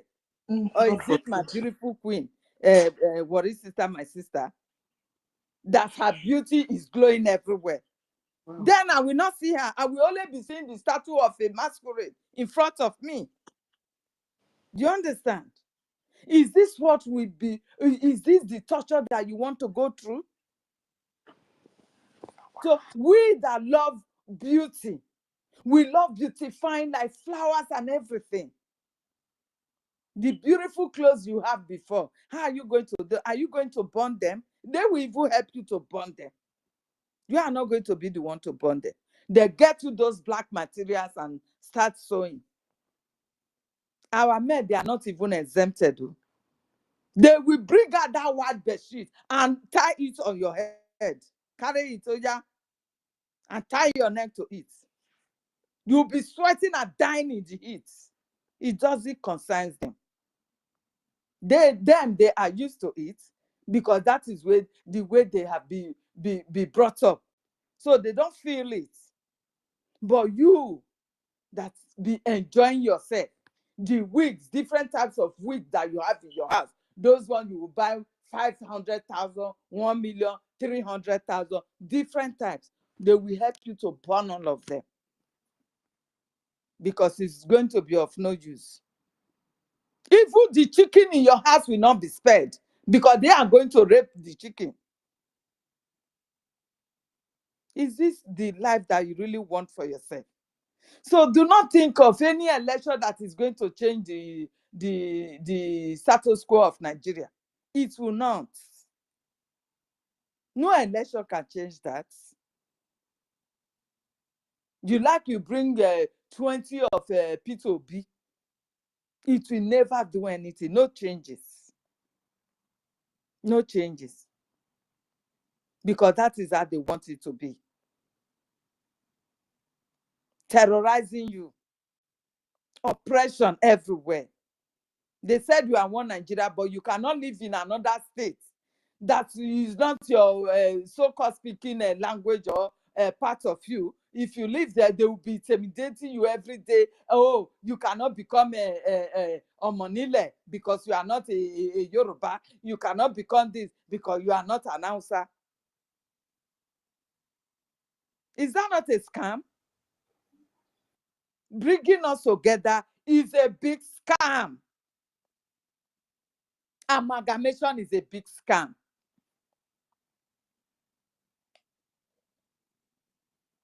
Let alone the Nigeria terrorist states. It is a big scam.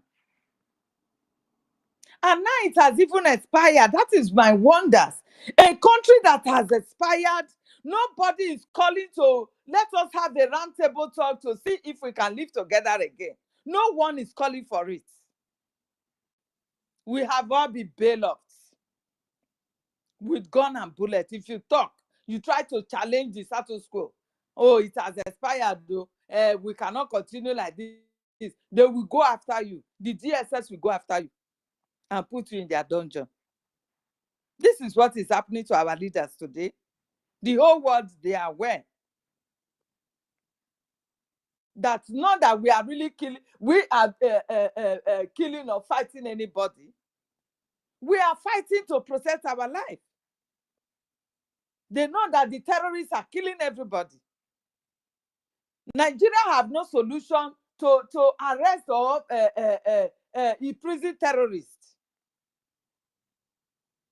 When they catch them, a terrorist that have killed major generals in the armies, in the army, they have killed thousands of soldiers. They will arrest them. The next thing that they will do, they will tell you that they are repented Boko Harams, they are repented Fulani herdsmen, they are repented ISWAP, they are repented, name them. And they will bring that to your society.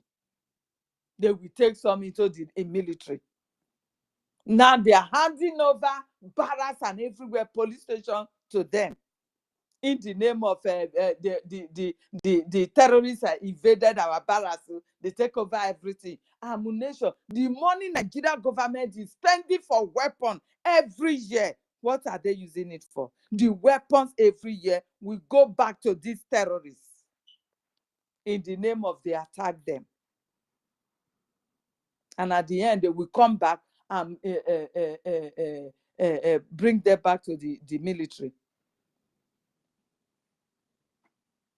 So my people, Nigeria, there is no way Nigeria will get better. It will get worse, and there is nothing you can do about it. No government, no president can change the status quo. So do not expect any change.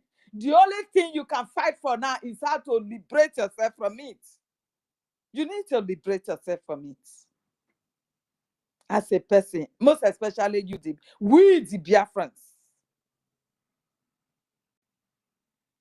If you want to live, follow our leaders. Follow their instructions.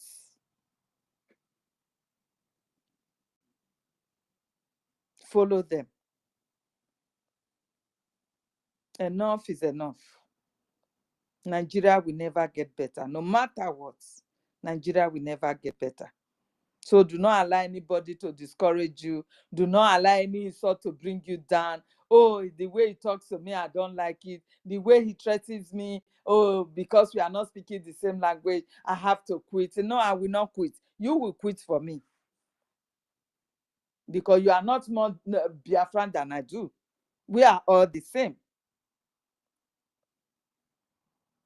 This is why if you attack me and we attack you back, then we will settle it here.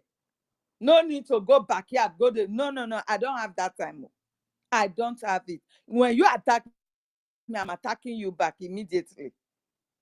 Then if you go more than that, you are inconveniencing me in my comment section. I block you and your destiny. Don't distract me. This is just the facts. So my people, we must continue to fund this liberation. Let us have 1 or 2 states to ourselves. That at last, we will have this one, that the world will look onto that at least they are in control of these 2 states. The Nigeria terrorist government is no longer occupying those states. Do you understand? This is what we are fighting to achieve first.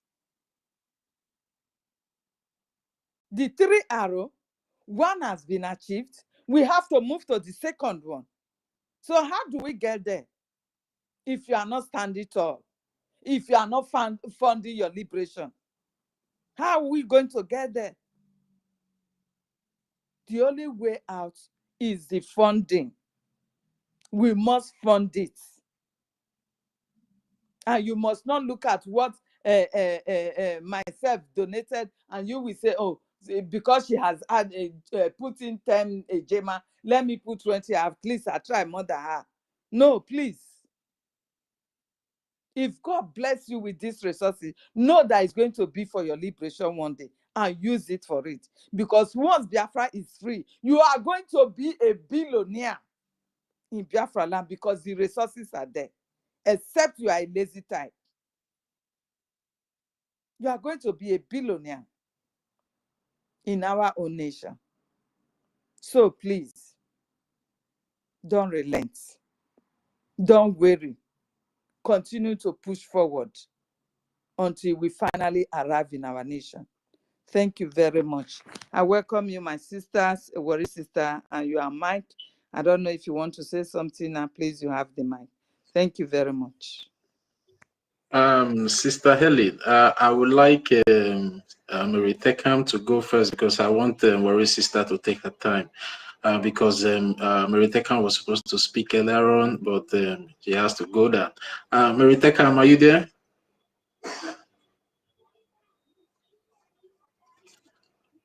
Mary No, I Tekam, was not Sister. concentrating, so I don't know people that were on the mic side, so it's okay.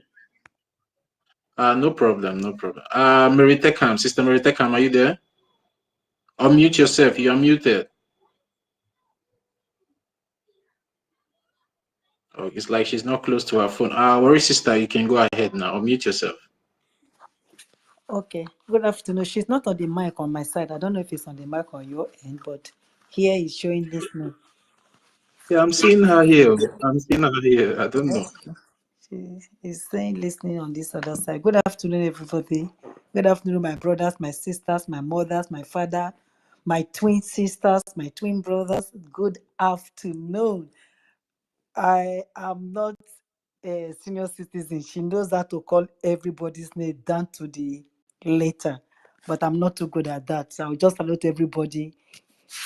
Please bear with me with my Ogbonge English. You guys know already. I hate speaking their language because they don't want to learn our language. So sometimes I find it difficult to speak it. Not that I can't speak English, but I prefer speaking my pidgin English because that is how I was known in this our struggle. So I enjoyed it more when I speak it. And I feel relaxed. I feel at home when I speak my pidgin English. So you people should bear with me. If some of us are here, they can't speak or Sister, Worry understand. Sister, speak your pidgin English without apology. Go Thank on. I you. like the pidgin English when they speak now. When I get people who hear that one, as Or they hear the not, one you we talk. understand? Some people might some people might not understand it. So, but it is sweet me for body. It is sweet me when I speak my language because they come give us their English, but they don't know say we don't get our own language before now. Is somebody talking? Yeah, go ahead. I've muted the person. Who is this Uh, person? mm. You can go ahead now. Go ahead now. Okay, thank you, Sister Eileen. You don't finish all the matter. All the ones wanna be one pickpocket, make I take it land before you don't finish all of them. I won't tell them, say, may they think whatever the Fulani are fighting for, that is what we are fighting for. If you see don't mean you look and way. They fight to Islamize the whole of Nigeria. They fight to get our own country. Now the same thing. But the thing be say they get people for up there when they support them. But we all be say we get people for up there when they pull us down. Now be the two different things when we get for here. If only they go understand, say these people that they fight for their own nation, but they use you, the politicians, take the cash cruise, they achieve what they want to achieve. If only they go feel understand that. If only they go understand, say, wetin our oyendu they do is for everybody's good. Everybody. Make they think. Now fear, now they catch all of them. So fear. The fear of the unknown. Wetin go happen to me? If I mistakenly criticize them, they go come after me. After all, see them, see the way they do the Kanu. See the way they do our PM, Samonekpa. See the way they do Obodaya. see them. They just buy over there like that for speaking. So if I talk now, what it will be of my state? I go see they alive. See what did they do? Okorosha, disgrace her. Sareken, Sarawiwa, the one. Who? That fear of unknown. Who go die, go die. You go see die one day. Die like a hero. Die like a hero. Not be swag bear, not do swag bear. All these politicians, them. My sister said Ghana people pursue them. Niger said pursue them enter Nigeria. Niger pursue them enter Nigeria. What would they wait for our sisters and brothers? What would they wait for? Because at the end of the day, this money, this oil, now we get them. Now our domain now is day. Only say because they up there right now with the ammunition, we're gone with bullets. When they take they scare us away, we not do anything. Said they go still come after you. They go come after you. Biafra is the truth. Biafra is the light. Biafra is the way. Indeed, not true. My sister talk every time. I say we are go again. I lay here I get. We are go again. I lay here I get. And if you look at true, another man country no be your own. And no matter how you stay here, you will be sick of going home. You will be sick of going home to your own ancestors' land. But that place, is they safe? Is it safe? Why it be say, if nearly cannot kill a bear, we are almost there. One person go raise the ugly head and start fighting. We are almost there. One person go raise the ugly eye, hand, leg to pull us down. Why? Why? Please, our people, we have the power. Now money now we not get. And how can we get this money? It's through you and me. Not look and say 1 penny like I talk in those days before now. 1 penny, don't be, it's not too small. 1 penny, not too small. 1 naira, not too small. 1 pound, not too small. $1, not too small. If all of us gather to talk, say every time we come here, we could put $1. Every time we come, we could put 1 pound. We go a long way. We go a long way. No shame inside. No look about the other people, whether they do it right. I be they do it right. No, let your conscience judge you and follow the right path. When they catch our leader, Oyendu, now so they do kitty kata kutu before our PM emerge. Now the same struggle like this, the same struggle now our PM go through before he manage fit restore the money aspect of this our struggle. Without money, we no go fit do. See, Ukraine man, when the waka go up and down, go rush, go EU, go England, go America. What did they find? Now money. Now money. They see they help am, but yet it's still going everywhere. So they look for money when you go take fight. It's still they look for money. Talk less of us. When we say our life now they fight Israel, but now the same thing that they do to us for our own land, they burn our houses. Who don't see them? Trump never see that one. Now when they do well, now they still say that they take your own money, take the secure himself. So our own Nigeria, the zoo country, what did they take their money do? You don't come check Nigeria, Trump, because you say our Nigeria is a shit hole. Why you not come see what they do for Nigeria right now? They are killing the Christians. They are killing the Christians. Systematically, they are killing the Christians. They take wayo, ogbeju, kono. They take and kill us. Trump, everybody supported you. Our PM supported you. Don't look at only Burkina Faso. Look at Nigeria too. Let your eye be on Nigeria. Not look at not look only Ukraine. Look Nigeria and see what in Nigeria they do. There is somebody, what did they call what did be this man name? Mr. Trump. The guy says if we sit and fold our hands, he said we are going to die one by one. That the military have colluded. They have collude. That is what a military, former military man said. And that is what they are holding our leader for.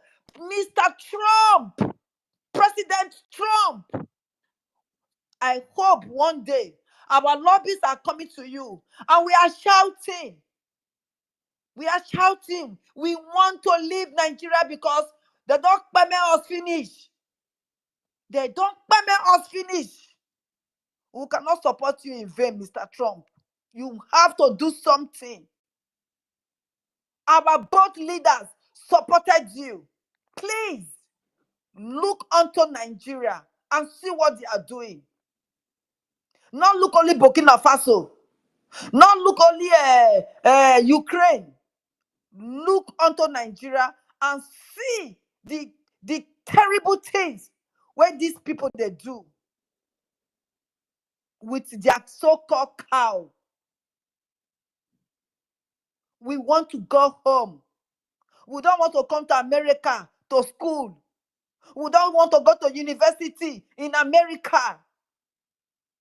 We don't want to ride buses, beautiful cars in America. We want to stay in our land, to go to proper university, to drive proper Biafra car made in Biafra. That is what we want. Why can't you help us? Why are you after Burkina Faso? Why are you not looking on Nigeria?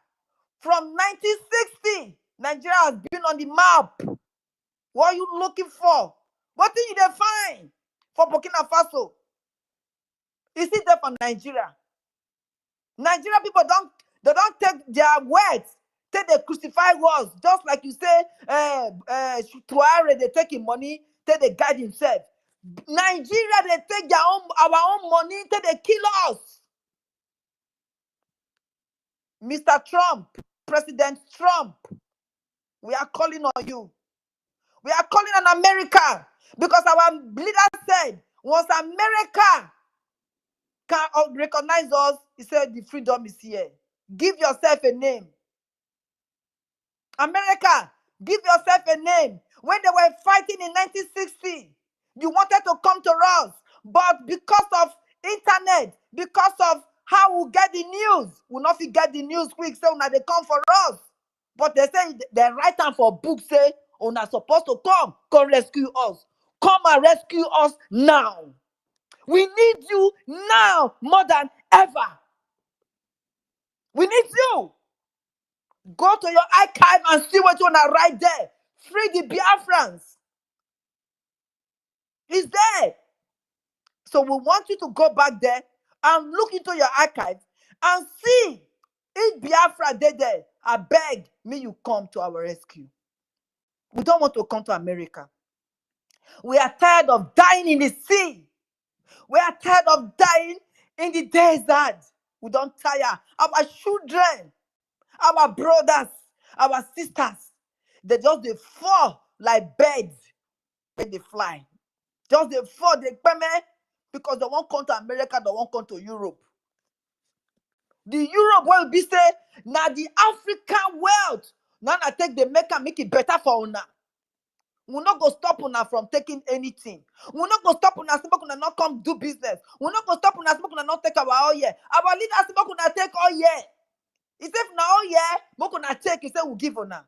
Why una they do cars without no petrol now? Why are you people thinking about running away from oil, from petrol? Why are you people running away? Because una still say it not get head. So if not the oil una want, Abeg, make una come take oil. If una want trade by barter, what we go give una? Make una give us Biafra. Anyone I want, make una come take. If na the oil, make una come take. If na the gas, now una don dey do koni till they take the gas, they go sef. Una don do wuru wuru, carry the gas, they go. So if na the gas una want take, make una take. We go write treaty. Treaty we go write. Agreement we go write. Whatever una want for Biafra land, for us to get free, we go want them. If not, if Boko Haram take over Nigeria, that oil you will never see it. That gas you will never see it. They will show you people say they don't arrive. They go show now. Una think una go fit fight them when the time come, when they get oil, gas, every other good things when we get for Nigeria. Good when we get for Biafra land, good things. We get them. By the time they take over, una no go. Britain is gone. Britain is gone. They turn churches to mosques. They cannot sell churches, their own churches. They cannot sell it to Pentecostal people that are Africans. They would rather sell it to Muslims. Britain, I bet you, our leader said it. He said, we could give Britain how many years? He said, Britain go. What our leader never talk when he never come to pass? What be the thing? Make una tell me. What be the thing our leader never talk when he never come out? Before Jesus Christ come this life, now through woman now he come. He come through human being to do what God sent him to do. The same way they said, oh yeah, do the same way God sent him. He said, come through your parents, come this life. Oh yeah, do it's not. He's a typical son of God, typical son of God, and his brother is Jesus. It's Jesus because Jesus see everything. Oh yeah, do see everything. Jesus say, if you go fit take this cup, pass me, but make your will be done. Oh yeah, do say, if not be God, now send me. I for don't throw away these people then. Now almost the same word. If not see, don't make not think away. Now almost the same word. He said, but because Chiko Kikabiama, now you send me, I go carry on. God say, let your will be done. Now so Jesus tell God. So we they call on the Westerner. Una they ask us, what do we get?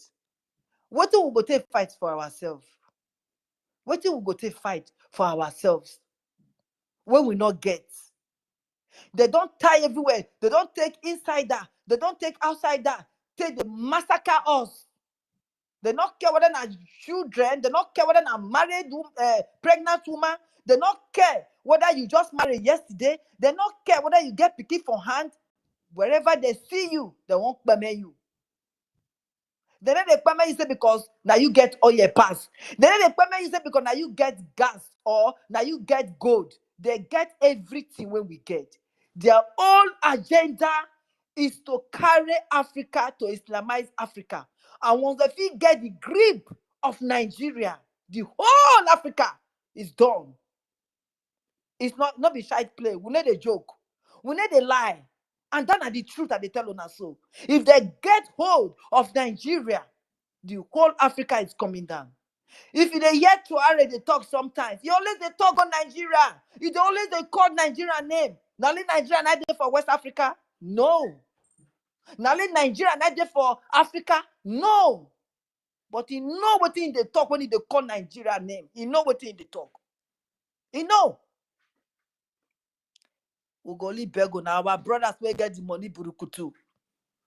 Burukutu. All of us will get the money yafu. Not na Nigeria I give you that money. Not be Nigeria give you that money. Now I give you that money so that you go take help in the time of the need like this way don't come so. This time right this way don't come so. When you see your brothers, your sisters them, they need the money. They need the money, only 10% of your tithes. Bring them, only 10%. All my brothers that will get this money. Una the years. Then they play our voice round the world, now they hear us. Now leave beg we go beg now. We're gonna bring these resources when Biafra land don't give una. We're gonna bring small so that we go take rescue now, because when the time go come, I not go enjoy that money. Or big kubana that your go no go they sell again. All on our club, cheese priest kubana. No more club for you. No more Two-Face. No more African Queen. No more music. No more ogogoro. No more cigar. All of una business you go fall. Una go run for 40 self. Now that kind life una won't live. Una no want live this sweet life. When God give us, God know why He create us for that place. God know why He give us our land. And they look and say they be giants. He say they go look. They look. They say giants. Now they there, but nevertheless we go fight them. We are giants, and we must fight them. We will not go there alive for them to take our things. No, we must fight them. We must fight them. I said we must fight them.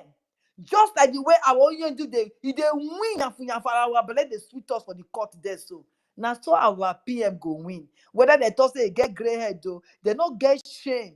They not get me. They go, how old will be Obama when Obama they rule America? Who people? How old? And how old? They started getting gray hair. How old? When I see one young man when get life, full of life, everything that God go give person, He give him.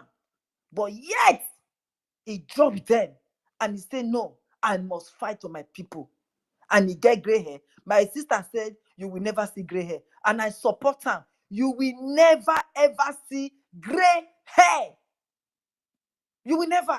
Your generation can never grow gray hair. Then we are not go see them. We are not go see them.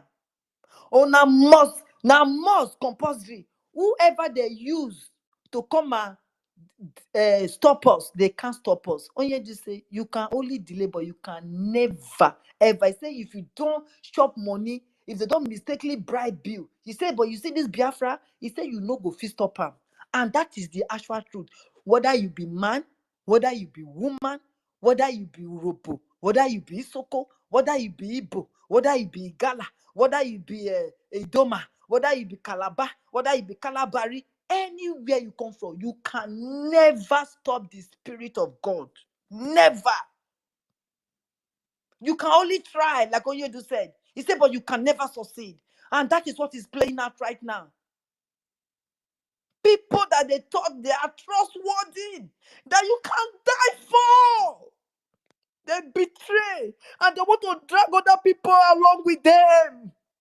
They betrayed people you trust with your heart, people that you can die for, people that you say, no, this person is real. You can kill and die for them. They betray. They betray. They betray. Oh, God. God.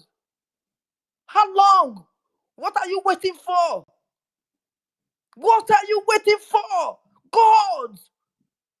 Is the suffer not enough? Is the tears of our people not enough? Is the spilling of the blood is it not enough, God? How are we going to call you?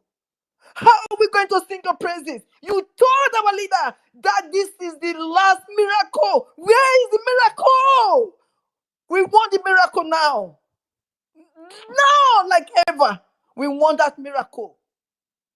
We said we want to praise your name in the land, on the street of Biafra.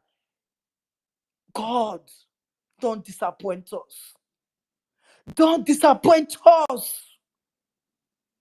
We have no other person but you. You can do it. You can do it. You told us that the heart of a king is in your hands. And we know you can do it. Please, we are gathered here again. We have gathered here The spilling of our blood is too much. Innocent children's blood is too much. Pregnant women's blood is too much. Your children, the people that will praise you, the people that doesn't have any shame to serve you, they want to praise you in the land that you've given them. Please, we need somebody to come and rescue us. Send your people the same way you send Christ. You send Christ to come and die for our sin. Father, the people don't die, and Jesus Christ not going to die for our sin.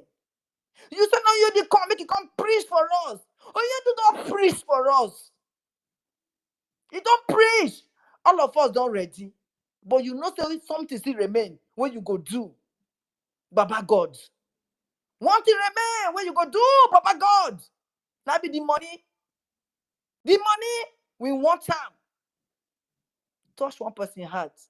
You see, Tompolo, they pack money, yafu. Nobody, they fit the near where it is.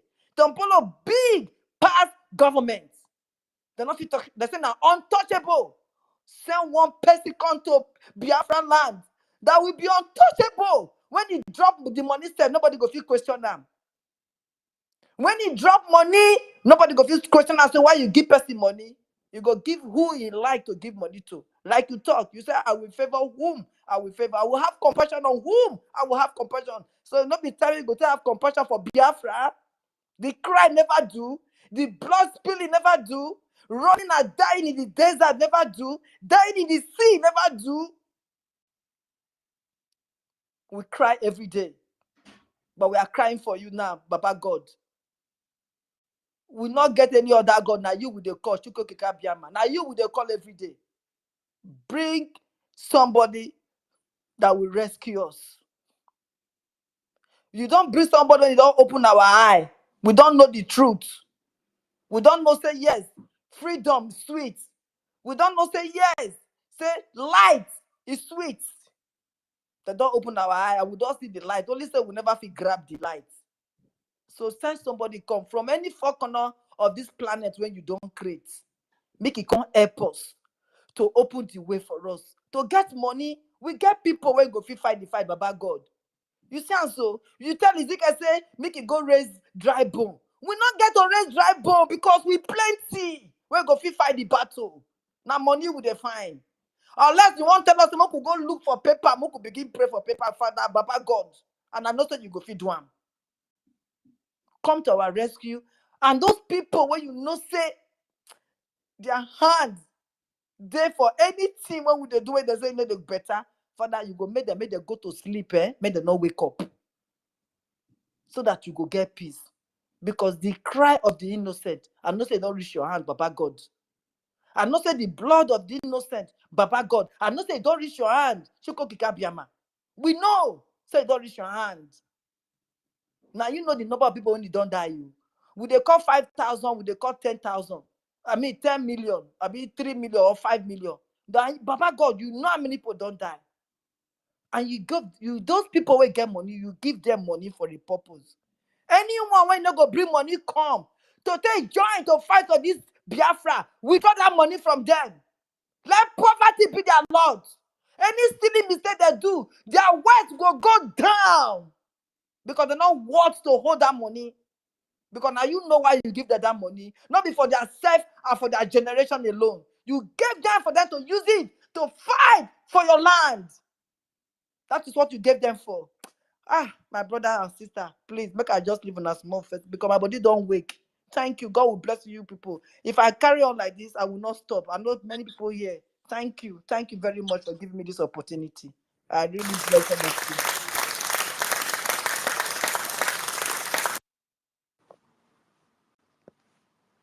Thank you, my sister. Yeah. Okay. God bless you. Okay, carry on. Tortiville, go ahead. You can go ahead. You can call up Meriteka. Meriteka, are you there now? Are you close to your phone? Yes, yes, my people.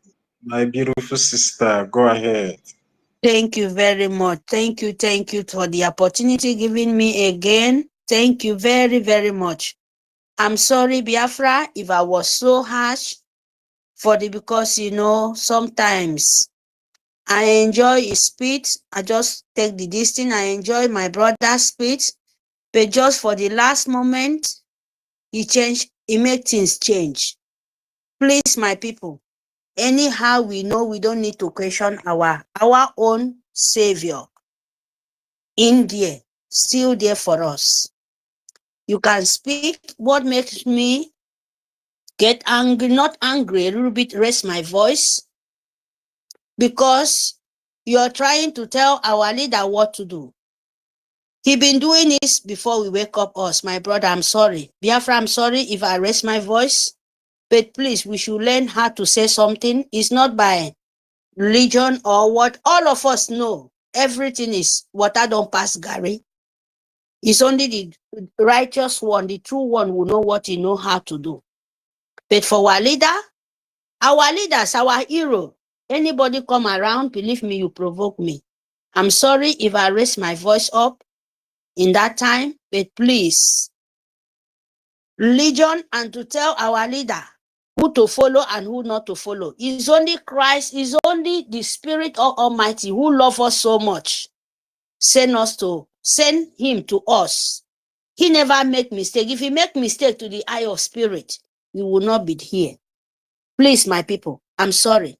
My brother, you speak so much, but please, next time, please, you don't judge, because even me, I cannot judge any woman being. Whatever things you like, believe, is less for you, but let it be your hand be clean. Let it be the true one. True. That set us free.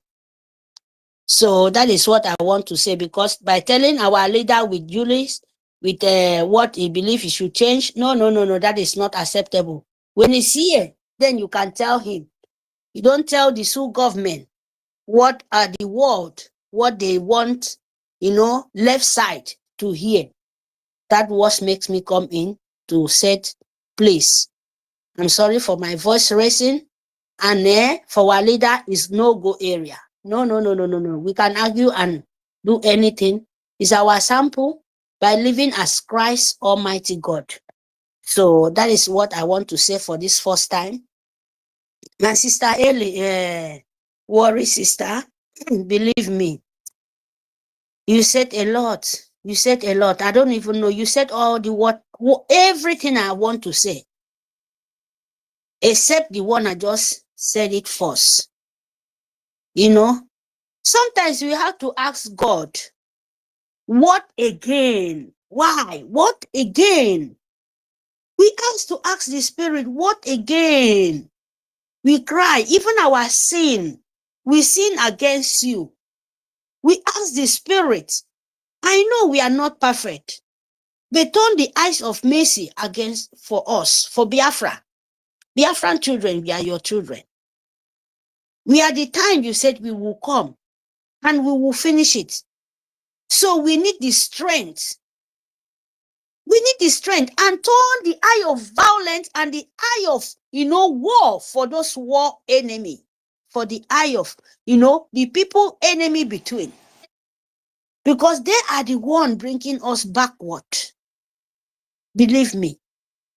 When we talk about Christian, we talk about Judaism, we talk about traditional. Believe me, we are just trying to let them to know the right side, the true side. It doesn't matter who you are.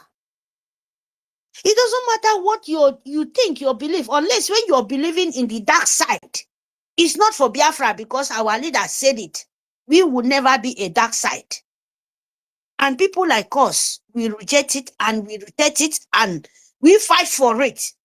And we must destroy them. The dark side. Light, always 24 hours, fighting to the dark, not to exist. And that is the mission where we are here for. We don't hate person like Mary. I don't hate, I don't judge people. I leave to people to the nature. I leave people to the Christ. I leave people to the Spirit to be judging. But I will always tell you, did what you're doing, is it true? Are you bringing the humanity to this earth, to the paradise in earth? Because Biafra meant to be in paradise in earth. But what are we doing? What are we doing? When you see your brother trying, especially in this kind of time where we are now, this time is not the time of say, oh, what are you going? We have template. Our template is to restore Biafra. Our template is sample. Just what you're reading in the Bible is sample as our Biafra template they give us. Our Etiare Kondo. We have chapter. We have what we can restore our nation. We have the rules, how we to make the life become better. That is what we have to focus for. We don't focus for what they mix upside down, unless when you are in the true side, you will know what you really want to do. But as of now, let us just open the other people eye. The template we have is Biafra chapter to build our nation with truth. To tell the whole world that Fulani, just like our sister Ellen said, we will be our sister Stella, we never be a Muslim country. Biafran, Africa, we would never be a one-world control. No, it's only Europe. Take this question, ask anyone. Europe is one-world nation control. I make a sample for you. Go everywhere in Europe. Look of their houses. The money is number one. Let me tell you. Their houses, they are one word. I don't want to go far of that. We don't want to be a one-world control. We want to live as nature, as the spirit of Biafra great us. We are a free human being. So when you accept to Islamists or a one-world politics or whatever they call themselves, you become a one-world command. That is Islamist nation. And they will not pity you. Believe me, they will not pity you. They will not pity you when you want to convert yourself to Islamists, because they will think you are not real. Then force you to be what you don't want to be. So they will not they will never messy your life. That is what Biafra are fighting for. Biafra is fighting for humanity. Biafra is fighting for a nation where we stand with truth, not with darkness.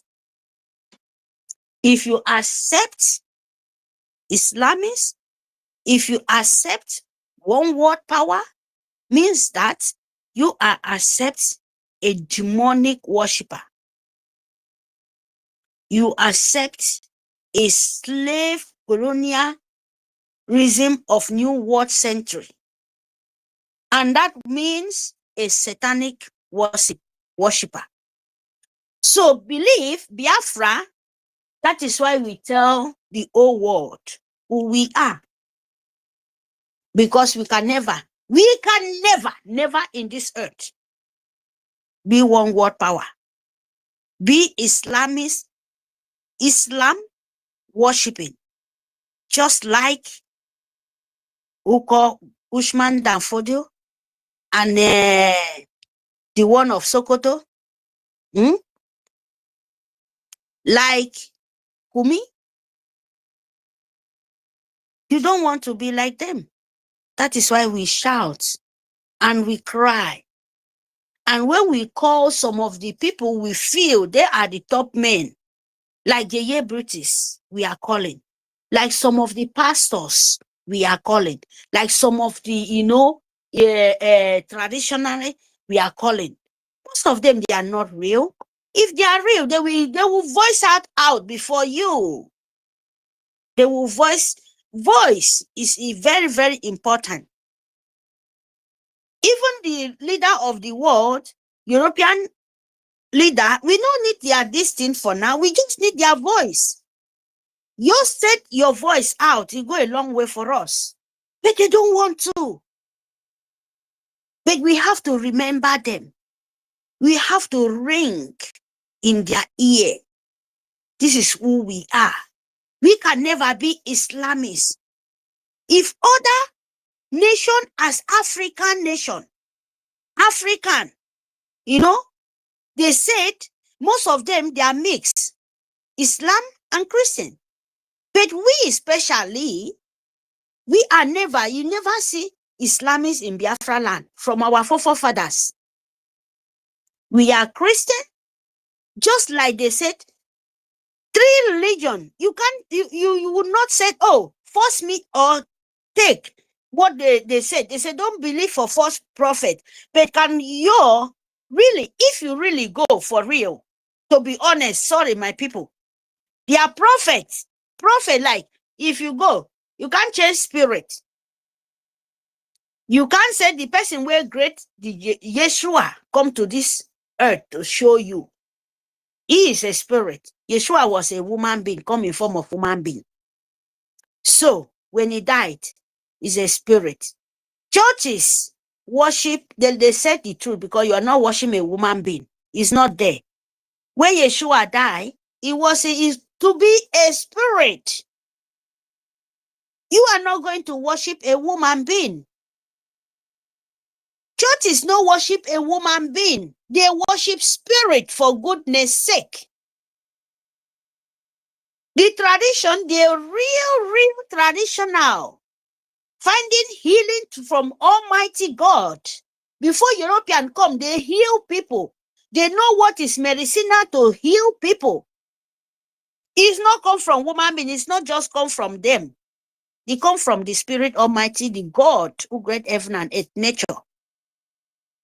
But they lie. Things of money change their eye for something else. That is why we are in this doom, this calamity. We don't know where to face. When we are talking about, 3 religion. You go to the Bible, they said it by the name of Holy Spirit, Son, and all other. How you people these 3? You conclude just like you this, but you leave them. You tell them, who are you believing? Are you believing the truth? Are you believing the light? That is what, you don't need to argue of other people. You don't need to accuse what they are believing, but let it be the truth so that we can set free.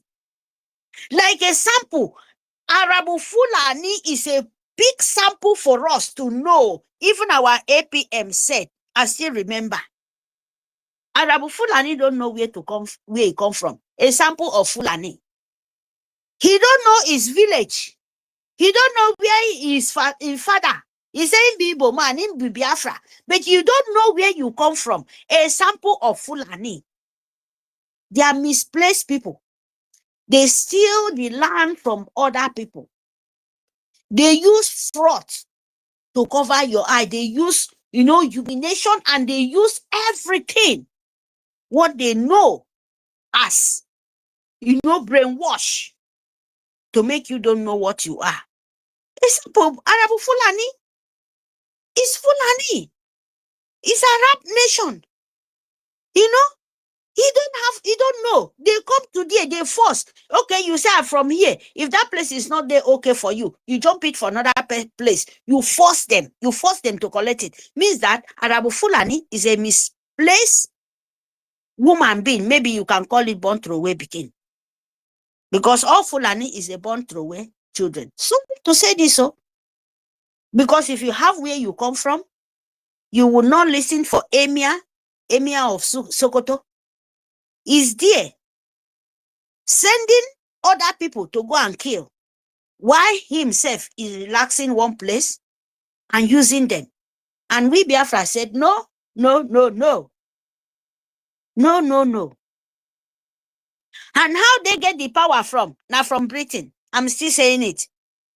Because Britain can never, they know they doesn't have sense. They know the world, or the whole world. They believe in Britain. They know their white color.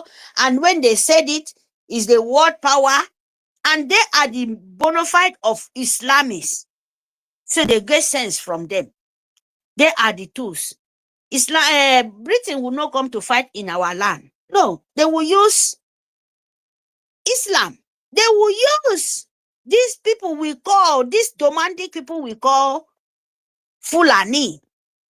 These people they call cow dealer, where they carry cow roam everywhere. Britain know why they send them to everywhere. World power know why. In African nation. Continent of Biafra, continent of Africa.